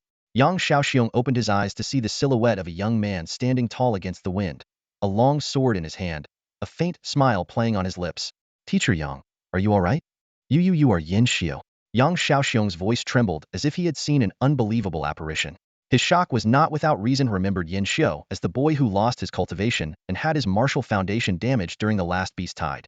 Though over the past year, this young man had displayed incredible perseverance, barely managing to master the power of 11 elephants and reaching the level of a second-tier martial apprentice. The scene before him completely shattered his perception.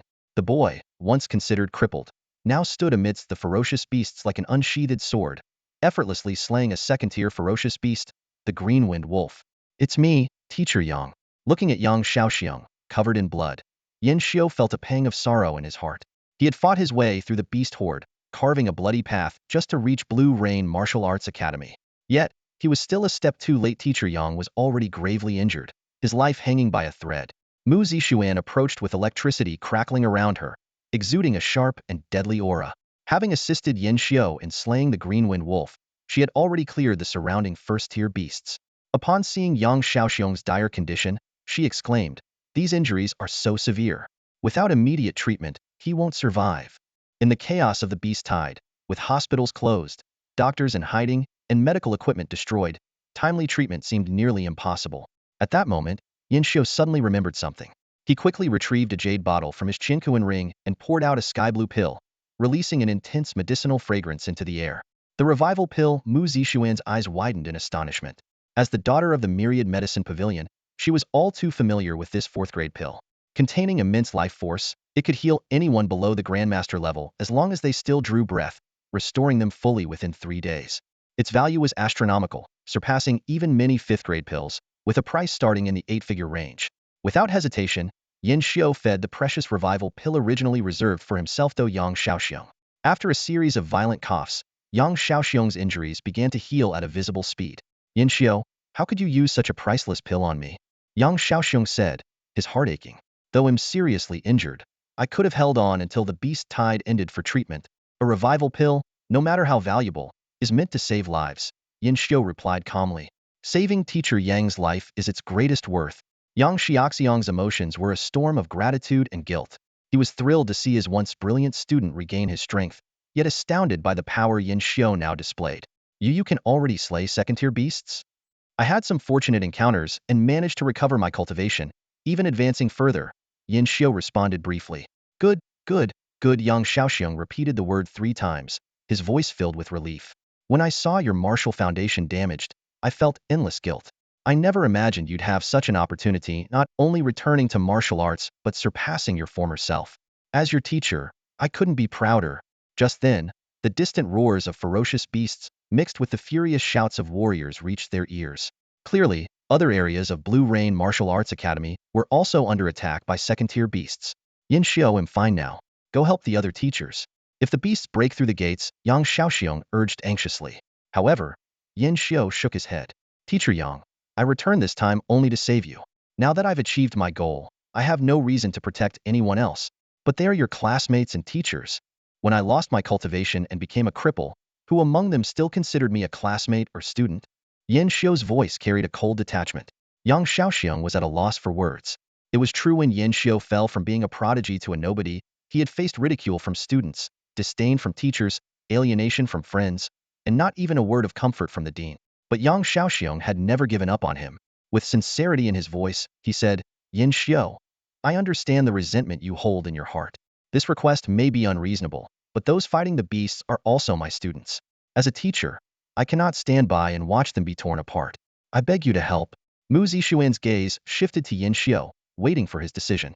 Yin Xiao gazed silently at the blood-streaked face before him. Yang Shaoxiong met the boy's eyes with unwavering determination, his resolute expression exactly the same as when he had once shielded Wang Tianchi in the classroom.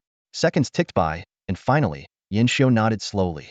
I can eliminate all the feral beasts in Lanyu Martial Arts Academy and ensure the safety of the faculty and students during this beast tide. But this doesn't mean I've forgiven them. I'm doing this solely because of you, Teacher Yang, because of your request. Thank you. The tension in Yang Shaoxiong's body finally eased, and he collapsed in relief. I'll go with you. Mu Zixuan immediately stepped forward, her eyes sparkling with eagerness. But Yin Xiao shook his head. Miss Mu, I need to trouble you to stay here and protect Teacher Yang. The beast tide isn't over yet, and I fear there may still be danger. Huh. All right, fine. Okay, I agree. But you owe me one. Mu Zixuan relented reluctantly, though she understood the importance of safeguarding Yang Shaoxiong. She nodded in resignation. Yin Xiao acknowledged her favor with a nod, then activated his unparalleled, boundless drifting dragon step. In an instant, he vanished from sight. Not long after he left, the surviving students began whispering among themselves. That guy was so strong. He took down a second-tier beast with just one strike. Wait a second. Wasn't that Yin Xiao? Yin Xiao, the so-called failure? No way. Didn't he lose all his cultivation a year ago? That was definitely Yin Xiao. And look who was with him. It was the eldest daughter of the Mu family. The murmurs grew louder. Back when he became a failure, Li Xian, Luo Qinghe, and Luo Shi were the first to distance themselves and trample all over him. If they find out Yin Xiao not only regained his martial prowess, but can now slay second-tier beasts, they'll probably look like they've swallowed a brick. At the southern gate of Lanyu Martial Arts Academy, a beast's roar pierced the sky. A teacher was locked in a fierce battle with a second-tier beast, but was gradually losing ground as exhaustion set in. Just as the situation grew dire, a dragon's roar echoed across the heavens. A flash of sword light later, the feral beast fell, cleaved cleanly in two. The second-tier beast is dead. The rest is up to you.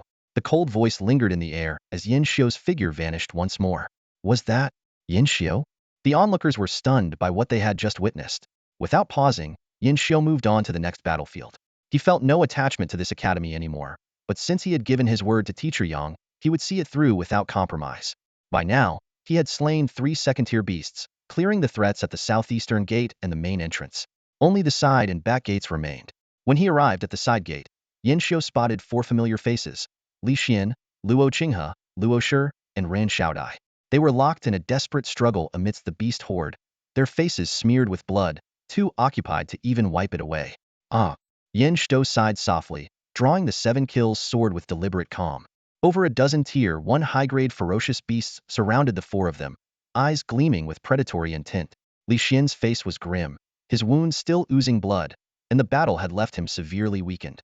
Among the beasts, 2 or 3 were as strong as tier 9 martial trainees, baring their fangs as they waited for the right moment to strike. Luo Qinghe had just exhausted himself slaying 1 beast, only to see Teacher Zhou still locked in combat with a tier 2 beast, unable to provide any support in the near future. In that critical moment, a massive black wolf suddenly leapt forward a tier 1 high-grade beast with the strength of an 8th tier martial trainee. Luo Qinghe wanted to aid Li Xian but was intercepted by the wolf, forced into another desperate fight. The battlefield grew increasingly dire. The dense pack of beasts included over a dozen tier 1 high-grade creatures, with countless tier 1 mid-grade ones swarming around as well. Although other martial trainees were fighting alongside them, the academy was clearly on the losing side. More than 10 students had already perished, their bodies destroyed beyond recognition. What was even more despairing was that Teacher Zhou, the guardian of this area, was not only unable to subdue the tier 2 beast, but was gradually being overwhelmed, teetering on the edge of defeat. If the tier 2 beast were left unchecked, the consequences would be unimaginably catastrophic. Last year during the beast tide, we mocked Yin Xiao for losing his cultivation and damaging his martial foundation after his severe injuries, Luo Shi said with a bitter smile, her voice laced with self-mockery. Who would have thought that within just a year, we might not even have the chance to end up like him? We could die here today. Regret filled her as she recalled how she had distanced herself from Yin Xiao due to various concerns. No, that won't happen, Ran Xiaodai said stubbornly.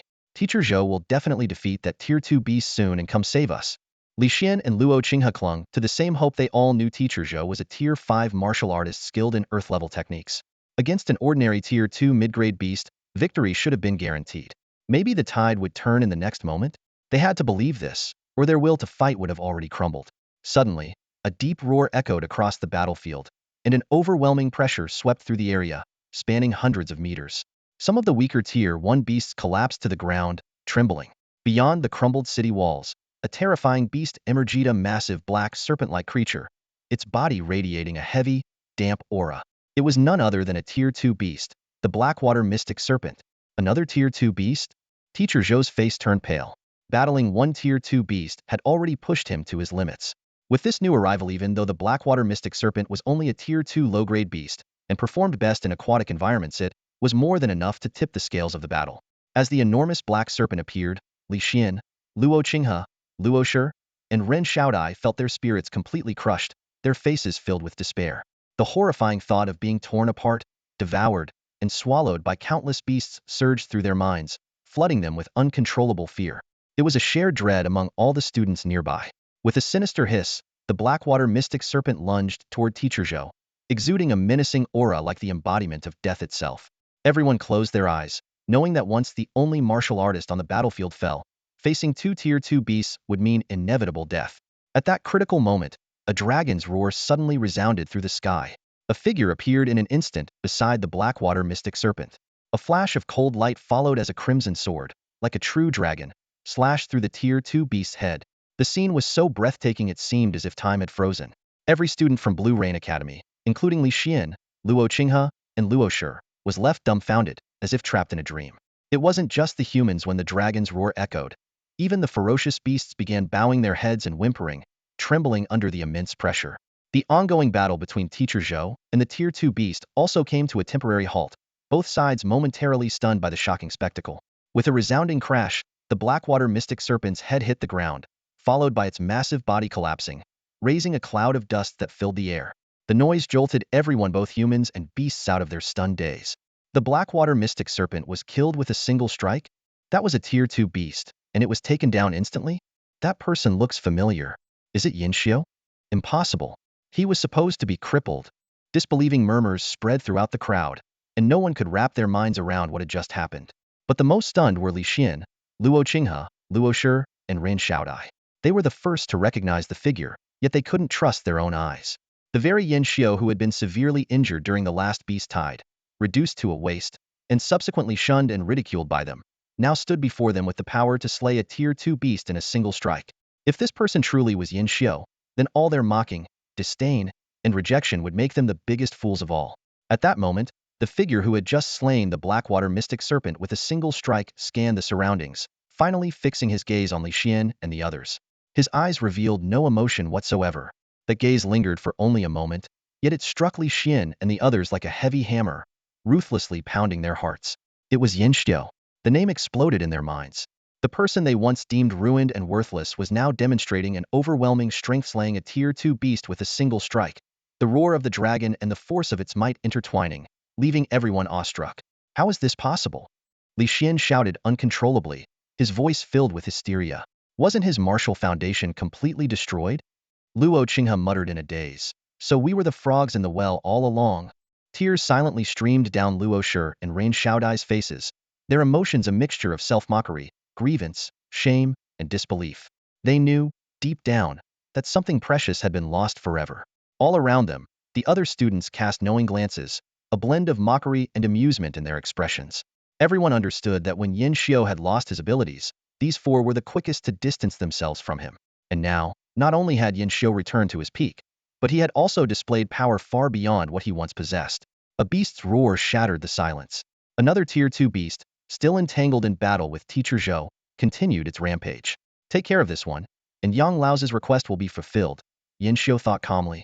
To him, this was nothing. He had hunted far more formidable beasts before. He cast a brief, indifferent glance at his former friends before looking away. Those past ties had long been swept away like the wind. Were it not for Teacher Yang's request, he wouldn't have intervened at all. Let's end this. Yanxiu slowly unsheathed his sword, channeling his infinite technique to its full potential. The dragon's roar reverberated once more, shaking the heavens and earth. Though the Tier 2 blood dragon beast, a dragon subspecies, possessed a durable body, it was no match against the force of a thousand-fold strike and met its demise. The Tier 2 beasts here are taken care of. The rest is up to you, Yin Xiao said as he turned to leave. Teacher Zhou hurriedly stopped him. Are you really Yin Xiao? My appearance hasn't changed, Yin Xiao replied calmly. When Luo Shi and the others stepped forward to thank him, Yin Xiao coldly responded that he was merely fulfilling Teacher Yang's request. Yin Xiao, are you still angry with us? Luo Shi asked shakily. Angry? Yin Xiao let out a faint laugh. I've long since moved past that. With those words, he activated the free wandering dragon steps technique and vanished from their sight in an instant. Luo Shi staggered, nearly collapsing, while Run Xiaodai's face turned pale. Li Xian and Luo Qing's eyes were filled with regret. Compared to Yin Xiao's indifferent response, they would have preferred anger, for at least anger would mean he still cared. Whispers spread among the crowd. Some mocked Li Xian and the others for their opportunism, while others lamented their own past disdain for Yin Xiao. Under Teacher Zhou's guidance, the remaining Tier 1 beasts were swiftly dealt with. The beast tide lasted an entire day before it finally came to an end. The skies over the base city gradually darkened, and the golden hues of the setting sun cast their light over the devastated streets. The battle achievements of the Grand Martial Master, Xia Tianfeng, were astonishing: 4 demon serpents severely wounded, and 4 out of 10 third-tier fierce beasts slain. Under this overwhelming display of power, the massive beast horde was ultimately defeated. After returning to the city, the martial artists divided into teams to eliminate the remaining beasts, taking only 2 hours to clear all threats. By the time the headmaster of Blue Rain Academy, Li Zhongbai, returned to the academy exhausted, the sky was already nearing dusk. However, the news awaiting him immediately filled him with tension. It was reported that among the beasts attacking the academy were over a dozen second-tier fierce beasts, along with hundreds, if not thousands, of first-tier ones. A horde of this scale, combined with the attack of mid-tier second-level beasts, could have spelled total disaster for the academy. Li Zhongbai calculated silently. But soon, he noticed something unusual: the academy's losses were surprisingly minimal. Other than a few martial novice students who perished during the beast tide, the martial artist level instructors were mostly unharmed. Even Yang Xiaoxiang, who had sustained the most severe injuries, was now showing significant recovery. Headmaster, Teacher Zhou began to explain. The reason Blue Rain was spared from heavy losses is entirely because of one student. A student? Li Zhongbai frowned, recalling the 2 figures he had seen fighting their way through the beast horde outside the city. A vague suspicion formed in his mind. It was Yin Xiao. Teacher Zhou described in detail how Yin Xiao had taken down all the second-tier fierce beasts, his voice filled with awe. You mean? Li Zhongbai took a deep breath. This Yin Xiao single-handedly slew the second-tier beasts and saved the academy from this crisis? Just as Teacher Zhou was about to nod, another teacher, surnamed Wu, interjected eagerly. Headmaster, you should have seen it for yourself. With just a single strike, one strike effortlessly killed a second-tier beast. I saw it with my own eyes. It was like watching a dream unfold. I believe it, Li Zhongbai said in a low voice, because I saw him fight his way from the wilderness into Tianling City. The most incredible part, another teacher chimed in excitedly, is that Yin Xiao didn't use any essence energy at all when he fought. He relied purely on his blood energy. This statement was like a bombshell in the room. What? No essence energy? Could he still be at the martial novice stage? Yes, I noticed it too. From start to finish, he only used blood energy to fight. A martial novice capable of killing second-tier fierce beasts? What kind of monster is this? We actually treated such a genius as a failure. Suddenly, one of the teachers, visibly excited, proposed, Headmaster, the Chongqing Martial Academy's assessment is coming up soon. If we let Yin Xiao participate? The suggestion immediately caused a stir. According to the rules, mid-level martial academies could recommend 1 martial arts prodigy under the age of 20 each year to participate in the assessment for Chongqing Advanced Martial Academy. If they passed and joined the official classes, they would likely break through to the martial master level upon graduation. Excelling among their peers could even bring substantial resource benefits to the recommending academy. But Yin Xiao isn't even a martial artist yet. Someone pointed out. There's still time before the registration deadline. With his talent, breaking through to martial artist is surely within reach. Others quickly agreed. Li Zhengbai's heart stirred. It had been over a decade since Blue Rain Academy had produced a graduate from Chongqing. But then, his expression changed. Those old fogies from Red Sun and Purple Thunder academies are always mocking me for being blind. Could it be they've already noticed Yin Xiao's potential and are planning to poach him? With that thought, he anxiously asked, where is Yin Xiao now? I need to discuss the Chongqing assessment with him personally. The teachers eagerly provided Yin Xiao's whereabouts, but Yang Xiaoxiang remained silent throughout. He knew that when Yin Xiao had fallen on hard times, These people had not offered comfort but instead distanced themselves and looked down on him. Now that he was rising again, they wanted to win him over. He feared it might already be too late. Yin Xiu likely felt no attachment to Blue Rain Academy anymore. At this moment, Yin Xiu had not returned home. Instead, he had accompanied Mu Zixuan to the Mu family estate. Yin Xiu's decision to head to the Mu family was a carefully considered one.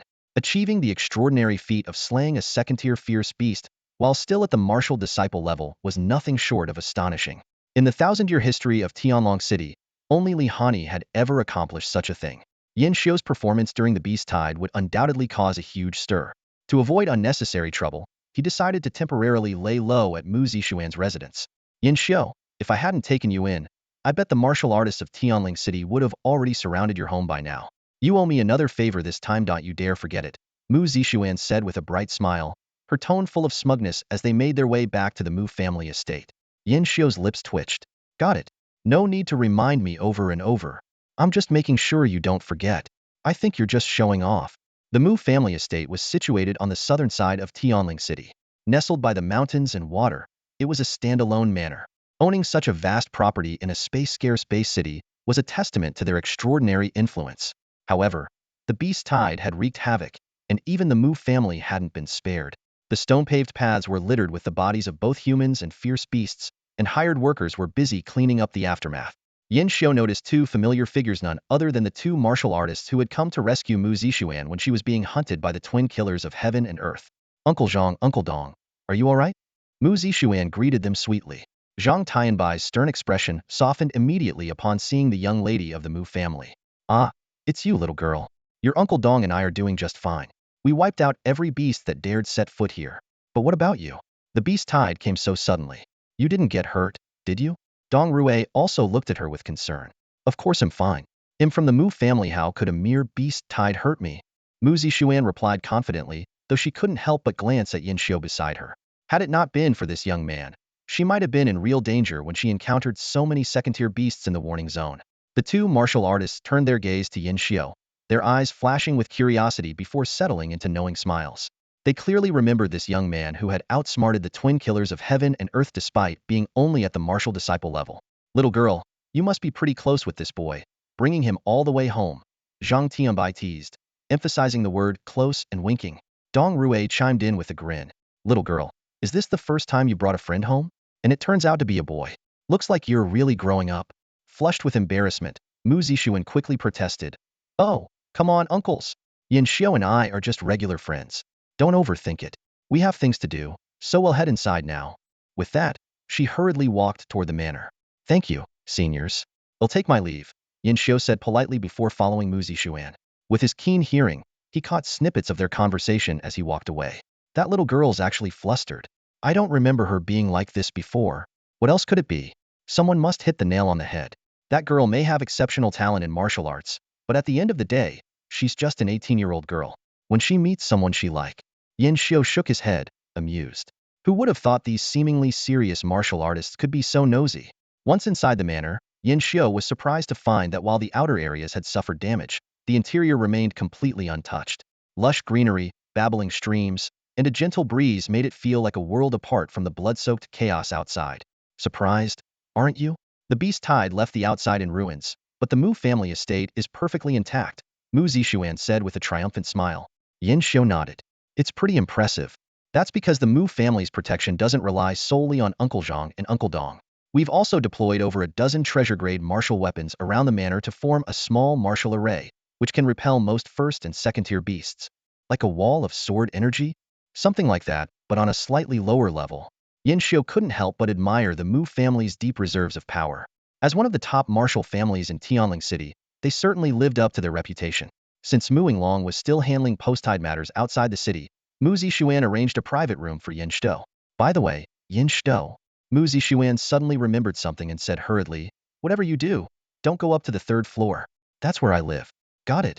Yin Xiu, who was about to open the door to his room, rolled his eyes. Why would I go to the third floor for no reason? For some reason, hearing that Yin Xiu had no intention of going upstairs left Mu Zixuan feeling a bit disappointed. Just before entering his room, Yin Xiu turned back and said, oh, I almost forgot to say thanks. With that, he closed the door. Finally, Yin Xiu thanked me. Mu Zixuan beamed with joy. Even though it was just a simple thank you, it made her incredibly happy as she walked away. Inside his room, Yin Xiu carefully scanned for surveillance devices. Once he confirmed there were none, he retrieved numerous martial arts manuals from the small universe ring he had obtained in the martial arts secret realm. Divine Thunder 9 Transformations, Heavenly King Sutra, Divine Blood Method, and more. Alright, let's get started. After obtaining the nameless technique in the Bronze Palace, Yin Xiu finally embraced a moment of calm to focus on cultivation. With the beast tide quelled and the dust settled, he found a quiet spot to dedicate himself to his practice. Time flew by, and the road of cultivation brought frequent surprises. Congratulations, your cultivation this time has gained a 20x critical boost. Congratulations, your cultivation this time has gained a 5x critical boost. Congratulations, your cultivation this time has gained a 3x critical boost. Congratulations, your cultivation this time has gained a 17x critical boost. Hours seemed to pass in the blink of an eye. Benefiting from his previous experience with master-level techniques like Xiao Yao Yu, Dragon Step, Dragon Blood Refinement, and Fragmented Shadow Technique, combined with the support of the Infinite Critical System, Yin Xiu could comprehend a technique almost every hour. Each time he mastered a technique, he would use the Nameless Technique to absorb it, refining the extracted essence to nourish his infinite technique. By the time the sun set, Yin Xiu had integrated all the techniques he obtained from the martial arts secret realm. Through the refinement of the Nameless Technique, the Infinite Technique, though still at the master level tier, had become the most compatible technique for him. This compatibility significantly boosted his combat power by more than just a small margin. What a powerful Nameless Technique! Yin Xiu murmured in awe. Using oneself as a furnace to merge countless cultivation methods into one, tailoring them to fit perfectly and paving the way to the strongest martial paths truly beyond imagination. Such a technique would likely be impossible to find even if one scoured every library in the Blue Rain Martial Academy. As his thoughts wandered, he recalled the Bronze Palace beneath the Thunder Pool, the terrifying sound of knocking on the door, and how Mu Zixuan, the gatekeeper, couldn't perceive the Nameless Technique. Its origins were truly puzzling.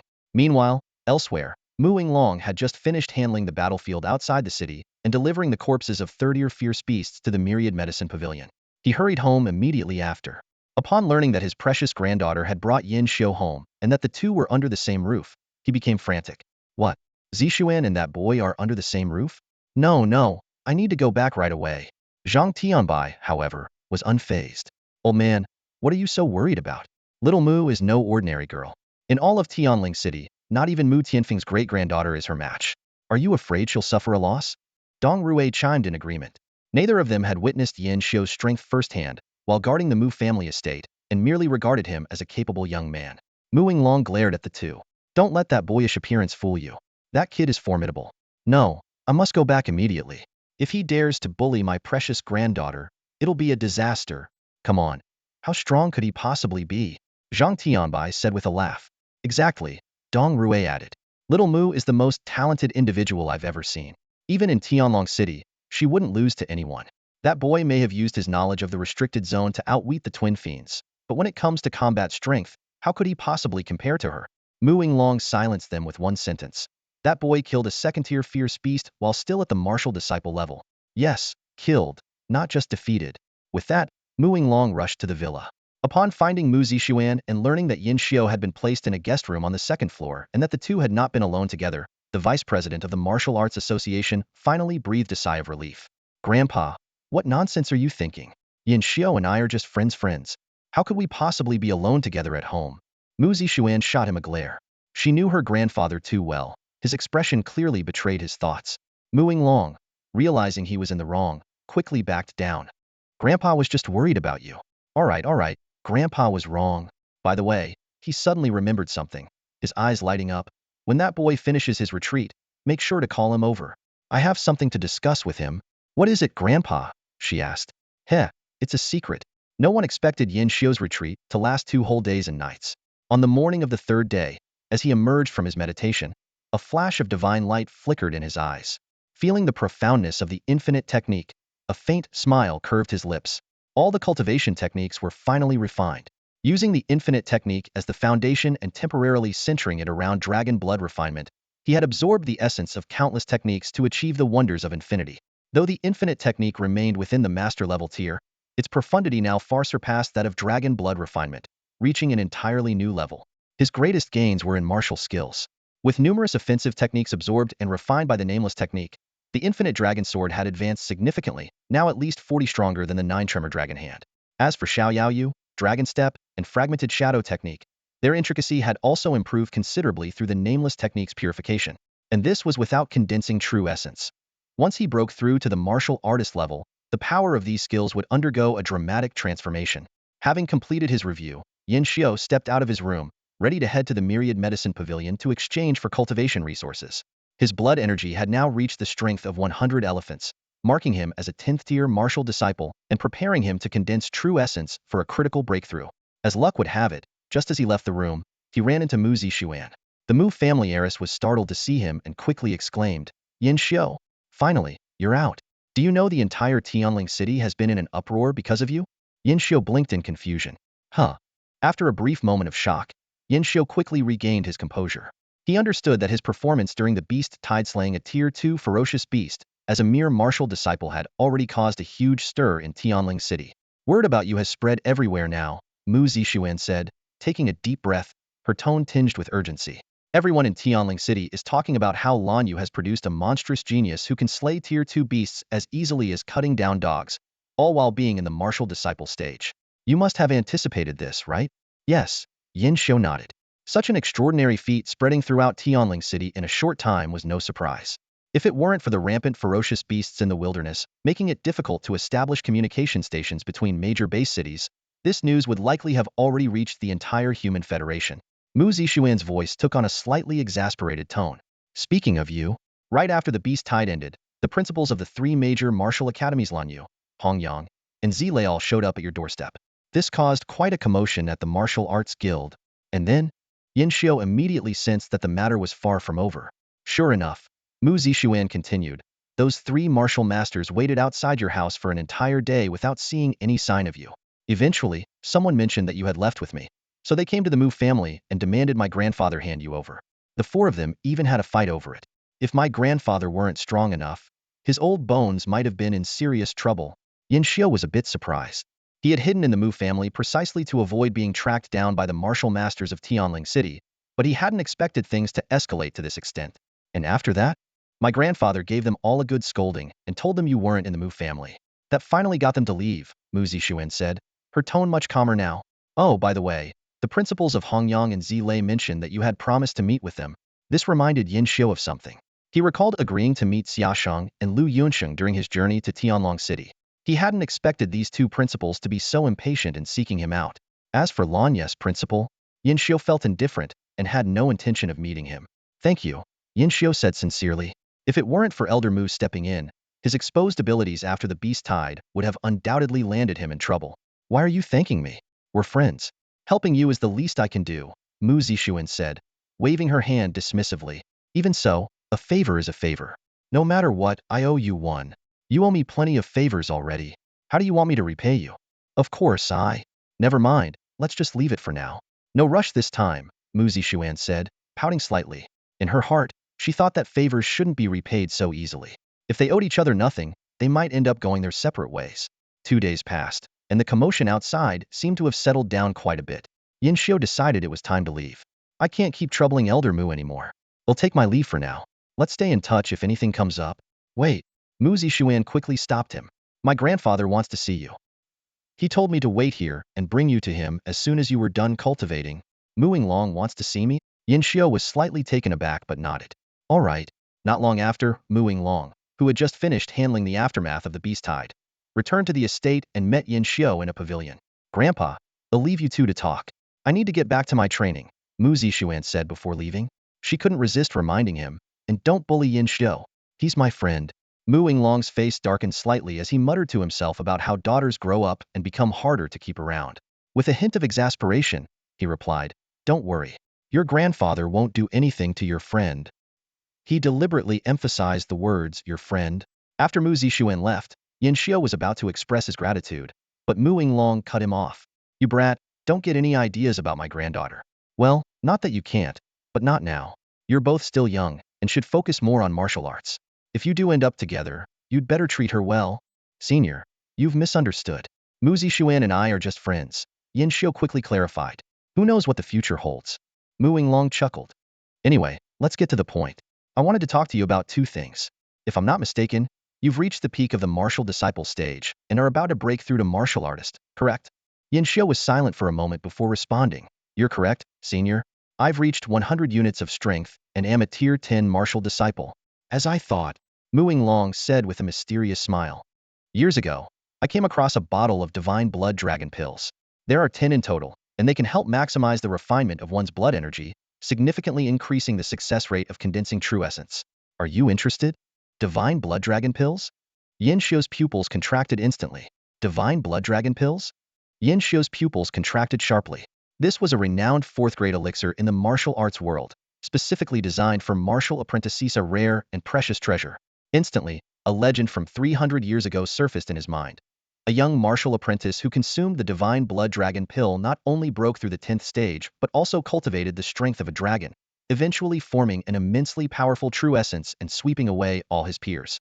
The rarity of this elixir wasn't just because of its difficult-to-find ingredients, but also because it only worked on martial apprentices.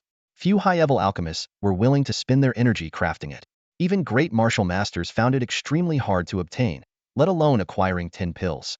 For the Mu family, owners of the Myriad Medicine Pavilion, to secure so many divine blood dragon pills, the price they paid must have been astronomical. I want it. Yin Xiu nodded without hesitation, his desire undisguised. This yearning was an instinctive reaction for any martial apprentice. Then it's yours, Mu Long said casually, retrieving a jade bottle from his storage ring and tossing it over nonchalantly. Catching the jade bottle, Yin Xiu's heart was overwhelmed with shock. These were divine blood dragon pills, capable of altering the destiny of a martial apprentice, not some common vitality pills you could find on the street. Senior, he questioned. Surprised, aren't you? Mu Long chuckled. These were originally prepared for my granddaughter to break through to the martial artist level, but she doesn't need them now. Selling them feels like a waste, and since you're her good friend and at a critical stage of breaking through, it's perfect to give them to you. Mu Zixuan doesn't need the divine blood dragon pills? Could it be that she? Yin Xiu trailed off. Exactly. A proud gleam appeared on Mu Long's aged face. After this beast tide, she has taken the most crucial step. She is now channeling her energy into her dantian and refining her true essence. Soon, she'll become a true martial artist. Hearing that his close friend was on the verge of a breakthrough, Yin Xiu felt genuine happiness. But he quickly shook his head and said, this is too valuable. 10 divine blood dragon pills are worth at least 9 figures. It's not a free gift, Mu Long interrupted. Please enlighten me, senior. Tianling City is too small. Your future will undoubtedly take you to higher base cities, perhaps even the top-tier cities like Shangjing or Tianjing. I don't ask for much. I only hope that when you soar to great heights, you won't forget that there's still a Mu family here. Yin Xiu immediately understood Mu Long's intention to trade 10 divine blood dragon pills for a future favor. He didn't mind this arrangement at all. In fact, it relieved him somewhat. After all, he already owed the Mu family a significant debt. From injuring Wang Tianshi to securing a spot in the martial arts secret realm, to fending off the 3 academy deans on his behalf. Adding one more favor to the list didn't seem like a big deal. Thank you, senior. Yin Xiu stored the jade bottle in his spatial ring, his heart brimming with anticipation. By the way, senior, didn't you mention 2 matters? What's the second one? Mu Long sighed helplessly. It's about the old geezers from Lanyu, Hongyang, and Zilei academies. Even after I sent them away, they refused to give up and pester me every day to meet you. I'm tired of dealing with them and wanted to ask what your plans are. Yin Xiu shook his head. I haven't planned to meet any of them for now. You're avoiding them because of all the commotion, trying to keep a low profile? Mu Long saw through his concerns immediately. Yin Xiu nodded in acknowledgement. Ever since his strength had been exposed, the entire Tianling city had been in an uproar. It wasn't wise to show himself at this moment. He intended to wait until things settled down. However, Mu Long had a different perspective. I think you should meet them. Why? Because their reason for seeking you likely has to do with the examination quotas for Songqing Advanced Martial Arts Academy. This could be your opportunity to reach a higher stage. After listening to Mu Long's detailed explanation, Yin Xiu made his decision without hesitation. If there's truly a chance to join Songqing Advanced Martial Arts Academy, and willing to meet with the deans of Hongyang and Zilei academies, it was a carefully thought-out choice. The infinite method he practiced required integrating the strengths of countless martial arts, embracing all techniques, and forging a path unique to himself. But as Mu Long had said, Tianling City was too small, so small that it relied on a single great martial master to barely hold its ground. The 7 martial arts academies struggled to produce even a single 20-year-old martial artist. Perfecting the infinite method here was nearly impossible. He needed to go to higher-level base cities, stand on greater platforms, and absorb more martial techniques to refine his path. Attending Sangqing Advanced Martial Arts Academy was undoubtedly the best option. And what about the dean of Lan Yu Academy? Mu Yinglong teased with a knowing smile. That's the dean of your alma mater. Yin Xiu recalled the disdainful expression on the elderly dean's face when Wang Tianshi attacked and replied calmly, "Forget him. I have nothing to do with Lan Yu Academy anymore. All right, leave the rest to me." After chatting a bit more, Mu Yinglong rose to make arrangements for Yin Xiu's meeting with the deans of Hongyang and Zilei academies. By the way, Yin Xiu suddenly remembered something. "Senior, Wang Tianshi must know about my true strength by now." How did he react? Mu Yinglong froze for a moment, then his face turned red, as if suppressing laughter. "Oh, him? After learning that you could slay a second-tier beast, he guessed you were the one who killed Wang Luyang. He's furious and even said he'd seek revenge on you." Yin Xiu's heart sank. He wasn't confident he could defeat a martial master yet. "But don't worry," Mu Yinglong added. "That brat had terrible luck. During the beast tide, he was injured by a third-tier beast. He won't be causing any trouble for a while." Hearing this, Yin Xiu let out a long sigh of relief. "Thank you, senior." After obtaining the divine blood dragon pills, Yin Xiu initially planned to go into seclusion to prepare for breaking through to a martial artist. According to Mu Yinglong, the minimum requirement to participate in the Sangqing Martial Arts Academy examination was to become a martial artist before the age of 20. Moreover, with the martial master Wang Tianshi still lurking, even though he had been gravely injured during the beast tide, the threat was far from over. However, Mu Yinglong's efficiency exceeded expectations. By that very afternoon, he had already arranged the meeting. Baiwei Xian Restaurant was located in the bustling district of Tianling City. Mu Yinglong originally intended to invite Dean Hongyang and Dean Zilei to his manor, but due to the deep impression he left on them during the martial formation, the two deans insisted on meeting outside. Yin Xiu had initially planned to invite Mu Zixuan along to congratulate her on breaking through the warrior realm, but upon learning that she was still in seclusion, he gave up the idea. At this time, Tianling City was still undergoing reconstruction, with scars from the beast tide visible everywhere on the streets as citizens busied themselves with repairs and rebuilding efforts. Disguised simply, Yin Xiu was on his way to Baiwei Xian when he overheard a conversation among a group of youths by the roadside. "Hey, have you heard about Yin Xiu?" one of them asked. "Of course. The whole Blue Rain Martial Arts Academy is talking about it," another replied. Yin Xiu paused in his steps and looked toward the voices. 5 or 6 young students in Blue Rain uniforms were huddled together, enthusiastically discussing. "It's unbelievable. Yin Xiu's strength is terrifying. They say his sword roared like a dragon, and he slew second-tier fierce beasts as if they were nothing." Exactly. Everyone used to say he lost his cultivation during last year's beast tide and became useless. Now he's proven so many people wrong. The most awkward ones must be Li Xian and Luo Qinghe. They used to be Yin Xiu's closest friends, but as soon as he fell, they distanced themselves. Now that he's made a comeback, they don't even dare to show their faces. Serves them right. Ungrateful and disloyal, they got what they deserved. Hearing news of his former friends stirred emotions within Yin Xiu, but he quickly regained his composure, even finding it somewhat amusing those who had once been his closest companions were now strangers. Just as he was about to leave, a warm voice rang out, "Indeed, who would have thought that a boy who fell to such depths could rise again through sheer willpower?" The chatting students immediately fell silent. Yin Xiu felt a formidable aura, far surpassing the warrior realm, locking onto him. "Hello there, Yin Xiu," the voice greeted. Yin Xiu turned, his expression unreadable, and looked at the elderly man before him, whose youthful demeanor belied his white hair and luxurious robes. "Dean Li," he said flatly. Li Zhengbai gazed at the young man in front of him and sighed. "Good, good. Blue Rain is fortunate to have a student like you. I'm very proud." Proud. Yin Xiu thought back to the dean's cold and disdainful attitude in the classroom back then, and a wave of disgust rose in his heart. "Thank you, but if there's nothing else, I'll take my leave." Li Zhengbai's eyes widened in surprise, and he quickly called out, "Wait, are you going to meet the deans of Hongyang and Zilei academies?" Despite the immense pressure emanating from Li Zhengbai, Yin Xiu remained expressionless and nodded. "Yes." Li Zhengbai's face darkened. "Don't forget, you are a student of Blue Rain. When my cultivation was crippled, did anyone treat me as a student of Blue Rain?" Yin Xiu's gaze met the dean's directly.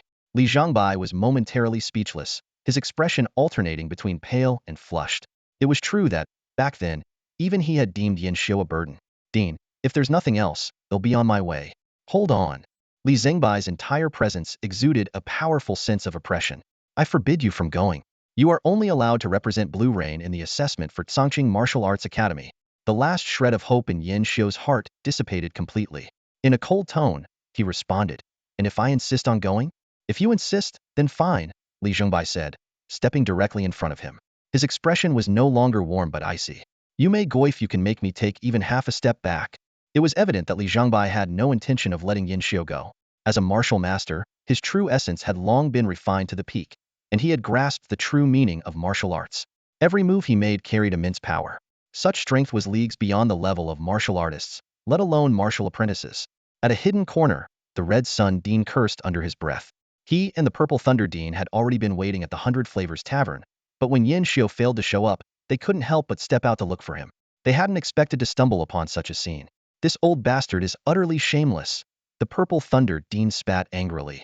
A dignified dean of a martial arts academy, one of the few martial masters in Tianling City, bullying a junior. No way, we have to teach him a lesson today. His words struck a chord with the Red Sun Dean. The two exchanged a glance and were just about to intervene when a hand stopped them. Wait. Wait for what, Brother Mu? The Red Sun Dean glared. That boy is closer to you, isn't he? He might even become your future grandson-in-law. Are you just going to stand by and watch him get bullied? The speaker was Mu Long.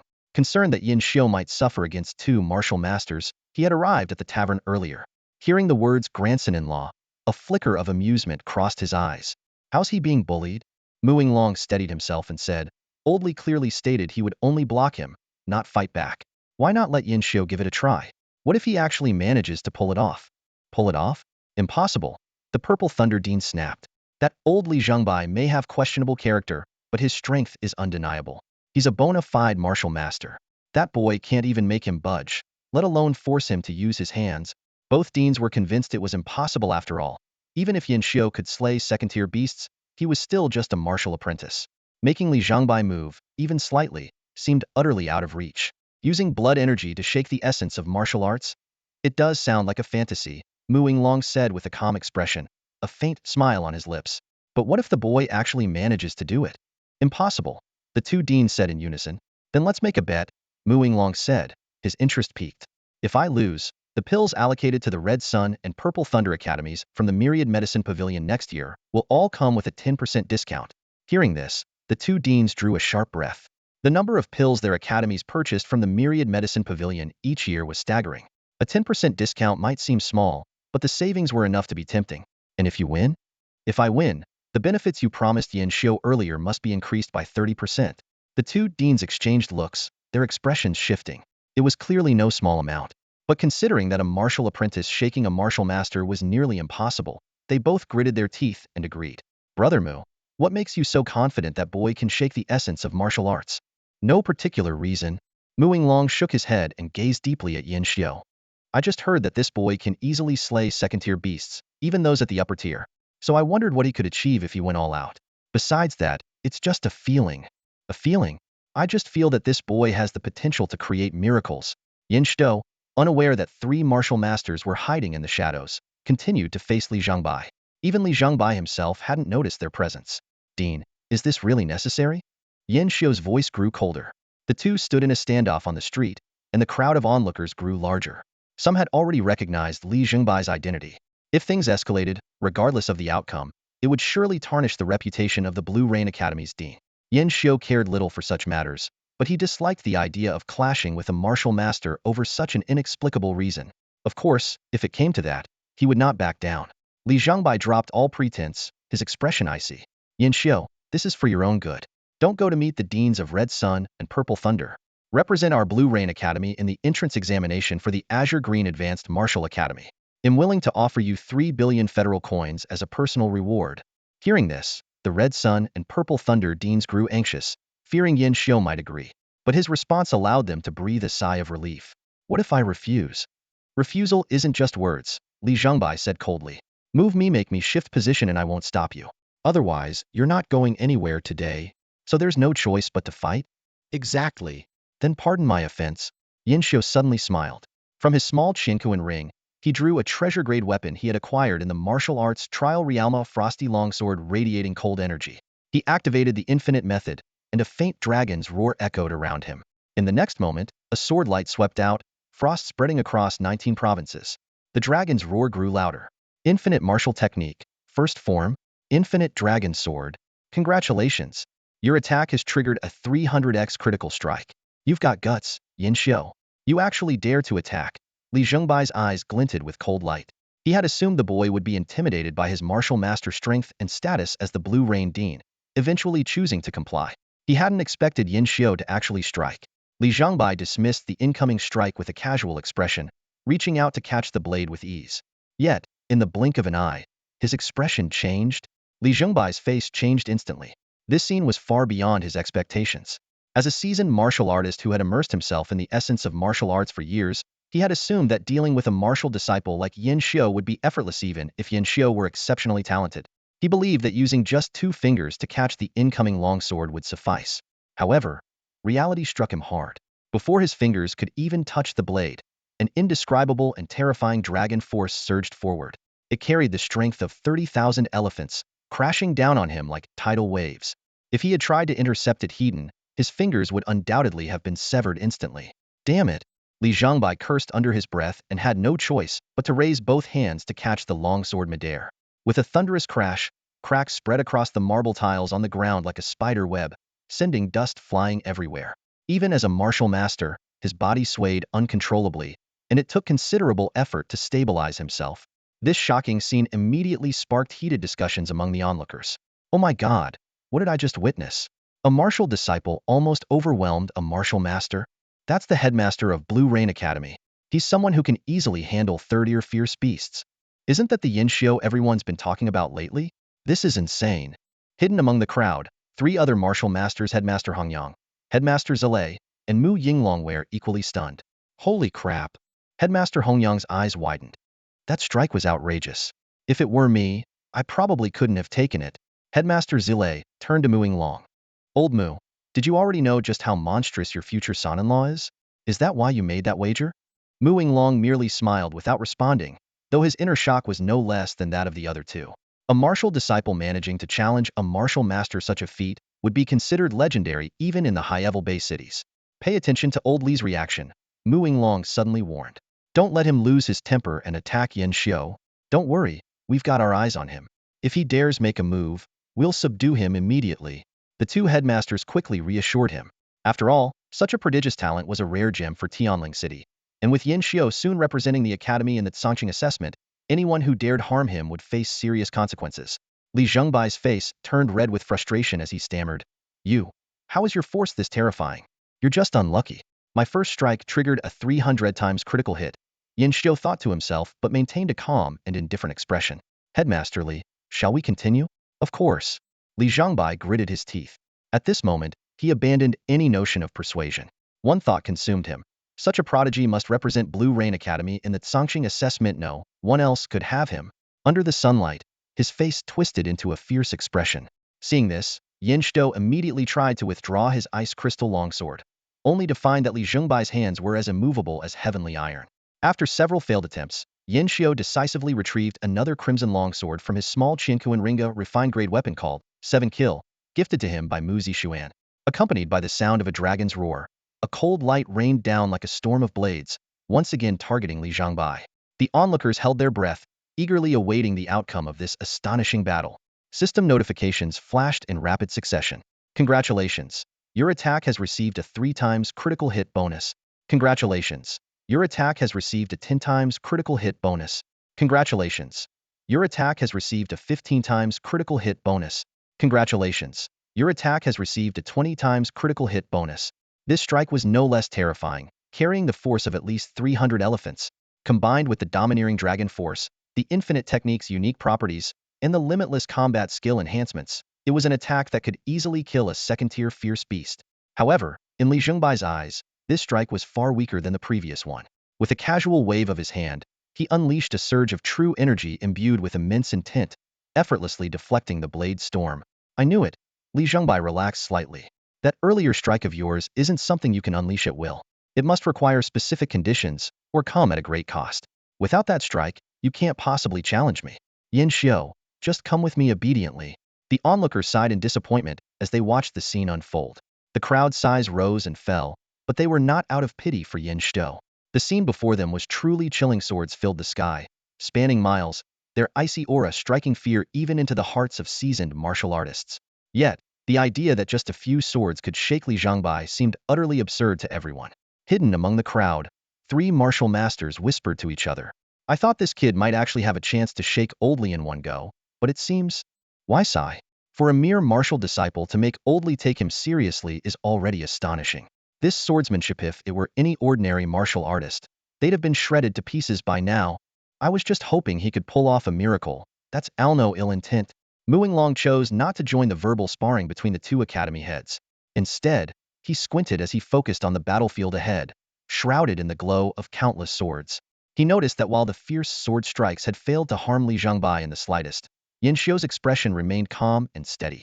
One strike followed another, the rhythm unchanging, as if he were waiting for the perfect moment. Could he possibly recreate that earth-shattering sword strike from earlier? The thought had barely crossed Mu Yinglong's mind when a thunderous dragon's roar echoed across heaven and earth. A terrifying pillar of sword light formed, carrying an unstoppable might as it slashed toward Li Zhongbai. Congratulations! Your attack has achieved a 1/200x critical damage multiplier. A cold smirk appeared on Yin Xiu's lips. Seeing Li Zingbai's increasingly relaxed demeanor, he warned, "Be careful, headmaster. This strike is strong, don't underestimate it, or you might not survive." Before his words had fully landed, another dragon's roar pierced the heavens. 7 deadly strikes descended, their sword light expanding into a massive pillar of destruction.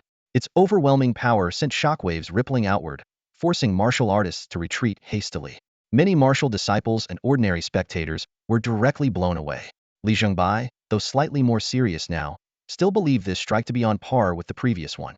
However, the moment he reached out to catch the incoming blade, his expression shifted drastically. Terror filled his eyes. This strike's power was like the collision of heaven and earth, far surpassing his expectations. It shredded his true essence with ease, leaving him in excruciating pain as if his entire body were being torn apart. If I don't take this seriously, I'm dead. With a furious roar, Li Zengbai's long hair whipped wildly as he donned pitch-black gloves. His raging true essence cracked the ground beneath him. Gripping the 7 deadly strikes with both hands, he was pushed back 10 meters by its immense force before barely managing to neutralize the attack. By then, his body was steaming, the area within 10 meters around him unbearably hot. Half kneeling on the ground, he gasped for breath, staring at Yin Xiu in disbelief. What was that strike? The sword's name is Infinite, Yin Xiu replied calmly, though even he couldn't help but marvel at the martial master's resilience. This was the first time he had encountered someone who could survive a strike with a 1,000-fold critical multiplier. A brief silence fell over the battlefield before the crowd erupted in astonished chatter. My God! A martial disciple actually managed to shake a martial master. Not just shake. Look at the Blue Rain headmaster's face. He's clearly rattled, probably feeling his life flash before his eyes. Blue Rain Academy's reputation is in tatters now. Some in the crowd recognized Yin Xiu and began discussing his past. He's Blue Rain Academy's top prodigy. A year ago, he was gravely injured during a beast tide, lost all his cultivation, and was almost expelled. Who would have thought he'd come back even stronger? Blue Rain must be kicking themselves now. Li Zhongbai fixed his gaze on Yin Xiu, replaying that extraordinary strike in his mind as he slowly straightened up. No, you're not leaving. Yin Xiu, you're coming back to Blue Rain with me. Yin Xiu's eyes turned cold. Headmaster Li, are you planning to break our agreement? To everyone's surprise, Li Zhongbai nodded and admitted openly, that's right. In breaking the agreement, Li Zhongbai's expression was grave, his gaze piercing. Initially, he only intended to persuade Yin Xiu to stay, and if that failed, he was prepared to settle for less. However, after witnessing Yin Xiu's breathtaking sword strike, his mindset underwent a complete transformation. A mere martial apprentice had forced him, an experienced martial master, to use both hands. Such talent far surpassed the extraordinary, reaching a level that could be described as once in a millennium. If Yin Xiu could be retained at Lanyu Academy to participate in the Songqing examination, his eventual rise would undoubtedly bring the academy fame and glory, leaving its mark in history. It might even pave the way for its promotion to a higher-tier martial arts academy. As the headmaster, this was almost the pursuit of his lifetime. Even if it meant resorting to less honorable means and bearing infamy, he was willing to do so. After witnessing that astonishing sword strike, his resolve became even firmer. As for Yin Xiu's resentment, Li Zhongbai wasn't worried. First, his intentions were not malicious, and second, the academy would surely provide generous compensation. However, his actions caused an uproar at the scene, with the crowd shocked that a martial master would publicly break his word. Discussions erupted all around, but Li Zhongbai paid no heed. Instead, he spoke sincerely. Yin Xiu, come back to Lanyu with me. Whatever Hongyang and Zilei have promised you, we'll triple it. Even if I have to sell everything I own, even if it costs me my old bones, I'll make it happen. The grievances you've endured at the academy, I'll make sure to repay them doubly. There was even a trace of pleading in his tone. For most people, facing such an attitude from a martial master might have softened their stance. But Yin Xiu coldly replied, I'm sorry, Headmaster Li, but I want return to Lan Yu. Why? Are the conditions not good enough? We can negotiate further if that's the case, as long as you're willing to come back. Yin Xiu interrupted, as the headmaster, you should know how I've lived this past year. Facing endless ridicule and scorn, ask yourself, would you return to such an academy? Li Zhongbai was momentarily speechless. He was well aware that without Yang Xiaoxiang's protection, Yin Xiu would have been unable to endure. Yet, he refused to give up. But Lan Yu did nurture you in the end, and Yang Xiaoxiang has always shielded you. Don't let minor grievances overshadow the bigger picture. Using gratitude as leverage? Yin Xiu felt a wave of disgust and didn't wish to say more. Headmaster Li, I will not return to Lan Yu. That's an unchangeable decision. Please step aside. So resolute. Disappointment flickered in Li Zhengbai's eyes before they turned cold. A terrifying aura burst forth as he took a step forward. Today, you're coming with me, whether you like it or not. Yin Xiu took a deep breath, gripping the seven-kill sword tightly as he pushed his infinite dharma to its limits. Although he had managed to repel Li Zhongbai earlier with a high-probability critical strike from the system, such odds were too slim. Facing this seasoned martial master, victory seemed nearly impossible. Yet, he chose to resist, his sword aimed directly at his formidable opponent. Don't worry, he'll hold back. ITLL just hurt a little, Li Zhongbai said as he prepared to strike. But just then, a hand suddenly clamped down on his shoulder. Oldly, I always thought you were a decent guy. What's with this sudden turn to dirty tricks? A voice, tinged with amusement, echoed nearby. Li Zhengbai's heart trembled. The man's presence behind him was so ghostly and silent that he hadn't sensed it at all. When he turned to see who it was, his face darkened instantly, and he spat out the name, syllable by syllable. Zhang Dong. Zhang Dong, the headmaster of Hongyang Academy, stepped out from the crowd at a measured pace, positioning himself firmly in front of Yin Xiu. He glanced at the youthful, inexperienced face behind him and, recalling the earth-shattering strike from earlier, couldn't help but marvel. Kid, you are truly unbelievable. To think that with just the power of your blood and energy, you forced Oldly to use the treasure-grade weapon, the Xinjing gloves. You know, even when facing a third-tier fierce beast, he never resorted to this trump card. Hearing this, Yin Xiu's expression shifted slightly. So those pitch-black gloves were actually the treasure-grade Xinjing gloves. And don't forget about me. Another voice rang out. The figure of the headmaster of Zilei Academy appeared, stepping forward to stand shoulder to shoulder with the Hongyang headmaster. He looked at Yin Xiu, his tone filled with admiration. Kid, honestly, you're astonishing. Back in my younger days, I was considered a top-tier genius in Tianling City, but compared to you, it feels like my life was utterly wasted. Li Zhengbai's face grew darker. The simultaneous appearance of these two had clearly caught him off guard. Before long, a third figure joined the mooing long. He stood in front of Yin Xiu, aligning himself with the headmasters of Hongyang and Zilei academies. Gazing at the headmaster of Lanyu Academy across from him, he shook his head and sighed. Oldly, you've really gone too far this time. Breaking the agreement first, then resorting to coercion, this is no way to treat the younger generation. Li Zhongbai stared intently at the three figures before him, his fists clenching and unclenching repeatedly. Finally, he let out a long sigh and withdrew all his oppressive aura. In an instant, the headmaster of Lanyu Academy seemed to age significantly. Yin Xiu, may I ask you a question? Yin Xiu exhaled deeply. He was well aware that if Li Zhongbai chose not to retaliate, he might have a slim chance of victory. But if it came to an all-out fight, he wouldn't last more than 3 moves before being subdued. Facing the elder's earnest gaze, he pondered for a moment and then nodded. Go ahead. Li Zhongbai took a deep breath. If you hadn't faced so much unfair treatment at Lanyu Academy, would you have stayed? Yes. Yin Xiu's response was firm and unwavering. His gaze seemed to pierce through time and space, looking into the distance. Lanyu was not only where his martial arts journey began, but also his first martial arts academy. If not for what happened later, he would have stayed in Lanyu. But there are no what-ifs in life. The seeds sown yesterday inevitably yield today's harvest. Li Zhongbai shook his head with a sigh, his eyes full of regret. He cast one last, lingering glance at the group before turning away, disappearing into the bustling crowd. His hunched figure stretched long under the sunlight, exuding an indescribable loneliness. If only they had known this would happen, why act that way back then? Principal Hongyang muttered, as he watched Li Zhengbai's retreating figure. If they treated Yin better and extended a helping hand, there wouldn't have been any room for me and old Zhao. Principal Zilei nodded in agreement, his heart filled with mixed emotions. Yin Xiu, however, remained unusually calm. staring in the direction where the old principal had departed, his expression unreadable. In this world, there are no remedies for regret. What has happened is irreversible. Let's go. This isn't the place for conversation, let's head to Baiwei Xian, Mu Yinglong suggested at the right moment. By now, the crowd of onlookers had completely blocked the street, and everyone knew that lingering any longer might cause an even bigger commotion. Using their martial arts aura to part the crowd, they quickly left the scene. The incident soon spread throughout Tianling City, causing a massive stir in the martial arts world. At Baiwei Xian restaurant, the group found a windowside table and sat down. Only then did Yan Xiu feel some of the pressure lift from his shoulders. After all, Li Zhengbai, being a seasoned martial artist, carried an oppressive presence even without making a move. Mu Yinglong leaned in close to Yan Xiu, a sly grin on his face. Kid, well done. You have no idea how much I gained because of your victory. Yan Xiu was momentarily stunned before realization dawned on him. Senior, you all were here the entire time, just staying hidden, and you even placed bets? Smart boy. Mu Yinglong's grin widened as he turned to the two principals.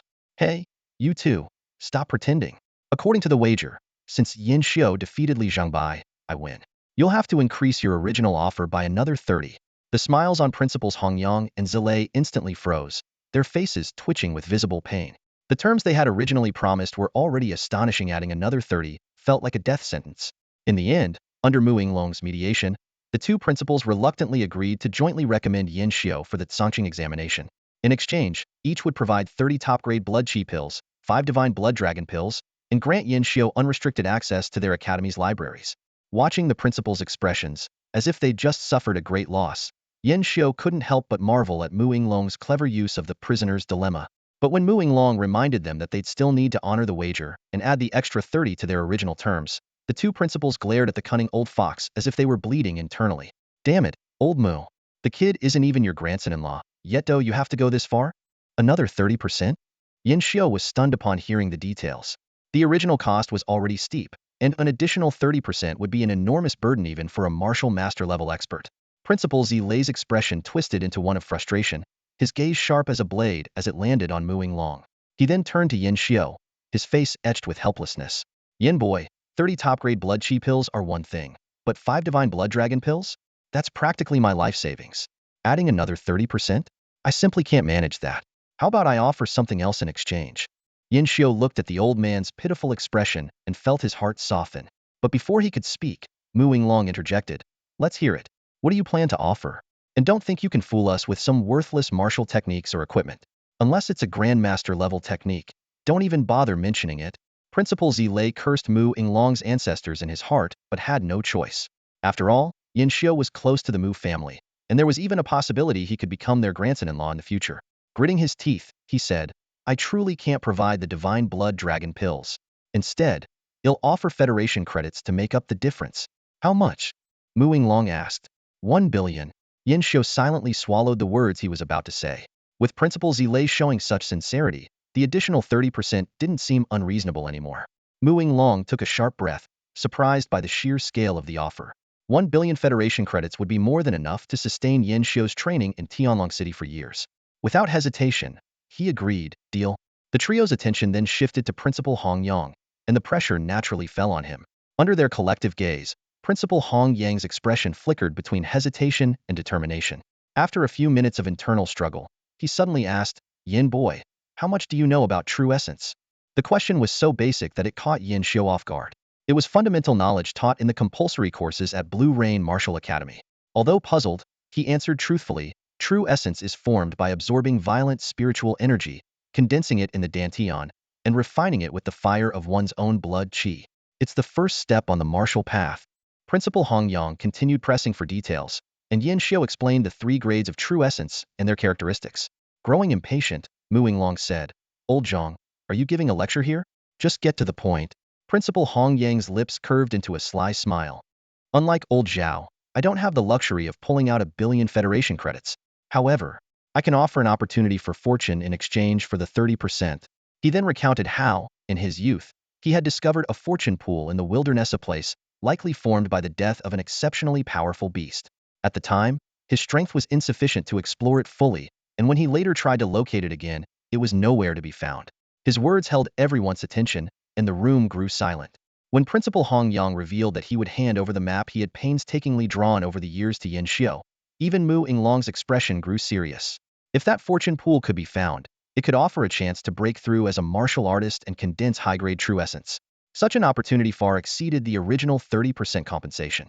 Without hesitation, Mu Inglong declared, "That's more than enough." Yin Xiu gladly accepted the proposal from the two deans. For him, going to Chongqing for further studies was already part of his plan. The Advanced Martial Arts Academy held abundant resources on martial techniques, perfect for refining his infinite method. Moreover, the benefits offered by the two deans were practically a gift, leaving him no reason to refuse. Once their discussion concluded, Dean Hongyang and Dean Zilei promptly fulfilled their promises. 60 top-grade blood chi pills and 10 divine blood dragon pills were neatly placed before Yin Xiu. Dean Zilei even transferred 1 billion federal credits directly into Yin Xiu's account, shooting a sharp glare at Mu Inglong afterward. Dean Hongyang then took out a weathered notebook and solemnly handed it to Yin Xiu. "Kid, this map represents half a lifetime of my efforts. You must find the pool of creation and fulfill my wish." Though he had already surpassed the martial master realm and was over 50, making the pool less useful to him, years of obsession had driven him to continuously search for it. Entrusting the map to Yin Xiu was not just about completing the remaining 30% of the benefits, it also carried the weight of passing on his legacy. "Rest assured, Elder, I will find the pool of creation," Yin Xiu promised firmly. To refine a higher-grade true essence, he was determined to locate that uncharted land. Dean Hongyang patted him on the shoulder with satisfaction. They proceeded to discuss various details, including the joint recommendation signatures from the two academies and other precautions. Yin Xiu also agreed to represent both academies in the Chongqing assessment in Tianlong City. As they were about to leave, Dean Hongyang suddenly remembered something and turned back to remind him, "Yin, with your talent, breaking through to martial artist is only a matter of time. But there are less than 20 days left until the Chongqing assessment. You must break through during this period, or you'll have to wait until next year." Dean Zilei nodded repeatedly. Exactly. The sooner, the better. It's best to take the assessment this year. Don't worry, elders. I will definitely break through to martial artist before the assessment." Reassured by Yin Xiu's promise, the two deans finally left Bai Wei Winehouse with smiles. Mu Inglong stood up and said, "Yin, come back to the Mu family with me for now. There are quite a few people looking for you outside, and Wang Tianshi is another trouble. My family has protective formations, so you'll at least have some peace." Yin Xiu readily agreed. Now that he had 60 top-grade blood chi pills and 20 divine blood dragon pills in hand, he desperately needed a quiet place to absorb these opportunities. In Tianling City, the Mu family was undoubtedly the best choice, though it meant owing another favor. The two returned to the Mu family without incident. Mu Inglong, busy handling the aftermath of the beast tide, left in a hurry, leaving only Zhang Tianbai and Dong Rui behind. "Kid, can you really kill a second-tier ferocious beast?" Zhang Tianbai scrutinized the young man before him in disbelief. Dong Rui also stared intently at Yin Xiu. Yin Xiu thought to himself that not only had he killed a second-tier ferocious beast, but he had also just repelled a martial master. Since the news was already out, there was no need to hide it. He nodded and said, "It's manageable, not too difficult." "My God!" Zhang Tianbai exclaimed. "Doesn't that mean you're stronger than all of us?" Dong Rui's body trembled. "So, the heaven and earth twin fiends were actually killed by you, weren't they?" "More or less," Yin Xiu replied vaguely. In truth, only the earth fiend had fallen to his hand. The heaven fiend was killed by the second-tier Blackwater mystic snake. However, this explanation carried a different meaning to the two martial artists. Zhang Tianbai sighed. "No wonder the young lady is so fond of you. To slay martial artists as a martial apprentice, such a prodigy. If I were a woman, I'd fall for you too." Dong Rui nodded fervently. Exactly. Same here." Hearing these outrageous comments, Yin Xiu shuddered and quickly stepped aside. Once inside the villa, Yin Xiu intended to visit Mu Zixuan but was informed by the butler that she was in seclusion, consolidating her martial artist realm. Not wanting to disturb her, he returned to his room. 60 top-grade blood chi pills and 20 divine blood dragon pills. I wonder how far these can push my strength. Yin Xiu thought expectantly as he retrieved a bottle of top-grade blood chi pills from his small cosmos ring and consumed one, activating the infinite method. Congratulations. Your pill consumption triggered a 5-fold critical boost.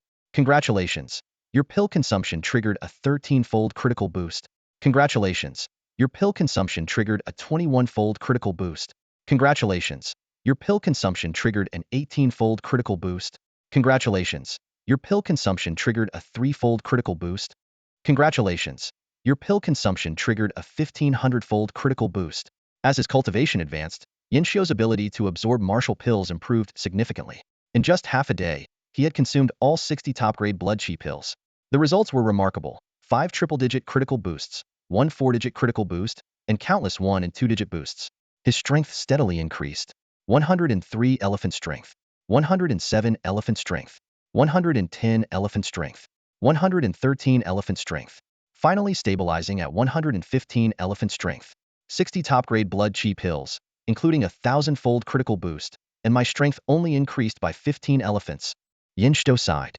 As expected, the further I progress, the harder it is to improve. And with my damaged martial foundation, sigh. After a brief moment of disappointment, he took out 2 jade bottles from his small cosmos ring, his eyes brightening. Divine Blood Dragon Pills. This top-grade martial pill is the real deal, Yin Shou said with a fiery determination in his eyes. Let's begin.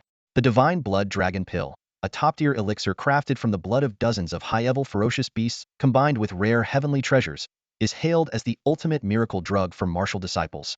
Each pill is worth over 8 figures, and its effects not only enhance physical strength but also condense blood energy, unleashing a force as powerful as a dragon.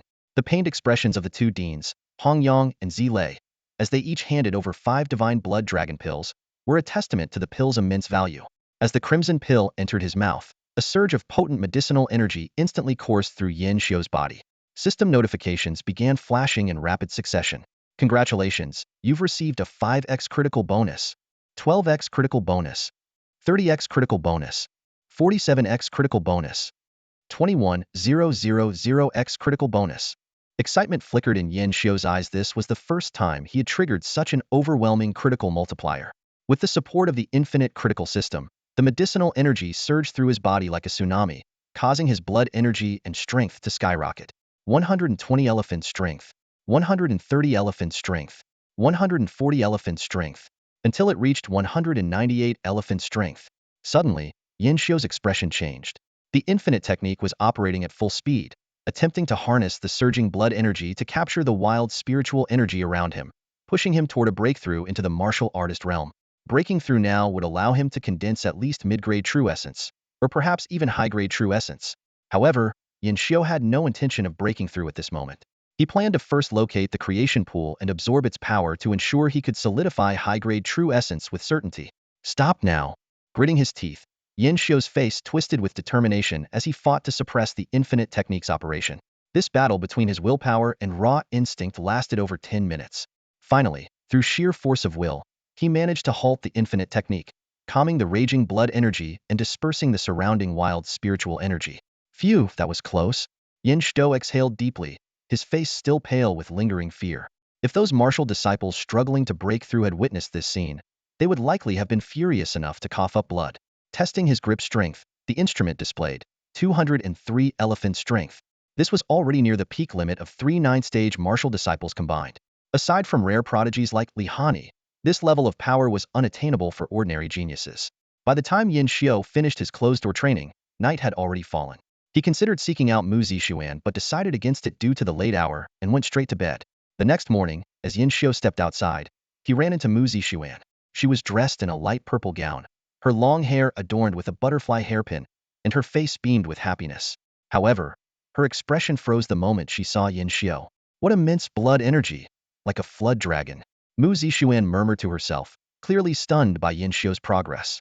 Yin Shou also noticed something unexpected. Mu Zixuan's true essence emanated faint electric sparks, crackling with sharp intensity.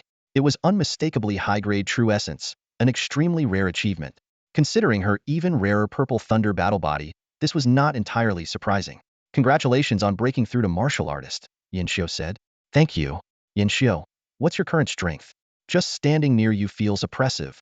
Not much, just 203 elephant strength. Mu Zixuan had the sudden urge to punch him. Not much? That was already beyond 99.999 of martial disciples in the Human Federation. Suppressing her frustration, she excitedly suggested, Yang, how about a sparring session in the Mu clan's training arena? With the protective formations there, we can go all out. You, a martial artist, want to spar with me, a martial disciple? Yin Shou replied, exasperated. Mu Zixuan confidently retorted, of course. Yang, you're the kind of person who can slay second-tier beasts as a martial disciple. If I hadn't broken through, there's no way I could match you. I think you're just trying to use your higher realm to suppress me while I'm still a martial disciple. Yin Shou teased. Hee hee. Fine, I'll take you on, Yin Shou agreed. In the Mu family's training ground, A sly smile appeared on Mu Zixuan's delicate face. Just as Yin Xiao had mentioned, she indeed planned to use her advantage in cultivation to regain some dignity. After all, such an opportunity was rare. She had already refined the strength of 200 elephants and was on the verge of breaking through to the martial artist realm. Once she advanced, this advantage would vanish entirely. Yang, I'm just a girl. So when we spar later, you must go easy on me. Before she could finish her sentence, Mu Zixuan transformed into a streak of violet lightning, closing in on Yin Xiao in an instant. With a sharp sword finger strike, she aimed directly for his face. Yin Xiao smirked disdainfully, feeling the sharp fluctuations of true essence and the tingling sensation of electricity in the air. With a light step, he executed his infinite law version of the free-roaming dragon step and effortlessly dodged the attack.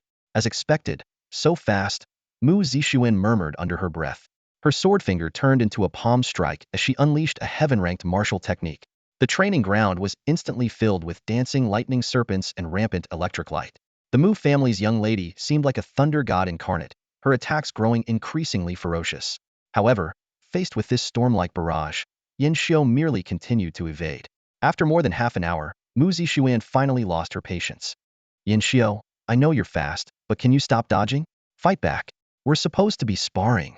Yin Xiao paused for a moment. It's not that I don't want to fight back, but I'm afraid I might accidentally kill you. This wasn't an exaggeration, couldn't control the multipliers of his infinite critical system. If it triggered a critical hit with thousands of times the power, even a basic attack could become a lethal strike. He had a certain fondness for this feisty girl, and definitely didn't want to see her blown to pieces. Mu Zixuan clearly didn't believe such an absurd explanation. She sneered coldly, if you're just going to dodge, then I'll make sure there's nowhere left for you to hide. As her words fell, an overwhelming surge of lightning erupted from her body, cascading across the entire training ground like a raging tide. It was only then that Yin Xiao realized the trouble he was in. The training ground was protected by a martial barrier, and its range was limited. This all-encompassing attack left him with no place to evade. You planned to use this move from the start, didn't you? Hee, of course. Yang, don't blame me for being underhanded. It's your fault for being too fast. Without this move, I'd never stand a chance. Now, take this. Looks like I have no choice but to counter, Yin Xiao sighed. All right then. Bring it on.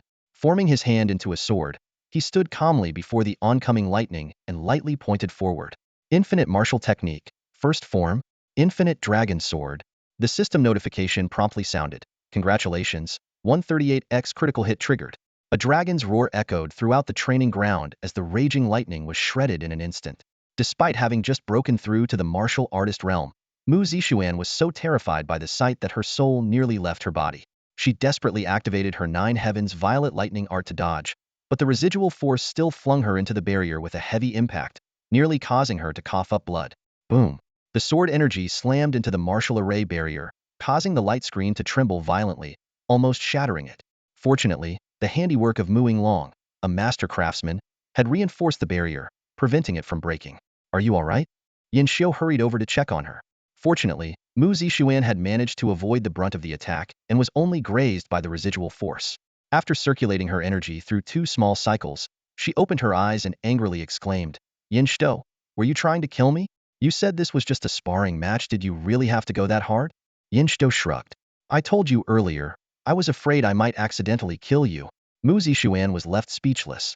The intense battle had come to an abrupt and anticlimactic end with a single, casual strike from Yin Xiao.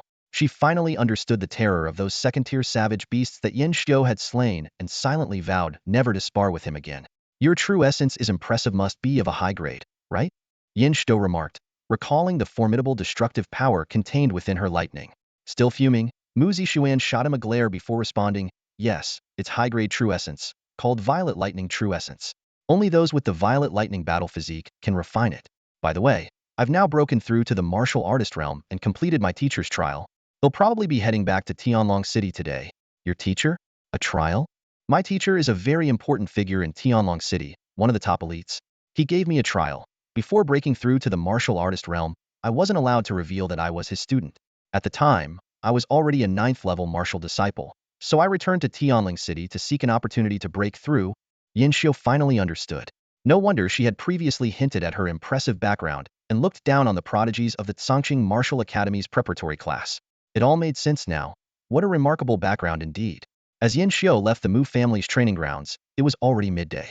A sense of guilt stirred within him as he recalled the shocked and displeased expression of the martial artist who had been maintaining the formation. It was understandable the sheer destructive power of that sword strike, which triggered a hundredfold critical hit, was terrifying. It had nearly shattered the formation's barrier. If he unleashed such an attack a couple more times, the entire Mu family estate might have been reduced to rubble. Yin Xiao, Mu Zixuan suddenly turned to him, as if something had crossed her mind. Your blood energy and vigor seem incredibly strong. You should be able to break through to the martial artist realm anytime now. Why haven't you taken that step yet? There's no need to hide it. Yin Xiao replied candidly, explaining his plan to venture into the wilderness in search of the miraculous creation pool mentioned by the Hongyang Academy headmaster, hoping to use it to enhance the quality of his true essence. He added with a teasing tone, "You've already refined top-grade true essence. I can't afford to lag behind, can I?" Yes, you're the best, Yin Ge. Mu Zixuan's tone carried a hint of displeasure, clearly still upset about the harshness of his earlier attack. However, her expression soon shifted to one of concern. So, you're leaving Tianling City today to head into the wilderness and find the creation pool? Seeing Yin Xiao nod in confirmation, Mu Zixuan's eyes reflected deep worry. Yin Gu, you must be extremely careful. Although the Martial Arts Guild has explored and classified some areas outside the city, that's only a tiny fraction. The true wilderness is vast and boundless, a haven for ferocious beasts, and its dangers are beyond imagination. Yin Xiao felt a warm surge in his heart and smiled. Don't worry, don't you know my strength by now? Thinking back to the earth-shattering sword strike earlier, Mu Zixuan felt slightly reassured, and a smile returned to her face. In 20 days, the Zhongqing assessment will take place. Yin Go, you'll definitely make it back in time to participate. We'll meet in Tianlong City then. All right, see you in Tianlong City. That afternoon, the two shared a meal before parting ways. Mu Zixuan boarded the intercity train to leave Tianling City, while Yin Xiao said his goodbyes to Muing Long and set off on his journey into the wilderness in search of the creation pool. Not long after Yin Xiao left Tianling City, a deep voice echoed within the office of the Lan Yu Academy headmaster. The speaker was a middle-aged man with dark, leathery skin, an ominous expression, and a hoarse voice. If Yin Xiao were present, he would have recognized him as Martial Master Wang Tianshi. Li Jingbai, you must despise Yin Xiao, don't you? That boy was trained by Lan Yu Academy, yet he turned his back on you to join Hongyang and Zilei, even publicly severing ties with Lan Yu. At that moment, Li Jingbai was bent over his desk, working. He looked much older than before, clearly still reeling from the blow of Yin Xiao's rejection. Join forces with me, and let's kill Yin Xiao together, Wang Tianshi said grimly.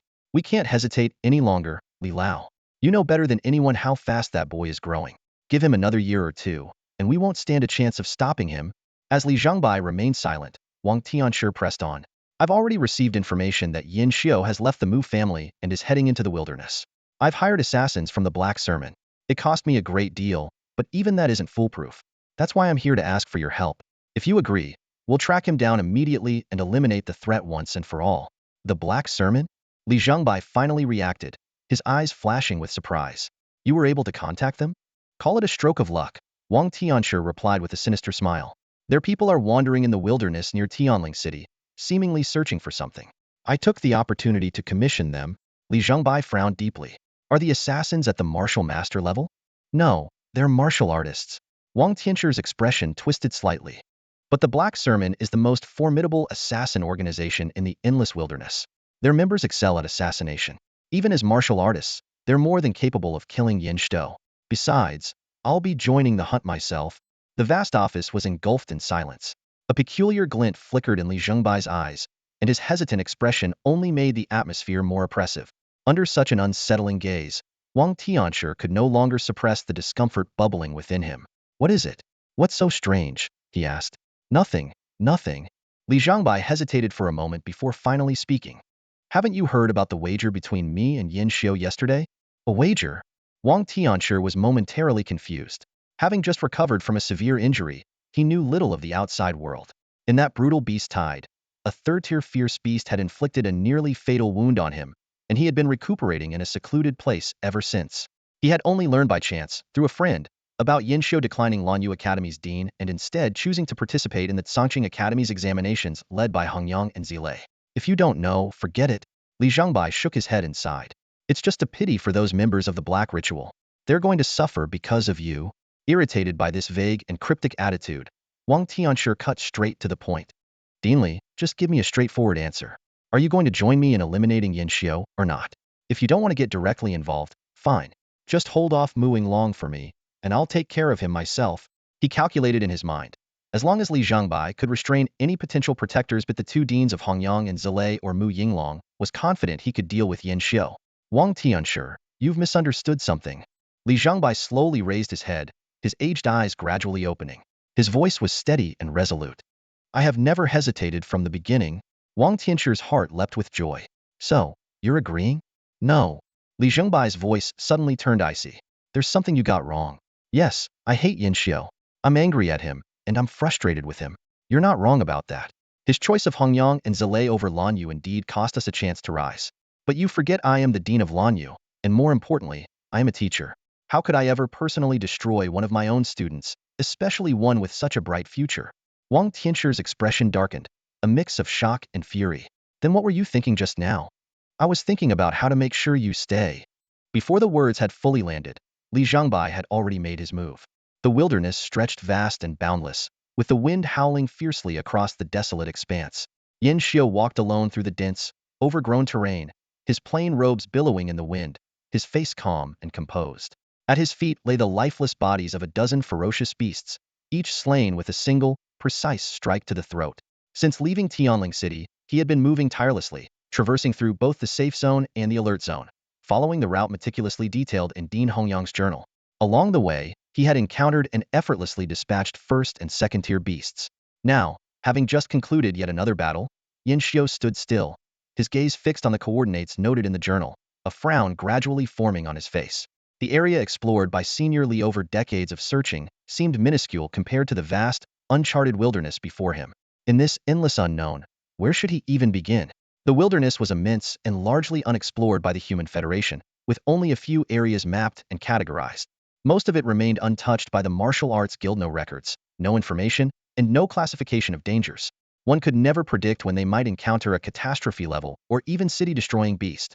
Because of this, only a few dared to venture deep into this unknown land. Treasure hunters, willing to risk their lives for fortune, or outlaws hunted by the base cities. For everyone else, the wilderness was a place to be avoided. Fortunately, when Dean Hongyang discovered the creation pool years ago, he had managed to retreat safely even while still at the martial disciple stage. This suggested that the area might not be overly dangerous. With the journal as his guide, Yin Xiu had decided to take the risk. The journal listed 21 potential locations that Senior Li had initially suspected. Over the decades, he had thoroughly investigated 18 of them, all turning out to be fruitless. Now, only 3 remained: the Gray Valley Mountain Range, 70 kilometers south of the coordinates XXX, the Tianquan River, 40 kilometers southwest, and an unnamed canyon, 96 kilometers southeast.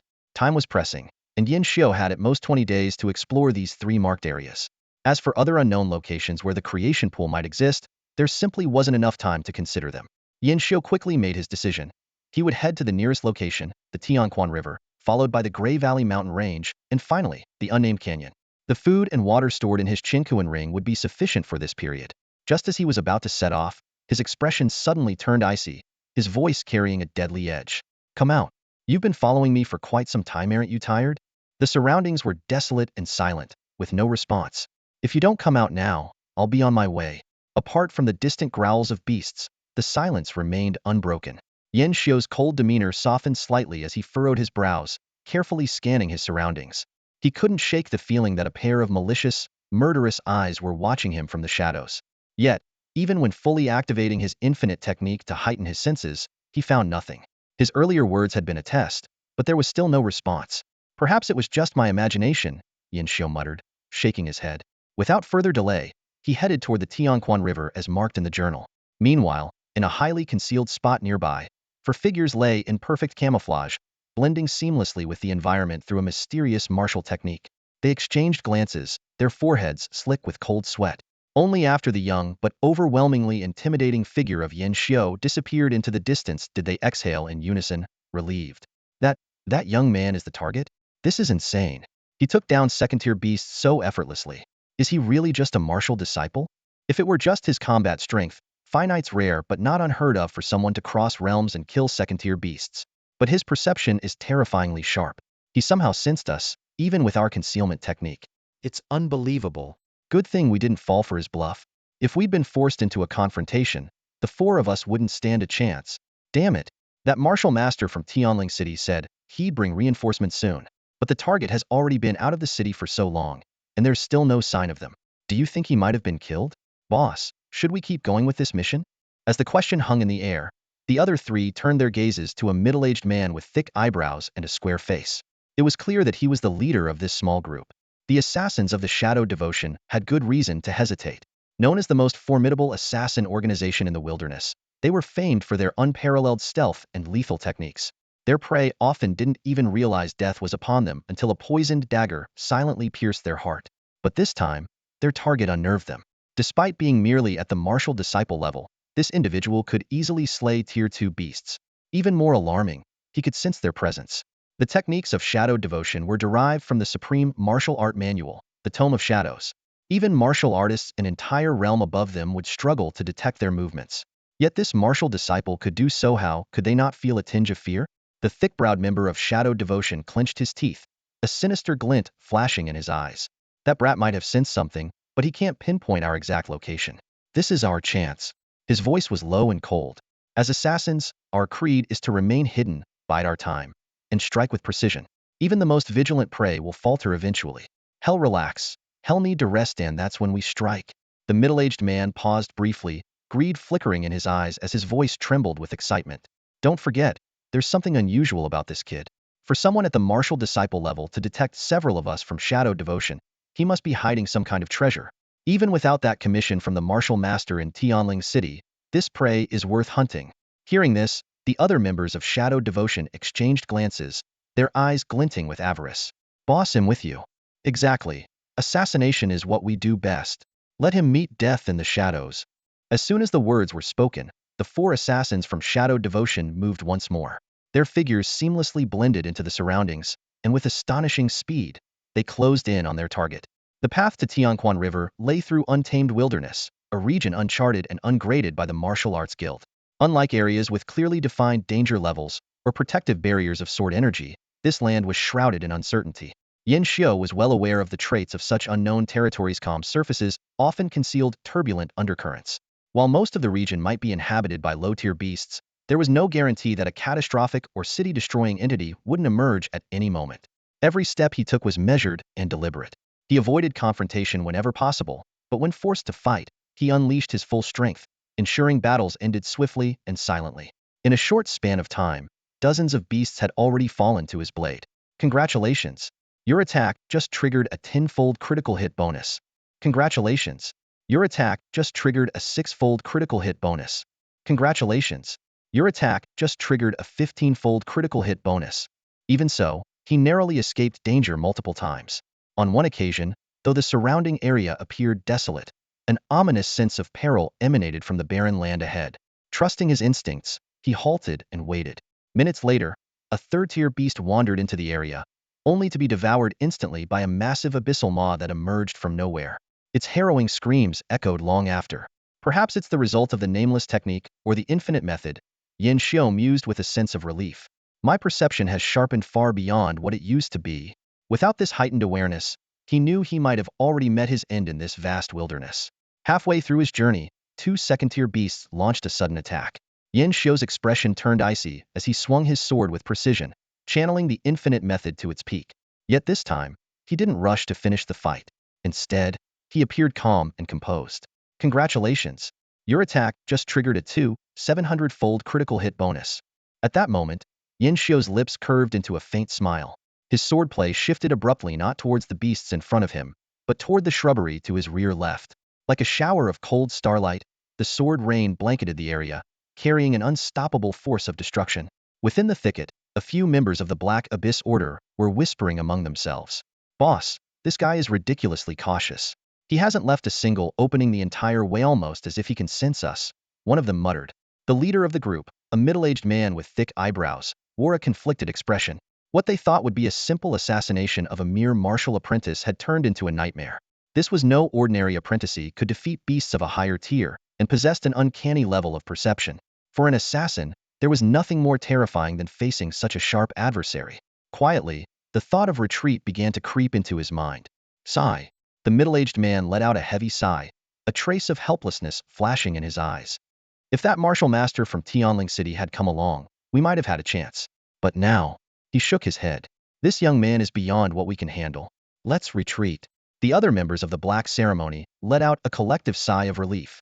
After tailing him for so long and witnessing the terrifying power this young man had displayed, each of them felt as if a massive weight was crushing their chests. Secretly, they all harbored thoughts of abandoning the mission, but no one dared to voice it due to their position. Now that their leader had suggested retreating, they couldn't ask for more. However, just as they were about to turn and leave, the sky suddenly changed color. Countless streaks of icy light descended like meteors, sword energy raging in every direction, leaving no gaps. No! A terrified scream had barely erupted when 3 ordinary members of the black ceremony were reduced to blood mist in an instant, leaving not even a trace of their bodies behind. The middle-aged man's face turned ashen as he instinctively pulled out a round-shielded elite-grade defensive weapon. The storm of swords ravaged everything, carving 3-inch-deep trenches into the ground within a 100-meter radius, leaving nothing but destruction in its wake. Fortunately, the elite-grade shield proved extraordinary, allowing him to survive the onslaught. But the man felt no relief. Instead, his body trembled violently. He knew all too well that the truly terrifying part was yet to come. He was about to face the horrifying young man Hedon. Oh, still alive? A voice tinged with mild surprise echoed. That round shield must be at least an elite-grade weapon. Otherwise, there's no way it could have withstood my attack. The voice quickly turned icy. It seems my senses weren't wrong. Someone really was lurking in the shadows. Speak, who are you? And why were you following me? Nearby, the corpses of 2 second-tier beasts lay silently on the ground. The young man, dressed in plain clothes with a refined and delicate face, had somehow already appeared in front of the middle-aged man. His gaze was so cold it sent chills down one's spine. Yin Xiu stood there, his gaze icy and his face devoid of emotion. His instincts had been sounding alarms, though he hadn't found any concrete evidence of a stalker. The persistent feeling of being watched refused to dissipate. Finally, he decided to act. In the midst of battling a ferocious beast, he activated his infinite critical strike system. At the precise moment when a high multiplier critical strike triggered, he followed his intuition and launched an attack in a specific direction. To his surprise, the strike hit its mark, a hidden stalker lurking in the shadows. Even more astonishing, the target managed to withstand the blow, despite it being a strike amplified by a 700-fold multiplier. Speak. Who are you? And why are you following me? Yin Xiu's voice was as cold as ice. The middle-aged man opened his mouth to respond but abruptly dissolved into a blur, attempting to escape into the forest. Yet Yin Xiu had anticipated this. A dragon's roar echoed across the sky as his long sword plunged into the ground.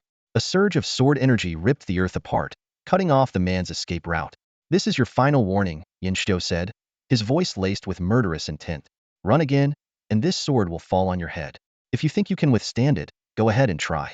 The man's expression shifted rapidly, but the memory of his comrades being obliterated by a single, earth-shattering strike made him hesitate. Finally, he sighed, turned around and said, I won't run anymore. Young Masterno, great master, please spare my life. You still haven't answered my question. Well, my name is Jilu. I'm part of a wilderness assassin organization called Obsidian, right? Jilu admitted, quickly spilling everything, including the fact that he had accepted an assassination contract from Wang Tianchi, a martial master from Tianling City. Hearing Wang Tianqi's name, Yin Xiu's gaze grew even colder. He had thought that Wang, severely injured by a Tier 3 beast, would have been lying low for a while. But to think that the man had secretly hired assassins very well, Yin Xiu thought. It's time to settle this grudge. Jilu was already regretting taking on this mission. The client had warned them the target was difficult, but no one had mentioned it would be this difficult. A single strike had wiped out 3 martial artist-level assassins, leaving the ground within a 100-meter radius sunken by 3 inches. Even his treasured defensive armor had sustained severe damage. When Yin Xiu raised his head again, Jilu was trembling under the weight of his gaze. I've already explained everything. By our agreement, you can't kill me. I never made any agreement with you, Yin Xiu replied, lifting his sword, the air around him brimming with killing intent. Ji Liu's face turned pale. Wait, I'm a member of Obsidian, right? Even top-tier base cities like Shangjing and Tiandu show us respect. Seeing that Yin Xiu's sword was still poised, Ji Liu hurriedly added, I can teach you Obsidian Right's combat techniques and assassination skills. Our stealth and killing methods are unmatched. Yin Xiu hesitated for a brief moment, but then continued his motion. Don't push me too far. Ji Liu roared. If I'm going down, I'll take you with me. Yet when his eyes met the unflinching resolve in Yin Xiu's, his courage faltered. Gritting his teeth, he shouted, Fine. The truth is, we came here in secret to find the pool of creation. I've already uncovered a clue. If you spare me, I'll take you there. The pool of creation. Yin Xiu finally showed a trace of interest. The name brought to mind tales of the younger days of the Red Sun Academy's dean. Sensing Yin Xiu's reaction, Jilu hurriedly explained, "It's a phenomenon formed by the death of a height-year beast. They say it contains the power to manipulate the forces of creation." Yin Xiu pondered for a moment, then retrieved a jade bottle. He poured out a white pill and tossed it to Jilu. "Swallow this, and it'll spare your life." What is this?" Jilu asked, his voice trembling. "The 7-day soul-breaking pill," Yin Xiu said coldly. "Nothing will happen in the first 7 days. But on the 8th day, without the antidote, your meridians will shatter, and you'll die." Yin Xiu's lips curved into a faint smile as he chuckled inwardly. His purpose for this journey was to find the pool of creation. How could he have anticipated being tailed by an assassin, let alone prepared some lethal poison in advance? What he handed Jilu was nothing more than an ordinary blood chi pill. As for the intimidating name, 7-day soul-severing pill, that was purely a spuro-themant fabrication. But Yin Xiu knew one thing very well. The assassin clad in black before him had a fatal weakness: feared death. And people who feared death never dare wager their lives. As long as Jilu believed it was the 7-day soul-severing pill, then to him, it was exactly that. Sure enough, Jilu's hands trembled uncontrollably as he held the pill, terror flooding his face like a rising tide. "You can doubt whether this pill is real," Yin Xiu said, his expression impassive. "But you must swallow it." Jilu's face twisted in agony as an internal struggle raged within him. He couldn't afford to gamble on the pill's authenticity, yet swallowing it would mean placing his life entirely in the hands of this young man. "Young master, I swear I'll cooperate. This pill, you must swallow it," Yin Xiu interrupted coldly. "I can't have a ticking time bomb following me around. If you don't eat it, you'll die." After a long silence, the fear of death ultimately triumphed over his longing for freedom. Jilu opened his mouth and swallowed the so-called 7-day soul-severing pill. "Young master, I've swallowed it," Jilu murmured dejectedly, fully aware that his life was no longer his own. Yin Xiu inspected his mouth carefully, ensuring the pill was indeed consumed, then nodded in satisfaction. "Let's go. Take me to this pool of creation you spoke of." Under Yin Xiu's probing, Jilu divulged everything he knew about the pool of creation. To find it, 3 conditions had to be met. The right timing: sunrise in the east, sunset with a violet glow. The right location where water flows as a single thread between heaven and earth. And the right alignment situated in the chin position, facing north while seated south. They had already scouted several potential locations, and were now preparing to head to Tianquan River. This news made Yin Xiu's eyes light up. It was a destination he had intended to visit anyway. Along the journey, Jilu quickly adapted to his new role, showering Yin Xiu with sycophantic flattery like an overzealous fan. "Young master, that sword strike of yours was absolutely earth-shattering. Not even a 7th-tier warrior could withstand it. That martial artist from Tianling City was courting death. Even the prodigies from Tianjing, Shangjing, and Duhang are nothing compared to you." Unable to tolerate the incessant praise, Yin Xiu cut him off decisively. "Enough. Shut up and be quiet for a while." To change the subject, Yin Xiu inquired about the origins of the Black Banquet. Jilu explained that it was the largest assassin organization in the wilderness, rivaling the likes of the Fierce God Sect, the Ember Society, and the Crimson Kingdom. This answer piqued Yin Xiu's curiosity. According to the Martial Academy, the wilderness was supposed to be dominated by ferocious beasts, with scarcely any human presence. Yet the Black Banquet not only wielded significant power, but also showed little fear of the major Bay City's forces. Jilu seemed to read his thoughts. "Young master, are you thinking there aren't many humans living in the wilderness?" Seeing Yin Xiu nod, Jilu let out a derisive laugh. "You're gravely mistaken. The real wilderness is far livelier than you'd imagine. City-states are everywhere. Factions clash incessantly. It's practically another world." This revelation left Yin Xiu deep in thought. If what Jilu said was true, why would the Martial Academy deliberately conceal this fact? Why propagate the notion that the wilderness was devoid of human life? It's not the Martial Arts Academy that's hiding the truth. It's the entire human federation that's suppressing information about the wild forces. Jilu's eyes flickered with a trace of disdain, his tone carrying a hint of mockery. Yin Xiu frowned and asked, "Why would they do that?" Jilu smirked and lowered his voice. "Why else? They won't submit to control. Think about it, young master. The various wild forces operate independently and don't fall under the jurisdiction of the human federation. Naturally, as rulers, the federation sees them as a thorn in their side, but there's little they can do. To maintain their authority, they resort to erasing the existence of these wild forces as much as possible. But can they really keep it hidden from everyone?" Yin Xiu asked, even more puzzled. "Of course not." Jilu shrugged. In truth, any martial artist worth their salt knows about the existence of the wild forces. More skilled martial masters have even ventured into the wild and interacted with them. The Federation's higher-ups know it's impossible to completely suppress the information. so they turn a blind eye as long as the wild forces don't openly provoke them. Has there never been a large-scale conflict between the Human Federation and the wild forces? Yin Xiu pressed further. How could there not be? Ji Lu sneered. The Federation frequently launches so-called operations to eliminate criminal organizations to attack the wild forces. Every battle is a bloodbath, like a meat grinder. Even martial artists who join the fray are often nothing more than cannon fodder. Yin Xiu nodded thoughtfully, gaining a preliminary understanding of the relationship between the Human Federation and the wild forces. However, he quickly frowned again. He couldn't shake the feeling that the Federation's reason for suppressing information wasn't so simple. The explanation seemed too shallow. There had to be deeper secrets hidden behind it. For now, though, such mysteries were far beyond the reach of a mere martial apprentice. After a brief moment of contemplation, he shifted his focus back to the creation pool. In the following days, the two continued their journey toward the Tianquan River. They avoided ferocious beasts whenever possible and dealt with any unavoidable encounters swiftly to prevent attracting greater trouble. Unlike before, Ji Lu now took charge of handling first and second-tier beasts, while Yin Xiu followed behind. The legendary stealth techniques of Heihe Zanli, the wild's top assassination organization, were indeed extraordinary. Even with Ji Lu nearby, his presence was so faint it seemed as though he had merged with the environment. Even if one saw him, they would instinctively overlook him. By evening, the pair finally reached the Tianquan River. Yin Xiu sat alone by the riverbank, a campfire flickering beside him. Gazing at the endless starlit sky and the horizon where water met the heavens, he murmured to himself, "The sun rises in the east, sets in the purple haze. Water flows as a thread between heaven and earth."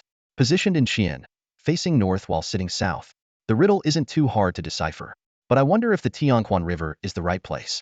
I hope this trip won't be in vain. Although Ji Lu was nowhere in sight, Yin Xiu knew he was nearby. For one, he understood Ji Lu wouldn't dare flee before obtaining the antidote to the 7-day soul-breaking pill. Secondly, Yin Xiu's powerful perception through the infinite techniques allowed him to sense Ji Lu's presence.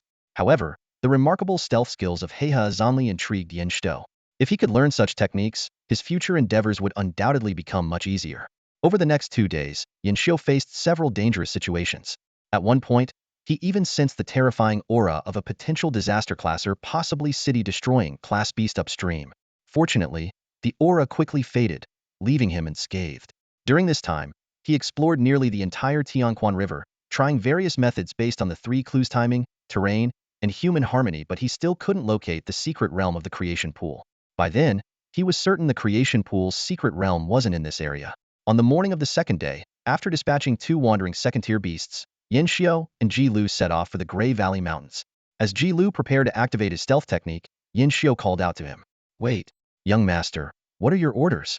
Ji Lu asked with a fawning expression.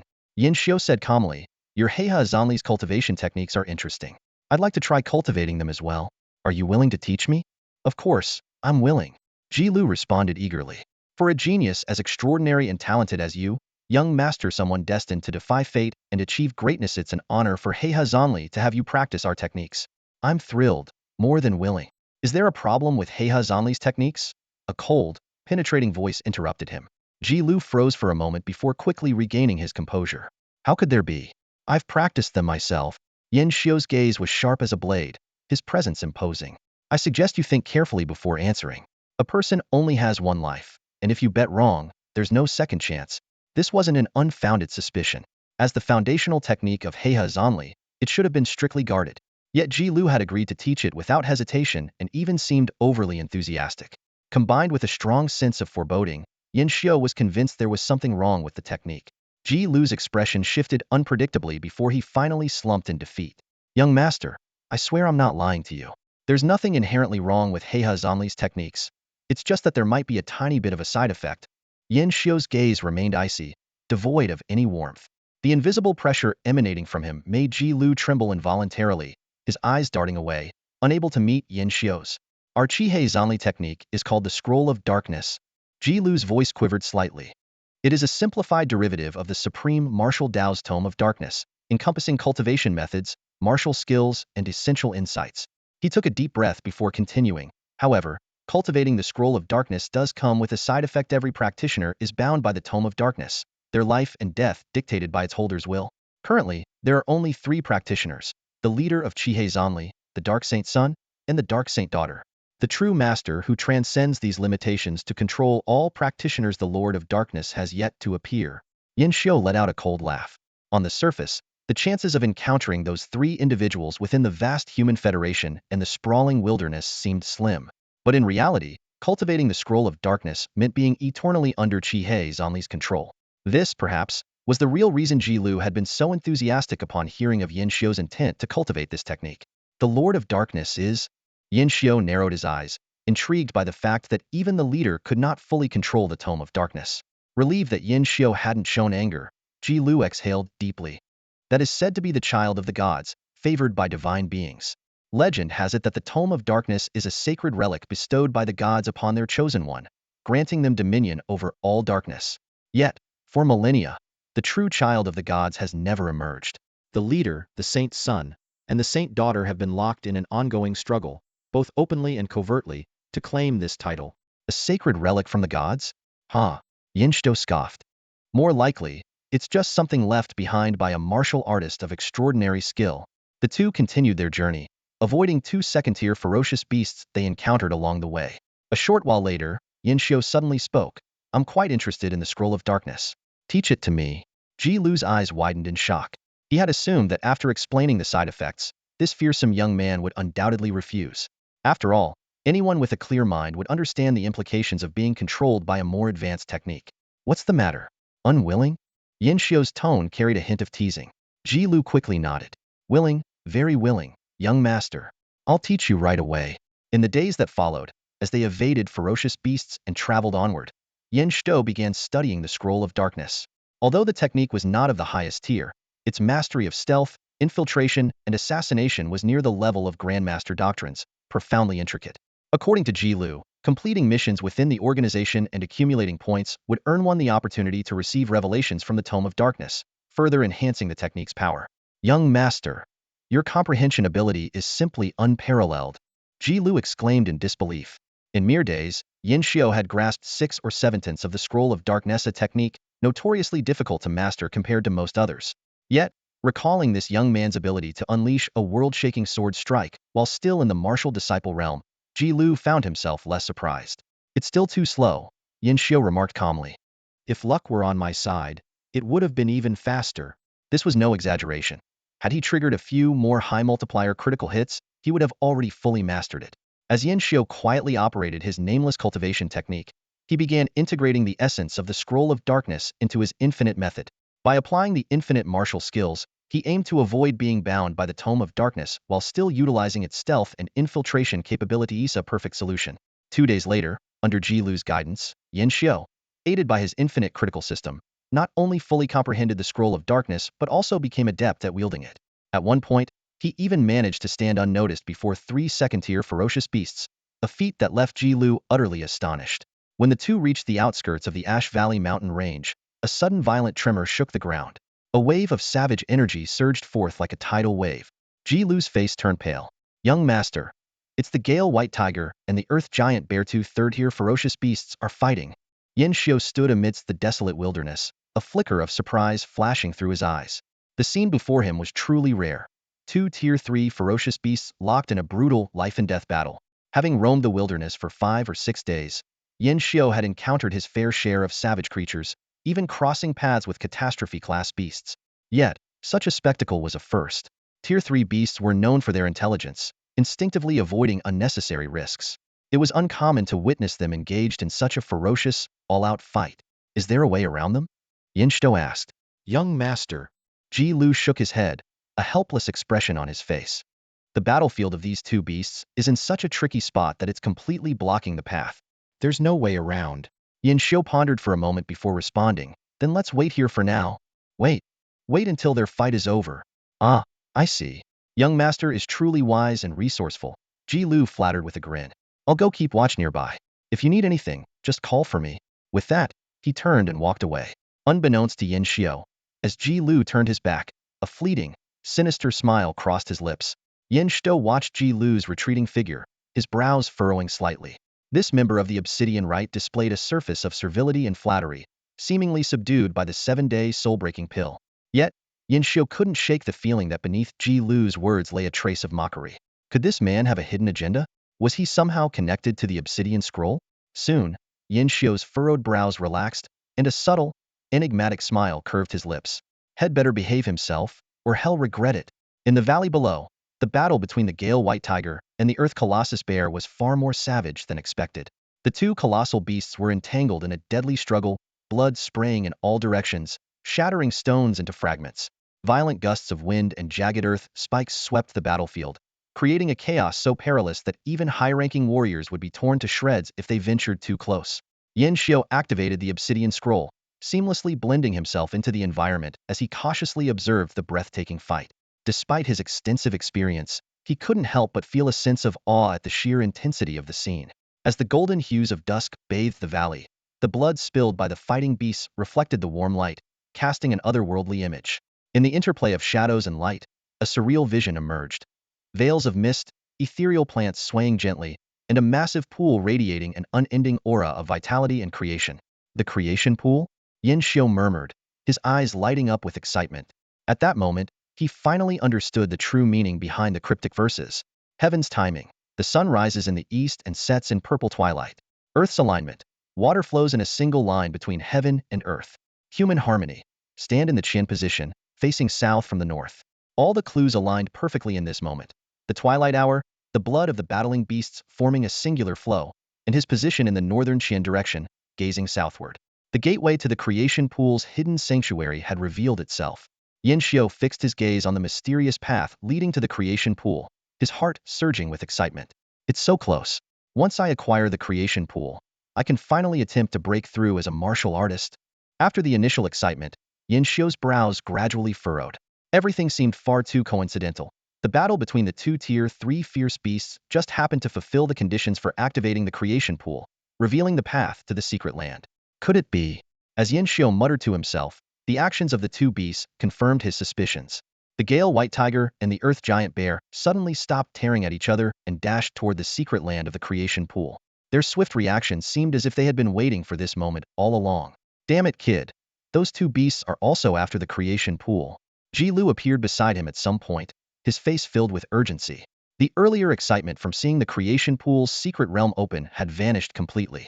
After all, they had risked venturing into this uncharted wilderness for the opportunities within the creation pool. Now, it seemed the two Tier 3 beasts had beaten them to it. Yin Xiu felt equally anxious, but he knew there was a more pressing matter at hand. His voice suddenly turned cold. So now you don't even bother calling me, young master, and just go with kid instead? Ah. Ji Lu froze, realizing his slip in addressing him. However, instead of showing his usual fear, he straightened his back, a fierce glint flashing in his eyes. Kid, just because I praised you a little, you think you're the boss now? Yin Xiu silently stared at Ji Lu, his gaze growing colder by the second. Under this chilling stare, Ji Lu's body trembled, but he quickly steadied himself. He pulled out a pitch-black bronze token from his chest, a smug expression on his face. By the authority of the Abyss Apostle, I command you to submit to me and obey my orders from now on. Abyss Apostle? Yin Xiu frowned slightly. He could feel a faint pull on his cultivation technique as Ji Lu raised the token. However, with a simple circulation of his infinite technique, the disturbance dissipated instantly. I submit. Yin Xiu feigned a reluctant and furious expression, though inwardly he was delighted. Ji Lu became even more pleased with himself. Now, tell me the truth, this 7-day soul-breaking pill, is it real or fake? It's real, Yin Xiu replied, pretending to struggle to hold back his emotions. Damn it, it really is the 7-day soul-breaking pill. Ji Lu was both furious and shocked, but he didn't doubt Yin Xiu's word. She had absolute faith in the token's control over practitioners of the Abyss Codex. Hand over the antidote for the 7-day soul-breaking pill. All right. Yin Xiu's face twisted as he handed over a black pill. Ji Lu eagerly swallowed it, feeling the medicinal power course through his body and immediately sensing the dark shadow over his heart dissipate. Yin Xiu suppressed his laughter and continued his act. How is this possible? I thought only the Abyss Leader, Abyss Saint Son, or Abyss Saint Daughter could fully control practitioners of the Abyss Codex. You. Of course, I lied to you. Ji Lu, now completely at ease, said smugly. Kid, your martial talent is monstrous, but your brain isn't sharp enough. Besides the Leader, Saint Son, and Saint Daughter, our organization also has Abyss Apostles who wield tokens to enforce the Abyss Codex. I happen to be one of them. Yin Xiu silently calculated the time, sensing the drug's effects nearing their peak. He dropped his pretense, his expression relaxing. So, The reason you didn't use the token earlier was because you weren't confident you could fully control me? Who the hell has that kind of twisted hobby? I'm no masochist, Ji Lu shouted angrily, then his face twisted with malice. Kid, I'll repay you for the humiliation I've endured these past days, slowly and painfully. He raised his hand, preparing to slap Yin Shou. Let me start with 2 slaps as a warm-up. Before he could finish, Ji Lu's expression froze, his eyes filling with terror. His wrist had been grabbed tightly by a cold, iron-like hand. A ghostly voice followed. Did you really think you're the only one in this world who knows how to deceive? Ji Lu's face was filled with shock and anger. The pitch-black token was supposed to have absolute control over anyone who had cultivated the black scroll. This was an unbreakable rule. Yet the young man before him seemed entirely unaffected. What terrified him even more was the hand gripping his wrist. It appeared gentle, but it rendered the flow of his internal energy completely stagnant, like a dead pool of water, and his strength was rapidly draining away. What exactly was that pill you made me take? Ji Lu trembled all over, his voice quaking with fear. A sealing pill, Yin Shou replied calmly. It's a martial arts pill that seals internal energy. I acquired it in a secret realm. I thought I'd never have to use it, but it seems to have come in handy today. Ji Lu's eyes widened in disbelief. You've been immune to my control from the very beginning? Correct. Then the 7-day soul-ending pill I took before. Was that fake too? Ji Lu was so furious he could barely stand still. Yes. You're despicable. Thanks for the compliment. You're not too bad yourself, Yin Shou said with a faint smirk. If you had the sealing pill, why didn't you make me take it right away? Ji Lu demanded. I needed you to lead me to the fortune pool. This desolate wilderness is full of dangers. If I sealed your energy from the start, I'd have to babysit you, Yin Shou replied nonchalantly. Ji Lu grew even more exasperated. Since you weren't under the token's control, why didn't you just attack me outright? Why go to all this trouble to trick me into taking the sealing pill? Simple, I was afraid you'd run, Yin Shou said with the same calm tone. As an assassin, Ji Liu's combat skills might not be exceptional, but his stealth and escape abilities were top-notch. Combined with the unpredictable nature of the infinite critical system, there was no guarantee a direct attack would have subdued him. As for the 7-day soul-ending pill, in life-or-death situations, who would hesitate over a mere poison? Survival always comes first. By the time 7 days had passed and the poison proved harmless, Ji Lu would naturally realize had been duped. Please, spare me. Ji Lu was completely broken now. This coward, who had even dared to swallow the 7-day soul-ending pill, was thoroughly terrified. I'm an envoy under the Black Saintess. If you kill me, she'll never let you go. But if you spare my life, I'll serve you loyally. All my wealth will be yours. Don't worry, I won't kill you, Yin Shou said indifferently. Ji Liu's face lit up with a glimmer of hope, which was quickly extinguished by Yin Shou's next words. The situation in the fortune pool's secret realm is unclear, and 2 third-tier beasts have already entered. You'll make the perfect bait to scout the way. No, please, spare me. Ji Liu's face turned ashen, and he screamed in terror. Yin Shou ignored him entirely. From his spatial ring, he retrieved a rope-like weapon and securely tied up the now powerless Ji Lu, gagging him as well. Then, lifting him with one hand, Yin Shou headed towards the shimmering, unstable passage to the fortune pool's secret realm. The twilight had almost faded, and the blood of the beasts was beginning to dry, causing the illusory pathway to grow increasingly unstable. Without hesitation, Yin Shou dragged Ji Lu through. Although the legendary Hongyang Dean had once stumbled into the fortune pool's secret realm as a martial novice and escaped unscathed, Yin Shou wasn't about to take any chances. Not only had 2 third-tier beasts already entered, but there was also the unknown danger that had once forced the young Hongyang Dean to abandon the fortune pool and retreat. Yin Shou channeled the black scroll from the infinite method to its fullest, blending himself seamlessly with the environment and reducing his presence to the bare minimum. Ji Lu was tossed far ahead, tethered by a rope, to prevent him from attempting anything desperate, like deliberately luring the rift-wind white tiger or the earthquake bear. This place. It feels a bit like the secret realm, Yin Shou murmured to himself. Suddenly, a deafening crash erupted ahead. The mist was torn apart, the ground quaked, and an overwhelming, violent aura swept over them like a tidal wave. Yin Shou barely managed to steady himself, but his heart sank with a sudden chill. The earth-shaking roar and the violent tremors beneath his feet unmistakably signaled a ferocious battle between the Gale White Tiger and the Earth Giant Bear. A tempting thought flashed through his mind. Why not sit back and let the 2 beasts fight to exhaustion before making a move? But he quickly dismissed the idea. As a martial apprentice, he was all too aware of the fatal flaw in this plan. Whether it was the Gale White Tiger or the Earth Giant Bear that survived, either would spell his doom. His only chance lay in orchestrating their mutual destruction. Heh! a mere martial apprentice daring to scheme against two third-tier beasts on par with martial masters. Yin Xiu chuckled bitterly at himself before regaining his focus. Activating the Dark Scroll, and with the aid of the infinite critical strike system, he suppressed his presence to the utmost limit. Gripping the rope tightly, he crept forward step by step. The mist gradually dispersed, and the air grew thick with the rich, invigorating scent of spiritual energy. What unfolded before his eyes was a pool of emerald green water, its surface shrouded in a swirling mist. At the center bloomed a pristine, white lotus.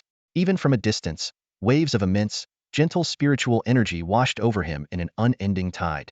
That familiar sensation told him instantly this was the creation pool he had been desperately searching for. Just then, another violent tremor rocked the ground, shaking the entire secret realm as if it might be torn apart at any moment. Following the sound, Yin Xiu's gaze froze in astonishment. The sight before him exceeded all expectations. Three massive figures were locked in an intense struggle, and among them, a spectral white elephant held its ground against the other two, showing no signs of weakness. There was a third beast hidden in this secret realm. Yin Xiu's expression stiffened, his gaze fixed on the eerie scene before him. The massive elephant, rather than appearing as a ferocious beast, resembled a faint, illusory shadow shrouded in swirling white mist. Though it held its ground impressively against two opponents, its tusks inflicting significant injuries on both the Gale White Tiger and the Earthquake Bear, its overall form seemed strangely insubstantial. Could this be the divine will of a high-tier beast after death? Yin Xiu murmured thoughtfully, recalling Senior Tang from the secret realm at the bottom of the cliff. That powerful figure, long since fallen, had also lingered in the world in the form of divine will, preserved through the trials of the pillar. If so, this elephant's divine will must also rely on some kind of medium. His eyes swept quickly across the battlefield before locking onto the swaying lotus in the creation pool. The celestial plant emitted a hazy glow, exuding an air of profound mystery. The tide of the battle shifted swiftly.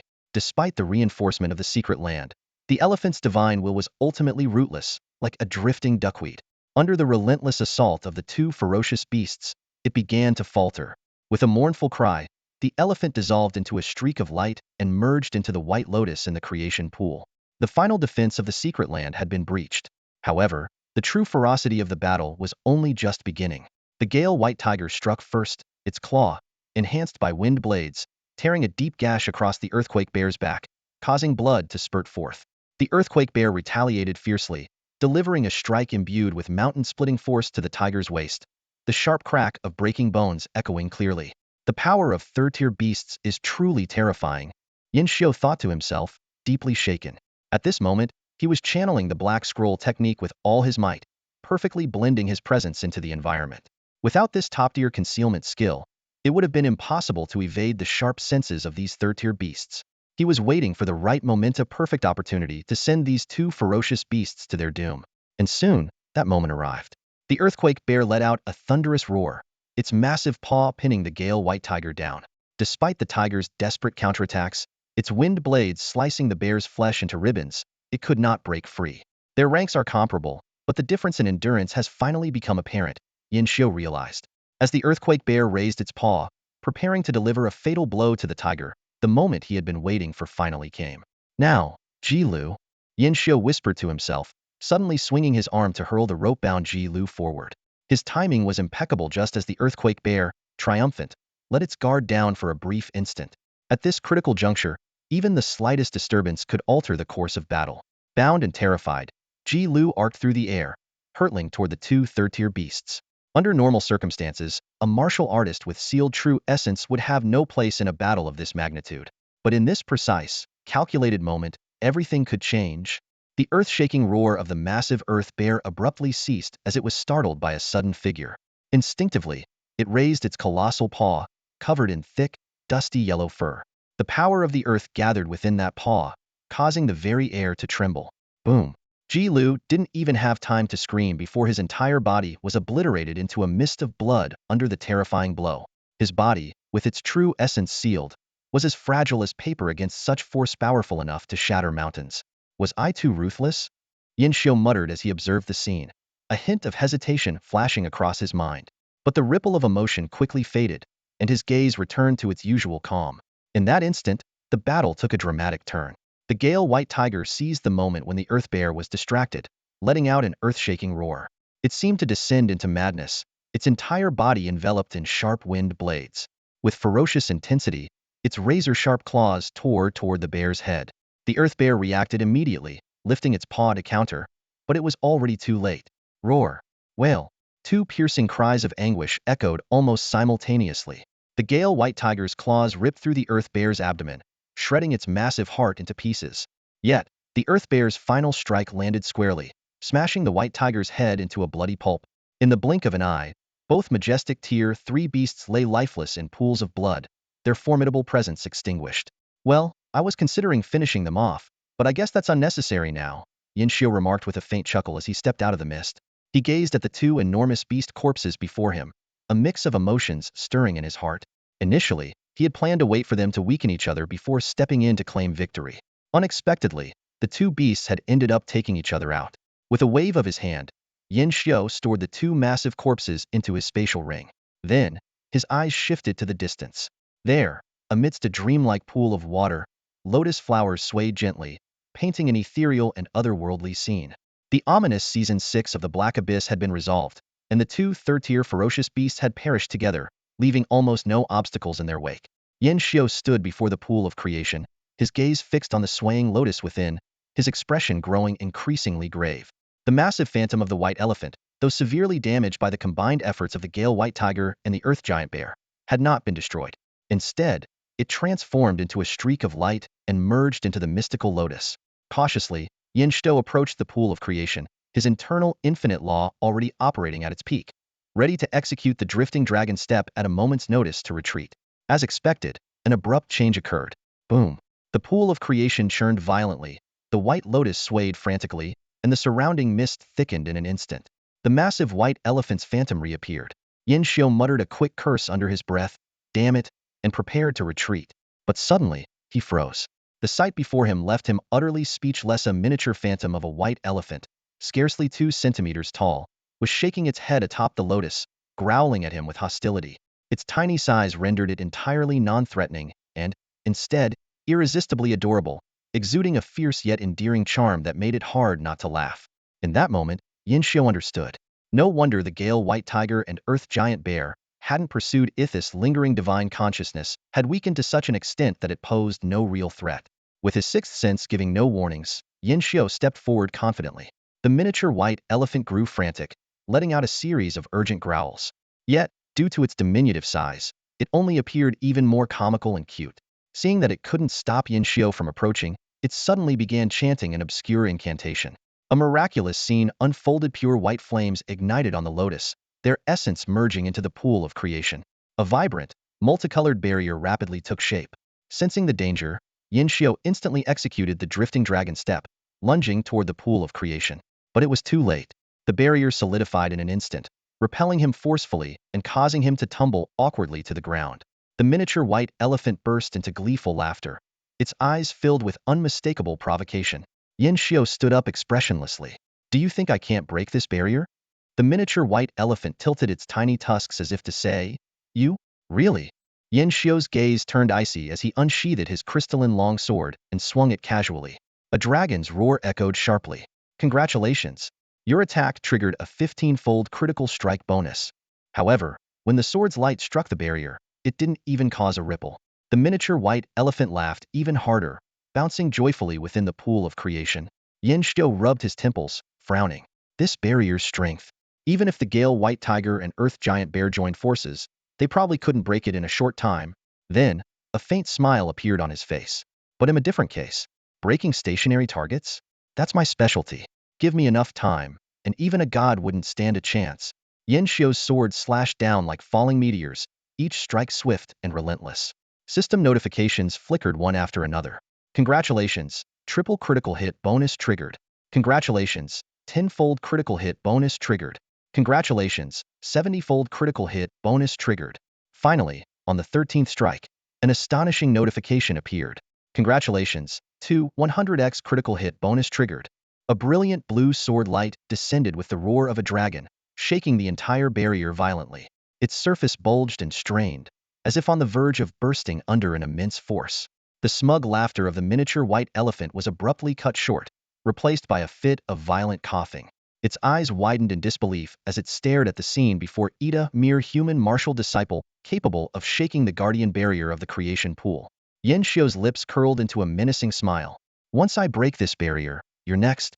Those words shattered the last remnants of composure in the miniature white elephant. It stumbled backward, trembling all over, emitting pitiful whimpers. The arrogance in its gaze dissolved, replaced by an unprecedented clarity. But it was too late. Yin Xiu's attacks surged forward like an unstoppable tide. An hour passed in the blink of an eye, and nearly 1,000 strikes had been unleashed. 15,000-fold critical hits, 4,700-fold critical hits, and countless smaller critical hits rained down relentlessly.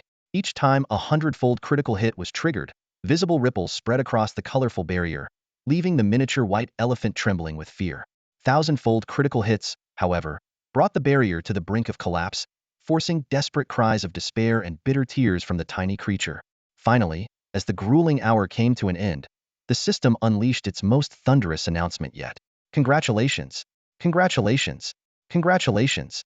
This attack has triggered a 31,000x critical hit bonus. Due to the overwhelming magnitude of this boost, proceed with caution, host. A cold, chilling smile spread across Yin Xiu's face. Roar! The miniature white elephant let out a terrified scream, curling into a corner like a frightened cub. The power of that sword strike was truly overwhelming. After being amplified 10,000 times, the sword light crashed down with a deafening roar, causing the entire secret realm to tremble. The ice crystal longsword shattered instantly under the immense force, slicing through the thick mist and leaving a gaping fissure. The vibrant barrier crumbled into pieces. The little white elephant whimpered in despair, and was about to flee when a massive hand emerged from the mist, firmly seizing it. Where do you think you're going? A cold voice echoed. The little white elephant frantically kicked its tiny legs, trying to break free. But it had already been severely injured by the Gale White Tiger and the Earth Giant Bear, leaving it nearly powerless to escape. Yin Xiu sneered. Weren't you so smug just a moment ago? What now? Not so tough anymore? Come on, make some noise, let me hear it. Realizing there was no chance of escape, the little white elephant's gaze suddenly softened. It blinked its large, watery eyes and gently licked Yin Xiu's palm, emitting a pitiful whimper as if trying to curry favor. If a girl were to witness this scene, her heart might have melted on the spot. However, Yin Xiu's heart remained unmoved. His eyes were filled with killing intent, though there was a hint of hesitation. This miniature white elephant might very well be the spiritual remnant of a fallen height-ear beast, possessing profound knowledge of the creation pool. Keeping it alive could prove useful, but its ability to hold its own against two third-ear beasts made it a formidable threat. Eliminating it, while it was gravely injured, seemed like the safest option. Just as Yin Xiu was about to strike, the little white elephant sensed his murderous intent and began trembling all over. It whimpered while pointing toward the fully bloomed pure white lotus in the creation pool, as if trying to convey something. What are you trying to say? Yin Xiu frowned. The little white elephant grew more anxious. It pointed at itself, then at the lotus, letting out urgent cries. You want me to let you recover inside the pure white lotus? The little white elephant nodded and shook its head simultaneously, flailing its limbs even more frantically. A sudden thought struck Yin Xiu. Are you saying that putting you into the pure white lotus would bring me significant benefits? The little white elephant chirped excitedly, indicating that was exactly what it meant. And why should I trust you? The little white elephant tilted its head in thought for a moment. Yin Xiu loosened his grip, letting it land on the ground. It began drawing a crude image. A pool of water with a lotus blooming in the center, atop which a hazy figure radiated pure energy. Though simplistic, the meaning was unmistakable. Yin Xiu came to a realization. You're saying this lotus can aid a warrior's cultivation and is incredibly valuable. And since you're spiritually bound to it, your fate is tied to the lotus. If I want the lotus, I must spare your life. The little white elephant nodded eagerly in agreement. After a moment's contemplation, Yin Xiu decided to place it back into the white lotus. This spiritual remnant was already gravely weakened and posed less of a threat than a first-tier martial artist. If it had any hidden tricks, it would have used them by now instead of falling into such a dire state. With ease, he leapt to the center of the creation pool and plucked the lotus. The little white elephant let out a joyful cry before transforming into a streak of light and merging with the flower. I wonder what makes this lotus so extraordinary. Before he could finish the thought, Yin Xiu's eyes widened in shock as he stared at the object in his hand. He had intended to store the lotus in his small universe ring and examine it after absorbing the creation pool's energy to break through. But the moment he touched it, an incredibly pure essence began emanating from the lotus, instantly enhancing his martial foundation. What excited Yin Xiu even more was yet to come. When the system notification popped up saying, "Congratulations, you have received a five-fold critical bonus for improving your martial talent this time," his pupils widened sharply. This lotus, it can actually enhance a person's physique? Yin Xiu's voice trembled slightly with excitement. This surprise even surpassed his feelings when he discovered the creation pool. He knew exactly what this meant. His damaged martial foundation had always been his greatest obstacle. If not for this issue, with the infinite critical hit system and ample resources at his disposal, his martial progress would never have stagnated at its current level. Although this lotus couldn't directly repair his damaged martial foundation, it improved his physique to enhance his martial talent, achieving a similar result. What thrilled him even more was that it could also trigger the infinite critical hit system. The white lotus swayed gently, and from within came the soft, woo-woo-woo sounds of a miniature white elephant, as if it was affirming his thoughts. "Haha, little one, you've done me a great favor. Don't worry, I won't harm you anymore." Yin Xiu laughed heartily. He then focused all his attention on the pure white lotus. After about 2 hours of meticulous study, he finally figured out how this divine artifact worked. Every hour, the lotus would release an incredibly pure spiritual energy to cleanse the holder's body and enhance their martial talent. During the intervals between releases, it continuously absorbed the chaotic spiritual energy from the world to replenish itself. When Yin Xiu placed the lotus into his small universe ring for testing, he discovered that this divine artifact could directly communicate with the outside world, neither hindering its absorption of spiritual energy nor interrupting the transmission of pure energy. Calling it just pure white lotus all the time isn't very convenient. It needs a name. Yin Xiu pondered for a moment before coming to a decision. Since it enhances martial talent and is almost like a rebirth for martial artists, I'll call it the Nirvana Lotus. A cheerful woo-woo-woo sound came from the storage space, clearly indicating that the miniature white elephant also approved of the new name. With everything settled, Yin Xiu's gaze shifted back to the creation pool, anticipation lighting up his face. Now I can finally attempt a breakthrough. I wonder what form my condensed true essence will take. Within the pool of creation, mist swirled and spiritual energy permeated the air, creating an otherworldly scene akin to a celestial paradise. Yin Xiu stepped into the pool with measured steps, his eyes shimmering with anticipation. With his current strength, he had long been capable of condensing true essence and breaking through to become a warrior. Moreover, with the infinite law as his foundation, the quality of his true essence would undoubtedly be extraordinary. He had waited until now to harness the pool of creation and elevate the quality of his true essence even further. A few moments later, Yin Xiu reached the center of the pool. A flicker of astonishment crossed his gaze. The spiritual energy contained within the waters was not only of an exceptionally high grade, but also incomparably pure. If he could fully absorb this energy, the true essence he condensed would surely be of superior quality. Suppressing his inner excitement, Yin Xiu hovered above the water's surface and sat cross-legged.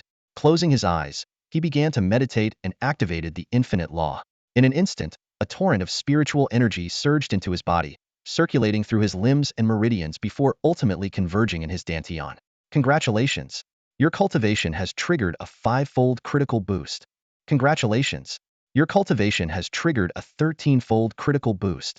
Congratulations! Your cultivation has triggered a 21-fold critical boost.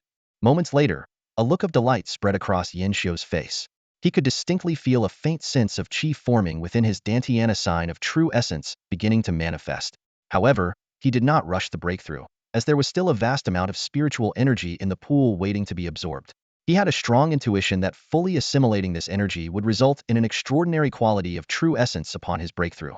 Just then, the Nirvana Lotus within his storage space began to tremble violently, and the miniature white elephant emitted urgent cries, as if trying to warn him of something. Yin Xiu felt a pang of unease, and his expression darkened. Ed had sensed something amiss. As he continued to absorb the pool's spiritual energy through the infinite law, a latent will buried deep within the pool was awakened. This will was highly unusual. It possessed immense spiritual power but lacked self-awareness, while also containing an enigmatic martial arts essence that seemed closer to a law. If that were all, it would not have alarmed Yin Xiu to such an extent. The most terrifying aspect was that this will was intertwined with the pool's spiritual energy and was now flowing into his body. For a person to harbor two wills within them would inevitably lead to madness. You knew there was something wrong with the pool of creation, and you didn't tell me? Yin Xiu roared in fury. When we get out of here, they'll grind you into powder and drink you with water. Whimper whimper, the Nirvana Lotus made a pitiful sound, as if trying to defend itself. I didn't know either. Yin Xiu had no time to discern the truth. He focused all his efforts on using the infinite law to eliminate the invading will. Yet this will was disturbingly resilient, fortified by the martial arts essence it carried, and the infinite law could not shake it. Worse still, The will seemed to grow stronger upon entering his sea of consciousness, as if it had found nourishment, and its once dormant spirit was becoming increasingly active. If this will fully awakened, the consequences would be catastrophic. In his desperation, a sudden thought struck Yin Xiao's nameless technique from the bronze door. Without hesitation, Yin Xiao activated the nameless technique. Nearly 1,000 abstract symbols began to stir. Moments later, a smile of relief appeared on his face. Was working. The will that had been impervious to the infinite law was melting away under the power of the nameless technique, like snow exposed to blazing fire. As the will dissolved, it split into three components.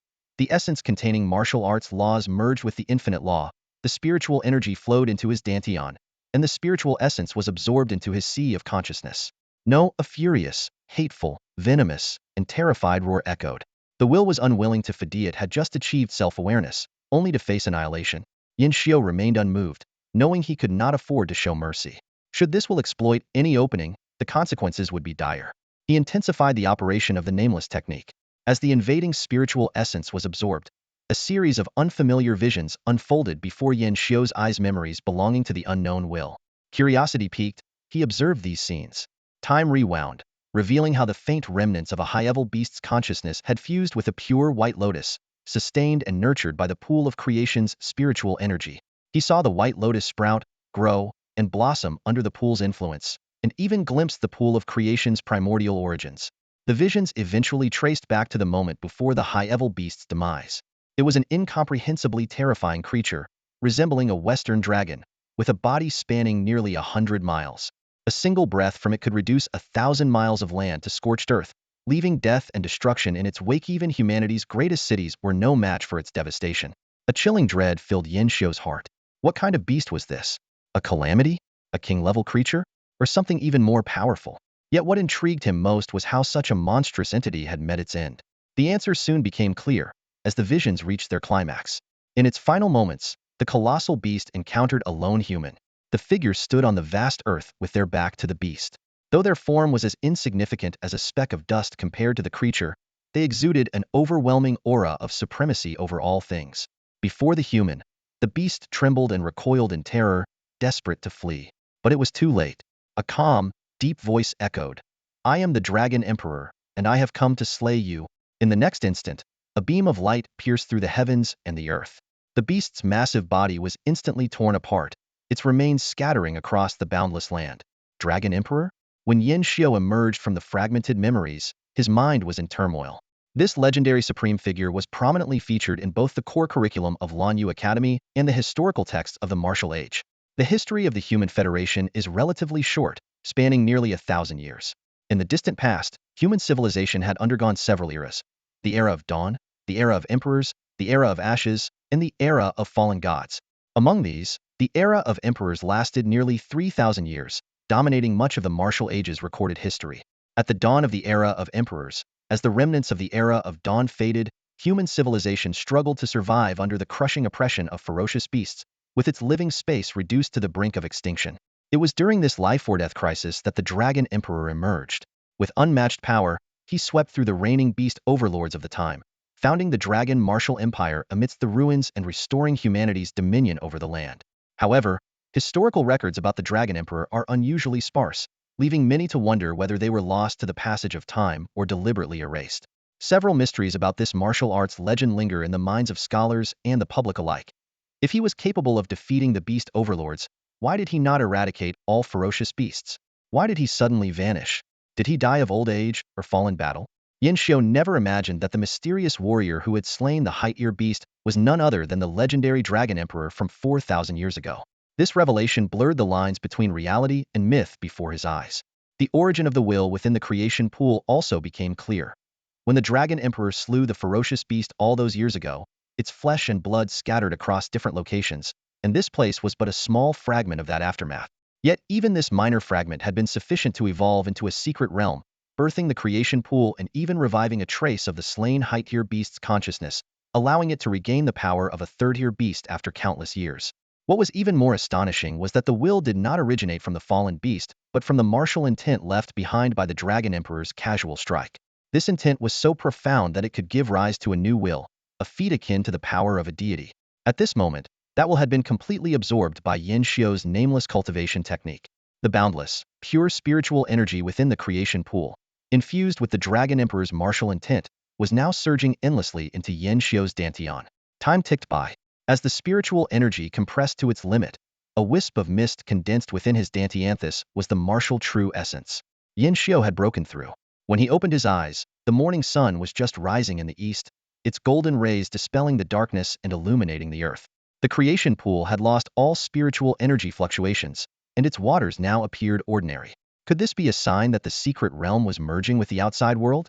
Retracting his gaze from his surroundings, Yin Xiu focused on the powerful energy coursing through him. Unable to contain his curiosity, he decided to test the quality of this true essence. Activating the infinite technique, he channeled the true essence and flicked his finger toward a nearby 2-meter-tall boulder. Congratulations, your attack triggered a triple critical hit. With a tearing sound, the boulder instantly crumbled into dust. The remaining true essence struck the ground, carving a 10-meter-long, 2-meter-deep fissure into the earth. Such power, Yin Xiu gasped in shock. While he had anticipated that the true essence condensed from the creation pool's spiritual energy and the Dragon Emperor's martial intent would be extraordinary, he had not expected it to be this terrifying. A single wisp of true essence, even with the triple critical hit enhancement, had unleashed destruction far beyond his imagination.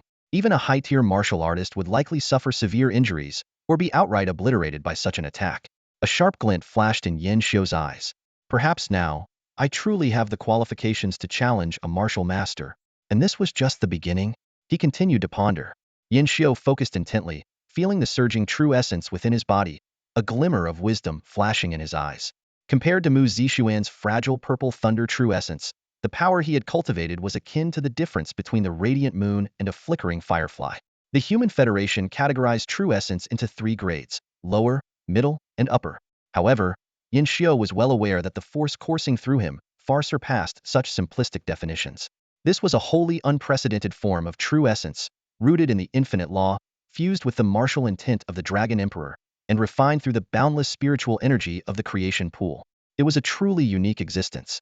If this is an unheard-of form of true essence, it deserves a name to match, Yin Xiu murmured, a subtle yet meaningful smile playing on his lips. This power contained a terrifying destructive potential, capable of devastating anything in its path. Paired with the infinite critical strike system, once he ascended to an even higher realm, not even gods would stand unbowed before him. I'll call it Godslayer True Essence, he said softly, a sharp glint flashing in his eyes. Meanwhile, at the Martial Arts Guild in Tianling City, it had been nearly half a month since the Beast Tide's rampage, and the aftermath tasks were finally nearing completion. Taking advantage of a rare moment of leisure, Mu Long had invited the deans of the Red Sun and Purple Thunder Academies for a drink. The 3 of them sat together, enjoying wine and conversation. After 3 rounds of drinks and several dishes, the conversation naturally shifted to Yin Xiu. That kid's been gone for over 10 days now, the Purple Thunder Dean remarked thoughtfully, raising his glass.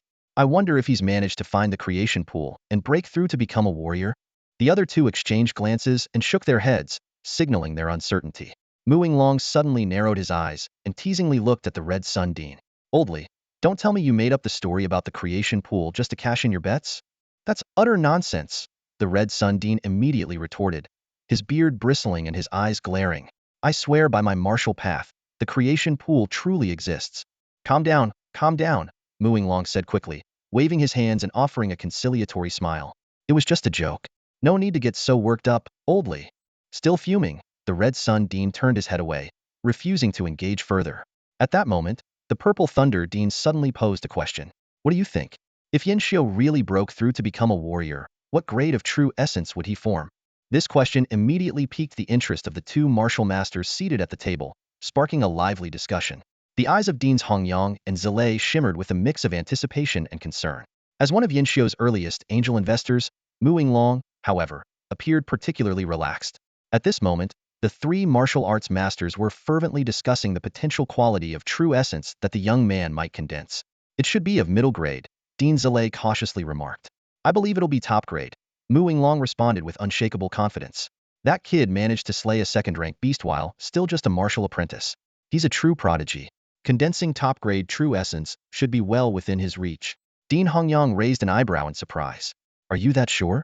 Dean Zilei frowned and said, Old Mu, while that kid is undoubtedly talented, condensing top-grade true essence is no small feat out of a million martial apprentices. You'd be hard-pressed to find even one. A single misstep, and the quality could plummet. Even the most gifted talents of the Federation wouldn't dare claim absolute certainty. This was undeniably true. Across the entire human Federation, countless so-called prodigies among top-tier martial apprentices had, for various reasons, ended up condensing only middle-grade or even lower-grade true essence. Mu Long merely smiled slyly without refuting. How about we place another bet? The two deans immediately recalled the painful lesson from their last lost wager. Shaking their heads in unison, they clearly had no intention of falling into another trap. At that moment, Mu Long's phone rang. As the conversation progressed, his eyes sparkled brighter and brighter. The other two martial masters couldn't resist teasing him. Old Mu, judging by the grin on your face, what's the good news? Yin Xiu's back, Mu Long announced. The moment the words left his lips, the two deans couldn't hold back their excitement. Then what are we waiting for? Let's go meet him. Meanwhile, Yin Xiu was strolling leisurely along the bustling streets of Tianling City. After breaking through to the martial artist realm, his strength had undergone a dramatic transformation. With the stealth abilities of the Black Scroll, his return journey had been much smoother. Watching the lively crowd around him, he couldn't help but reflect on the thrilling dangers of his recent wilderness adventure. Suddenly, he sensed three familiar and powerful presences approaching. A mischievous idea flashed through his mind, and he immediately activated the Black Scroll, blending seamlessly into his surroundings. The three martial masters arrived shortly after, only to find their previously locked target vanish into thin air. They exchanged puzzled glances. Just as they were about to investigate further, a hand suddenly landed on Mu Long's shoulder. Senior, who are you looking for? Startled, Mu Long instinctively struck out with a palm. Though he managed to restrain most of his strength, a fraction of the force still escaped. Dust and debris filled the air, causing the three martial masters' expressions to shift drastically. However, as the dust settled, Yin Xiu emerged unscathed, wearing a faintly wry smile. Senior Mu, your strikes are as ruthless as ever. The three martial masters hurriedly checked him over, insisting on taking him to the hospital for a thorough examination. Once they confirmed that Yin Xiu was indeed unharmed, a flicker of astonishment passed through Mu Long's gaze. He knew full well the power behind his earlier strike. Even a martial artist at the peak of their abilities would struggle to walk away unscathed. Yet this young man appeared only slightly disheveled. Yin kid, what kind of true essence have you condensed? Mu Long couldn't help but ask. Hongyang and Zilei, the two deans, watched the scene before them with intense gazes. They had just witnessed Mu Long unleash a palm strike of astonishing power, undeniably at the level of a martial master. While some of the force had been dissipated, it was still an attack that ordinary martial artists could hardly withstand. Yet, this young man, facing such a formidable blow, appeared merely disheveled, without any significant injuries. Even with superior true essence, such an extraordinary display seemed inconceivable. Senior, I wouldn't mind explaining it to you right now, Yin Xiu said, glancing around the devastated surroundings. But shouldn't we find a better place to talk? The air was thick with dust, the ground riddled with cracks, and a crowd had gathered, all drawn by the commotion caused by Mu Long's strike. Mu Long nodded in agreement. Discussing this matter in front of so many onlookers was indeed inappropriate. Inside the vice president's office on the third floor of the Martial Arts Guild. Speak up, speak up, Mu Long demanded impatiently as soon as he entered. Kid, what kind of true essence have you cultivated? To take 3/10 of my strength hidden, without a scratch, it's simply unbelievable. Hongyang and Zilei also fixed curious eyes on him. To answer you, senior, my true essence is called Godslayer. Godslayer, true essence? The three exchanged puzzled glances. As some of the most experienced martial masters in Tianling City, they had seen and heard much, but this was something entirely new. Yin Xiu smiled and explained, it's a name I came up with myself. My cultivation method is rather unique, and I was only able to form it by absorbing the spiritual energy from the creation pool. As far as I know, it's unprecedented in the martial arts world. Wait a moment, did you say the creation pool? Hongyang suddenly reacted, his expression lighting up with excitement. Could it be that you found that secret location? Just a stroke of luck, Yin Xiu replied modestly. He then recounted his journey through the wilderness in vivid detail, though he carefully omitted any mention of the Nirvana Lotus and the Dragon Emperor. It wasn't a matter of distrust toward the three seniors, but the gravity of those details meant revealing them would invite unnecessary trouble. Listening to how he had snatched the opportunity of the creation pool from under the jaws of three third-tier ferocious beasts, the three martial masters couldn't help but marvel repeatedly. The story unfolds with equally captivating developments, maintaining the original plot while becoming more dynamic and engaging. Later, in the martial arena, When Yin Xiao shattered the Nine Heavens' profound crystal training post, a structure said to be nearly indestructible even by martial masters with a single sword strike, the three martial masters were left utterly speechless. Yin Xiao quickly reminded them, Senior Mu, you did say I wouldn't have to pay for damages. You can't go back on your word now. You. Mu Yinglong's eyes widened as he stammered in shock, unable to form a complete sentence. The martial pillar, forged from the legendary Nine Heavens' profound crystal, had shattered explosively under Yin Xiao's single sword strike. Such domineering true essence left even the Red Sun and Purple Thunder Deans utterly dumbfounded. Yin Xiao felt a twinge of guilt but quickly straightened his back as a thought crossed his mind. You were the one who claimed this martial pillar was indestructible, capable of enduring 3 days and nights of relentless attacks without a scratch. I just used a little extra force. How could this be my fault?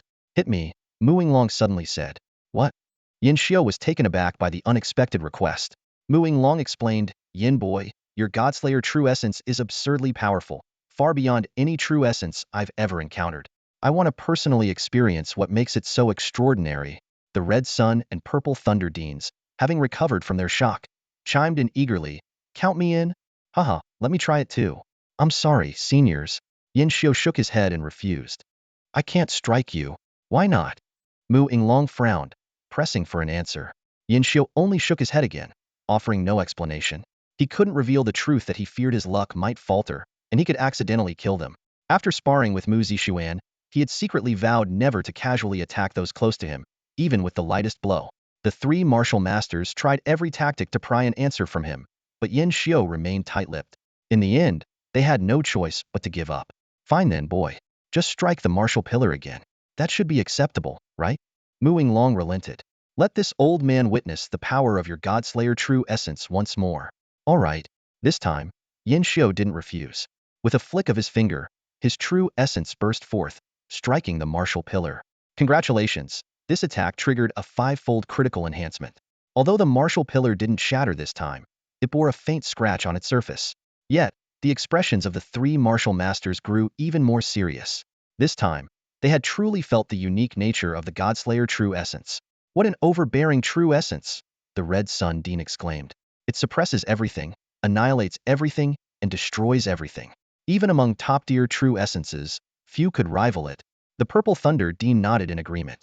If the martial world classified true essence beyond 3 grades, I would suspect this Godslayer true essence has already surpassed the top grade and reached a 4th level. Such a true essence, Mu Yinglong said gravely. If Yin Boy reaches the highest realm of martial arts, he might actually have the power to slay gods. Yin Xiao stood silently with a faint smile, watching the astonished expressions of the 3 seniors. At this moment, silence spoke louder than words. In the following moments, Yin Xiao demonstrated his true essence twice more, thoroughly convincing the 3 martial masters of the Godslayer true essence's overwhelming might. As investors, they were already envisioning the immense returns this talent would bring, their excitement written all over their faces. Back in the vice president's office, Yin Xiao sipped a glass of water before suddenly asking, Seniors, has there been any recent news about Wang Tianchi? The 3, still immersed in their amazement over the Godslayer true essence, were momentarily stunned by the question. Wang Tianchi? Ha ha ha. Mu Yinglong burst into laughter. That guy's had some rotten luck. For some reason, he went to ask Li Jingbai to join forces against you, only to be severely injured by that old man. Who knows where he's hiding now? Blue Rain's Dean injured Wang Tianchi? Yin Xiao was genuinely surprised. The Red Sun Dean sighed. Boy, that old man Li is your dean, but you might not understand him well. He's a bit obsessive. He only values top students and treats average ones poorly. But he has one principle. He would never harm his own students. The Purple Thunder Dean added. We can't entirely blame him. He promised the former dean to turn Blue Rain into the top martial arts academy in Tianling City, so he focuses solely on nurturing elite talents. Deep down, he's not a bad person. Yin Xiao's face remained expressionless. What had happened was already in the past. While he appreciated Li Zhangbai for injuring Wang Tianchi, he couldn't easily forgive the events that had transpired. Boy, Mu Yinglong narrowed his eyes. Why are you asking about Wang Tianchi? Is it because? To kill him, Yin Xiao replied without hesitation. Now that I've broken through to the martial artist level, I'm heading to Tianling City. It's time to settle my grudge with him. The 3 martial masters had anticipated this, but were still shocked by his words. A newly advanced martial artist challenging a martial master? The gap between these 2 realms was several times greater than that between a martial disciple and a martial artist. But remembering the scene where the martial pillar was shattered by a single strike, they felt it might not be impossible. Yin boy, leave it to us. That's right. Wang Tianxue may be a newly advanced martial master, but he has already grasped the essence of martial arts. You've only just broken through to martial artistry. You'd be taking a huge risk. Stay home and wait for the news. Although the three martial masters believed in Yin Xiu's talent, they couldn't bear to see him take such a risk. This prodigy was too valuable, and they had invested heavily in him. If he were to fall, the loss would be immeasurable. Then I'll trouble you, seniors, Yin Xiu said without protest. If they could eliminate this threat for him, why risk his own life? Of course, if it came to it, he wouldn't hesitate to act himself. After chatting a bit longer, the Red Sun and Purple Thunder Deans excused themselves. Yin Xiu was about to leave as well when he suddenly remembered something at the door. By the way, Senior Mu, I have the corpses of 2 third-year ferocious beasts. I'm wondering if... Just take them to the Myriad Medicine Pavilion, Mu Yinglong interrupted, giving him a peculiar look. You started by selling materials from first-tier beasts, and now, in such a short time, you're dealing with third-tier ones? Just a stroke of luck? Yin Xiu replied with a sheepish smile. Mu Yinglong snorted. Luck? Huh? How come I never had such luck during my martial artist days? Sometimes, being too modest makes you seem insincere. Yin Xiu. After leaving the martial arts guild, Yin Xiu did not go straight home. Concerned that Wang Tianxue might be lying in wait nearby, he decided to head to the Mu family's villa estate instead. Settling into the room Mu Zixuan had previously arranged for him, he fell into a deep sleep and didn't wake for 2 whole days and nights. On the morning of the 3rd day, as he finally woke up, he couldn't help but reflect. In the wilderness, his nerves had been constantly on edge, making even rest a luxury. Now, back in Tianling City, as the tension eased, the accumulated exhaustion hit him like a tidal wave. After freshening up, Yin Xiu headed straight to the Myriad Medicine Pavilion. Despite using the Mu family's hover vehicle, it still took nearly half an hour to travel from the southern part of the city to the northern part. Welcome. A warm greeting rang out as soon as he stepped into the hall. The bustling space was filled with warriors and martial apprentices queuing at the counters to exchange materials from ferocious beasts or purchase martial arts pills. The lively scene contrasted with the absence of a familiar figure, stirring a faint unease in Yin Xiu's heart. A middle-aged man in professional attire approached him respectfully. I'm the manager of the Myriad Medicine Pavilion. Are you Mr. Yin Xiu? After Yin Xiu confirmed his identity, the manager led him to a vast warehouse. There, Yin Xiu retrieved the corpses of the Gale White Tiger and the Earth Giant Bear, 2 third-tier ferocious beasts from his small universe ring. The sight of them made the manager's eyes flash with astonishment. Over 30 professional beast dissectors completed their inventory work in just 2 hours. Mr. Yin, raced the materials list. 2 Gale White Tiger eyes, 5,000 milliliters of essence blood, 1 Earth Giant Bear gallbladder, 1 bear hide. The manager detailed. The total value is 2.3 billion federal credits. Shall we transfer it directly to your account? Yin Xiu was delighted. Combined with the 3 billion credits given earlier by Dean Zilei, he was now a wealthy man with 5.3 billion credits. Do you have any refinement essence pills here? He asked. We do, but not many, the manager replied. Refinement essence pills require materials from second-tier beasts and rare heavenly treasures. We currently have only 100 pills in stock, priced at 2 million credits each. We'll take them all, Yin Xiu said decisively, not forgetting to present his 10 discount card. The manager looked troubled, but quickly completed the transaction. When the news reached Mu Yinglong, the old man lamented. What a loss. The discount amounted to a whopping 20 million credits. As he stepped out of the Myriad Medicine Pavilion, Yin Xiu was in high spirits. After being cleansed by the Nirvana Lotus recently, his physique had significantly improved. Though still far from his peak, his cultivation speed had increased by at least 20. With proper use of these refinement essence pills, along with the infinite law and infinite critical strike system, breaking through to a second-tier martial artist seemed just around the corner. Just as he was about to return to the Mu family estate for secluded cultivation, a familiar figure caught his eye. Wang Tianxue, wearing a hat and keeping his head lowered, was walking down the street from the other end, his eyes occasionally flashing with malice. Yin Xiu's heart sank. It appeared that, after being injured by Li Zhengbai, Wang Tianxue had been frequenting this area to buy healing pills. Yin Xiu turned and activated the Black Scroll technique, intending to slip away unnoticed. Unfortunately, it was too late. A chilling voice rang out from behind him. What a coincidence, boy. Along with it came the terrifying pressure unique to a martial master. Without hesitation, Yin Xiu executed his drifting dragon step technique to flee. Seeing the murderer of his son, Wang Tianxue could no longer contain himself. True essence, infused with martial intent, erupted from him, causing the ground to crack and buildings to collapse as he gave chase with reckless abandon. The commotion quickly alarmed all of Tianling City. At the entrance of the martial arts guild, Mu Yinglong, upon hearing the news, was anxious and about to rush out to assist. However, he was blocked by the sword duo, Lin Buhui and Wang Yin. I have urgent matters to attend to, Mu Long said, cupping his hands.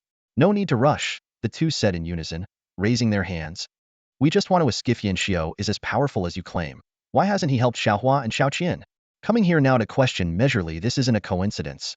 Mu Long said coldly. Go ahead, tell Mu Hin, did you collude with Wang Tianshi? The tension outside the martial arts guild escalated in an instant. Mu Long narrowed his eyes, his sharp gaze sweeping back and forth over the sword couple. Empty-handed, without even bringing your weapons? Seems like you didn't expect Wang Tianshi to make a sudden move in Tianling City, so you came in quite a hurry, huh? The sword couple's expressions shifted slightly, but quickly returned to calm. We didn't bring our weapons because there's no need. The two of us together are more than enough to deal with you alone. More than enough, is it? Mu Long's fury ignited as his true energy surged, roaring like an enraged titan. After all these years of holding back, have you all forgotten the name of the madman? Move aside.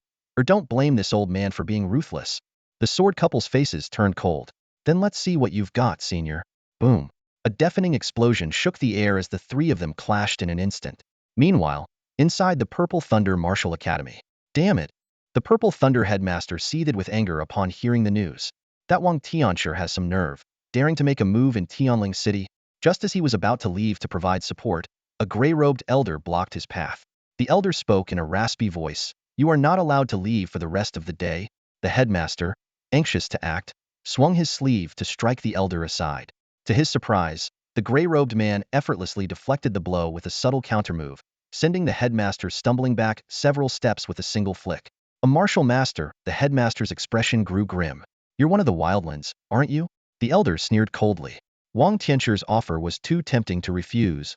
So, you're saying if I want to leave today, I'll have to knock you down first? That's correct. To hell with you, the headmaster roared, unleashing an unending torrent of thunderous energy. At the same time, similar scenes unfolded at the gates of Red Sun Academy and Blue Rain Academy, where martial masters from the wildlands blocked the headmasters who were also attempting to join the fray. Several battles between martial masters erupted across Tianling City. At the Xia family estate. Father, the entire Tianling City is in chaos, Xia Sheng said in distress. We need to ask great-grandfather to step in, or I'll be too late. Xia Sheng's father stopped him and shook his head helplessly. Your great-grandfather was gravely injured in his battle with the four-headed demon snake. He's still recovering and cannot take action. So, we're just going to stand by and watch Tianling City fall into turmoil? Of course not. Your grandfather has already gone to the Martial Arts Guild to activate the city's defensive array. It'll take no more than half an hour for the array to fully awaken, and the Wildlands martial masters will have no choice but to retreat. Half an hour? Xia Sheng stomped his foot in frustration. Wang Tianshi is a martial master. Even if the young talents in the mountains are geniuses, they're no match for him. By the time the array is activated, they'll already be dead. Can it be any faster? It can't. Xia Sheng's father sighed. The beast tide drained too much energy. The array's power is only a third restored, and half an hour is already the limit. Damn it! Xia Sheng punched a wall, causing it to collapse with a loud crash. Meanwhile, Yin Xiao was doing everything in his power to evade Wang Tianxi's relentless pursuit. Using the infinite technique, combined with the characteristics of the carefree dragon step and the divine slayer true energy, and with the support of the infinite critical strike system, he weaved through the terrain, trying to lose his pursuer. Since breaking through to the martial artist level, his techniques had undergone a qualitative leap under the enhancement of his true energy. The speed of the carefree dragon step had tripled, allowing him to stay just out of Wang Tianxi's reach. Half an hour passed. It seems I'll have to settle this grudge with Wang Tianxi on my own, Yin Xiao thought to himself with a shake of his head. With such a commotion going on for so long, Mu Long and the others had yet to appear, clearly caught up in their own battles. Wang Tianxi's words confirmed Yin Xiao's suspicions. Boy, are you still waiting for old Mu and the others? Ha ha ha. Don't bother. Do you have any idea what I sacrificed to kill you? There's no one in Tianling City who can save you now. You hired martial masters from the Wildlands. Yin Xiao's mind quickly pieced things together as he thought of the dark ceremony he'd witnessed. That's right. Wang Tianshi no longer bothered to hide the truth. Let me tell you, once I kill you, you'll escape to the Wildlands. No one will be able to avenge you. Avenge me? Yin Xiao sneered coldly. Well, see who avenges whom. As the chase continued, the two of them reached the outskirts of Tianling City. The towering city walls loomed ahead. Congratulations, your technique Carefree Dragon Step has triggered a 100-fold critical strike. Yin Xiao's speed surged as he bolted toward the city outskirts. He had no desire to fight in the densely populated city, He had a different battleground in mind. Where do you think you're going? Wang Tianshi roared, unleashing true energy attacks that Yin Shou dodged skillfully. Gritting his teeth, Wang Tianshi pursued him relentlessly. Before long, the two of them burst out of Tianling City, crossing the wall of sword chi and entering the outer defense zone. During the chase, Yin Shou didn't simply flee. Every time the carefree dragon step triggered a high critical strike, he used the opportunity to counterattack with the infinite dragon sword. Unfortunately, the attacks failed to trigger critical strikes and were easily deflected by Wang Tianshi. Finally, Wang Tianshi's patience snapped. Damn it! If you've got guts, stop running and fight me, Hedon. Boom! The earth split open with a deafening roar, countless trees crashing to the ground. The terrain within a radius of several dozen meters sank slightly as two figures darted through the desolate wilderness, one in pursuit, the other fleeing. Wang Tianshi's eyes burned with fury, his entire being radiating a murderous aura. His anger wasn't baseless, his quarry's speed was unnervingly elusive. Though it didn't seem particularly fast, each time Wang Tianshi was about to catch up, the young man would suddenly surge forward, widening the gap in an instant. What unsettled Wang Tianshi even more was Yin Shou's performance throughout the chase. Though he himself had only recently stepped into the martial master realm, he had already grasped the essence of martial arts, wielding power far beyond that of a peak martial artist. Yet, despite unleashing numerous techniques including those of the highest tier, they were either evaded with ease or forcibly deflected by Yin Shou. It's the true essence. Wang Tianshi quickly identified the crux of the matter. This young man's true essence was overwhelmingly dominant, possessing the qualities of suppression, destruction, and obliteration far superior to ordinary mid-grade true essence, and even rare among high-grade ones. A grimace twisted Wang Tianshi's face as a sinister thought crossed his mind. I can't let him escape this time. I must kill him now. Otherwise, the next time we meet, I may no longer be his match. Kill him. He's really going all out now. Yin Shou, still fleeing, felt the increasingly menacing pressure behind him, his expression growing grim. Though he had encountered many martial masters before, and even witnessed battles between a Gale White Tiger and an Earth Giant Bear, this was his first time facing a martial master unleashing their full power. Only now did he truly grasp the terrifying might of someone who had mastered the essence of martial arts. Die! With a roar brimming with killing intent, a spear tore through the air like a meteor streaking across the sky, carrying an earth-shattering force. Despite having faced similar attacks multiple times, Yin Shou's heart still raced. Relying on his heightened senses and his shadowless dragon steps, he narrowly dodged the lethal strike at the last moment. Boom! The ground trembled violently as Wang Tianshi's strike carved a massive 3-meter-deep crater into the earth. Yin Shou, long accustomed to such terrifying assaults, glanced at the destruction with an unflinching expression before continuing his escape. Retrieving his spear from the crater, Wang Tianshi snarled, "Let's see how far you can run." 10 minutes passed in a flash, as the two engaged in a relentless chase with brief skirmishes. Eventually, they reached the edge of the warning zone. Unlike the danger zone, this area lacked any barriers of sword energy. Setting up a formation capable of repelling Tier 3 beasts was prohibitively expensive. Although Tianling City had the resources to do so, the surrounding danger zones near Tianling City were rated relatively low, with fewer than 20 roaming Tier 3 beasts. Thus, a simple warning sign sufficed. Finally, we're here. Yin Shou's eyes gleamed with determination as he darted into the danger zone without hesitation. This brat dares. Wang Tianshi was momentarily startled before breaking into a cold grin. First, he fled Tianling City, and now he's heading deeper into the wilderness. Just as I suspected, trying to repeat his old trick, using Tier 3 beasts to deal with me, just like he did with the twin demons of heaven and earth.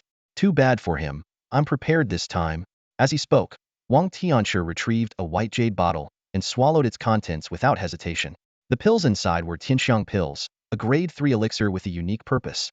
They neither enhanced martial cultivation nor healed injuries, but instead caused the user to emit an alluring fragrance that instinctively drew beasts closer.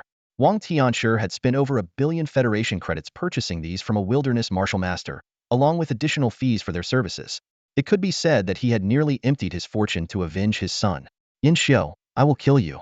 With that, Wang Tianshi charged into the danger zone as well. He's coming. Yin Shou felt the overwhelming presence behind him and his gaze turned icy. Wang Tianshi was hunting him down, but Yin Shou also wanted to use this opportunity to eliminate his pursuer once and for all. The key to his plan was luring Wang Tianshi into the danger zone. He had feared Wang Tianshi might abandon the chase or, worse, attract Tier 3 beasts to attack him instead, a safer strategy. Yin Shou had gambled that Wang Tianshi wouldn't take that risk, worried the beast wouldn't stop him from escaping. It seemed his gamble had paid off. With this thought, Yin Shou picked up speed, utilizing his shadowless dragon steps to head purposefully in a specific direction. Wang Tianshi followed closely behind. As the chase continued, the two arrived at a hilltop. Ahead of them loomed a fearsome Biasta two-headed lion with 6 claws, its body crackling with lightning and exuding an air of dominance. This was the Thunder Twin-Headed Lion, a Tier 3 beast. Yin Xiu reached it first, channeling his true essence to unleash the Black Scroll technique. Before concealing his presence, he casually slashed at the Thunder Twin-Headed Lion with his sword. Roar! A furious roar echoed through the surroundings as the Thunder Twin-Headed Lion, roused from its slumber, scanned its territory with wrathful, bloodthirsty eyes, searching for the intruder who dared disturb its rest. At that moment, Wang Tianshi arrived. He saw the enraged Thunder Twin-Headed Lion but remained unfazed. Like the gift I prepared for you? Hiding behind a tree, Yin Xiu spoke softly, his presence suppressed to the minimum, confident he wouldn't be discovered. To his surprise, however, Wang Tianshi's expression remained calm, even breaking into a smile. So this is the trick you used to kill the twin demons of heaven and earth? Did you really think I'd fall for the same ploy? Yin Xiu's expression remained neutral, though his brow furrowed slightly. As expected, the Thunder Twin-Headed Lion didn't attack Wang Tianshi. Instead, after sniffing the air, its ferocity gradually subsided. It even took a few steps back, seemingly indifferent to the human who had trespassed into its domain, before preparing to resume its slumber. Lion, the one who disturbed your rest is still here. I can help you find him and together, we'll tear him to pieces. Exploiting the effects of the Tianxiang pill, Wang Tianshi attempted to ally with the Tier 3 beast. The Thunder Twin-Headed Lion's eyes glinted with disdain. One of its heads opened its maw, releasing a bolt of lightning that struck the ground at Wang Tianshi's feet. Forced to retreat, the martial master's face darkened. This beast dares to look down on me? Although Wang Tianshi was seething with anger, he forced himself to suppress it. The two-headed Thunder Lion in front of him, a Tier 3 ferocious beast, was not to be trifled with, especially with that domineering youth, Yin Xiu, lurking nearby, watching like a predator. Closing his eyes, Wang Tianshi activated his cultivation technique, extending his senses across a 3-mile radius in search of the suddenly vanished Yin Xiu. A moment later, he opened his eyes, a flicker of surprise flashing within them gone. Within his perception, aside from the two-headed Thunder Lion in front of him, there were no other signs of life. Escaped? Impossible. A cold glint flashed in Wang Tianshi's eyes. He had already locked onto Yin Xiu's energy signature. No matter how domineering the boy's true essence was, it was inconceivable for him to escape Wang Tianshi's detection in mere seconds. He must be hiding somewhere. With a sneer, he retrieved an item from his storage space. Meanwhile, Yin Xiu observed the two-headed Thunder Lion refraining from attacking Wang Tianshi. Though he felt a tinge of disappointment, he wasn't surprised. As the employer of the infamous dual calamities of heaven and earth, Wang Tianshi must have known the cause of the two martial artists' deaths. The fact that he dared to enter such a perilous area meant he was undoubtedly prepared. Still, Yin Xiu hadn't expected Wang Tianshi to pacify the hostility of a ferocious beast. Was it due to his own methods, or something acquired from the wilderness factions? When he saw the object Wang Tianshi produced, Yin Xiu's expression grew grim. It was a wind-sensing stone. This rare treasure could not only be forged into a weapon, but also significantly enhance the wielder's perception abilities. Though the Scroll of Shadows excelled in stealth and concealment, and coupled with his god-slaying true essence and infinite critical strike system, it barely allowed Yin Xiu to evade detection by martial artists of the same level. But with the wind-sensing stone boosting Wang Tianshi's senses, sure enough, the next moment, Wang Tianshi abruptly turned toward Yin Xiu's hiding spot, his voice dripping with hatred. Found you. Without hesitation, Yin Xiu turned and fled, pushing his drifting dragon step to its absolute limit. He even brought a perception-enhancing tool. Looks like he spared no expense to kill me, he muttered to himself as he darted away. Roar. A thunderous roar echoed behind him. It was the two-headed Thunder Lion. It had finally realized that this human was the true culprit disturbing its slumber. Enraged, it joined the pursuit. Die. Wang Tianshi's furious shout rang out amidst the crackle of lightning. Electric arcs danced wildly in the air, illuminating the entire area. His domineering spear swept across the battlefield, splitting the earth and toppling trees, fully displaying the might of a martial artist. Yin Xiu, however, remained eerily calm, utilizing his drifting dragon step to its fullest. His movements were elusive. One moment he was atop a tree, the next he was 10 meters away, narrowly evading each attack with his nimble footwork. Damn it! This two-headed Thunder Lion is too troublesome. Yin Xiu muttered darkly, his expression grim. Compared to Wang Tianshi, the naturally lightning-aligned Tier 3 beast posed an even greater threat. Its speed was astonishing, and it had nearly injured him several times. Another bolt of lightning streaked toward him. Although Yin Xiu dodged most of it, a stray arc still struck him. Forced to meet the attack with his sword, the immense destructive force sent him flying, his internal organs feeling as though they were scorched by lightning and fire. Thankfully, he managed to block the strike in the end. I can't let this tier 3 beast keep chasing me, Yin Xiu thought, gulping down recovery and healing pills as he strategized his next move. Behind him, Wang Tianqi's mocking voice rang out. Trying to use a tier 3 beast to take me down? Ha ha ha, naive. Do you have any idea how much I've prepared to kill you? Entering this danger zone will be the decision you regret most in your life. Yin Xiu's face remained emotionless, his eyes calm as he sped off in another direction. Before long, he arrived at a lake. The two-headed thunder lion suddenly halted, its eyes wary as if sensing a potential threat. The Blackwater Wyvern's territory, Wang Tianqi's expression darkened. This boy was attempting to use another tier 3 beast to distract the two-headed thunder lion. A dragon-like roar shattered the stillness of the area. From the lake emerged a semi-black, semi-white wyvern with two claws. Its lantern-like eyes locked onto the two-headed thunder lion, radiating intense hostility. Clearly, it regarded the lion as an intruder. The two-headed thunder lion roared in defiance, purple lightning flickering across its body as it squared off against the Blackwater wyvern. The atmosphere became charged with tension. Wang Tianshi sighed inwardly, knowing that a clash between the two tier 3 beasts was inevitable. Though slightly disappointed, he wasn't overly concerned. With or without the Thunder Lion's assistance, he was confident in his ability to kill Yin Xiu. However, what happened next completely defied his expectations. Instead of hiding, Yin Xiu boldly struck at the Blackwater wyvern with his sword before taking off at full speed. The wyvern froze momentarily, clearly unprepared for such provocation from a mere human. When it regained its senses, it unleashed a deafening roar and abandoned the Thunder Lion entirely, focusing its furious pursuit on Yin Xiu. What? Wang Tianshi was momentarily baffled, unable to comprehend Yin Xiu's intentions. Still, he wasn't about to let this opportunity slip away. Relying on the effects of the heavenly fragrance pill, which allowed him to approach ferocious beasts, he joined the chase alongside the two tier 3 creatures. Half an hour later, Yin Xiu had visited the territories of 4 different tier 3 beasts. At each location, he would strike the resident beast with his sword before fleeing wildly. Watching this unfold, Wang Tianqi's brows knitted tightly, a growing sense of unease creeping into his heart. The ground trembled violently in the danger zone as the roars of 4 third-tier ferocious beasts echoed through the air. Countless first- and second-tier beasts succumbed under the terrifying pressure, collapsing into lifeless corpses. Ugh! Yin Xiu spat out a mouthful of clotted blood, his face growing paler. Even though he pushed his drifting dragon step to its limits and triggered multiple critical hits, he was still gravely injured under the relentless assaults of the sorcerer Wang Tianshi and the 4 third-tier beasts. Luckily, I have the Godslayer true essence. A faint smile curved at Yin Xiu's lips. For third-tier beasts this is indeed my limit. But to take down Wang Tianshi, it's more than enough. 10 more minutes passed. Die, reverse God Spear. Wang Tianshi roared as he hurled his treasured spear with devastating force. The terrifying power tore through the void, aiming straight for Yin Xiu's vital points. However, after the prolonged skirmish, Yin Xiu had already adapted to the rhythm of these attacks. Not only did he effortlessly evade the deadly strike, but he also maneuvered behind the two-headed Thunder Lion and another third-tier beast, causing them to stumble awkwardly to the ground. Damn it, you little brat! Wang Tianshi gritted his teeth in fury. Though he couldn't fathom why this youth had lured so many third-tier beasts to the fight, a nagging sense of unease lingered in his mind, as if he had overlooked a crucial detail. Suddenly, Wang Tianxi's expression shifted dramatically, realized the strange fragrance on his body was fading. The heavenly fragrance pill is wearing off? Could it be? A dreadful thought surfaced in his mind. He shook his head in denial. No, impossible.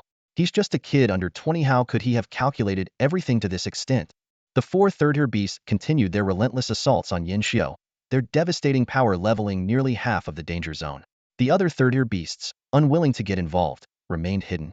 Wang Tianshi stopped attacking, instead slowing his steps as he prepared to retreat. Xiaolu, your father has failed you. I'm afraid I won't be able to avenge you in this lifetime. Forgive me. At that moment, a mocking voice rang out. Wang Wushi, why the sudden retreat? Could it be that the trait on your body, the one that suppresses the hostility of ferocious beasts, is fading? You figured it out. Wang Tianshi turned around in disbelief. Though Yin Xiu was battered, his clothes in tatters, his face pale and blood-streaked, his expression remained confident, his smile unwavering. It wasn't hard to guess. If the ability to suppress a beast's hostility could last indefinitely, humans wouldn't regard them as calamities. A little thought makes it clear this effect must have a time limit.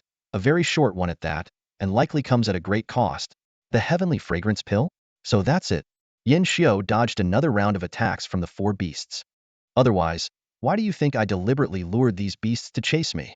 Wang Tianqi's face turned ashen as he turned into a streak of light, trying to escape. However, Yin Xiao had anticipated this. Utilizing his drifting dragon step, he circled around, evading the beast's attacks while blocking Wang Tianqi's path. Die!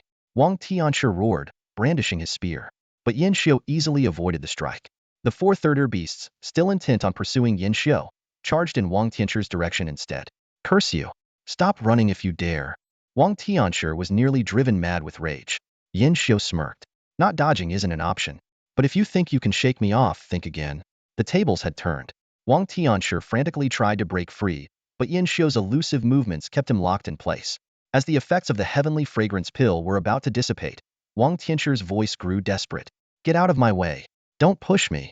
When you tried to kill me in the classroom of Blue Rain Academy, you should have anticipated this day. Yin Xiao replied coldly. Wang Tianqi activated a forbidden technique, merging with his spear to become a divine weapon that pierced through the heavens. But Yin Xiao, like a shadow, clung to him relentlessly, dodging the beast's attacks while refusing to let him escape. Finally, the fragrance on Wang Tianqi's body completely faded. The gazes of the surrounding beasts turned feral and bloodthirsty. They'll kill you. Wang Tianqi's voice trembled with fear as he felt the hostility of the beasts closing in. Kill me? Yin Xiao chuckled. Why don't you focus on surviving these third-tier beasts first? Good luck. Farewell. With that, he activated his black scroll technique, blending into the environment and swiftly leaving the battlefield. The four third-tier beasts fixed their lantern-like eyes on Wang Tianqi, as if recalling how this human had deceived them with some mysterious trick. Roar! A deafening roar shook the entire danger zone. That's all for today. Thank you so much for watching. I hope you guys enjoyed. If you wish to have another part of this recap, please give us at least 1,000 likes. Please don't forget to comment and subscribe to our channel for more content like this until next time.